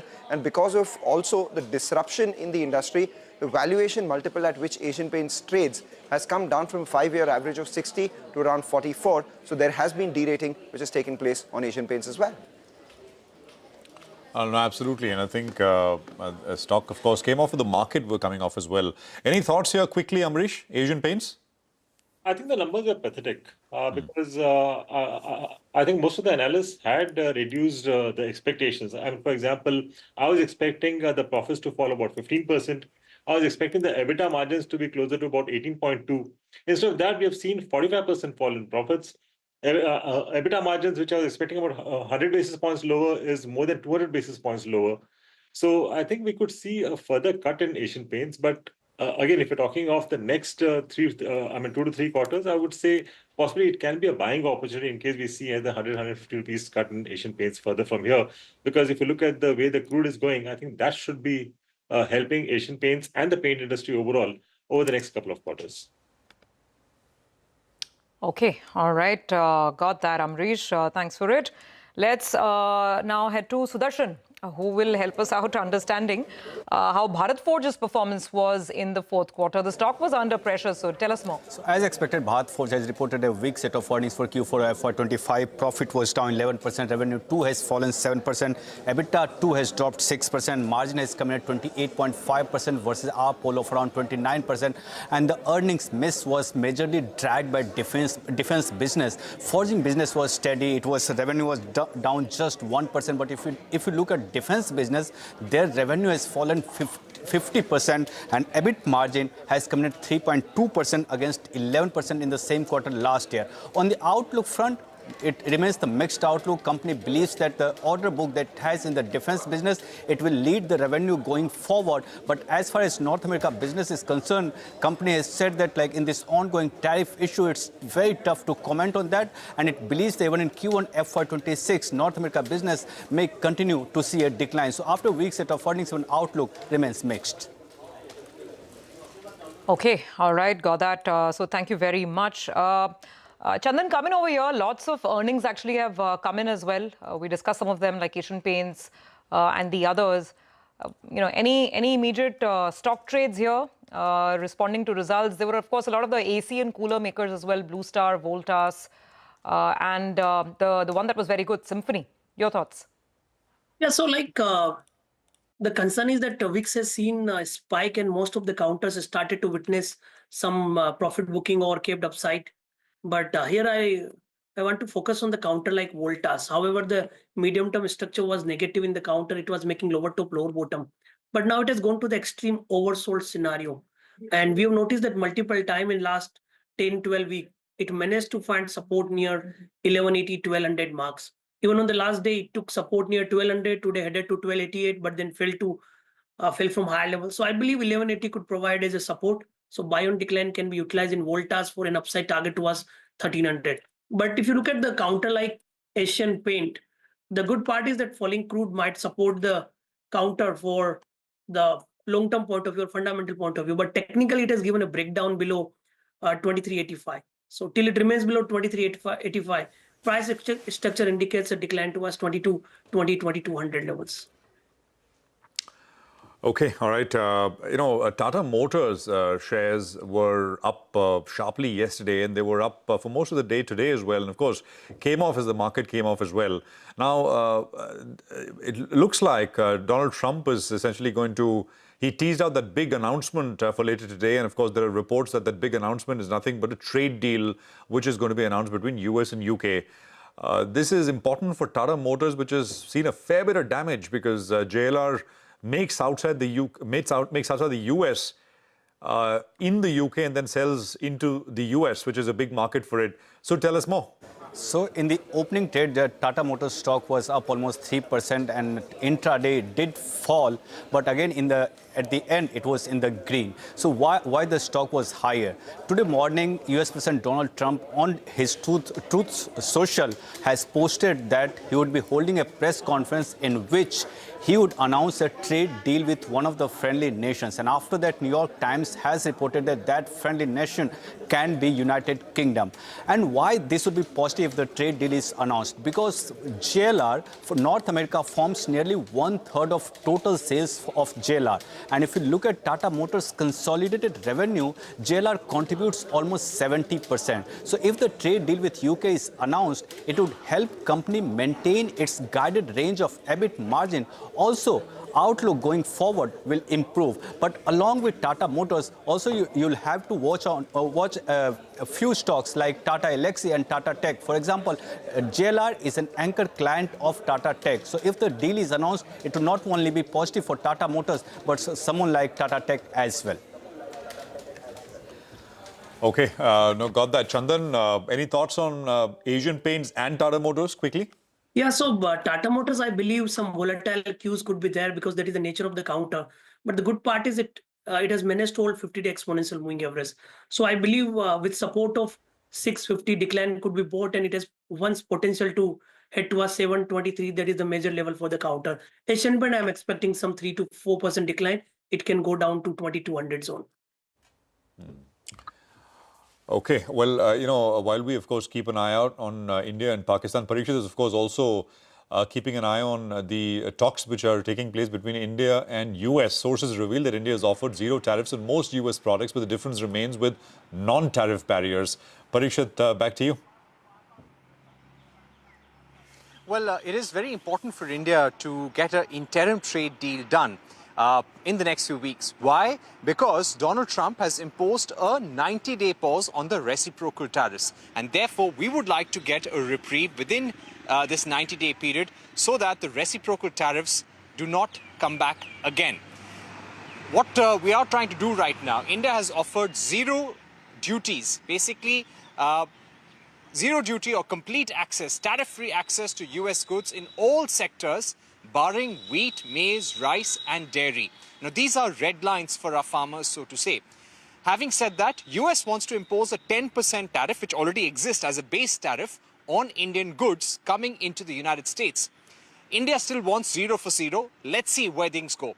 We're told that more or less there is agreement on the tariff arrangement between the two nations. Where the differences lie right now is on non-tariff barriers, such as differences in treatment of US and Indian companies in terms of taxation, in terms of competition laws. So all these things are being addressed in those negotiations. There are at least 67 such areas or non-tariff barriers which have been given in a list to the Indian government to work out. Let's see how things work out. Commerce Minister Piyush Goyal will be visiting the United States on the 19th of May to hold talks with his counterpart, Howard Lutnick.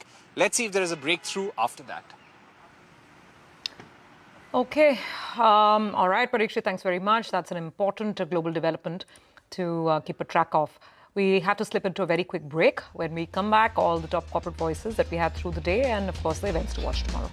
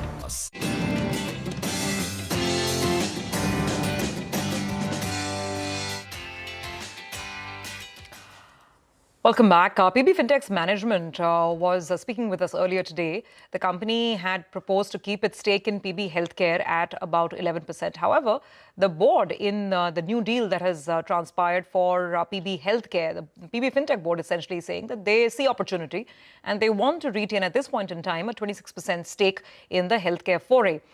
Listen in to the structure of this deal and what the healthcare foray could perhaps bring to PB Fintech, which is the listed entity. Here's Yashish Daya, chairman of PB Fintech. My personal view was that PB Fintech, and that's the proposal I went to the board with, that PB Fintech should have taken about 11, 12%, 15% stake. That was the proposal I went to the board with. But the board decided that they wanted to maintain a minimum 26% stake, right? PB Fintech has a right to retain 26%. Just like General Catalyst has a right to keep investing. Okay, well, that was a deal which was announced early in the morning. And of course, we had the investor, General Catalyst, and PB Fintech with us. Well, what are the events to watch out for? That list with Ria, she's standing by. Ria, over to you. Well, yes, let's take a look at the most important events to watch out for tomorrow. First up, China will be releasing its CPI data. We also have the US-China trade talks that will commence in Switzerland tomorrow. The IMF Executive Board meeting is also scheduled for the 9th of May, where critical financial decisions, including a potential $1.3 billion loan to Pakistan, is on the table. Back home in India, we have a lot of Q4 results coming out. We have ABB India, Bank of India, Dr. Reddy's Laboratories, CE Infosystems, which is Map My India, and Thermax, among others. There are also 4 companies that are going to hold board meetings to consider a fundraise. They include Birla Corporation, Infibeam Avenues, Naveen Fluorine, and Tourism Finance Corp. So keep your eye out on all of these events for tomorrow. All right, Ria, thank you very much for that. And with that, it's a wrap on this edition of Markets Forward. We'll be right back with more news and updates in just a bit.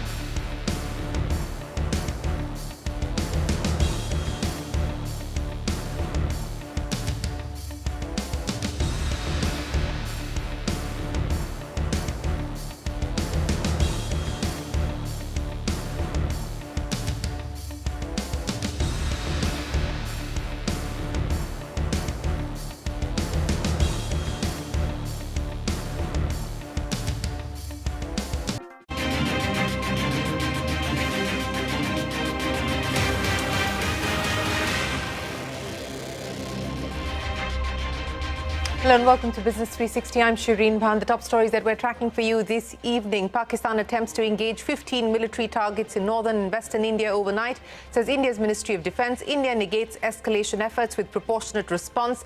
The Defence Ministry says it has reliably learnt that the air defence system at Lahore has been neutralised.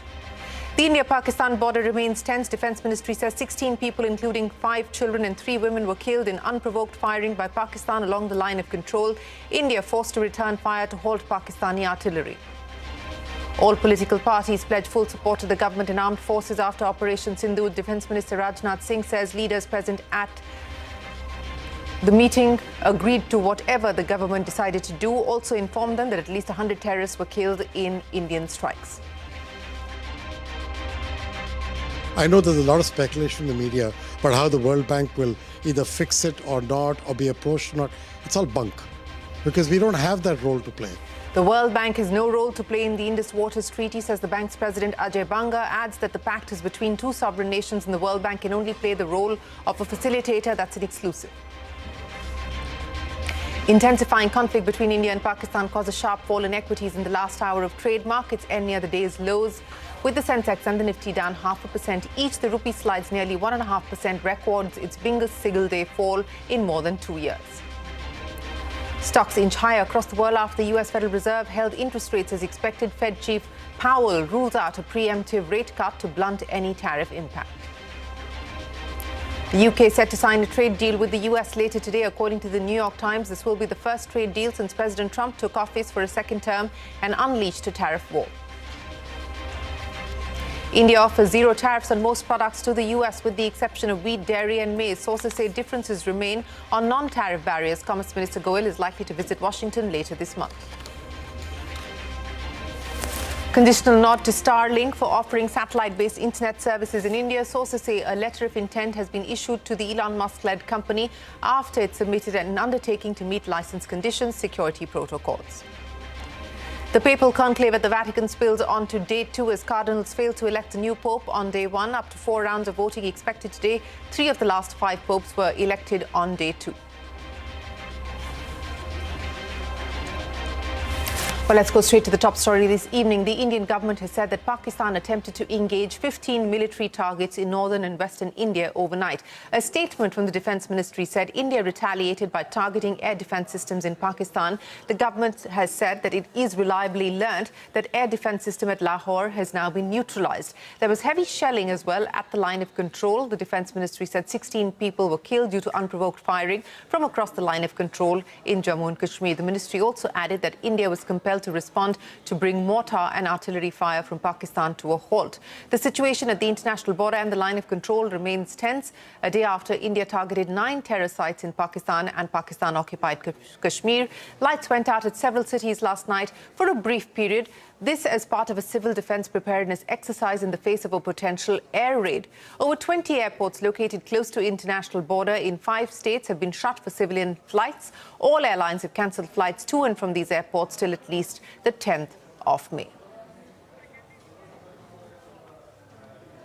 And our colleague Pariksha joins us now with the latest. Pariksha, many thanks for joining us. The Defence Ministry making it clear that the Indian armed forces remain committed to non-escalation, provided that Pakistan respects India's response as well. Take us through what has happened overnight.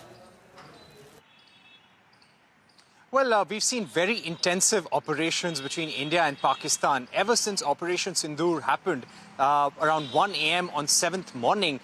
Post that, we've seen very heavy artillery shelling by Pakistan all across the LOC and the international border. 16 civilians, women, children have been killed in those very disturbing scenes of firing happening all across the border. More than 44 people have been injured. Beyond that, what did Pakistan try to do? They tried to target military locations in 15 cities along the LOC and the international border. These were places like Pathankot. These were places like Amritsar, Ludhiana, Chandigarh, Kupwara, Jammu, Srinagar, for that matter. But the Indian forces were able to retaliate effectively. Pakistan used drones and missiles to target military bases.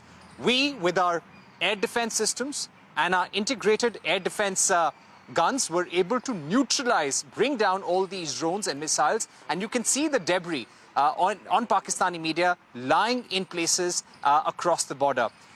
Also, the Indian Armed Forces, in retaliation, targeted Pakistani radars in different locations. We were able to absolutely neutralize and destroy. This is what our sources told us. They said we were able to destroy the radar system effectively in Lahore. Now, that was a very important message to Pakistan. Having said that, Pakistan continues to fire. Operation Sindoor is not over.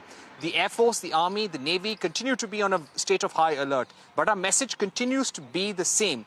We are committed to non-escalation, provided you do the same. Here, Pakistan has escalated things. We have the right to respond effectively. I would just like to point out that our sources tell us that every weapon system at our disposal, the best weapons and whatever we needed to do in these circumstances were used. And these are not my words. These are coming from defense sources. They were saying we cannot reveal what kind of missiles we used, but we did everything we needed to at that point in time. Our best equipment was used to carry out the strikes against Pakistan. A lot of propaganda on social media, and the Defense Ministry saying do not fall for it. Pakistan is churning out old photographs and videos over and over again to show damages on the Indian side. That is not true. Listen in to what the Defense Ministry is saying only. At the same time, the Prime Minister holding a very important meeting of secretaries, telling them that we need to ensure there is institutional resilience. Parikshit, many thanks for joining us. Our colleague Parikshit Luthra there reporting on the developments that have taken place overnight, as well as the statement now issued by the Ministry of Defence in India. Kapil Kak, retired Air Vice Marshal, joins us now to help understand what all of this means. AVM Kak, many thanks for joining us here on CNBC-TV18. Let me start by asking you what you make of the statement issued by India. India saying that they have proportionately responded to Pakistan's bid to escalate matters. Pakistan trying to engage a number of military targets in northern and western India: Avantipur, Srinagar, Jammu, Pathankot, Amritsar, Kapurthala, Jalandhar, Ludhiana, Adampur, Bhatinda, Chandigarh, Nal, Falodi, Uttarlai, Bhuj, and Pakistan has apparently used drones and missiles. Your first comments on what has transpired overnight, AVM Kak? I think to me as also, without doubt, the government of India and armed forces, this is no surprise. There was bound to be a reaction from Pakistan to the very proportionate, non-escalatory, precision-targeted attacks on the terror infrastructure, which is being talked about, 24 terror targets out of approximately 9 areas in all. So this was expected. What defense analysts and those who believe that escalation of this conflagration is not in the interest of either Pakistan or India or the region in general, the Pakistani leadership has decided to be unwise. Instead of staying below a certain threshold of targeting military installations, they've done exactly the opposite. No need to comment on that. This is their wisdom, and we know how to handle their lack of wisdom. The picture reminds me somewhat of 3rd of December 1971. I was in that war. We were waiting for the war to start, and Pakistanis started with Shriram, exactly the number of airfields that you just read out were attacked by Pakistan, and that was the beginning of the war. I'm not sounding very, very negative in this, but I hope we do not start a 71 type of war. It's most unlikely. But the manner in which the Pakistani leadership has reacted, it imposes even greater responsibilities on the politico-military leadership of India, for the simple reason that in any escalation ladder climb under a conventional limited conflict with a nuclear overhang, the responsibility and the criticality of the stronger power in the power balance between the two countries is immense. And therefore, the statement that we will ensure there is a proportionate response to even this action by the Pakistanis, and you yourself mentioned about the neutralization of the Lahore Air Defence Network. I hope, and it seems likely, unless lack of wisdom plugs in again from their side, that it will stay at this level.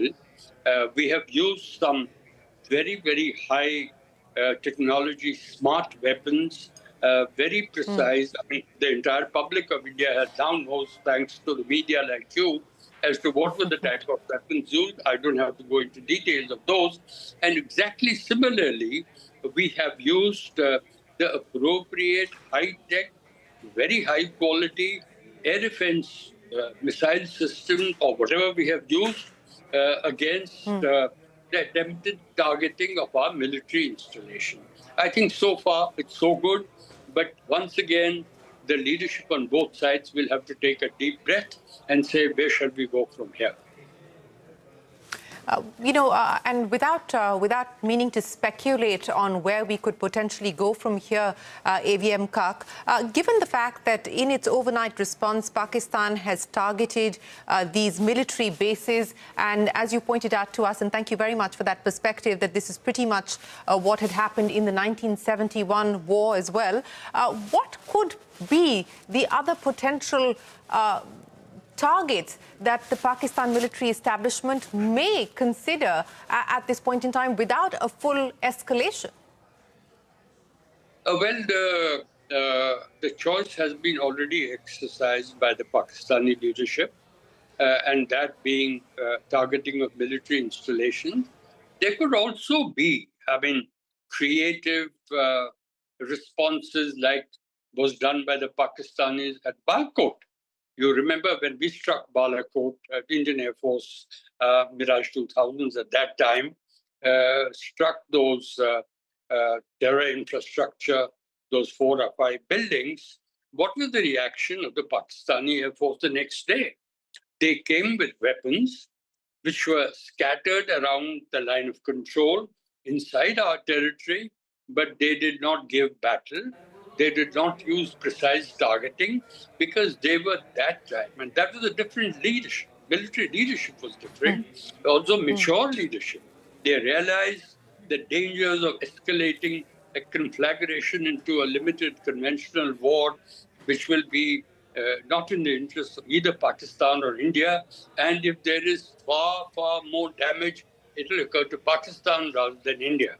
Because don't forget that Pakistan's position in terms of the closure of the economy window, the security window, the international relations window, it has so little of wherewithal to be able to sustain a conflict with India. More so if it stretches and it rises in terms of escalation. Right. AVM Kak, this is, of course, also a war of narratives that is being fueled by Pakistan at this point in time. And we've seen repeated claims being made by ministers in the Pakistan political establishment as well as the military, suggesting that Pakistan has downed 5 aircraft of the Indian Air Force, something that has been refuted unequivocally by India. In fact, a short while ago, the Indian Defence Ministry issued another fact check saying that what is being circulated on social media are old videos and old pictures. But just for the benefit of our viewers, AVM Kak, help us understand. I mean, the Indian response has made it very clear that there was no, that India did not cross into Pakistan airspace, that whatever was carried out from Indian airspace and Indian soil. So this, is it even plausible what Pakistan is claiming? Not at all plausible, but as a very senior media commentator, you will see through the game, because in this type of a conflagration, which is not interstate wars as we have done in the past, and we both referred to 1971, this is not even Kargil, it's even below Kargil. So in that sense, I think purely objectively and dispassionately analyzed, our response to Baisaran, which was a savage attack on innocent civilians, tourists, in a sensitive state of Jammu and Kashmir, which had just about started to look at a positivity in the years ahead, and economy was picking up. Kashmiris were getting more and more integrated into India in their psyche and their minds. And suddenly this attack obviously meant to derail that process of progress in J&K. And the Pakistanis always say we give moral and diplomatic support to J&K, but actually do exactly the reverse. This is precisely what is happening in the information domain. Now, due to lack of perhaps application of a sound communications and information management strategy, Pakistan has indulged in this disinformation and sadly and unconvincingly to the entire world, not least India, claimed that they have shot down 5 Indian Air Force aircraft. Where have they shot them down? I mean, as you rightly mentioned, we have used weapons from our side of the boundary. So are we therefore meaning that they have shot down our fighter aircraft in our territory from their territory? How?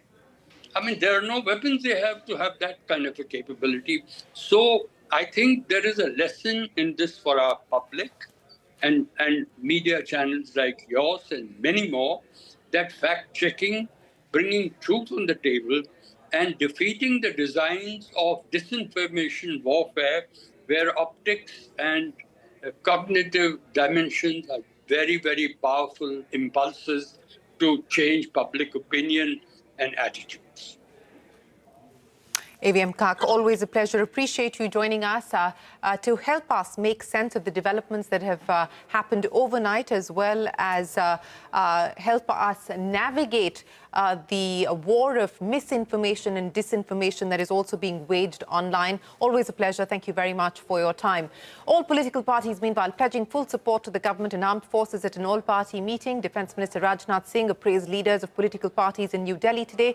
He said that 100 terrorists have been killed in India's strikes, adding that since Operation Sindoor is an ongoing effort, details of the exercise cannot be shared at the moment. Union Ministers Amit Shah, Nirmala Sitharaman, S. Jaishankar also in attendance. कोई छोटे छोटे बातों को लेकर के बयानबाजी नहीं हुआ और बाहर भी देश भर में पॉलिटिकल पार्टीज का स्टेटमेंट भी बहुत ही एक लाइन में आ रहे हैं. ये भी अच्छा चीज़ है जो हमको देखने को मिला है.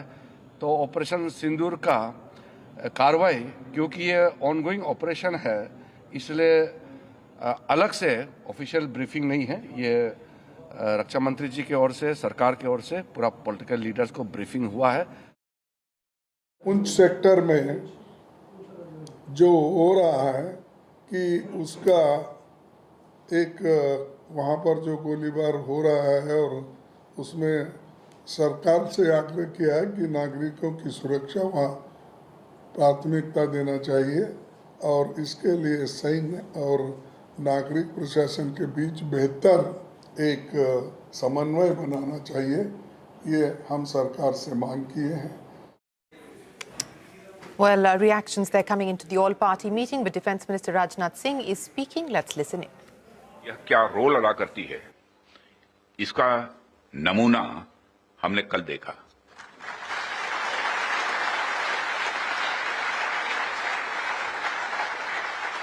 जिस प्रेसिजन के साथ यानी जिस सटीकता के साथ ऑपरेशन सिंदूर एग्जीक्यूट किया गया, वह अनइमेजिनेबल है, बहुत ही सराहनीय है. इसमें 9 टेररिस्ट कैंप्स तबाह हुए और अच्छी खासी संख्या में आतंकी मारे गए. जिस तरह से इस ऑपरेशन को किसी भी इनोसेंट को नुकसान पहुंचाए बिना मिनिमम कोलेटरल डैमेज के साथ अंजाम दिया गया, वह इसलिए संभव हो पाया क्योंकि हमारे formidable and professionally trained armed forces के पास इक्विपमेंट भी हाई क्वालिटी के थे. ऐसे में इस क्वालिटी कॉन्क्लेव को मैं बड़े महत्वपूर्ण कॉन्क्लेव के रूप में देखता हूं. मैं इस आयोजन के लिए डिपार्टमेंट ऑफ डिफेंस प्रोडक्शन और इनके secretary defence production Shri Sanjeev Kumar को भी हार्दिक बधाई देता हूं और क्वालिटी एश्योरेंस ऑर्गेनाइजेशंस को भी मैं बधाई देता हूं। साथियों, अभी मैं इस कॉन्क्लेव की थीम देख रहा था, fast tracking of quality assurance through integrated approach and technology enabled processes. आपकी यह थीम मुझे बेहद अच्छी ही नहीं लगी, बल्कि दिलचस्प भी लगी, इंटरेस्टिंग लगी। वैसे भी पूरी दुनिया में इसमें बड़ी तेजी से डिसरप्टिव चेंजेस हो रहे हैं और खासकर डिफेंस सेक्टर में तो लगातार नए नए ट्रांसफॉर्मेशंस ये देखने को मिल रहे हैं। ऐसे में क्वालिटी असेसमेंट को फास्ट ट्रैक करना न सिर्फ रेलेवेंट है, बल्कि मैं समझता हूं यह Well, that is the Defence Minister Rajnath Singh there speaking on the developments, but more importantly also on the role of India's indigenous defence industry. Now, the World Bank has no role to play in the Indus Waters Treaty, says the president of the bank, Ajay Banga. Speaking exclusively to CNBC-TV18, Banga said the treaty is between two sovereign nations and the bank's role is limited to that of a facilitator. The Indian government has held the treaty in abeyance after the Pahalgam attack, citing national security concerns. Take a look. The treaty is not suspended. It's technically called something in abeyance, is how the Indian government worded it. There is no provision in the treaty to allow for suspension, the way it was drawn up. It either needs to be gone or it needs to be replaced by another one. That requires the two countries to want to agree. The World Bank's role is basically that of a facilitator if they disagree, not by us making a decision, but by us being the party that goes through a process to find a neutral expert or an arbitrator court to settle it. And we have to pay the fees of those guys through a trust fund that was set up at the bank at the time of creation of the treaty. That's our role. We have no role to play beyond that. I haven't heard from either country yet about anything to do with the Indus Water Treaty. So that's exactly where it is. I know there's a lot of speculation in the media about how the World Bank will either fix it or not, or be approached or not. It's all bunk, because we don't have that role to play. And I wish you would help me tell the media that they should take a look at the treaty and realize that the treaty is a treaty between two sovereign nations, and they have to decide whether that's what they want to continue with. It's their decision, and, so be it. Well, that's the World Bank President Ajay Banga there on the Indus Waters Treaty. Remember, that was one of the first few measures taken by the Indian government, holding the Indus Waters Treaty in abeyance, as the World Bank chief saying there that there is no provision in the treaty for a suspension. It either stays or it goes, or it's replaced by another mechanism. Well, we will take a break, but when we return, more from Ajay Banga on tariffs, why India needs to seize the moment to boost manufacturing, and more.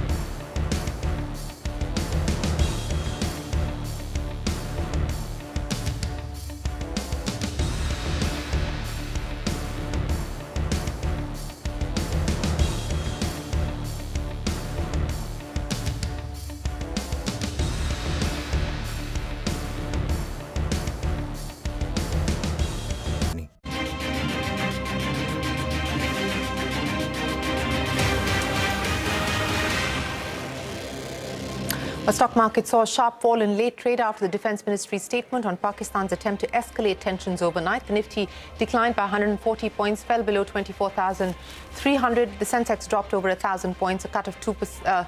The Nifty mid-cap dropped 1,000 points, a cut of about 2% there. And the Nifty Bank was down by about 0.5%. The small-cap index lost about 1.5%. The rupee, meanwhile, has weakened sharply against the dollar. Also in late trade, the rupee weakened by over 88 paise against the dollar. That's the dollar rupee for you, 85.71. Bond prices also declined, leading to a sharp spike in the yield. So fair degree of volatility coming in towards the close of trade across the equity and currency markets. But back to our exclusive interview. India needs to seize the manufacturing opportunity quickly. That's the word in from World Bank's President Ajay Banga. He adds that zero for zero tariffs could pave the way for India to join global supply chains and significantly boost production. To be honest, if we don't seize it quickly, the moment will pass us by because others are moving on to it very quickly as well. But that doesn't mean India doesn't have an opportunity. The real issue is India's logistics cost is very high, even now. And if you look at the arbitrages I was referring to in the beginning, labor and logistics, you've got to be careful about the logistics cost, and fixing that logistics cost arbitrage is going to take some out-of-the-box thinking into how to change that. And I think those are not, it's not a one-year cycle to change that. But there's work that can be done. I believe that India has the benefit of a huge workforce that could be put to work. It will need skilling. That's why I kept talking about skilling a little while ago. I think India wants to do it. I think the Prime Minister is very clear in where he wants to go with it. So that will help on one side. Working on logistics will help. And clearing up the processes of opening a business, acquiring land, managing labor, those are going to be very important, Shriram, if you want to really get into the global supply chain the way you want to. The other thing is, what will help really in global supply chains is a zero for zero discussion. So if the trade deal that comes through is that kind of deal, boy, that will facilitate the reduction of friction enormously, which is what you need for a global supply chain. Let me also get a view from you on what's happening in the region. You've just come into India from Sri Lanka. The World Bank has signed now a new agreement with the government of Sri Lanka for $1 billion. This is a complex region, and we're currently also talking about an escalation of tensions between India and Pakistan. How do you see the region, Sri Lanka, Bangladesh, Pakistan, and of course India? The question really is, this region, South Asia, is one of the regions in the world where intra-regional trade is abysmally low as a percentage of trade. So if you look at some trade numbers, which we started talking about the uncertainty in this space, trade has doubled in nominal terms in the last 20 years, globally. The share of the developing countries in that has also doubled from around a quarter to around a half. The share of developing countries' trade among themselves has also doubled in that period from around 20 to around 40 something. But South Asia is single digits. Africa is single digits, low double digits. Latin America and the Caribbean is similar. These three regions are not realizing the potential yet of trade among themselves as a great prophylactic from being over-reliant on one or two or three large buyers for your produce otherwise. And I think as part of this change of trade, this may be a good time as countries here strike individual deals with the US, which they should, as soon as possible to reduce the uncertainty. But at the same time, they should look at their own tariff and non-tariff barriers. The reality is that the United States has the lowest tariff barriers of any country in the world. Even before this 10% flat rate, even with the 10, it'll be one of the lowest. The developing world has far higher tariff and non-tariff barriers for various good and bad reasons. I'm not questioning the reasons. I'm just saying, is this an opportunity to change that? And everybody knows that if you reduce tariffs, while you go through some pain, eventually you get growth out of it. And so the question really is this the right time to look at facilitating greater intra-regional trade in these countries? And will that be helpful in itself? It won't all work seamlessly, but it's worth thinking through. Well, that's the World Bank Chief Ajay Banga in India, speaking exclusively to CNBC-TV18. With that, it is time for us to wrap up this edition of Business 360. The news will continue right here. Stay tuned. We're back in a moment with more.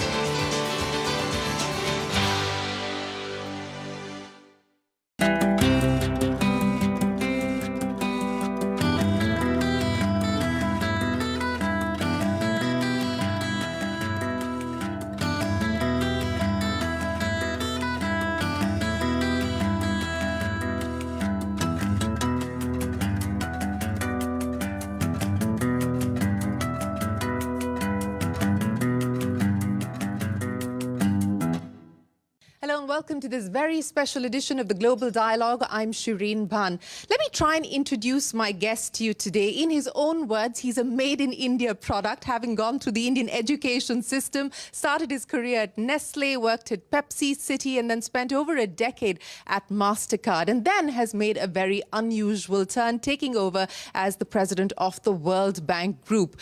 His mandate, again in his own words, is to make the bank bigger, bolder, better. Joining me today on this very special CNBC-TV18 exclusive is the man himself, Ajay Banga. What an absolute pleasure. Thank you very much for joining us. And may I say, welcome home. Thank you very much, Shri. It's nice to be back. Well, it's great to have you here, Ajay. Since you are here in India, let me double down on your view on India to start with. The World Bank estimates a growth of 6.7% over the next 2 years for India, but you do believe that we need to do 7.8% on average over the next 22 years to be able to get to that high income aspiration by 2047. As you look at India today, size up the opportunity for me. Look, I think first of all, I think the opportunity of becoming a fully developed country is a really cool target to aim for. Because I think when you set up a target like that, you set up a plan like that, you can get people driven and motivated with a single vision of where they want to go. So I'm a full believer in that perspective. Getting from here to there, I don't measure things in straight lines, and therefore I don't really care about the 6.7 and the 7.8, because you will have years when things will work better. You will have years when things will be difficult. Part of those will be outside of your control as a country. Part of those will be within your capacity as a country. The important thing to do is to figure out what you can do in your capacity to insulate yourself to the maximum extent possible from the vicissitudes of global economic systems. So right now, for example, the global economic system was powering along just fine. We do have challenges currently. People believe that those challenges caused by a change in geopolitics, by the circumstances around tariffs, could create a slowdown. No one's been able to show that yet, because if you look at the US numbers, they're still powering along. So I think you've got to try to take this one step at a time rather than read too much into any one direction. So you don't believe we're heading into a situation where global growth is going to be impacted severely on account of the tariff uncertainty and the possibility of a recession in the US? But I think those are all possibilities, probabilities. As my old boss Bob Rubin used to say, life is full of probabilities. These are probabilities. My way of thinking about it is, if things continue the way they are today, meaning if uncertainty and volatility remains part of the system, then definitely there will be a slowdown in global growth. But you don't know that. You don't know if tomorrow or the next 10 days, 2 or 3 trade deals get signed, and all of a sudden, people will say, less uncertainty, and it changes. So my own vision of this is, compared to where we were a little while ago, it is more volatile today. There's no doubt on that. Volatility creates uncertainty for a CEO, for an investor. People will hold back on 10, 20, 30-year decisions. It takes a little while to turn that tide. So that will be a problem if it continues for a while, but you don't know how long it'll continue for. No, we don't know. And you talked about trade deals. And one, of course, is, the UK-India FTA has finally been done after many years of negotiation. And President Trump tweeting, saying that there is a possibility of a deal being done later this evening. And in all likelihood, it's going to be the agreement with UK. As we look at these bilateral agreements being signed up, how do you see this next wave of globalization, so to speak? Because there are concerns that we're retreating from globalization, but are we perhaps in a new era of globalization? So somebody asked me this the other day, and I said to them, actually, this change of the model has been going on for a little while. So if you look at the data, in the last 10 years, 100 different regional and bilateral trade deals have been signed. If you go back 20 years, 250 of them have been signed. Today, there are 375 plus regional and bilateral trade deals operating. It's just that the public conversation was not about this, and now it's got focused onto this issue of bilateral and regional trade deals. The reason that this model has been changing over time is, I think, quite fundamental, and the real fundamental issue is the idea that you could outsource an OECD job to a developing country by changing the location where something was made because of a change or because of an arbitrage in labor costs. And eventually, also an arbitrage in logistics, because these developing countries tend to do logistics very efficiently when they start from scratch, right? So if you moved a T-shirt manufacturer from the Carolinas to Vietnam, you went there originally because of the labor cost difference. And eventually, you also got a logistics cost benefit. And so you stuck around there, and in theory, you created jobs in Vietnam, and Americans got T-shirts cheaper. Yep, and then macro, America should have been doing more digital, less T-shirt manufacturing, also good at a macro level. At a micro level, the person in the factory in the Carolinas, their life changed. And unless you believe that that is a one-to-one relationship where that person seamlessly moved into an outstanding, higher productivity, higher paid job, which did not happen, then you have to believe that this model cannot persist forever. All you're seeing today in the political firmament is that coming to be seen in the developed world. And I think, therefore, what you're going to find is jobs being created in the developing world, critical factor of jobs, but being created probably in sectors that don't rely as much on the preponderance of global trade caused by labor cost arbitrage or logistics arbitrage. And I think some other form, which I'm happy to talk to you about, but that's where I think life's going. No, so what is the new normal then likely to be when we talk about this reset, this global reset that you just kind of alluded to? And in the context of this global reset, then how do you find India positioned? So it's not that global trade will stop. I'm just saying relying on that as the sole engine of driving jobs in the developing world, that's something you should rethink. My belief is that jobs are even more critical in the coming 10 to 15 years than they were in the past 20. And that's because if you look at the demographic numbers in the world, the emerging markets are going to have 1.2 billion young people coming through the pipe to become eligible for a job in the coming 10 to 15 years. The same countries are currently slated to generate about 400 million jobs. Now, these are forecasts, and they're made by economists, so I would be careful about that. But we're not going to be wrong by 800 million people, right? We hope. No, we hope not. So and forecasts are not destiny, so you can do something about them. But you're not going to. You have to find a way to change what we're doing today if you're going to step from 400 million to 1.2. And my belief is that you'll get 5 sectors that address the topic we were discussing. That'll help to create these jobs. The first is infrastructure. It's construction, but then what it enables. Bridges, roads, airports, schools, skilling institutes, digitization, healthcare, electricity. And the World Bank is very focused in that space. The second big sector is agriculture as a business. I think the phenomenon of smallholder farmers and their children not wanting to be a farmer, selling off their property, thinking they're rich, and 4 years later ending up as urban poor is a very poor outcome of development. That's not the way to get it done. We have to find a way to get smallholder farmers' children to feel that this is a productive opportunity for them as well. That requires an example like Amul to be repeated many times over in many countries. Cooperatives that enable you to access better techniques, better technology, better growing, better fertilizer, better seeds, better water systems, better prices for your produce. AI app today that allows you to say that stain on my crop is this disease for which I can get this spray from my co-op. I don't need to be a rocket scientist to do that. I just need to be a farmer with access to a phone. That is to me a big opportunity, and the bank has said that we will put $9 billion a year into making smallholder farmers think about business of the agriculture as a real opportunity. It's not very different to what India wants to do with rural prosperity. The third is primary healthcare. So obviously a healthy labor force is important, but actually what you'll do with the right primary healthcare systems is you will create jobs for nurses and medical diagnostic readers and technicians. You'll create a job for PPE manufacturers. You'll create jobs for pharmaceutical manufacturing. You'll create jobs for midwives. Things that are not just doctors, but create a ladder of jobs that you need to provide in a growing economy of the type we're describing in the developing world. And a fourth category, and again there, by the way, in primary healthcare, we've said we'll reach 1.5 billion people by 2030 with improved access to healthcare.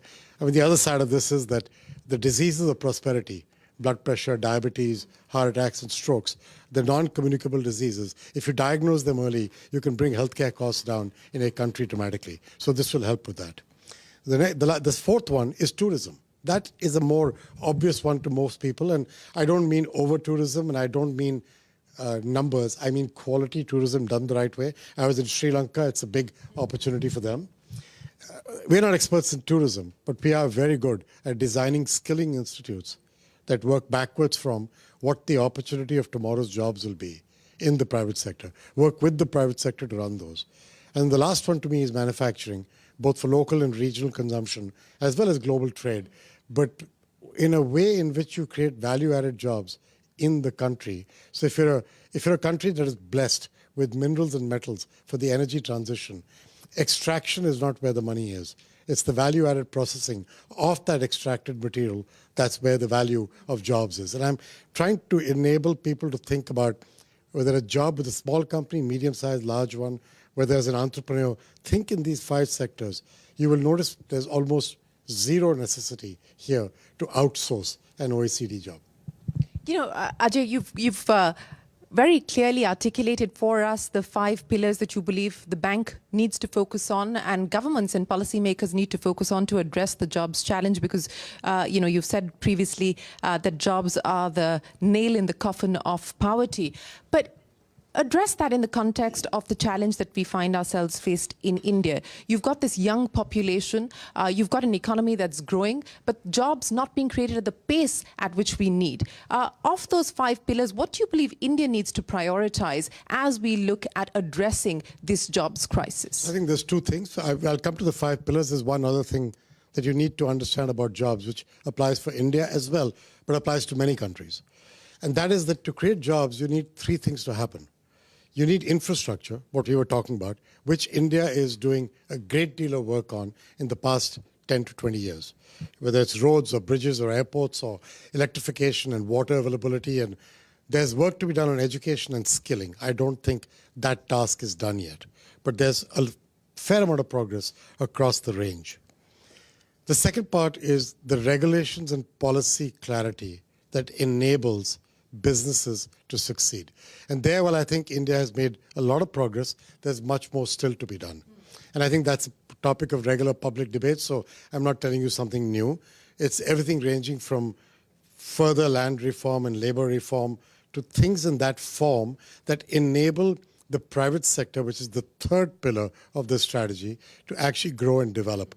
85% of jobs are created in the private sector, the overwhelming majority of them in small and medium businesses. They cannot navigate challenges on regulations and policy the way others can. And I think, therefore, thinking through these 3 pillars of infrastructure, the right kind of regulatory policy, enabling the private sector with blended finance and insurance and guarantees and the like, is how I think about the job cycle, the virtual cycle of it. India, in the context of those 5 sectors, is doing fine on infrastructure with work to be done on education and schooling. I think India can do much more on agribusiness. It has done. Amul, to me, I've been quoting Amul for the last 8 or 10 years because of my days at Nestle. I used to admire Amul for what they got done. And I think it's just one example. There are more like that. But because that one is such a shining star, I think it's worth studying and understanding and trying to replicate to the extent possible in many countries around the world, including in other parts of India. On primary healthcare, India has made progress, but there's enormous more to do. India's progress is on neonatal and maternal care and vaccinations and the like. This I'm talking about is an early diagnostic system spread across the country in a way that catches these diseases of prosperity earlier in their cycle. And in the process, you'll also catch pandemics earlier while also creating jobs. There's work there. India's tourism, much improved from earlier. But if you look at the numbers of tourists that come to India, just remember to keep it in context. New York City gets 62 million a year, just so we know what we're talking about. London gets 64 million. Paris gets 64 million. So India, with its culture, beaches, mountains, history, food, shopping, fabulous people. I mean, there's much more that we can do here. It starts with the infrastructure and works its way through. Manufacturing is the one that India is very focused on as well. And I think you guys are making enormous progress with things like what you're doing for Apple.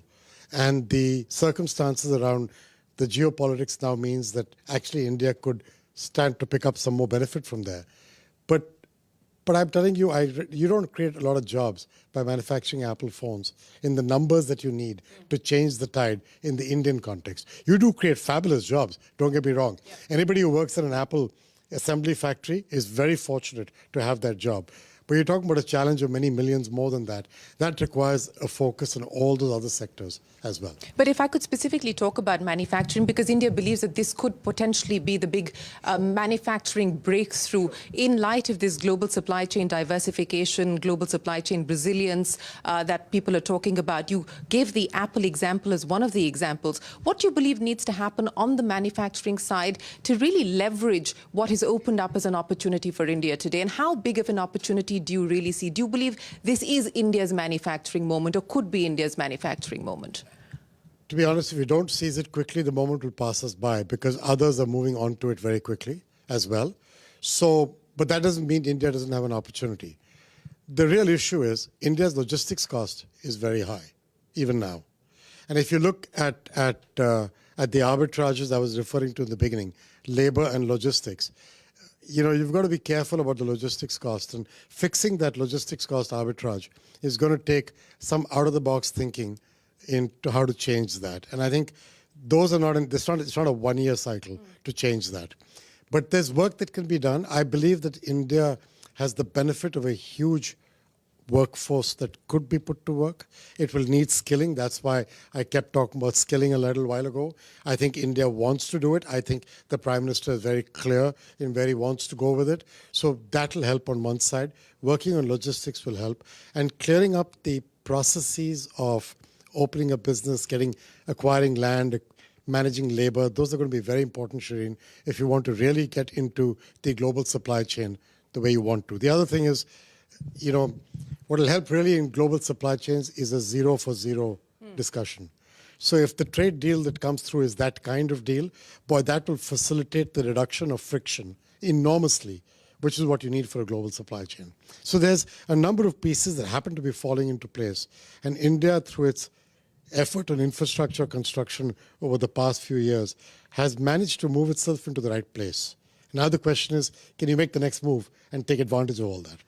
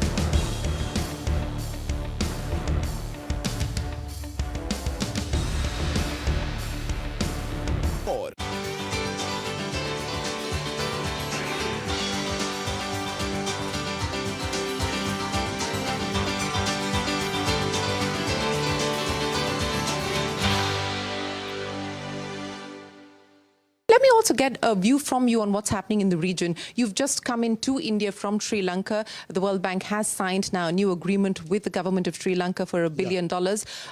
This is a complex region, and we're currently also talking about an escalation of tensions between India and Pakistan. How do you see the region, Sri Lanka, Bangladesh, Pakistan, and of course India? Yeah, look, first of all, civilians losing their lives is a disaster anywhere in the world.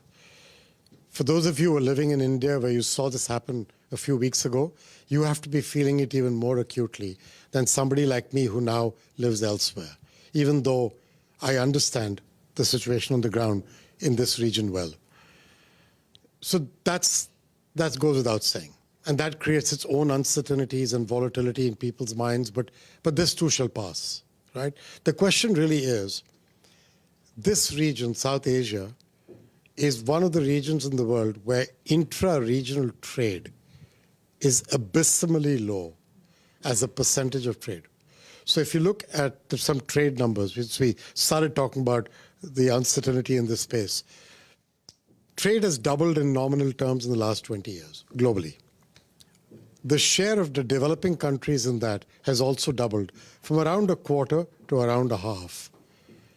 The share of developing countries' trade among themselves has also doubled in that period from around 20 to around 40 something. But South Asia is single digits. Africa is single digits, low double digits. Latin America and the Caribbean is similar. These three regions are not realizing the potential yet of trade among themselves as a great prophylactic from being over-reliant on one or two or three large buyers for your produce otherwise. And I think as part of this change of trade, this may be a good time as countries here strike individual deals with the US, which they should, as soon as possible to reduce the uncertainty. But at the same time, they should look at their own tariff and non-tariff barriers. The reality is that the United States has the lowest tariff barriers of any country in the world. Even before this 10% flat rate, even with the 10, it'll be one of the lowest. The developing world has far higher tariff and non-tariff barriers for various good and bad reasons. I'm not questioning the reasons. I'm just saying, is this an opportunity to change that? And everybody knows that if you reduce tariffs, while you go through some pain, eventually you get growth out of it. And so the question really is this the right time to look at facilitating greater intra-regional trade in these countries? And will that be helpful in itself? It won't all work seamlessly, but it's worth thinking through. But is it even a possibility given the geopolitics and the history? Everything's possible when politicians put their minds to it to find solutions. This is a political problem, not a development problem. I'm not qualified to comment on that. I'm very clear what I do, what I don't do. I don't comment on politics. But I will say the economic opportunity to me is enormous. And take for example electricity. I know that the Prime Minister has thought about this a few times, which is to think about connecting the electricity grid across at least some of these countries. And you don't have to do everything across all of them. You can pick some where there is a commonality of thinking. That would be enormously beneficial. Even Sri Lanka and India connecting an electricity grid could be enormously beneficial. And so intra-regional trade of all types is generally a good thing to explore. Well, speaking of inter-regional connectivity, trade, let me ask you about the Indus Water Treaty, because India has decided to suspend the Indus Water Treaty at this point in time. The World Bank, in fact, has been a facilitator of the Indus Water Treaty going back to 1960 when it was inked. Have you heard from the Indian government? Is the World Bank planning to intervene in any form or fashion on this issue at this point in time? No, I'm not. The treaty is not suspended. It's technically called something in abeyance, is how the Indian government worded it. There is no provision in the treaty to allow for suspension, the way it was drawn up. It either needs to be gone or it needs to be replaced by another one.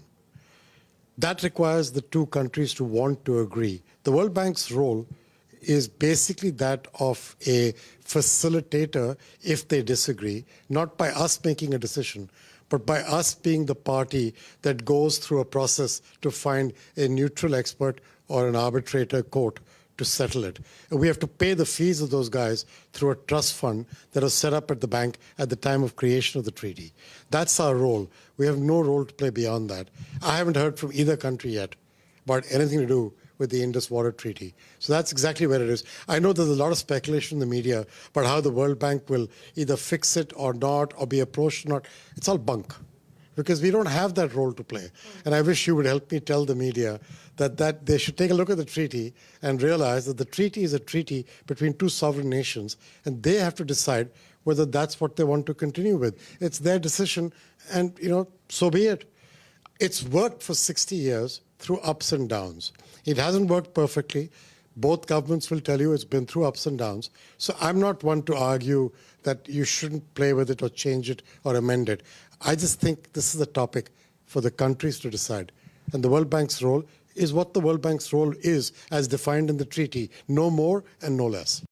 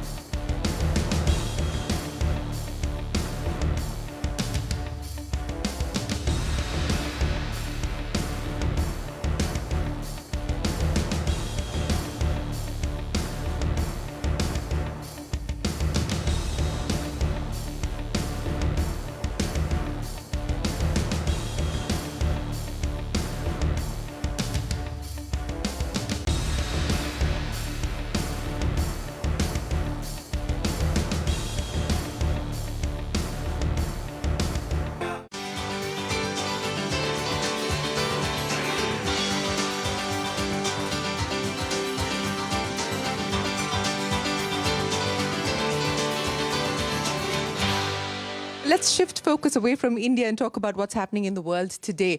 It's been a complex time for the bank as well. I mean, you've seen a massive change across a large part of your shareholders. Almost all of your large shareholders have seen regime or administrative changes at this point in time. We heard from Secretary Scott Bessent, his comments on both the IMF as well as the World Bank, as well as the US's decision not to pull out of the World Bank. How are you engaging now with your shareholders? How do you align the bank's vision and purpose, your mandate, with what may not necessarily be priorities for some of these shareholders that you're dealing with?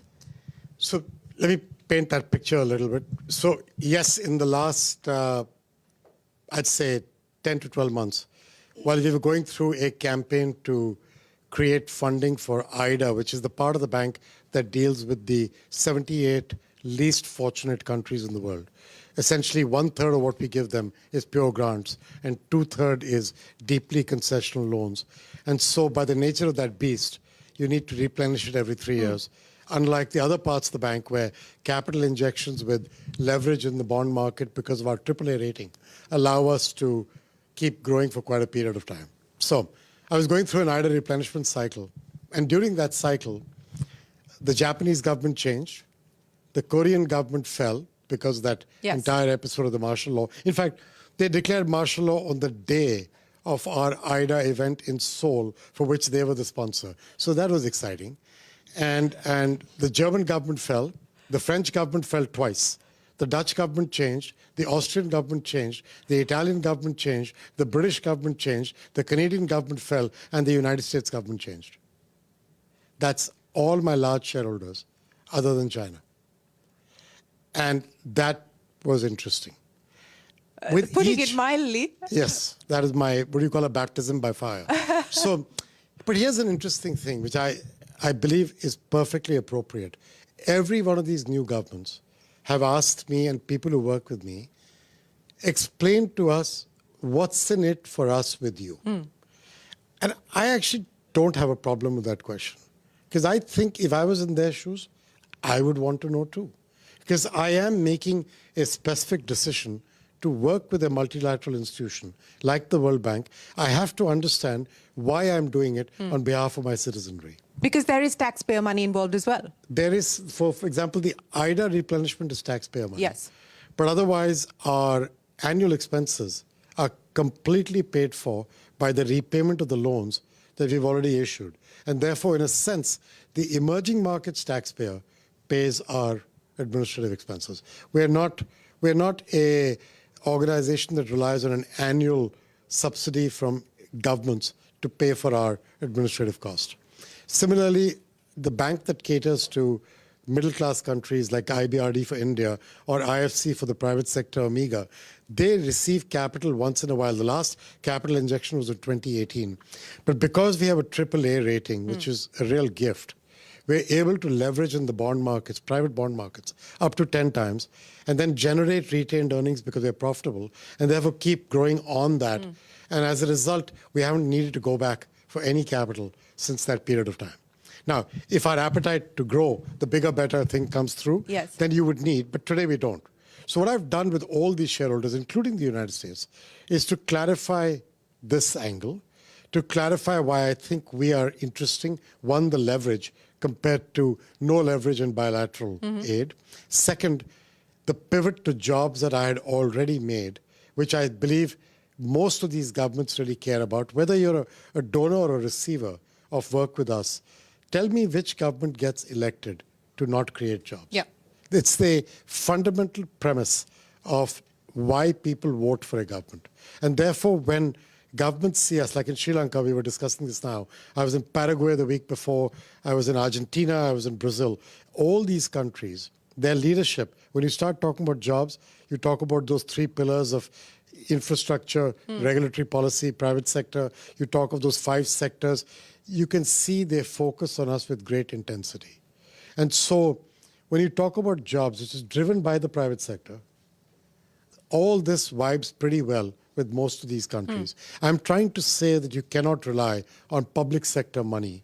You cannot rely on multilateral bank money to change economic growth. India is at that stage. India is very clear that its growth has to be private sector led. India is very clear that fiscal prudence is important for the country. India is very clear that domestic resource mobilization is important for the country. All of that shows a balanced thinking on growth, driven by the private sector to create jobs. Most countries think like that, Shri. So what are the questions that the US specifically is asking you? I repeat the same things to them. And if you notice, they've come back and said, we're interested in working with them. In fact, they have come back with a commitment to IDA, which is 80% of what the prior administration had committed. I think that's very generous of them. And it's a good thing, and I'm delighted. But that money doesn't come without their desire to ensure that we continue to do certain things. One, we continue to reform the institution for speed, for efficiency, for less silos, for being more client-friendly. Frankly, why not? Which of those words is the wrong thing to expect? So I'm all for that. And in fact, the more they encourage me, the more I feel that I have the wind in my sails to get it done. The second part of it is they're very clear that they would like to ensure that our energy, our thinking around energy, expands to include an all of the above strategy. The World Bank has funded renewable energy and natural gas. Natural gas normally, so we do about 5% of annual funding is in energy. 1 out of that was going to gas. 4 of that was going to renewable energy. What they're saying, and in June last year, I asked the head of the IAEA to come to our board to begin to discuss the opportunities around nuclear energy. My thinking is very simple. If we get into AI, what today is the consumption of electricity, what today is the projected use of electricity, forget about the number. It's going to be many multiples of that. Now, we can draw a distinction between small AI and big AI if we get into that, but it'd still be multiples. All the calculations that say you can do this through renewable energy, I think are going to be hard. You're going to need to think about natural gas. You're going to need to think about, base load energy, geothermal, hydro, natural gas, nuclear. They'll all have a role to play. And with small modular reactors, if they become commercially viable, then there's a whole space there. That discussion is something the US, France, a number of other countries would like us to pursue even more aggressively. Even that's India? Great. That's fine. And this June, our board is going to have this conversation. And if the board approves it, then we will overturn a 30, 40-year absence of the World Bank from nuclear. And that, to me, is a good thing. And this is, as you point out, a significant departure, but you are a big believer in nuclear energy and small modular reactors. You believe that it could be transformative. So lay out for us what you intend to present in June, and also in the context of India. I'm not going to tell you what I'm going to tell the board in June. A sneak peek. Yeah, but in the context... You haven't lost your edge. I try. But in the context of India, because the Indian government in this budget, in fact, said that it would move ahead with amending the liability clauses to ensure that we can move forward with nuclear energy. What could it potentially mean for India, the move towards SMRs? Well, the civil nuclear liability clause topic that you're referring to is a clause that I believe if that gets through Parliament, it will greatly facilitate Western nuclear companies feeling comfortable with investing in India in nuclear energy. That's it's a political discussion that's going on. And, my view is it's a good idea, but it has to be approved by local circumstances. I think the World Bank's role is unlikely to expand greatly into construction of new large nuclear projects. They tend to be very expensive and they take a lot of time. I was joking with somebody the other day, it's not a fair joke, but if, when you get your apartment or your house redone and your contractor and architect tells you it'll cost X and it'll take Y, you know in your mind it's 2X and 3Y that you should be calculating on. And I apologize if anybody here is an architect or contractor. But that's the same thing with nuclear. So my own view is the role we'll play is extending the life of the existing fleet, where there is enormous opportunity at a good cost to enable accessible, affordable electricity. To me, that's the North Star. All the electrical plan, all the energy plan has to be based on accessible, affordable electricity, which at the same time is sensitive to the emission angle so that 20, 30 years from today, we are not creating a situation which we will regret. That's how I'm thinking about it. And so to me, sort of doing things with natural gas where you can construct plants which can be adapted to green hydrogen, there's nothing wrong with that. If that's the cheapest, most accessible way to move forward. After all, Europe lives on gas other than France, and the US is the largest exporter of gas. Why should Senegal not get a chance to explore the gas under its feet? And so we've got to think this through. If it's affordable, if it's accessible, if it's the right item at the right time for that country, I think getting people electricity is a human right, Shriram. You cannot talk about development without electricity. You cannot talk about education, healthcare. I've visited places where the advent of electricity changes everybody's lives. And that's why in Africa, we're trying to reach 300 million people with electricity by 2030. Half of the people in Africa today, 600 million, do not have electricity. Not brownouts, no electricity. That's shameful in the year 2025. It can be changed. So we're going to try and reach 300 million. That's the reason why I believe that electricity is a human right. You got to do it in a way that's accessible and affordable. That's our plan. Let's look after the existing fleet, probably. Look at what role we can play with SMRs. The challenge with SMRs is that there are multiple technologies being investigated.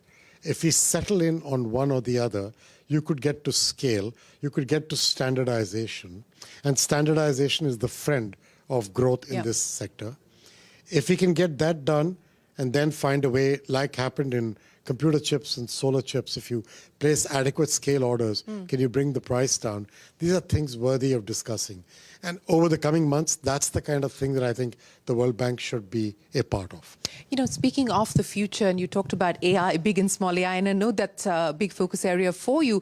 Let me frame this in the context of the jobs challenge that you were addressing, because the fear is that as we move into an even more turbocharged technology world driven by AI, what happens to jobs? What happens to skills required to cater to the jobs of the future? How are you looking at AI both as an opportunity, but perhaps also as a threat when we talk about this demographic advantage, this demographic bulge? So you got to remember that the challenge to jobs, particularly what I would call service jobs, professional jobs, is much higher in the developed world than in the developing world from AI. So, and I'm talking about much higher by a gap of multiples. Therefore, I don't think in my role, looking at the developing world as the bank, I don't think this is as much of a worry for me as it would be if I were in the developed world, where I think there's a real thing to be sorted through. I have a different concern around AI, big AI, in the developing world, and that is that to execute big AI well, 4 things have to happen. You need computing power, lots of it. You need electricity, lots of it. You need data, lots of it, kept in its simplest form, with privacy and security, with national security, as you and I have discussed in the past, very quickly coming into play. And then you need people who know how to manage that and create the algorithms and massage the whole thing and make it work.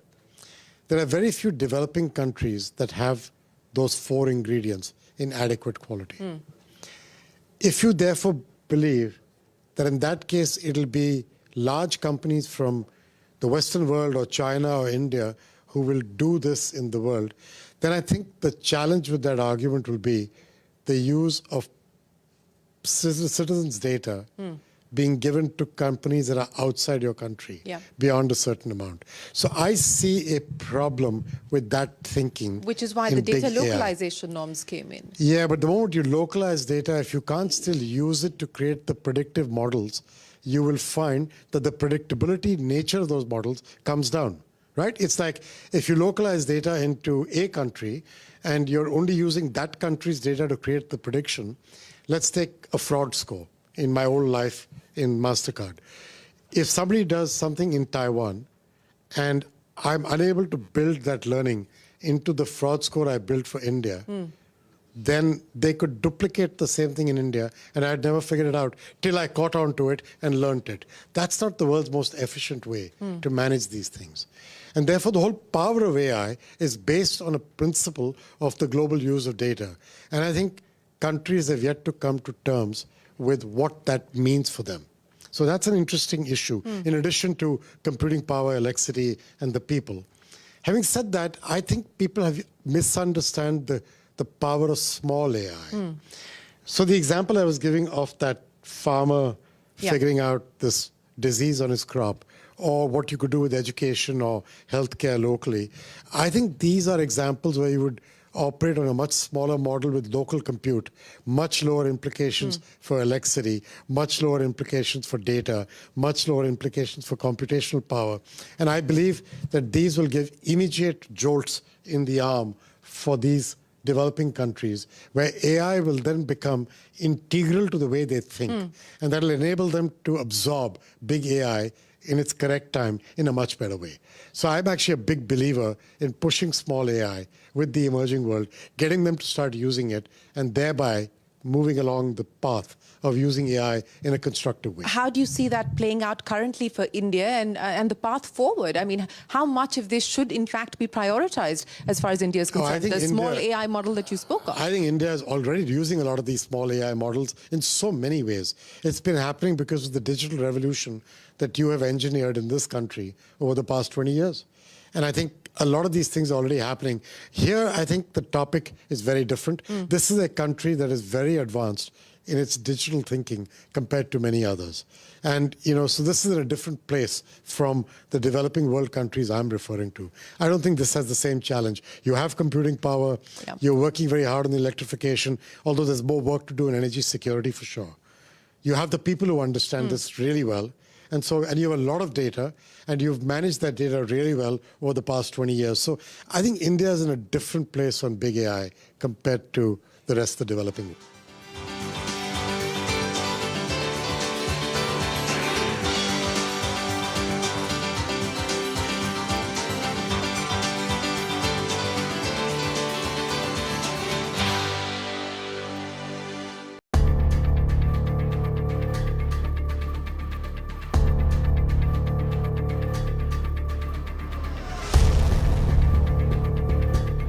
There are no fresh reports of ceasefire violations by Pakistan, but the situation remains to be critical here, and we are this time on ground zero in Udi market, and you can see the whole market is closed, shutters are down, and all the commercial establishments are closed. And as far as schools are concerned, the schools are also closed here, and the situation seems to be critical here, and there is a lot of panic in the area. और मैं अपने विजय आफाक से कहूँ कि ये this is the another side of the story, and these are the border areas, and you can see in the visuals ये जो पहाड़ियाँ है, तो यहाँ के जो मकान आपको नज़र आ रहे हैं, और हाल ही में कोई ऐसा शख्स होगा जो अभी मकान के अंदर जो है मौजूद होगा, और वो जब कल शेलिंग हुई तो शेलिंग के फ़ौरन बाद ही वो यहाँ से निकल चुके हैं। और जो आज रात भर हमने देखा कि पूरा एरिया जो था वो पैनिक में था, और लोग कहीं ना कहीं अपनी जानें बचाने के लिए यहाँ से निकल गए हैं। लगभग हम ये कह सकते हैं कि almost 80% of the population have been लगभग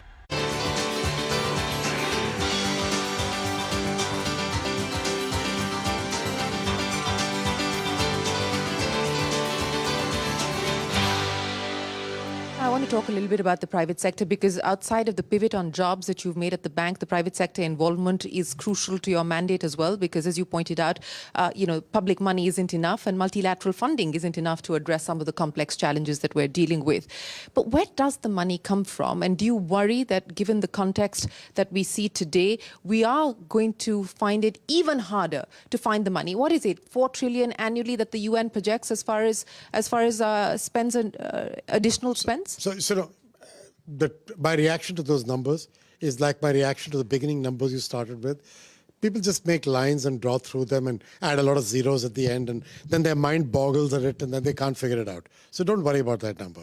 Think of it differently. The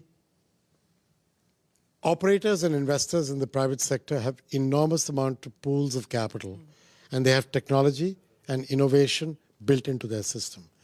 You need that money and innovation and people to come to the party.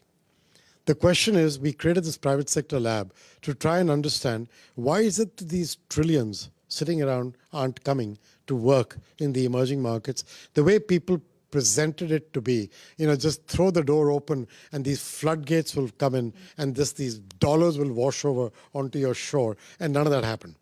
And the reason is, it turns out there are 5 things the private sector wants. All commonsensical stuff.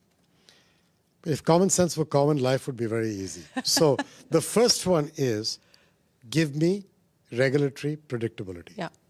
And you know that a lot of the developing world, and even the developed world these days, doesn't quite promise regulatory predictability the way a CEO thinks about it or an investor thinks about it. So that's the first one. A lot of the work we're doing with the 300 million people we're trying to reach in Africa is to do energy compacts with these 27 countries and have these countries commit to the regulatory policy changes that the private sector thinks they need in order to bring money to work in their countries. And you've already heard me talk about regulatory policy in different contexts. The second one is, even if I get that, I'd love political risk insurance, because governments change, their policies change, and so I can get caught out on a limb. And there, the bank can help, because we have a part of the bank. We love our acronyms in the bank, by the way. So we have a 4-letter acronym like CNBC. Ours is called MEGA. I'm sorry, I have an old friend of hers. I love pulling her leg. So ours is called MEGA, and MEGA is the Multilateral Insurance Guarantee Agency. We've put all our different insurances we were doing across the bank into one place. We're trying to simplify it and make it easier to access, one due diligence, that kind of thing. We're up 30% on insurance in the last year. I think I'd like to double it in the coming couple of years, and I think that would be a good outcome. The third is, would you, as a development bank, be willing to take first loss, junior equity. So if I'm an investor and I'm being asked to invest in Indonesia in something, in solar energy or in food processing, and I kind of get relatively comfortable, but sort of still not getting over the edge. Yeah. Would I come in, would IFC come in as a junior equity partner, bring in 100 million of equity, 200 million of lending and say, I'll take the first loss on my equity? And would that make this investor feel that now the numbers make more sense? It would, for sure, that's clear. But the trouble is that I have to book a loss if I were to ever encounter these. And if I book enough of these, then to keep my AAA rating, I'd have to go back to my shareholders and we're back to the same issue of capital. So what I'm trying to do is to create a shock absorber. And we've done that through using our retained earnings. We've launched what's called the Frontier Opportunities Fund. I didn't want to call it a first loss fund. Doesn't feel right. No, it doesn't. So as a private sector guy, so I called it, it's a Frontier Opportunities Fund, which is marketing for first loss. And to see if we can use that to help encourage investors to go in. I'm going to have to inject money into it every year, which I think we're willing to do. I'm going to philanthropies. So if you have some money to spare, please give it to my Frontier Opportunities Fund. I will use it to good purpose. The fourth item was foreign exchange. This is the most serious one. And this is that if I am investing in India, and I know that the Indian rupee depreciates against the US dollar historically on the average by 5%, just say over 30 years. Yeah. It goes through ups and downs, but over 30 years it does. Then I can factor 5% depreciation into my spreadsheet when I'm doing my project. The problem is, what if for 5 years, it now happens to depreciate at 8% a year? Yeah. Now I've got a 300 basis point tail risk that I don't know how to factor in. And you cannot get a 30-year hedge on the Indian rupee. By the way, you can't get a 30-year hedge on the euro or the dollar these days. So how do you, as an investor, how do you cover yourself against that exposure? What we're trying to do at the IFC is to do swaps with local commercial banks who have enormous surplus currency. They park it to the central bank for a few basis points every night. We could offer more and then use that to provide local currency financing. Today, 44% of our financing in IFC is local currency. Now, I don't know that I can get to 80, but this Forex is the holy grail. And even 44 is better than the 20 we were at 4 or 5 years ago. And the last item to me is the biggest one, which is where the trillions are. The real money is sitting with pension funds and asset managers of that size and scale. If you went to the Canadian pension plan or to the Nordic pension plan or to Scottish widows, and you said to them, hey, don't you want exposure to water projects in Africa? They would say yes. But then you show up to them with 20 projects, one of 20 million, one of 25 million, one of 40 million, one of 30 million, in 12 different countries in Africa with different covenants, different laws, different legal agreements. You're asking them to do due diligence on 20 projects to get one bundle of $500 million. $500 million doesn't move the needle in their balance sheet. The way their CIOs think is give me $1, $2, $3, $4 billion packages, give it to me with a rating agency's wrapper on them with standardized loans inside. So I know it's A plus paper, A minus paper, 92 cents in the dollar, I'll put $2 billion to work. Yeah. So what we've done is we've got Doug Peterson, who used to run Standard & Poor's, who you know, who has just retired and is an old colleague of mine from my days at Citi as well. And he's helping the World Bank Group put together a group of people from asset managers and pension funds and operators and BlackRock and banks and the like to help us think through how to do this and operationalize it over the coming 3 to 4 years. So the money, Shireen, will not come by waving a wand or just by saying I'm open for business. It'll come through the hard work that goes into regulatory policy changes, into these political risk guarantees, into some kind of first loss thinking, catalytic capital, into some form of thinking around foreign exchange and reducing that risk, and most importantly, into standardizing loans and creating a benefit for countries to agree to those loans, liquidity, pricing. They have to have a benefit. Yeah. That's the kind of work we're doing. You know, unfortunately, we're pretty much getting to the close of our time with you, though we would have liked to have continued this conversation. But, you know, you said you you are currently the ultimate plumber. You would want to be the ultimate plumber at the World Bank, trying to fix the many leaks. How many have you fixed? How much? How much is left to be done? The reason I said I want to be, somebody asked me, what do you want your legacy at the bank to be when I was 1 year into the bank list? And I kind of said I'd like to be known as a plumber, because I believe that you can't build houses on defective plumbing. It's the foundational ability to do this the right way. And that's what I'm trying to do. I think the bank for 80 years has existed and done an outstanding job in many ways. Even today, they're putting $120 to $130 billion to work in the world every year. Every year. And so don't get me wrong. That's real money. It makes a difference in many places. We've connected 100 million people to power in the last decade. I want to make it 300 in the coming years. We've given people jobs. We've connected people to schools. 200 million people have gone to school. 200 million girls have benefited from schooling. There are numbers like that that you can roll off your lips to prove that the institution is doing a good job across the private and public sector.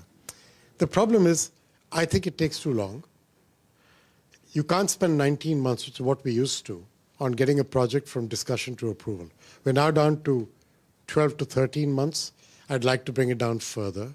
Some projects are getting approved in 30 days. Some are taking much longer. We have silos in our bank. You know, the private sector part of the bank doesn't always work as neatly with the public side, but most countries like India want a common thinking across them. We need to be what our client wants us to be, not who we are. Getting to focus on jobs as compared to a school or a bridge, meaning not an input but an output, is a cultural change. Embracing all this in people who are proud of their history and recognizing the need to change, this needs hard work.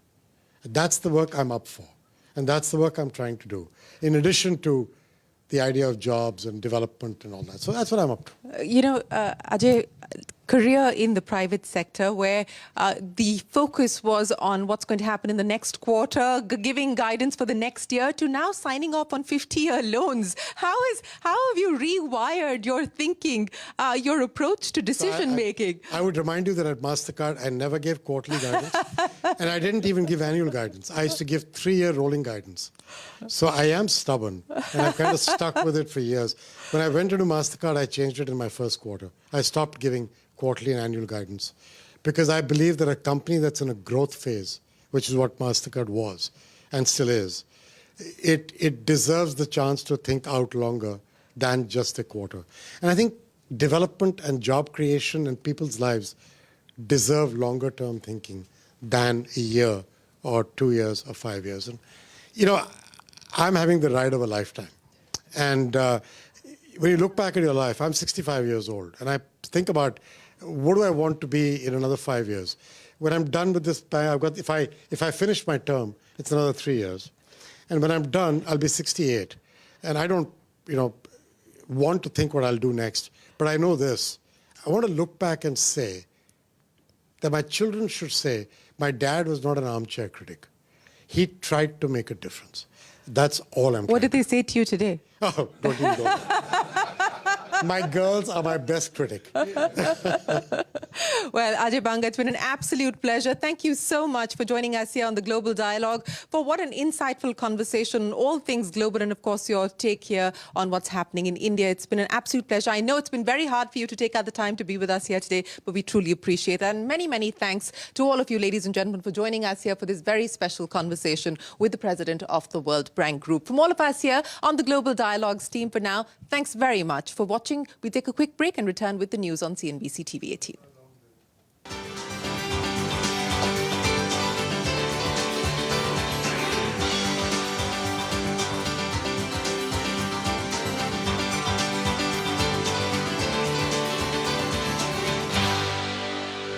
बात करेंगे तो इस वक्त यानी कि 24 घंटे अभी नहीं बीते हैं कि शेलिंग जो है वो हो रही थी और हमने देखा कि we have visited the Islamabad Uri areas command post पे हम गए और वहाँ पे हमने देखा कि जो मकान थे वो काफ़ी शेलिंग की जद में आ गए हैं और काफ़ी जो नुकसान है, डैमेज है, वो मकानों को पहुँचा है। और इस सिलसिले में जब हमने लोकल से बात की तो लोकल्स का ये कहना है कि वो चाहते हैं कि सीज़ फायर वॉलेशन ना हो पाकिस्तान की तरफ से, और जिसकी वजह से अब लोग जो है काफ़ी घबराए हुए हैं। लेकिन साथ ही साथ हमें ये बात भी समझनी होगी कि लोगों उन्हें जो इंडिया की एक्शन थी, जो ऑपरेशन सिंदूर है, उसका कहीं ना कहीं दिफा किया है, उसको जस्टिफाई किया है और ये कहा है कि वो प्योरली, जिस तरह से इंडिया ने भी कहा कि ये पहलगाम टेरर अटैक का एक बदला था और जिस तरह से इंडिया ने भी साफ किया था कि जो टेरर बेसिस है उन पर अटैक किया गया है।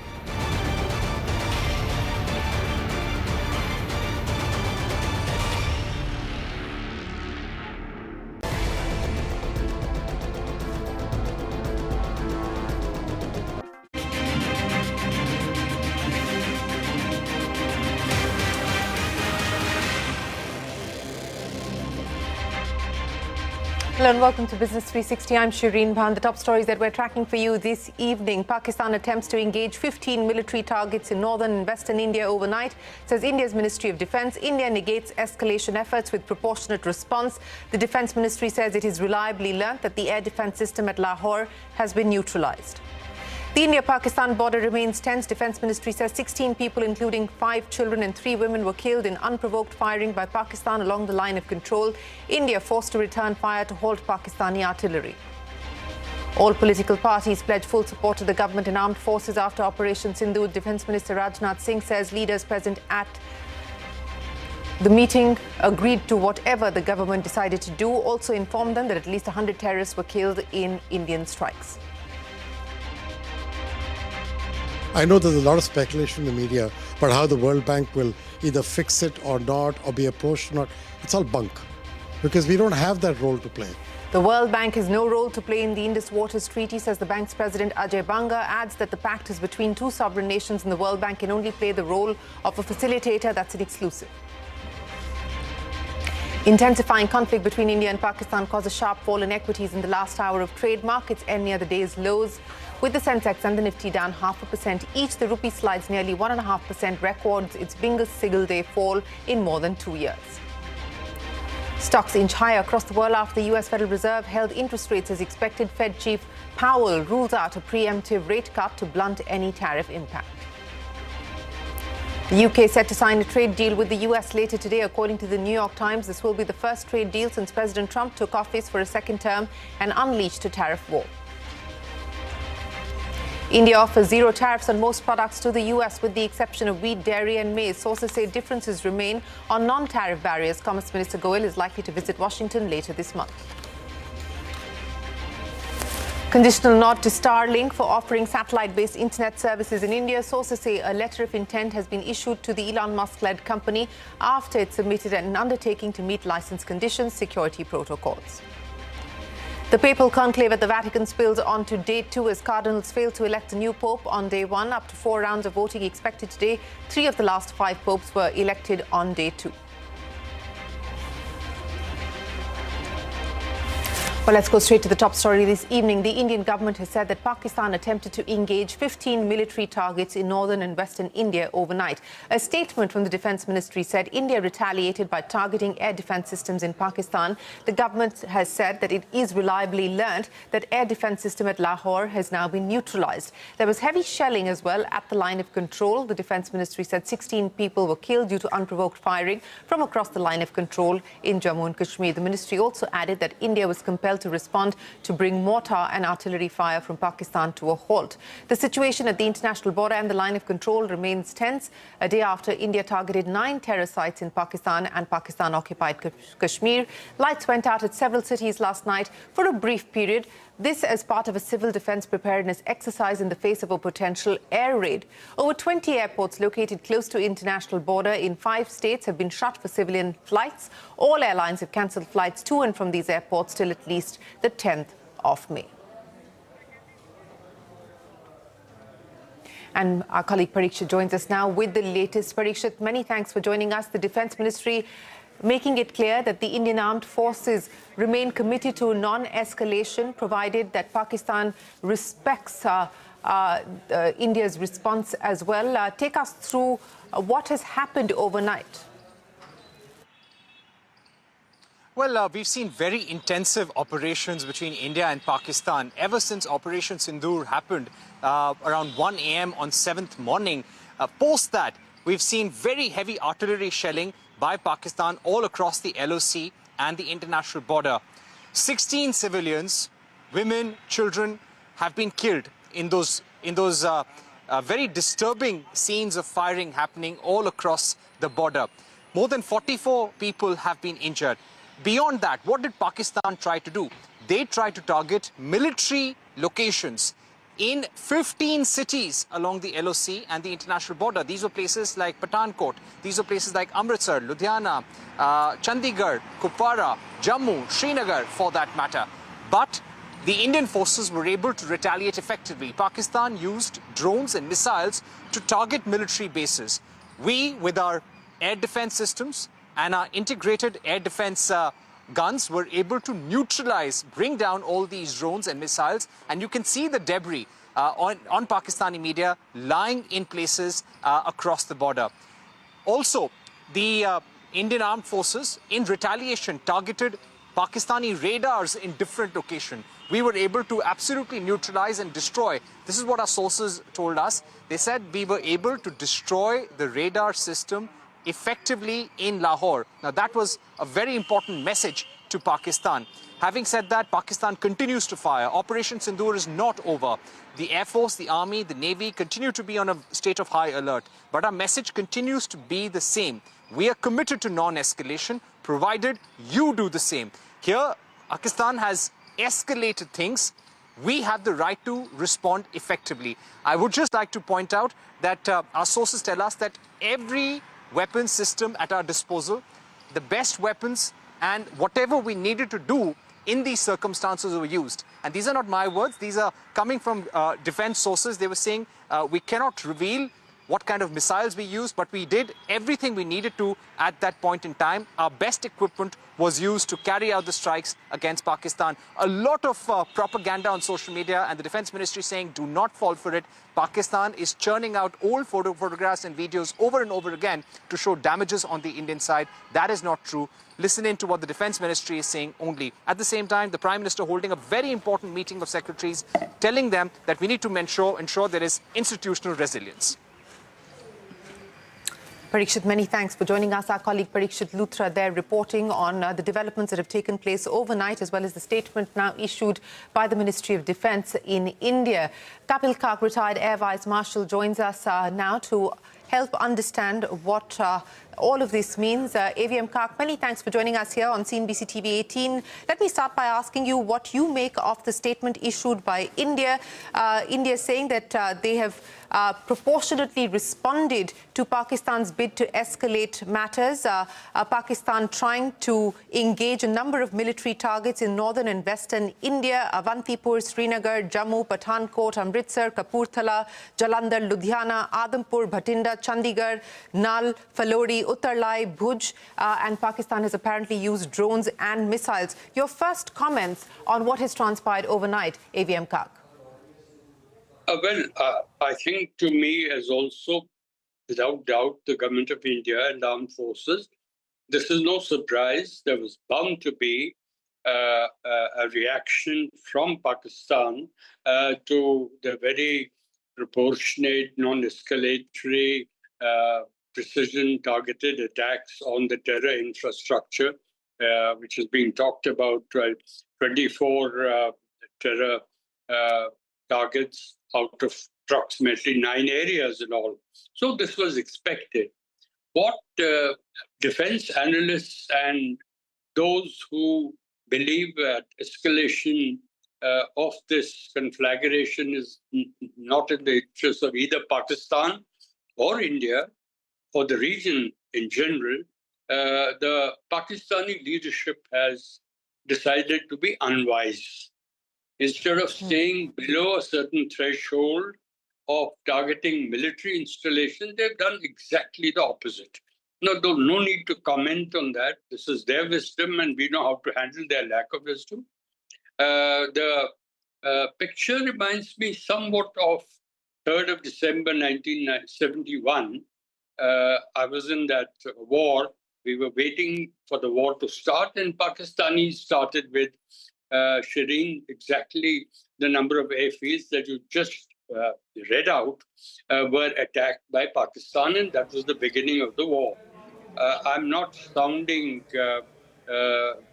very, very negative in this, but I hope we do not start a 71 type of war. It's most unlikely. But the manner in which the Pakistani leadership has reacted, it imposes even greater responsibilities on the politico-military leadership of India, for the simple reason that in any escalation ladder climb, under a conventional limited conflict with a nuclear overhang, the responsibility and the criticality of the stronger power in the power balance between the two countries is immense. And therefore, the statement that we will ensure there is a proportionate response to even this action by the Pakistanis, and you yourself mentioned about the neutralization of the Lahore air defense network. I hope, and it seems likely, unless lack of wisdom plugs in again from their side, that it will stay at this level. We have used some very, very high technology, smart weapons, very precise. I mean, the entire public of India has now knows, thanks to the media like you, on the ongoing developments regarding Operation Sindoor. We also have with us Colonel Sophia Qureshi and Wing Commander Vyomika Singh for this briefing. With that, I hand over the floor to Foreign Secretary. Sir. Thank you, Ranveer. Good evening. Thank you all for joining for this briefing. You would have perhaps seen some information related to developments since late last night, early this morning, which has been put out by the Ministry of Defense. Just in case it has been missed, I will request Colonel Sophia Qureshi and Wing Commander Vyomika Singh to just update you and fill you in on the details. Thank you, sir. Operation Sindoor पर 7 मई 2025 को हुई press conference के दौरान भारत ने अपनी प्रतिक्रिया को केंद्रित, संतुलित और गैर उत्तेजक बताया था। यह विशेष रूप से स्पष्ट किया गया था कि पाकिस्तानी सैन्य ठिकानों को निशाना नहीं बनाया गया। साथ ही दोहराया गया कि भारत में किसी भी सैन्य लक्ष्य पर हमले का उचित जवाब दिया जाएगा। 7 से 8 मई 2025 की रात को पाकिस्तान ने उत्तरी और पश्चिमी भारत में स्थित कई सैन्य ठिकानों को, जैसे कि अवंतीपुरा, श्रीनगर, जम्मू, पठानकोट, अमृतसर, कपूरथला, जालंधर, लुधियाना, आदमपुर, भटिंडा, चंडीगढ़, नाल, फलौदी, उत्तरलाई और भुज पर ड्रोन और मिसाइलों से हमला करने का प्रयास किया। इन हमलों को इंटीग्रेटेड काउंटर यूएस ग्रिड और वायु रक्षा प्रणालियों द्वारा निष्क्रिय कर दिया गया। इन हमलों का मलबा कई स्थानों से बरामद हुआ, जो कि पाकिस्तानी हमलों का प्रमाण है। On the night of 7th May 2025, Pakistan attempted to engage a number of military targets in northern and western India using drones and missiles. These places included Avantipura, Srinagar, Jammu, Pathankot, Amritsar, Kapurthala, Nal, Jalandhar, Ludhiana, Adampur, Bhatinda, Chandigarh, Falodi, Uttarlai, and Bhuj. These were neutralized by the integrated counter unmanned aerial system and other air defense systems. The debris of these attacks is now being recovered from a number of locations that prove the Pakistani attacks. आज सुबह भारतीय सशस्त्र बलों ने पाकिस्तान के कई स्थानों पर वायु रक्षा रडार और प्रणालियों को निशाना बनाया। भारत की प्रतिक्रिया समान क्षेत्र में समान तीव्रता के साथ की गई। यह विश्वसनीय रूप से ज्ञात हुआ कि लाहौर में स्थित एक वायु रक्षा प्रणाली को निष्क्रिय कर दिया गया। Today morning, Indian Armed Forces targeted air defense radars and systems at a number of locations in Pakistan. Indian response has been in the same domain with the same intensity as Pakistan. It has been reliably learnt that an air defense system at Lahore has been neutralized. Pakistan ने नियंत्रण रेखा पर आकरण गोलीबारी की तीव्रता बढ़ा दी है, जिसमें कुपवाड़ा, बारामूला, उरी, पुंछ, मेंढर और राजौरी क्षेत्रों में मोर्टार और भारी तोपखाने का इस्तेमाल किया जा रहा है. Pakistan has increased the intensity of its unprovoked firing across the line of control using mortar and heavy calibre artilleries in areas in Kupwara, Baramulla, Uri, Poonch, Mendhar and Rajouri sectors in Jammu and Kashmir. 16 innocent lives have been lost, including 3 women and 5 children, due to the Pakistani firing. Here too, India was compelled to respond to bring mortar and artillery fire from Pakistan to a halt.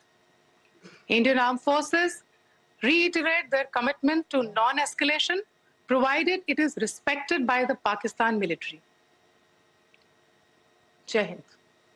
As I said, further to the briefing that was provided yesterday and some of the updates that have been just provided by Colonel Qureshi and Wing Commander Singh. I thought that we would just put some of the aspects related to the events that started on 22nd April with the barbaric terror attack in Pahalgam into further context, because there is a certain amount of commentary that has happened with regard to the events since then. And more than the commentary, there has been a lot of disinformation that has been directed at us from across the border. So a few things that I would like you to keep in mind. First of all, there is mention on all sides of escalation.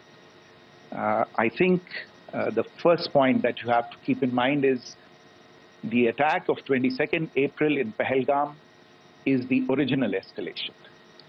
ये जो सिलसिला है जो हम देख रहे हैं आज की घटनाओं को लेके, ये 22 अप्रैल के पहलगाम के हमले से शुरू हुआ है.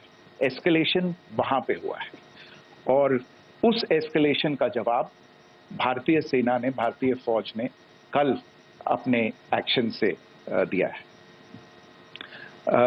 Secondly, I want to invite your attention to the involvement of the group calling itself the Resistance Front in these attacks. I pointed this out yesterday that this is a group that is a known front for the well-known Pakistan-based terrorist organization, Lashkar-e-Taiba. The group has been reported earlier. I mentioned to you about the Indian authorities providing information to the UN 1267 Sanctions Monitoring Committee. And in fact, we are going to be meeting with the team again very soon, and we will be providing an update to the information that we have provided earlier. But what is interesting, दिलचस्प बात यह है कि संयुक्त राष्ट्र की सुरक्षा समिति में जब पहलगाम के हमले को लेके एक प्रेस वक्तव्य जारी करने की बात चल रही थी, तो आप सोचिए किस देश ने टीआरएफ का, द रेजिस्टेंस फ्रंट का उसमें मेंशन किया जाना, उसको अपोज किया, पाकिस्तान ने. This was after the fact that the TRF claimed responsibility for this attack not once but twice, within a few hours after the incident on the 22nd of April, and then again on the morning of 23rd April. And it is perhaps only after the full gravity of the incident was realized by its masters and handlers across the border that it was managed to back off from this claim. Obviously, that retraction doesn't convince anybody. तीसरी चीज जो मैं आपसे कहना चाह रहा था, और कर्नल कुरैशी और विंग कमांडर सिंह ने कल भी बड़े स्पष्ट शब्दों में और आज भी आपसे ये बात साझा की है। जो भारतीय रिस्पॉन्स है वो नॉन एस्केलेटरी है, प्रिसाइज है, सटीक है, मेजर्ड है और कंसिडर्ड है। Our intention has not been to escalate matters. We are only responding to the original escalation, as I said, and our response has been targeted, precise, controlled and measured. Only no military targets have been selected. Only terrorist infrastructure in Pakistan has been hit. Now, there are, as I said, a number of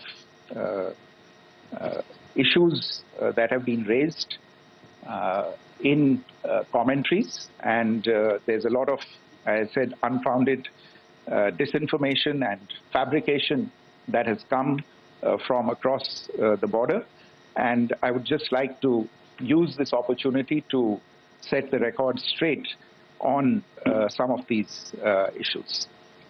The first of these is Pakistan trying to wash its hands off any and all involvement with terrorism.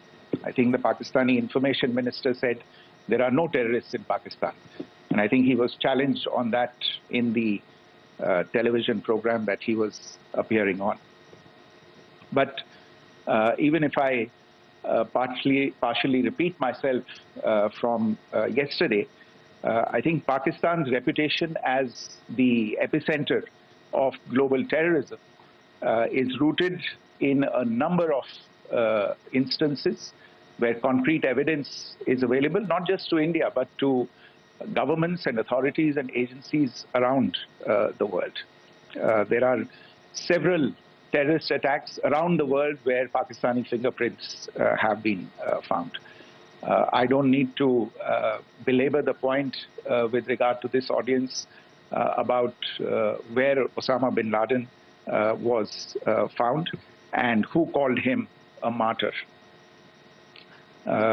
Pakistan has also for decades pursued cross-border terrorism into India with impunity, and as I said yesterday also, in order to deliberately mislead the international community, they claimed that the terrorist Sajid Mir was dead. They came under pressure, and Sajid Mir was then brought back to life, arrested, and is now apparently in Pakistani custody. Pakistan is also home to a very large number of UN proscribed as well as UN proscribed terrorists, as well as terrorists proscribed by a number of other governments in the world, including, of course, the Lashkar-e-Taiba and the Jaish-e-Mohammed, as well as their leaders, Masood Azhar and Hafiz Mohammed Saeed. आपने देखा होगा हाल ही में पिछले ही कुछ दिनों में पाकिस्तान के रक्षा मंत्री और उनके पूर्व विदेश मंत्री दोनों ने इस बात को माना है कि पाकिस्तान का ऐसे ग्रुप्स के साथ जो रिश्ता है वो क्या रहा है. Both the defense minister and the former foreign minister of Pakistan, I think they've done a more eloquent job of this than I could ever do in terms of describing their country's implication in international terrorism and their involvement in housing these kinds of groups. दूसरा जो विषय है वो है पाकिस्तान का जो एक दावा है कि एक इंटरनेशनल impartial investigation होना चाहिए, एक joint investigative committee होनी चाहिए. These calls for jointly investigating this heinous and barbaric attack in Pahalgam. Again, I think you know the history well on this. You know the track record well, and it is not a bright track record insofar as Pakistan is concerned. In fact, in the pursuit of justice for the victims of multiple terrorist attacks, whether it be Mumbai in 2008, in Pathankot in 2016, or many others. But in particular for these two attacks, India had offered to cooperate. India provided forensic evidence and urged Pakistan to bring the perpetrators of these attacks to justice.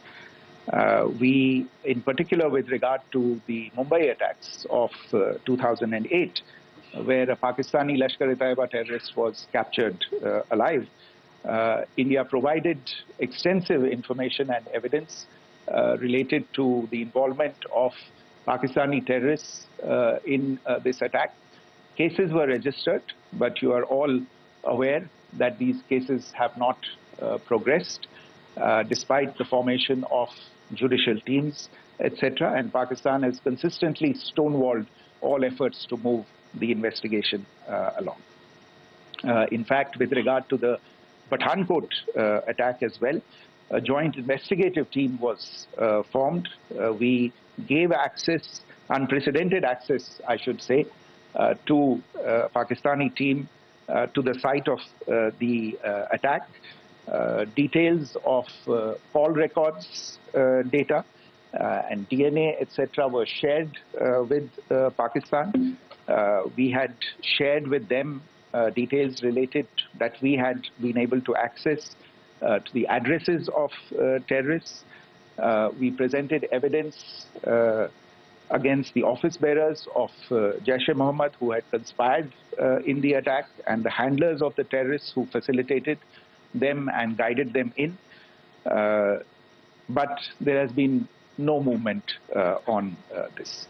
So in all of this, I think the experience has not been positive, and it certainly doesn't give us the confidence now to take at face value Pakistani assertions of wishing to participate in a joint investigation. These are just delaying tactics. These are just stonewalling tactics. And in fact, there is reason to believe that Pakistan uses the evidence that we provide only to cover its tracks and, in fact, defend the terrorists who we are looking for and obstruct the path of investigation.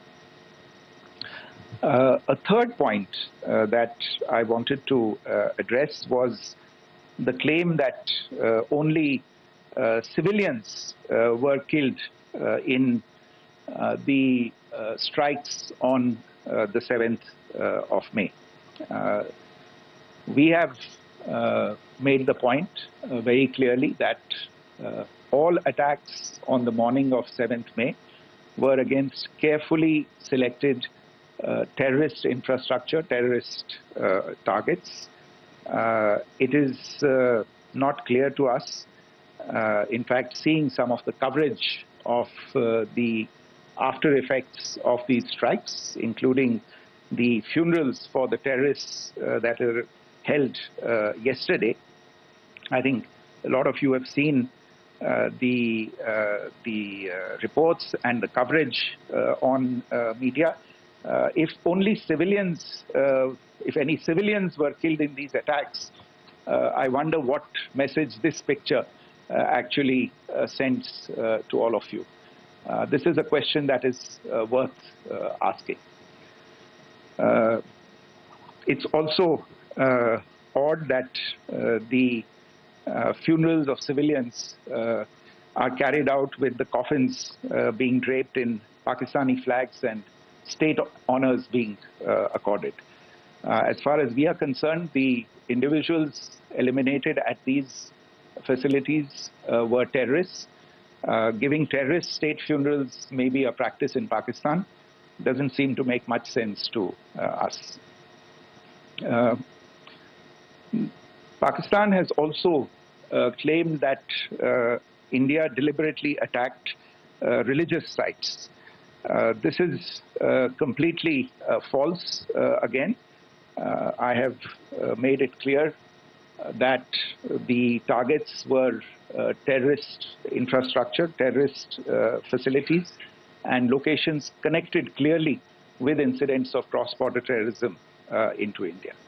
And it is in fact Pakistan that is misusing religious sites as a cover to in fact radicalize, direct and indoctrinate and train terrorists.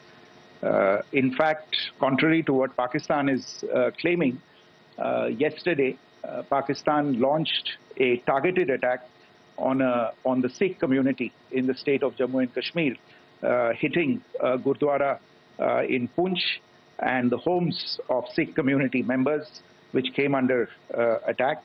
And we know that at least 3 individuals were killed in that particular attack.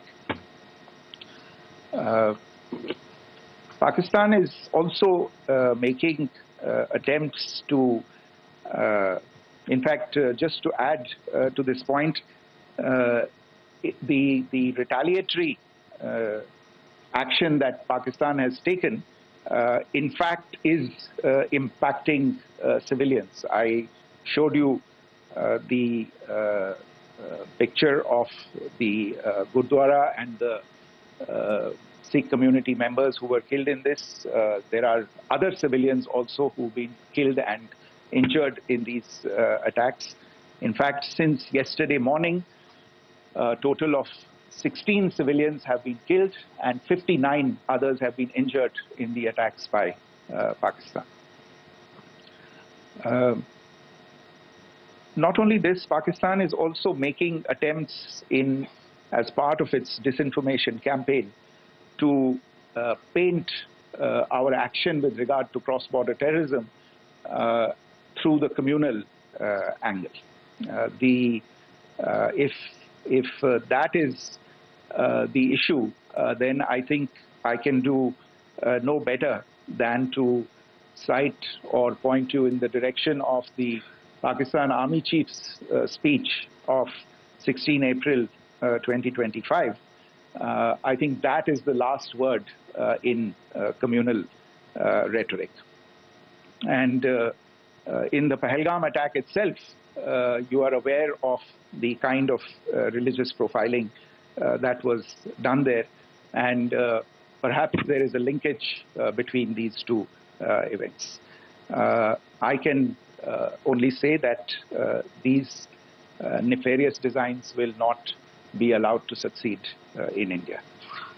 And it is to be noted that people from all faiths, all religions, all regions in India have unequivocally, not just in India but around the world, have condemned these attacks.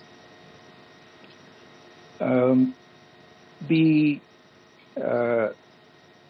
Pakistani claims of now responding to India's strikes of the 7th of May. As I said right at the outset, it is India which is responding. The original escalation was by Pakistan on the 22nd of April. We are the ones who are responding to that escalation with the action that was taken yesterday morning. And again, I would like to emphasize that the action was restrained. It was directed towards non-civilian, non-military targets and confined to terrorist camps. And again, as we have been saying since yesterday, any further action by Pakistan, some of which we are seeing today, is nothing but escalation by Pakistan now, once again, and will be responded to and is being responded to appropriately. One point that I wanted to also address was the allegations to the targeting of a dam, the Neelam Jhelum project in Pakistan-occupied Kashmir. I want to say that this is an absolute and complete fabrication and a blatant lie.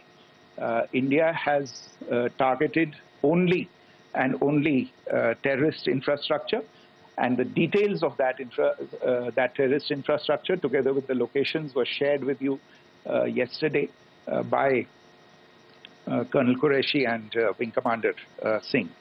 I should note that if this kind of a claim is a pretext for targeting Indian infrastructure of a similar nature, Pakistan will be entirely responsible for the consequences that will undoubtedly follow.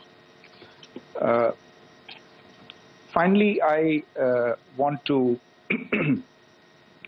address some issues that have been raised related to the Indus Waters Treaty and the disinformation that has been raised in regard to that as well. The fact is that there have been fundamental changes in the circumstances in which the Indus Waters Treaty was concluded, and they call for a reassessment of the obligations under the treaty. Over the last year and a half to 2 years, India has been in communication with the government of Pakistan. We've sent several notices to them requesting for negotiations to discuss modification of the treaty. India has for 6+ decades now honored the treaty, even during periods when Pakistan imposed multiple wars on us, and even when relations were adversarial. Pakistan is the one that has been acting in violation of the treaty, deliberately creating legal roadblocks in India exercising its legitimate rights on the Western rivers. Any projects that India sought to build on the Eastern rivers, and even on the Western rivers, which we are allowed to by the treaty, were always challenged by Pakistan, thereby hampering our rights to utilize our legitimate waters under the treaty. In fact, if you see the preamble of the treaty itself states that the treaty was concluded in a spirit of goodwill and friendship. Mark those words, concluded in a spirit of goodwill and friendship. ये भारत का धैर्य और भारत की सहनशीलता है जो 65 साल से हम इतनी प्रोवोकेशन के बावजूद इस ट्रीटी को निभा रहे हैं. However, as has been made clear earlier as well, Pakistan has not responded to our requests to enter into negotiations for a reassessment of the obligations under the treaty. A number of conditions have changed. This is a treaty that was based on the engineering techniques of the 50s and the 60s. We are living through the first quarter of the 21st century. Technological changes and technological advancements have to be taken into account. There are demographic changes. There are climate changes that have taken place. There is the imperative of clean energy. And of course, the terrorism that Pakistan has wreaked in the state of Jammu and Kashmir itself has hampered India's ability to exercise its rights under the treaty. Pakistan's persistent refusal to respond to our requests to enter into government-to-government negotiations on the modification of the treaty is, in a sense, itself a violation of the treaty. And therefore, India has taken the step of putting the treaty in abeyance until Pakistan abjures irrevocably its support for cross-border terrorism. Maybe I'll stop there. I mentioned earlier yesterday as well that this is an evolving situation. I would therefore ask all of you to be considerate and restrained. It will not be possible for us or my colleagues from the armed forces to share operational details at this point in time. Beyond that, if you have any questions, may I have time for only a few, and I'll try to answer those questions. Okay, I give the floor to Rishabh. Secretary, good evening. This is Rishabh from Times Now. I just wanted to understand, as per the press release that has been released earlier today, it says that we have successfully hit at the air defense of Lahore. Does it give our forces a better chances in case of further escalation? And are there other air defense places as well at strategic location that were targeted? Rishabh, you are violating the first rule that I set out at the end of my remarks. The press release that has been issued by the Ministry of Defense today speaks for itself. It is related to operational matters. It's been released by the Ministry of Defense. As more information becomes available, it will be released at the appropriate time. Once again, please don't go into operational details at this point in time, because this is a constantly evolving situation. Yeah, go ahead. Foreign Secretary Smita Sharma, just wanted to ask, the Pakistani Minister Ishaq Dar in an interview has claimed that the National Security Advisors of India and Pakistan have spoken to each other. If you could confirm or deny, and is complete severance of diplomatic ties with Pakistan also on the table? I have no information with regard to contacts between the two national security advisors. Insofar as diplomatic relations are concerned, you've seen the steps that were announced in response to the following the meeting of the Cabinet Committee on Security on the 23rd of April. There are no further steps that are under consideration at this moment in time. Yeah, go ahead. Foreign secretary, मेरा नाम मनीष है, मैं TV9 Bharatvarsh से हूं, और आपने खुद ही बताया कि कितना मिस इन्फॉर्मेशन क्रॉस बॉर्डर से आ रहा है, बल्कि ऐसा लग रहा है जैसे पाकिस्तान के प्राइम मिनिस्टर और डिफेंस मिनिस्टर तक भी प्रोपेगेंडा करने में मिस इन्फॉर्मेशन में आ गए हैं। वो कई बार तो ये तक दावा करते हैं कि हम 3 राफेल हमने गिरा दिया, इतने हमने मिग गिरा दिए, और जब उनसे पूछा जाता है तो वो कहते हैं कि सोशल मीडिया में हमने ये सब चीजें देखी थी। तो अगर आधिकारिक तौर पर अगर आप कुछ कह सकें इस पर, ताकि उन्हें भी समझ में आए कि इस तरह के प्रोपेगेंडा नहीं चलने वाला है। देखिए, जब सही समय होगा तो आधिकारिक तौर पे इसके बारे में सूचना दी जाएगी, लेकिन जो आपका प्रश्न है कि प्रधानमंत्री और उप प्रधानमंत्री और विदेश मंत्री, उनके रक्षा मंत्री इस तरह की बातें कर रहे हैं, तो इसमें अचरज की कोई बात नहीं है। आखिरकार ये एक देश है जिसने अपना, इसका जन्म लेते ही झूठ शुरू हो गया था। 1947 में जब पाकिस्तानी फौज ने जम्मू कश्मीर पे दावा बोला, तो उन्होंने किसी ऐसे वैसे व्यक्ति से नहीं, संयुक्त राष्ट्र से झूठ बोला कि हमारा कोई लेना देना नहीं है इससे। ये लोग जो गए हैं वो तो कबायली, वो तो जब हमारी फौज वहाँ पे पहुंची और UN के लोग, संयुक्त राष्ट्र के लोग खुद वहाँ पे पहुंचे, उन्होंने देखा कि वहाँ तो पाकिस्तानी फौज घुसपैठ करके आ गई है, उसके बाद पाकिस्तान को मुंह की देखनी पड़ी और उनको मानना पड़ा कि हाँ, उनकी फौज वहाँ पे कुछ समय से पड़ी हुई है। तो ये जो यात्रा है एक तरह से 75 साल पहले शुरू हो चुकी है, तो I am not surprised that this kind of disinformation is being indulged in. Yeah. Siddhant. Sir, Siddhant from Beyond. Sir, we have seen a lot of negative comments coming from the Pakistani military of escalation.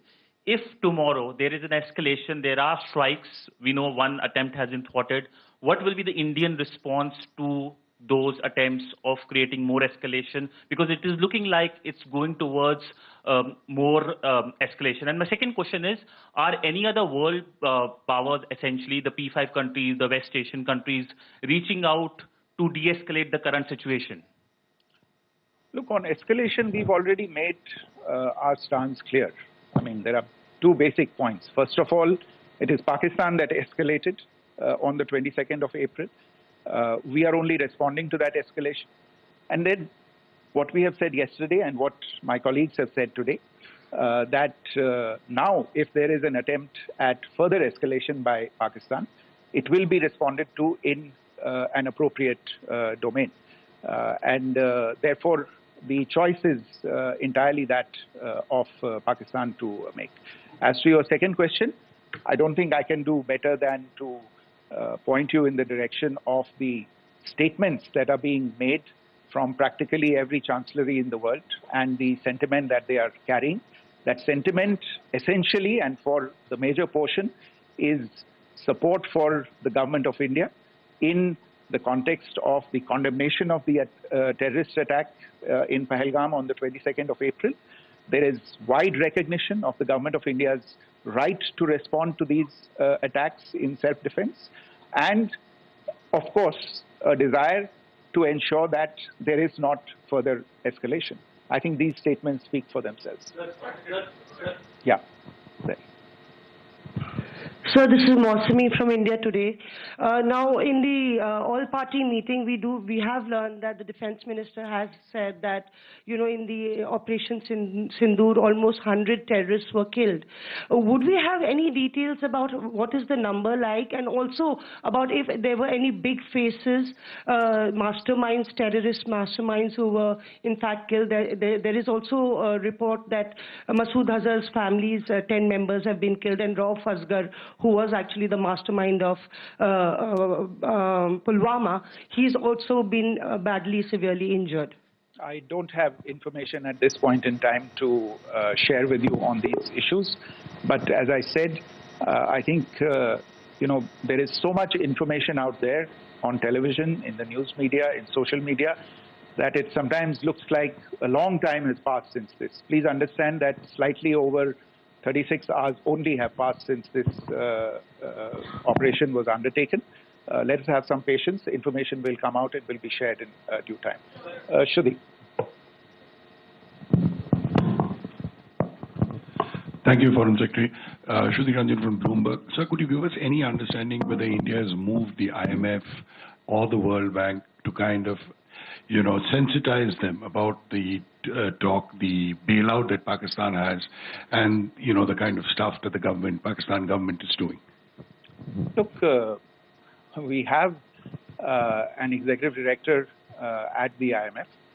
Tomorrow there is a meeting of the board of the IMF, and I'm sure that our executive director will put forward India's position. The decisions of the board are a different matter. The process through which they are made. But I think the case with regard to Pakistan should be self-evident to those people who generously open their pockets to bail out this country. And since you are from Bloomberg, I think you would have the data on how many IMF bailout programs have been, very good, thank you, have been sanctioned in the space of the last 3 decades. And I think you would also have an idea of how many of those programs have actually reached successful conclusion. Probably not many. So I think this is a decision that board members have to take by looking deep within themselves and looking at the facts.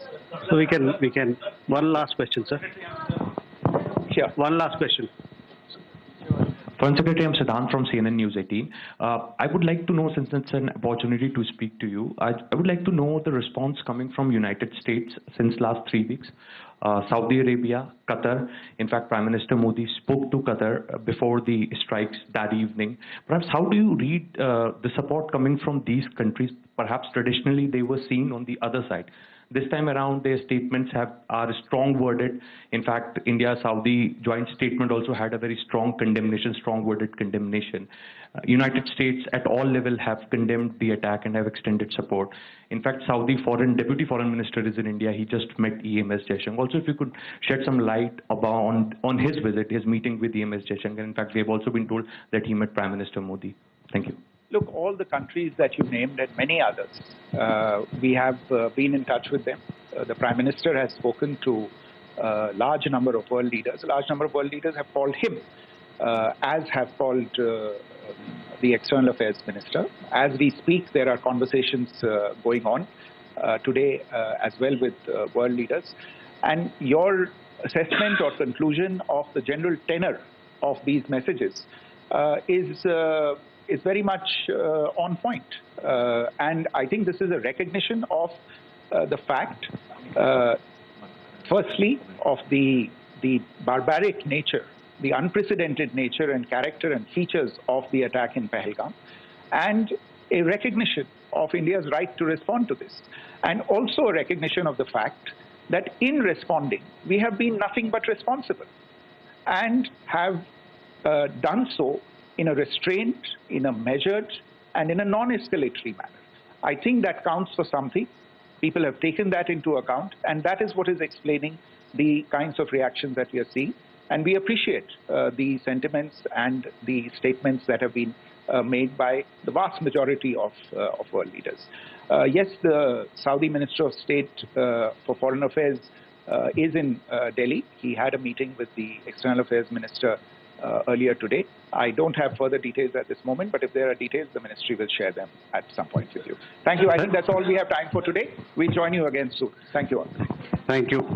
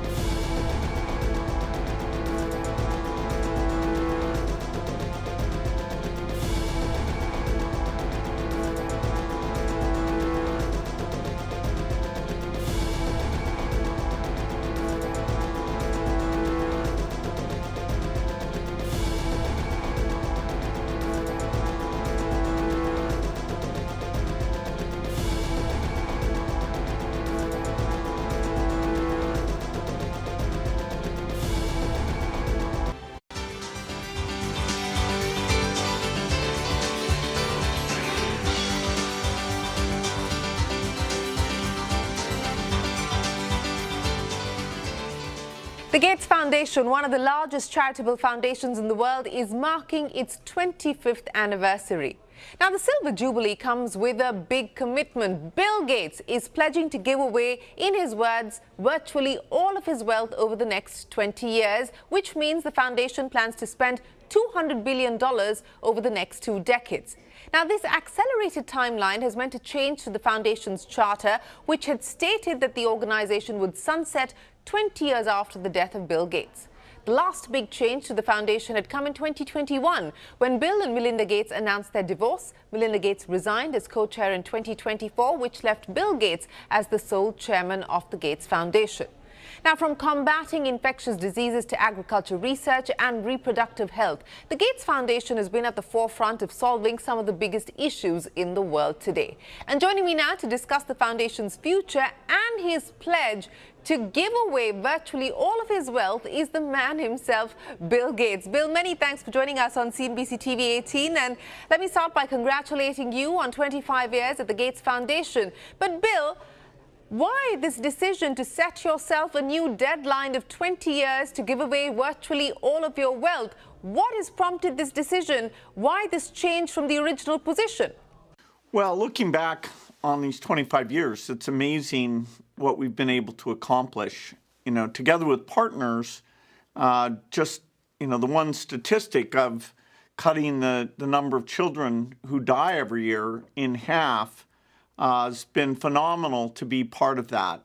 And so as I was thinking about that, I decided that we should essentially double down and spend all the rest of the money I'm lucky enough to have through the foundation on these causes over the next 20 years. And that'll allow us to be very aggressive, make some fantastic progress, and, we'll have real clarity. A lot of resources for 20 years, and then others can step in with whatever we haven't been able to finish off. If I may, Bill, is this decision to accelerate or speed up the giving that you're doing linked to the overall environment that we're currently seeing, where there is a retreat from multilateral institutions, from multilateral arrangements, from development aid? How much of this acceleration perhaps is also linked to the change in the environment as we see it today? Now, this decision was made before all of these reductions were clear to us. I would say in the short run, it means the work we do is going to be challenged. Although I expect every year we'll have progress in India and some of the countries we work in in Africa right now, these cuts to the aid budgets, the debt situation, some of the instability means the next 4 or 5 years will be difficult. But over the time period that all my money will be given, I still expect to see pretty incredible progress. So in the short run, I am very disappointed that aid generosity is down. But with the innovations in the pipeline, with, I think, going to people and saying that those aid budgets should come back to some degree, I'm, super excited about what we can achieve in these next 20 years.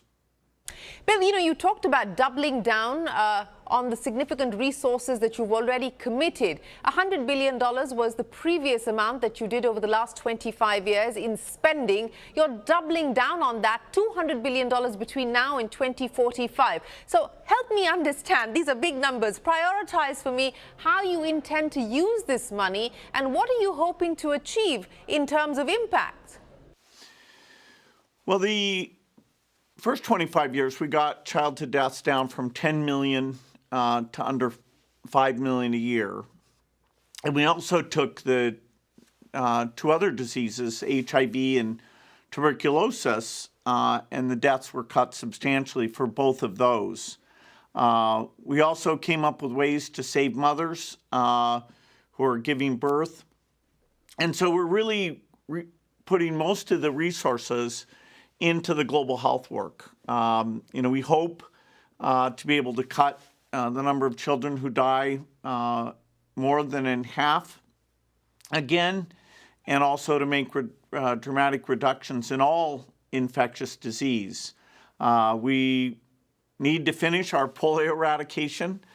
Still a lot of hard work left there, and we also think some other eradications, guinea worm, malaria, a number of diseases could be taken all the way to zero. And so by having, for the next 20 years, over 200 billion in resources, double what we spent in the first 25 years, we'll be able to partner with, scientists, and we have a great partnership with the Indian government to help them achieve their ambitious health goals. And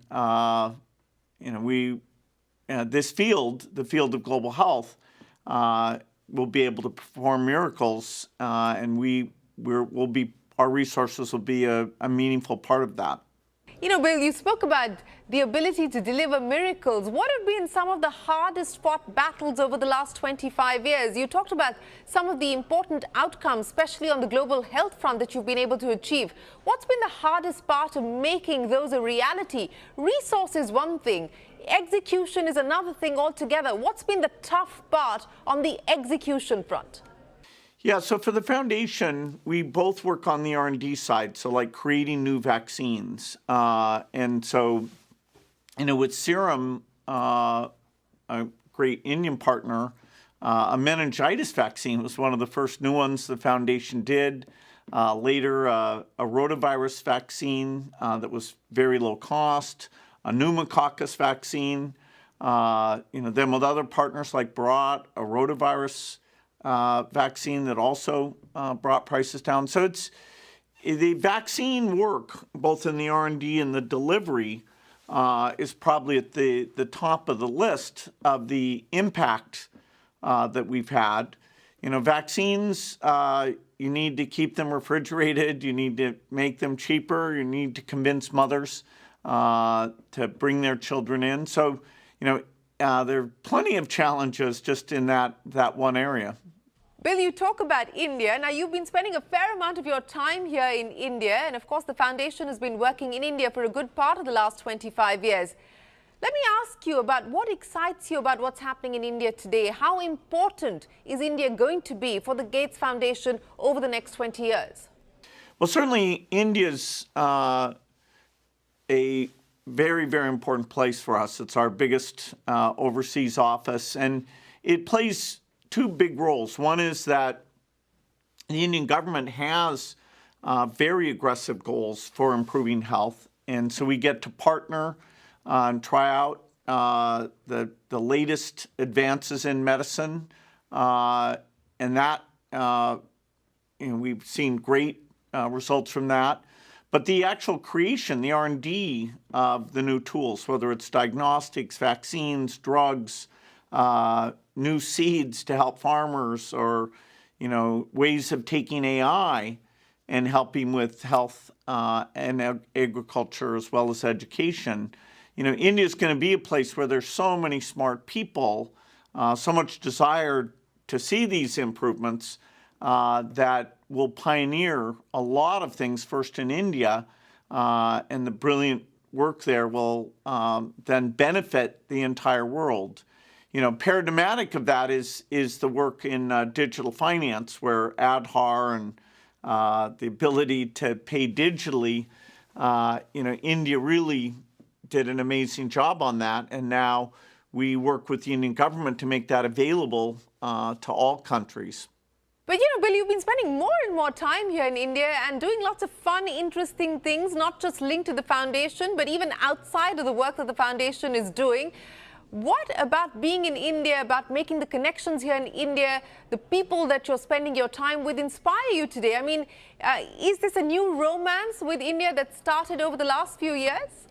No, I've always been fascinated by India, and of course Microsoft has had a fantastic relationship in terms of the huge development offices that we have in India, as well as amazing people like Satya Nadella that have come and made huge contributions to the company. And so as I moved from Microsoft to the foundation, I took that understanding of the great talent that's there with me.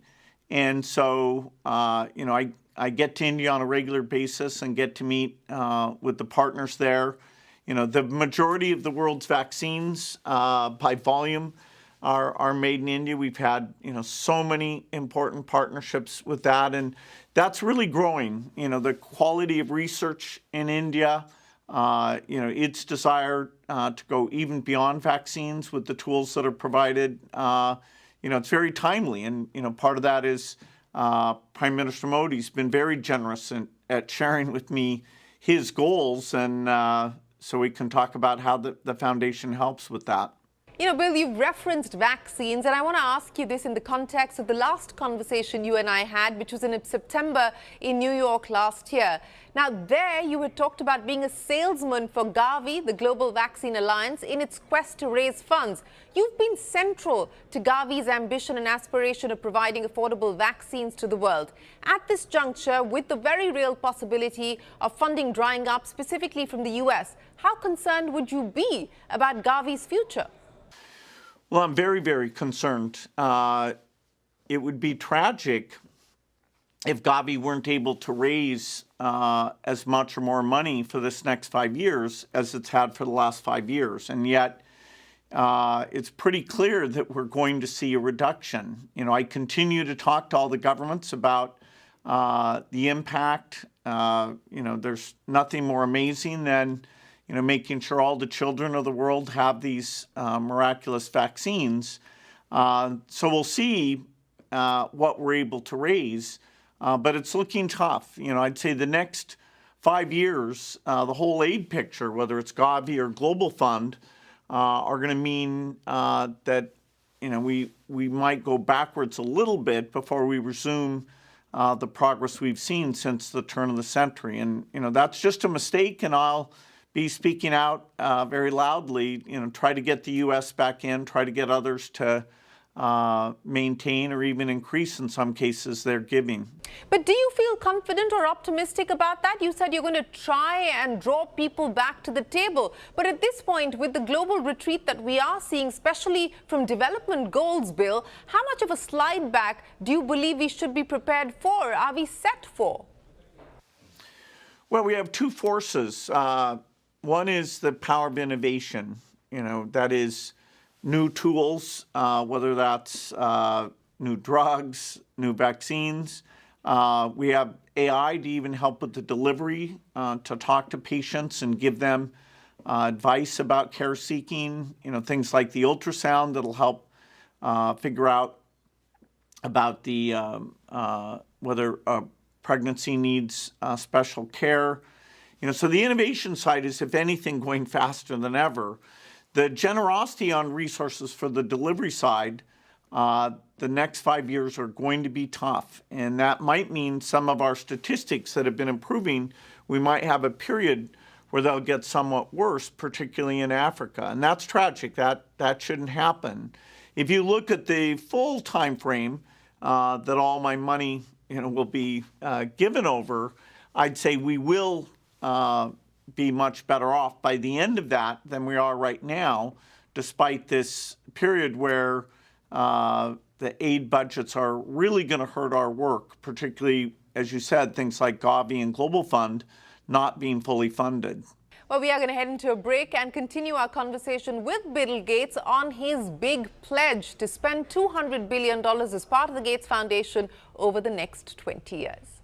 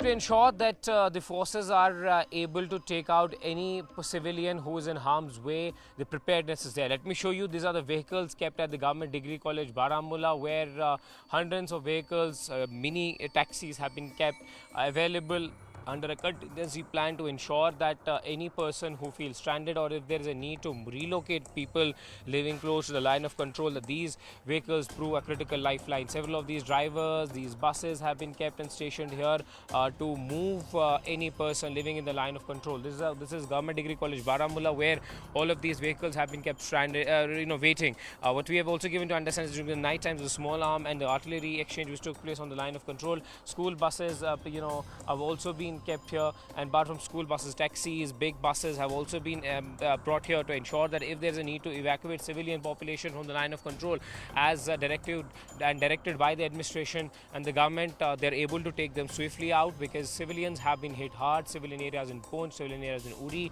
and several other sectors have also been affected by the ceasefire violation by Pakistan.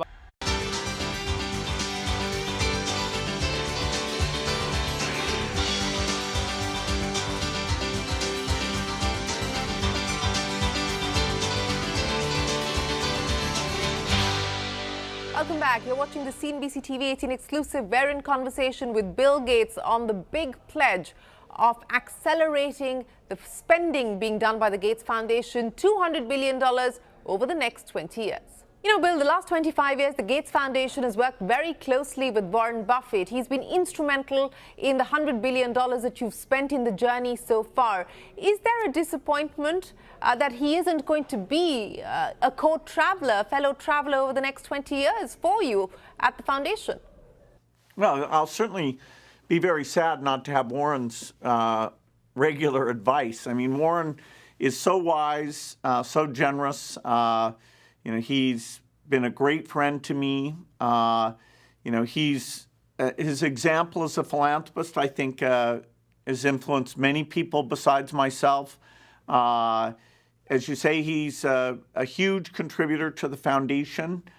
His family is very committed to the causes the Gates Foundation works on, and so they'll continue to be, his children will be great partners of ours in many of these areas. But no, it'll be tragic if Warren's not around. He's 94. I hope he lives this whole 20 years, but he might not. Well, speaking of milestones, it's 25 for the Gates Foundation, it's 50 for Microsoft, and it will soon be 70 for you in October. As you look back and reflect on the many milestones that you've achieved personally and in your careers, if you had a chance of a do-over, would there be anything that you'd change, anything that you'd do differently? Well, I'd be very reluctant to go back and change things since I've been so unbelievably lucky. My parents, who I got all my values from, and they made sure I got a great education. I've had amazing friends like Paul Allen, who helped found Microsoft, Steve Ballmer, who allowed Microsoft to be so successful, and now an unbelievable number of great partnerships at the foundation with the incredible team there, and partners all over the world. So. I'm the luckiest person in terms of what I've been able to be involved in. So yeah, I've made plenty of things that I've had to learn and do better, but I don't think I'd want to risk going back and making any changes.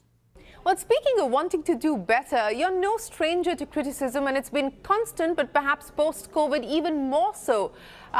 Questions about the influence that organizations like yours build on decisions that have been taken. Many call it the tyranny of the unelected. How do you now respond to that criticism, Bill, and how do you believe the foundation should learn and position itself over the next 20 years to take some of that feedback and criticism on board in some constructive way?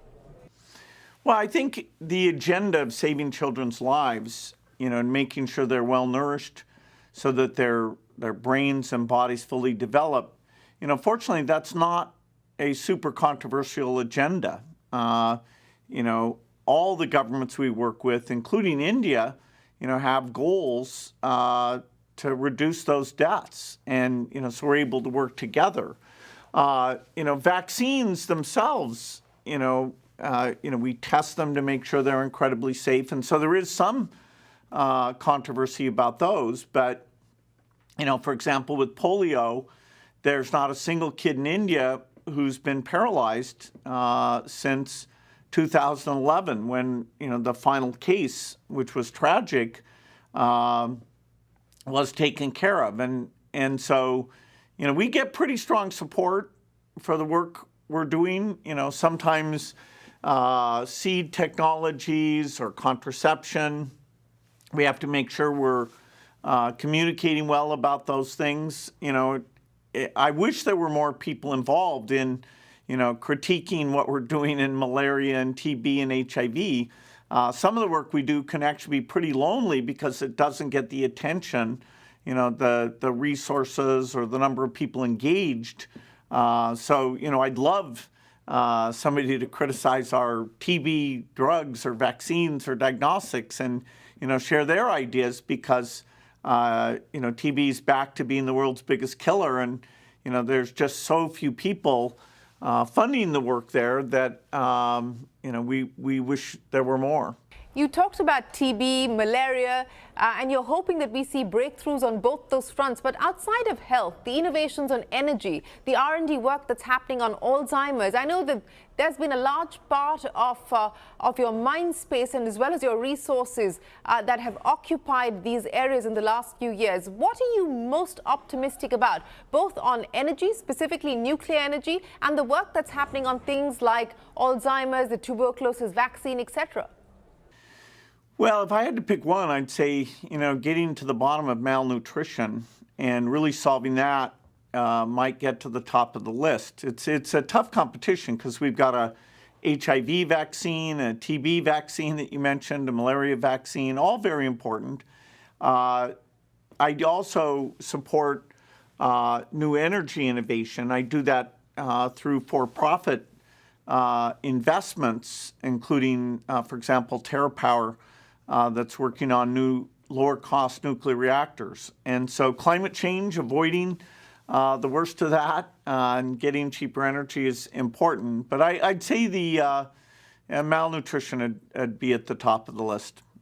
Well, it's clear that you're definitely not retiring anytime soon, Bill. What keeps you going? I know pickleball is definitely not going to be something that's going to occupy a lot of your time outside of the foundation's work. But what keeps Bill Gates going today? Well, I'm very lucky. I love reading. I love, traveling. I have great sisters and friends. And, I love tracking the innovation. Meeting people who are out in the field doing the tough work. So it's fascinating. And, even though we'll have setbacks overall, the possibility of what we can achieve in these next 20 years keeps me going, makes me want to travel and work hard.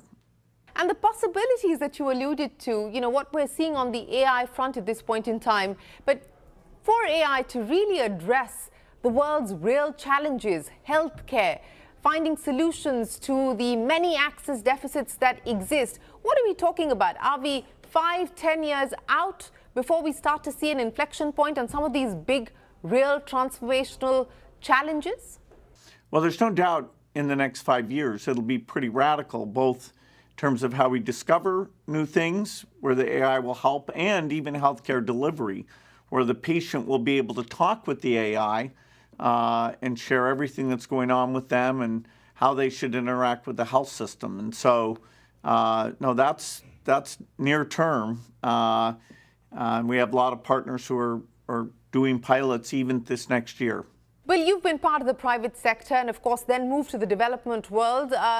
If I were to ask you for your message to the private sector in the current volatile environment that we're in, to other philanthropic organizations as well, organizations that you're perhaps partnering with or you're hoping to partner with in the future, what would your message be to them? What would your message be to governments today?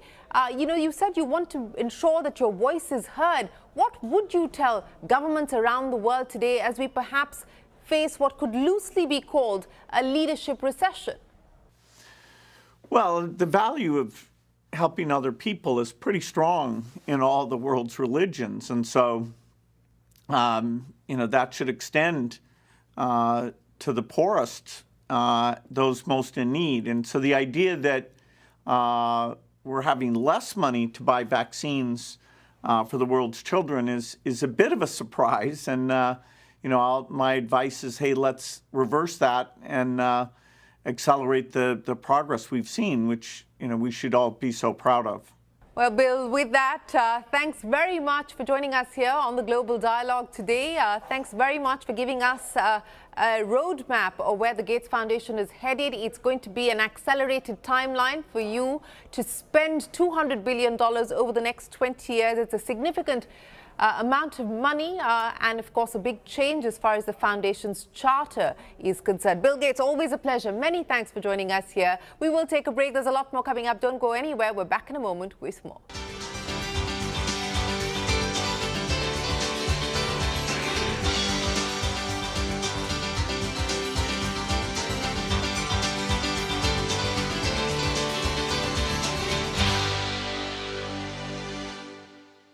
Have been kept here ready to ensure that in case it escalates, they are able to take out those civilian population living near the line of control.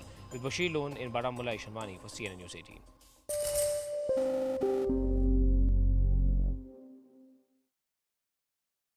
No, it's a shame. We just heard about it just as we were walking in the doors of the Oval. Just heard about it. I guess people knew something was going to happen based on a little bit of the past. They've been fighting for a long time. They've been fighting for many, many decades and centuries, actually, if you really think about it. No, I just hope it ends very quickly.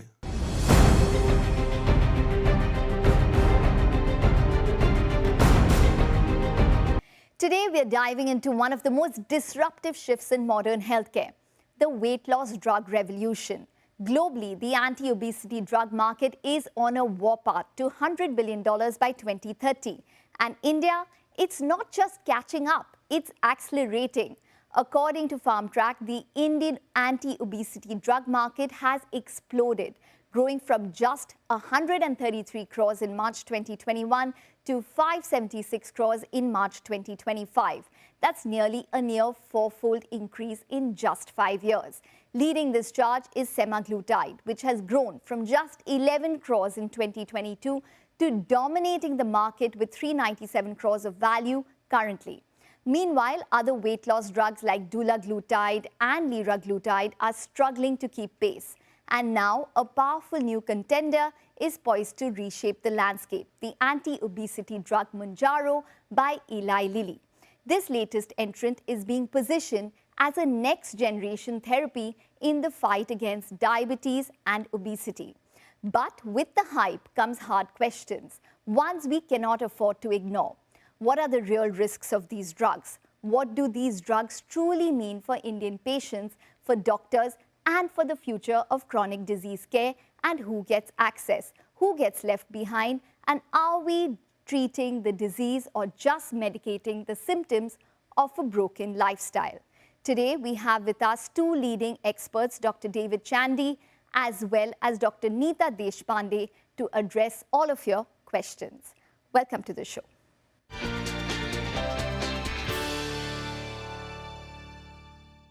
Dr. David Chandy as well as Dr. Neeta Deshpande, thank you very much for joining in and speaking with us today. Well, let's start with the overall interest. And Dr. Deshpande, let's start with you. Since Mounjaro has launched, what's the kind of queries as well as interest that you've seen from patients and from, say, a doctor's perspective?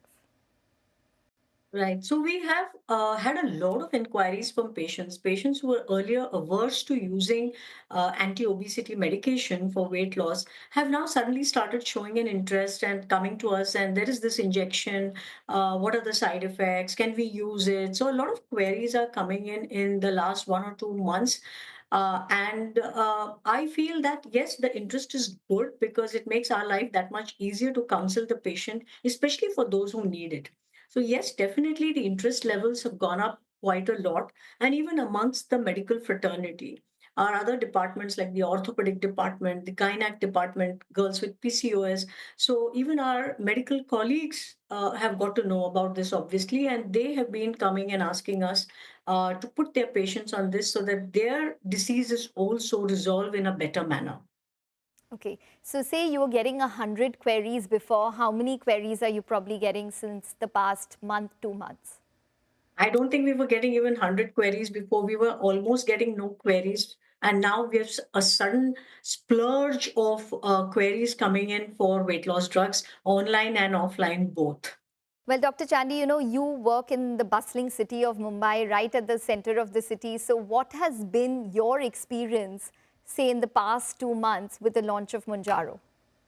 So, in fact, from the last 3 to 4 years itself, there have been a lot of patients who have been discussing this with us, but the availability was the big challenge. Now, the big difference is the availability. You get it in most of the pharmacies, most of the hospital, and the cost also is quite competitive. So, it is available, it is more reasonably priced. So, these are the two things that so every day we're getting at least 3 to 4 patients who are coming to us inquiring, can they take this drug, either for diabetes or for obesity. Okay, so that's the key question then, Dr. Chandy. Who are you recommending or prescribing the drug to? So there are 2 categories of patients. Either someone with diabetes who are on reasonable, maybe 3 or 4 groups of medicine, still their sugars are not controlled. We need to add a different group of medicine. In them, we consider second, if someone is very obese, that is if their body mass index is above 30, and if they have some comorbidity, like they have some obstructive sleep apnea, that is they're snoring a lot at night, or if they have a lot of knee pain, that is osteoarthritis, or if they have fatty liver. So these are the comorbidities or the diseases associated with obesity. So if we can get their weight down, you will get good relief in their sleep, in the damage to their liver. So in these 2 category of patients, we advocate that this can be used, but we need to rule out other existing things like, so there are some contraindications, or in some group of patients, you can't use them. So once it is ruled out, then we go ahead and we counsel the patient about this group of drugs. Okay, so what are these contraindications where you can't use the drug? There's a rare type of thyroid malignancy called medullary thyroid carcinoma. And this was actually seen only in the rats and mice model. It has never been reported in humans who are taking this drug. But because all these medicines are first tested in animals, it is safer to avoid these drugs in this group of people. Second, if some people have some pancreas issue, like chronic pancreatitis or a recent pancreatitis issue, we avoid this drug. Third, obviously, if a person is very lean, you don't want to use this drug because even if the person has diabetes and if the person is lean, you start this drug, there would be further weight loss. So these are the conditions that we, prefer using this drug. All right. Dr. Deshpande, same question to you. Who are the patients who you are prescribing it to? Is there a certain BMI category that you are looking at when it comes to this particular drug or these set of drugs that you're prescribing to your patients? What is the criteria? Yeah, so the indication is BMI 27 with a comorbidity or BMI above 30 without any comorbidity. But having said that, it also is a lot of patient preference also. So I use it mostly in patients who have had multiple attempts at weight loss, regained the weight. These are the people who can't keep on doing this yo-yoing thing. So to support them and their efforts, this drug is very, very useful. So multiple times failures, or if people are starting out, I mean, they've come to us with a BMI of 35, 38, those kind of patients, definitely they would need a support because only diet and exercise will really not be enough for them. And these are the patients that we use it for. So the cutoffs are 27 and 30 with comorbidity and without. But having said that, anyone who's had multiple attempts at weight loss with a variety of diets and exercise, these are the patients who I prescribe it for.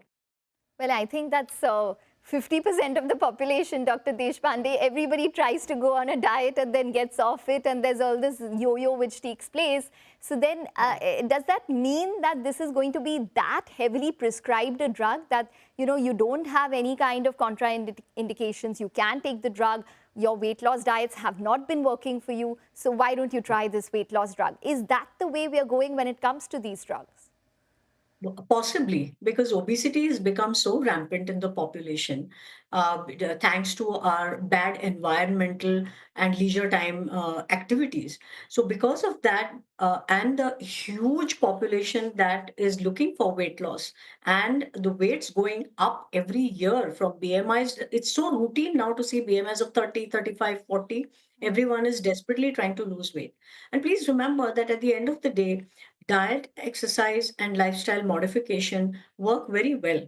The question comes when it comes to maintenance of that lost weight. Because your homeostatic mechanisms take over, your biology takes over, your hunger starts to increase, your satiety starts to reduce, your metabolic rate goes down with diet and exercise. And that is why relapse is more the rule than the exception. And that's where the drug comes in. So the drug tries to break this homeostatic mechanism and helps in maintenance of weight loss. That is why it is being prescribed so heavily.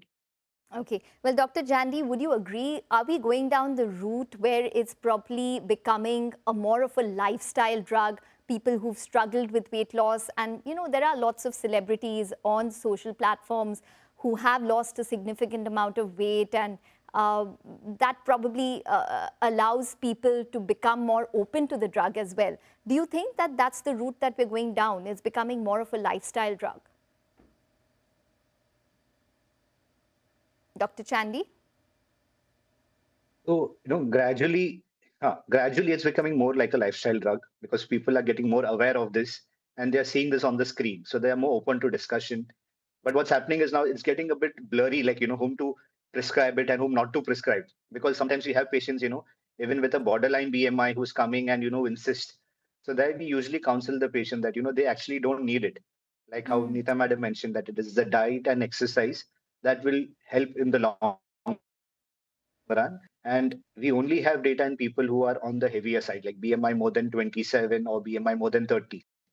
So it gets a bit blurred when, you have too much of information on the media and people who don't need it also come and request for it. Okay. But the other question then is that when you mention lifestyle, Is this a magic drug? Do you just take that one injection once a week and then you miraculously lose weight despite your old lifestyle of, say, processed food, junk food, and lack of exercise? Or do you have to change your lifestyle along with the drug to lose weight? Dr. Chandy. Very good question. So most of the patients, spend a lot of time discussing this. So my take on this is like this. It's 1/3 your food, 1/3 exercise, and 1/3 medicine. You can rely only on medicine, but there'll be two things that will occur. If you only focus on medicine, you will lose weight, but along with your fat percentage that goes down, you will lose muscle mass.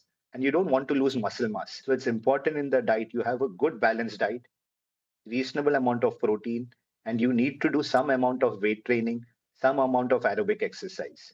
The second thing is, if you can do these two things, a good diet, good exercise, you can manage with a reasonably moderate dose. But if you don't rely on diet and exercise, gradually what would happen is your dosage that is needed would gradually keep on going up. You would need then very high doses of this weight loss drug, and you are more prone then to side effects. So I counsel the patients, if you want a low dose or a moderate dose, then the diet and exercise are very important part of your treatment. That's actually one of the side effects that I wanted to touch upon, and you did mention it, muscle loss, or that gaunt look that people get because of the usage of the drug for a period of time, or sarcopenia, which is basically muscle loss across the body. How do you prevent it? Can it be prevented with resistance training, and to what extent? Dr. Chandy. So what we have seen is, so because you're aware of this, we follow a policy of start low and go slow. So we start with a very low dose, and instead of building this dose, quickly, we build up the doses very slow, and we encourage the patients to have a good protein diet and a good weight training with if possible, with a instructor, with a physical trainer. With this, we have seen very few patients actually develop this protein loss. And what we have done is, most of the patients, we track them. We do a DEXA scan for body composition, and we check how much is their muscle mass, how much is their fat mass. And we track this every 6 months to see, how they are doing. And usually the patients do well if they keep these 3-4 things in mind. Okay. Is there a cultural element to that, Dr. Deshpande? Because, in India, we have a large number of the population which is vegetarian as well. So the protein intake might not be as much. And separately, maybe there could be some amount of resistance for some people to do resistance training as often in the gym. So are there any kind of cultural differences in an Indian population using Mounjaro or any other weight loss drug as compared to the Western? Yeah, cultural differences in terms of protein intake, yes, because for a largely vegetarian diet, and even people who do consume non-vegetarian, they do it like just once or twice a week, which is not enough. So a protein supplementation almost becomes mandatory. Because if you try to give all the protein by natural means through a vegetarian diet, it's not always possible without increasing the calories at the same time. And therefore, proteins, we do have to rely on good protein supplements. So that is very, very important.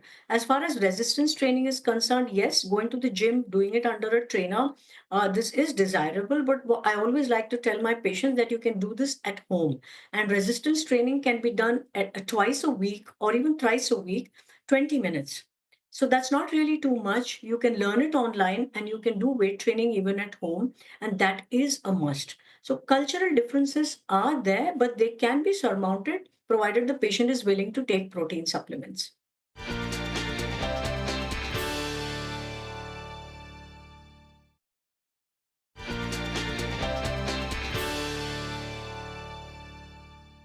Well, Dr. Chandy, we've also heard of side effects which include gallbladder disease, pancreatitis, as well as, say, gastro issues, which a lot of patients face, nausea, vomiting. Give us a sense in terms of how serious these kind of side effects are. How much of it have you seen in your practice?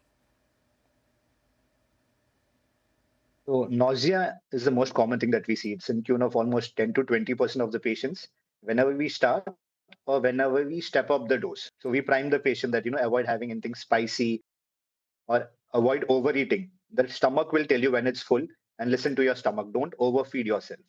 The second thing is the intestines are more sensitive. So patients are more prone to food poisoning. So again, we tell the patients to avoid eating too much outside. The other side effects are a lot of burping that can be seen again in tune of 5 to 10% of patients. Gallstones are quite rare. I've seen only 1 or 2 patients with that. We have never had any patients of pancreatitis as of now. The most common things are this burping, the nausea issue, and loose motion. Well, the other, side effect that I wanted to talk about and which you did mention was basically the thyroid issues. And there is a black box warning which comes on these drugs with regards to these thyroid issues. Dr. Deshpande, how serious is this particular side effect? Are you concerned about it? Does it stop you from prescribing the drug? So we screen the patients very well and we judiciously avoid it if there has been a family history of medullary thyroid carcinoma or there's a syndrome called multiple endocrine neoplasia. So if these are there either in the patient or in the family, then we would avoid the drug. Or if there has been a pancreas issue where there's been pancreatitis or chronic calcific pancreatitis, we do not know the safety of use of this drug, but we avoid it in these individuals. But other than that, there is nothing else to be done in these situations. So we just look out for the history, ask for it. If that is there, we don't use it. So yes, the warning is there, but that's what it is. And it's pretty rare, actually. We don't find this particular, it's called MTC. So it's not really there in a big way, but we ask the history of that. Okay. Well, Dr. Chandy, this particular drug has also been linked to retinal issues as well as an increase in heart rate as well by say 10 to 15 beats. So from that perspective, how serious are these side effects for weight loss drugs? If you look at the study or the research done in the eye issue, it was mainly done in patients who had diabetes. So when they were started to get their sugars down, that is when they had seen this issue in the retina or the blood flow to the artery supplying the eye, which would get injured. So even in patients not on this drug, we know that if we rapidly control the person's sugar, it can sometimes cause problem in the eye or even in the nerve. So when you're starting this in a diabetic patient, we always do it gradually. Like I mentioned earlier, start low and go slow. It's not like you're running a 100-meter race. It's like a 42-kilometer marathon. So you have to build up the dose very gradually. That is when you can avoid the side effect. And it's very early stage. We need more information on this group of patients to analyze it in a more thorough manner. The second thing that you mentioned, that is, patients who are having the issue of fast heart rate. Over there, it is linked mainly to a bit of dehydration. So what happens is when you have less craving for food, people drink less water.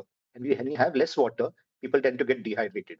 So we always remind the person that even if you're not hungry, make sure you're having your 2.5 liters of water. If you're well hydrated, the chances of the heart rate going up are less. Okay. All right. Well, Dr. Deshpande as well as Dr. Chandy, we've got a couple of viewer queries with regards to these weight loss drugs, considering the kind of interest that you've seen in it. So just want a couple of quick answers from you. Dr. Deshpande, I'll start with you. One of the questions is, will I put on weight after using the drug, after the drug course is over? There's no such thing as a course. These are drugs which are meant to be given long term. But having said that, the doses can be reduced. So yes, there is a chance that there will be a rebound weight gain. However, that can be mitigated by a good lifestyle program and perhaps giving rescue medication. If you've stopped it, you can restart it maybe at a smaller dose and keep it as a maintenance dose for a while. Okay, so that is actually one of the key questions as well. Which viewers do have is, how long does one take the drug, Dr. Deshpande? So there is no recommendation for how long it needs to be taken, but it just says long term. And obesity being a chronic disease, there could be a chance that you might end up taking it for a few years. And there is data for up to 3 years in all of the studies that have been done and even perhaps beyond. So there is no specific guideline to say that it's a course or it can be taken for only this much amount of time. So we have to go need-based, see how the patient is doing, see how the lifestyle modification is, try to reduce the dose, wean off the drug for a while, and wait and watch policy. Okay, all right. So one can take it for up to a few years as well. Now, just talking about the side effects, queries have also come in about what are the early warning signs that patients should have when it comes to side effects? What is a red flag and what is an early warning sign? Dr. Deshpande. Yeah, one of the red flags is for pancreatitis, where you have pain abdomen, maybe radiating to the back with or without vomiting, and it comes on suddenly. So this is one of the warning signals where they should go to their healthcare professional and get tested for pancreatitis. Or if on their routine examination, when they keep going for follow-ups, maybe there's a small little nodule on the thyroid, then that needs to be investigated. So these are some of the red flags that one should be looking out for, and these are the symptoms. Okay. Dr. Chandy, impact on fertility? So whenever weight comes down, it accelerates the fertility. So we had some patients who have been sent to us who are quite obese before they want to plan for a child. So whenever the weight goes down, their ovarian reserve improves. So whatever data we have, it's a good data, but there's no data during pregnancy. So if anyone is, planning pregnancy, immediately we don't start it. We at least want this drug to go in for around 6 to 12 months. And once we stop it, then we allow them permission to plan for pregnancy after, say, 2 to 3 months. Okay. Depression and anxiety, Dr. Chandy? So there's been some data from the West that, it can cause some depression, anxiety. But what we have seen is usually the patients who want these drugs are actually more motivated. They want to get the weight down. And we make sure that, we are constantly in touch with them and we keep a watch. If we see some features of anxiety or depression, then we reach out and we, ask them to meet a counselor so that the root cause is analyzed. Okay, all right. And quickly, last question then, Dr. Deshpande as well as Dr. Chandy, from both of y'all. Will you prescribe the drug if the patient can manage without it? Dr. Deshpande. It is very subjective and relative. So we would obviously try for weight loss without the drug initially, but most often relapses are very common. And when such things happen, and if the patient has already begun to get comorbid conditions, we would like to use it. So if we can do without the drug, yes, of course, we would like to do without the drug. But more often than not, they might need the drug. Okay. And Dr. Chandy, what about cosmetic purposes of the drug? So, it has not been analyzed, so I would stay away from it. It's something that comes a lot. Lots of patients come and ask this. So it's always safer to stay away from it. Okay, for cosmetic purposes. Yes. Okay, all right. And would you prescribe the drug, or would you first go for lifestyle changes? So definitely first lifestyle changes, diet, exercise. If someone can't get it down and if there's some comorbidity or if their BMI is high, then definitely it's indicated. But say someone who has a normal BMI wants to improve it just for cosmetic reasons, I think it's too much. They may land up with too much side effects. Okay, all right, Dr. Deshpande as well as Dr. Chandy, it's been a pleasure. Thank you very much for joining in and speaking with us. I'm sure this conversation is going to continue for the next couple of months and years as the market expands and as the interest grows. Thank you very much for joining in today. Thank you.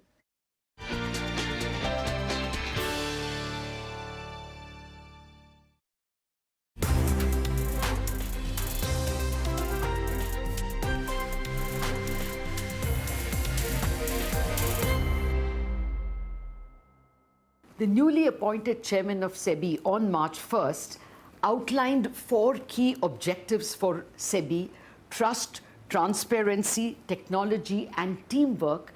And today we have a 5th T to elaborate on this. The author of all these statements, Mr. Tuhin Kantapande, the new SEBI chairman. Thank you very much, sir, for your time. Well, let me first start with the trust and the transparency part. The previous chairman had already set in motion the controls on F&O. We saw the first tranche of controls came in, only 1 expiry per week per exchange. We are eagerly awaiting the second set of rules When do you think we will hear of it, and what will be the main, constraints, if any? I think the SEBI had put out a consultation paper, and we received about 800 comments. Some supporting the position, some suggesting some alternatives, something in between. So we will take a considered view and will come. Basic premise is that we should make systemic improvements and also provide, while the F&O market is very important market for price discovery, for hedging, we also don't want it to be, like reduced to one single problem that we were facing on index options on the expiry day. That was our key problem area. So therefore, we need to, clearly define the risk metric, and we are trying to, we'll bring the delta in terms of, the options. Yeah, I thought it was more, besides the risk metric, the end of day counting of options or intraday. And it is now, look, I mean, there were enough articles written on it that the intraday positions are so high that some limits need to be put, and the limits should not only be on end of day. So should we expect that there will be intraday limits? Because that's where the HFTs seem to be taking the game away. I think we will have to take a clear call on not really exactly what we had proposed in the paper, but exactly what will be more practicable, and taking into consideration all factors. So we will bring about necessary changes accordingly. Okay, you can't give us any clue on whether it would be intraday or end of day limits? Not at this moment. Okay. All right. Let me come to the other issue that is rankling the market on this trust transparency issues, and that is this SME IPOs, sir. I mean, we have seen Gensol is now. Just before that, we had that, I think it was what, Trifactor Technologies. There are enough number of SME IPOs. Are there some new rules being written? There is an inherent conflict. When you ask the exchanges to control them, they make money out of them. So it doesn't seem to be an effective, they don't seem to be functioning as a first line of control. I think one of the objectives of bringing SME IPO or a little light touch regulation for them was exactly to facilitate the SMEs to access capital markets, where the cost of accessing we have to see the cost is relatively down, and it is easier for them to access capital markets. So I mean, we have a very large number of SMEs, and so therefore in order to enable them to do that, whether we could have the same onerous requirements as the main board was the issue. And it was, so I think we are watchful if there are certain aspects where, we have, for example, brought in some changes in terms of profitability criteria, in terms of usage and deployment of funds post-IPO. Also on the fact that, this money cannot be simply used by loan repayment of the promoters. But I think the merchant bankers, they need to do a better thing on this, and we expect But do you expect it to remain with the exchanges because there seems to be a conflict of interest? I don't think that is, in a way, in anything, even if it is approved by the SEBI, the exchanges will have to be paid their fees. So therefore, the transactions will have to be carried out in the exchanges. Okay. So only the processing part, like, clearing the document, that was something which was SEBI passed it on to. But we will be watchful of the situation, and if we find that, if we find that this is a very widespread phenomenon, even after whatever the changes that we have anticipated, then we will review it. The second tranche of F&O rules, when should we expect it? Well, I can't give you the deadline, but... No, I mean in a month, even a broad ballpark. I mean, I think very shortly, yes. Within a month, I think we should be able to arrive at, yes. Okay. Now let me come to the other issue that you have already announced as one of your first announcements, this conflict of interest disclosures for SEBI's own officers. Do you notice any gaps in the current disclosures? Well, this is not only for SEBI's officers, but also about the SEBI board members, including chairman. Yes. So the gap is, I think, one is 2008. This was set for the board members. Then there are ESR regulations, which are even older, which is employees service regulations. There are certain disclosures which are made within. There are certain conflict of interest clauses are being applied within. People are recusing. However, there is very little public exposure. There is in fact no public disclosure of the conflict of interest. Even we don't have even disclosures of properties and other things. None of them, even other government officials don't disclose to us. It is to the appointments committee or whoever they disclose. We don't get to hear. No, but at least some disclosures are there. Even, for example, the property returns. The immovable property, even for all government servant, is out. And I think SEBI also is also slightly a regulator where we find that we should be more proactive in terms of this regime. And secondly, we also need to have comfort for those who are working within SEBI as to how they need to conduct, in many cases, You mean the lateral entrance? Not only lateral entrance, even the people who are employees, they also need to, when they are passing orders or, dealing with the case. They need to know. They need to very clearly know where it will fit. So I think we have to update that particular, both the ESR and the board resolution. Secondly, we also need to have a framework how they would be recorded. Because we need to know who has recused for what and rationale, so that have some database, and also have public disclosures. Okay, so that is a big thing. You expect that it will be a public. So public disclosures, to what extent the public disclosure should be made, in what cases should be made, how it could be mitigated. Suppose somebody seeks the thing, then how that particular complaint, etc., could be processed. If there is the committee obviously will look at the best practices for other regulators in the world as well. And I think we will be pushing forward this important subject. The fundamental difference will be that you will make things more public. I think both. We have to also need to have more clarity internally as to how they will rest, how they will be processed. Okay, fair enough. Now, you've made repeatedly a statement that there is a compliance burden. Are you of the view that SEBI is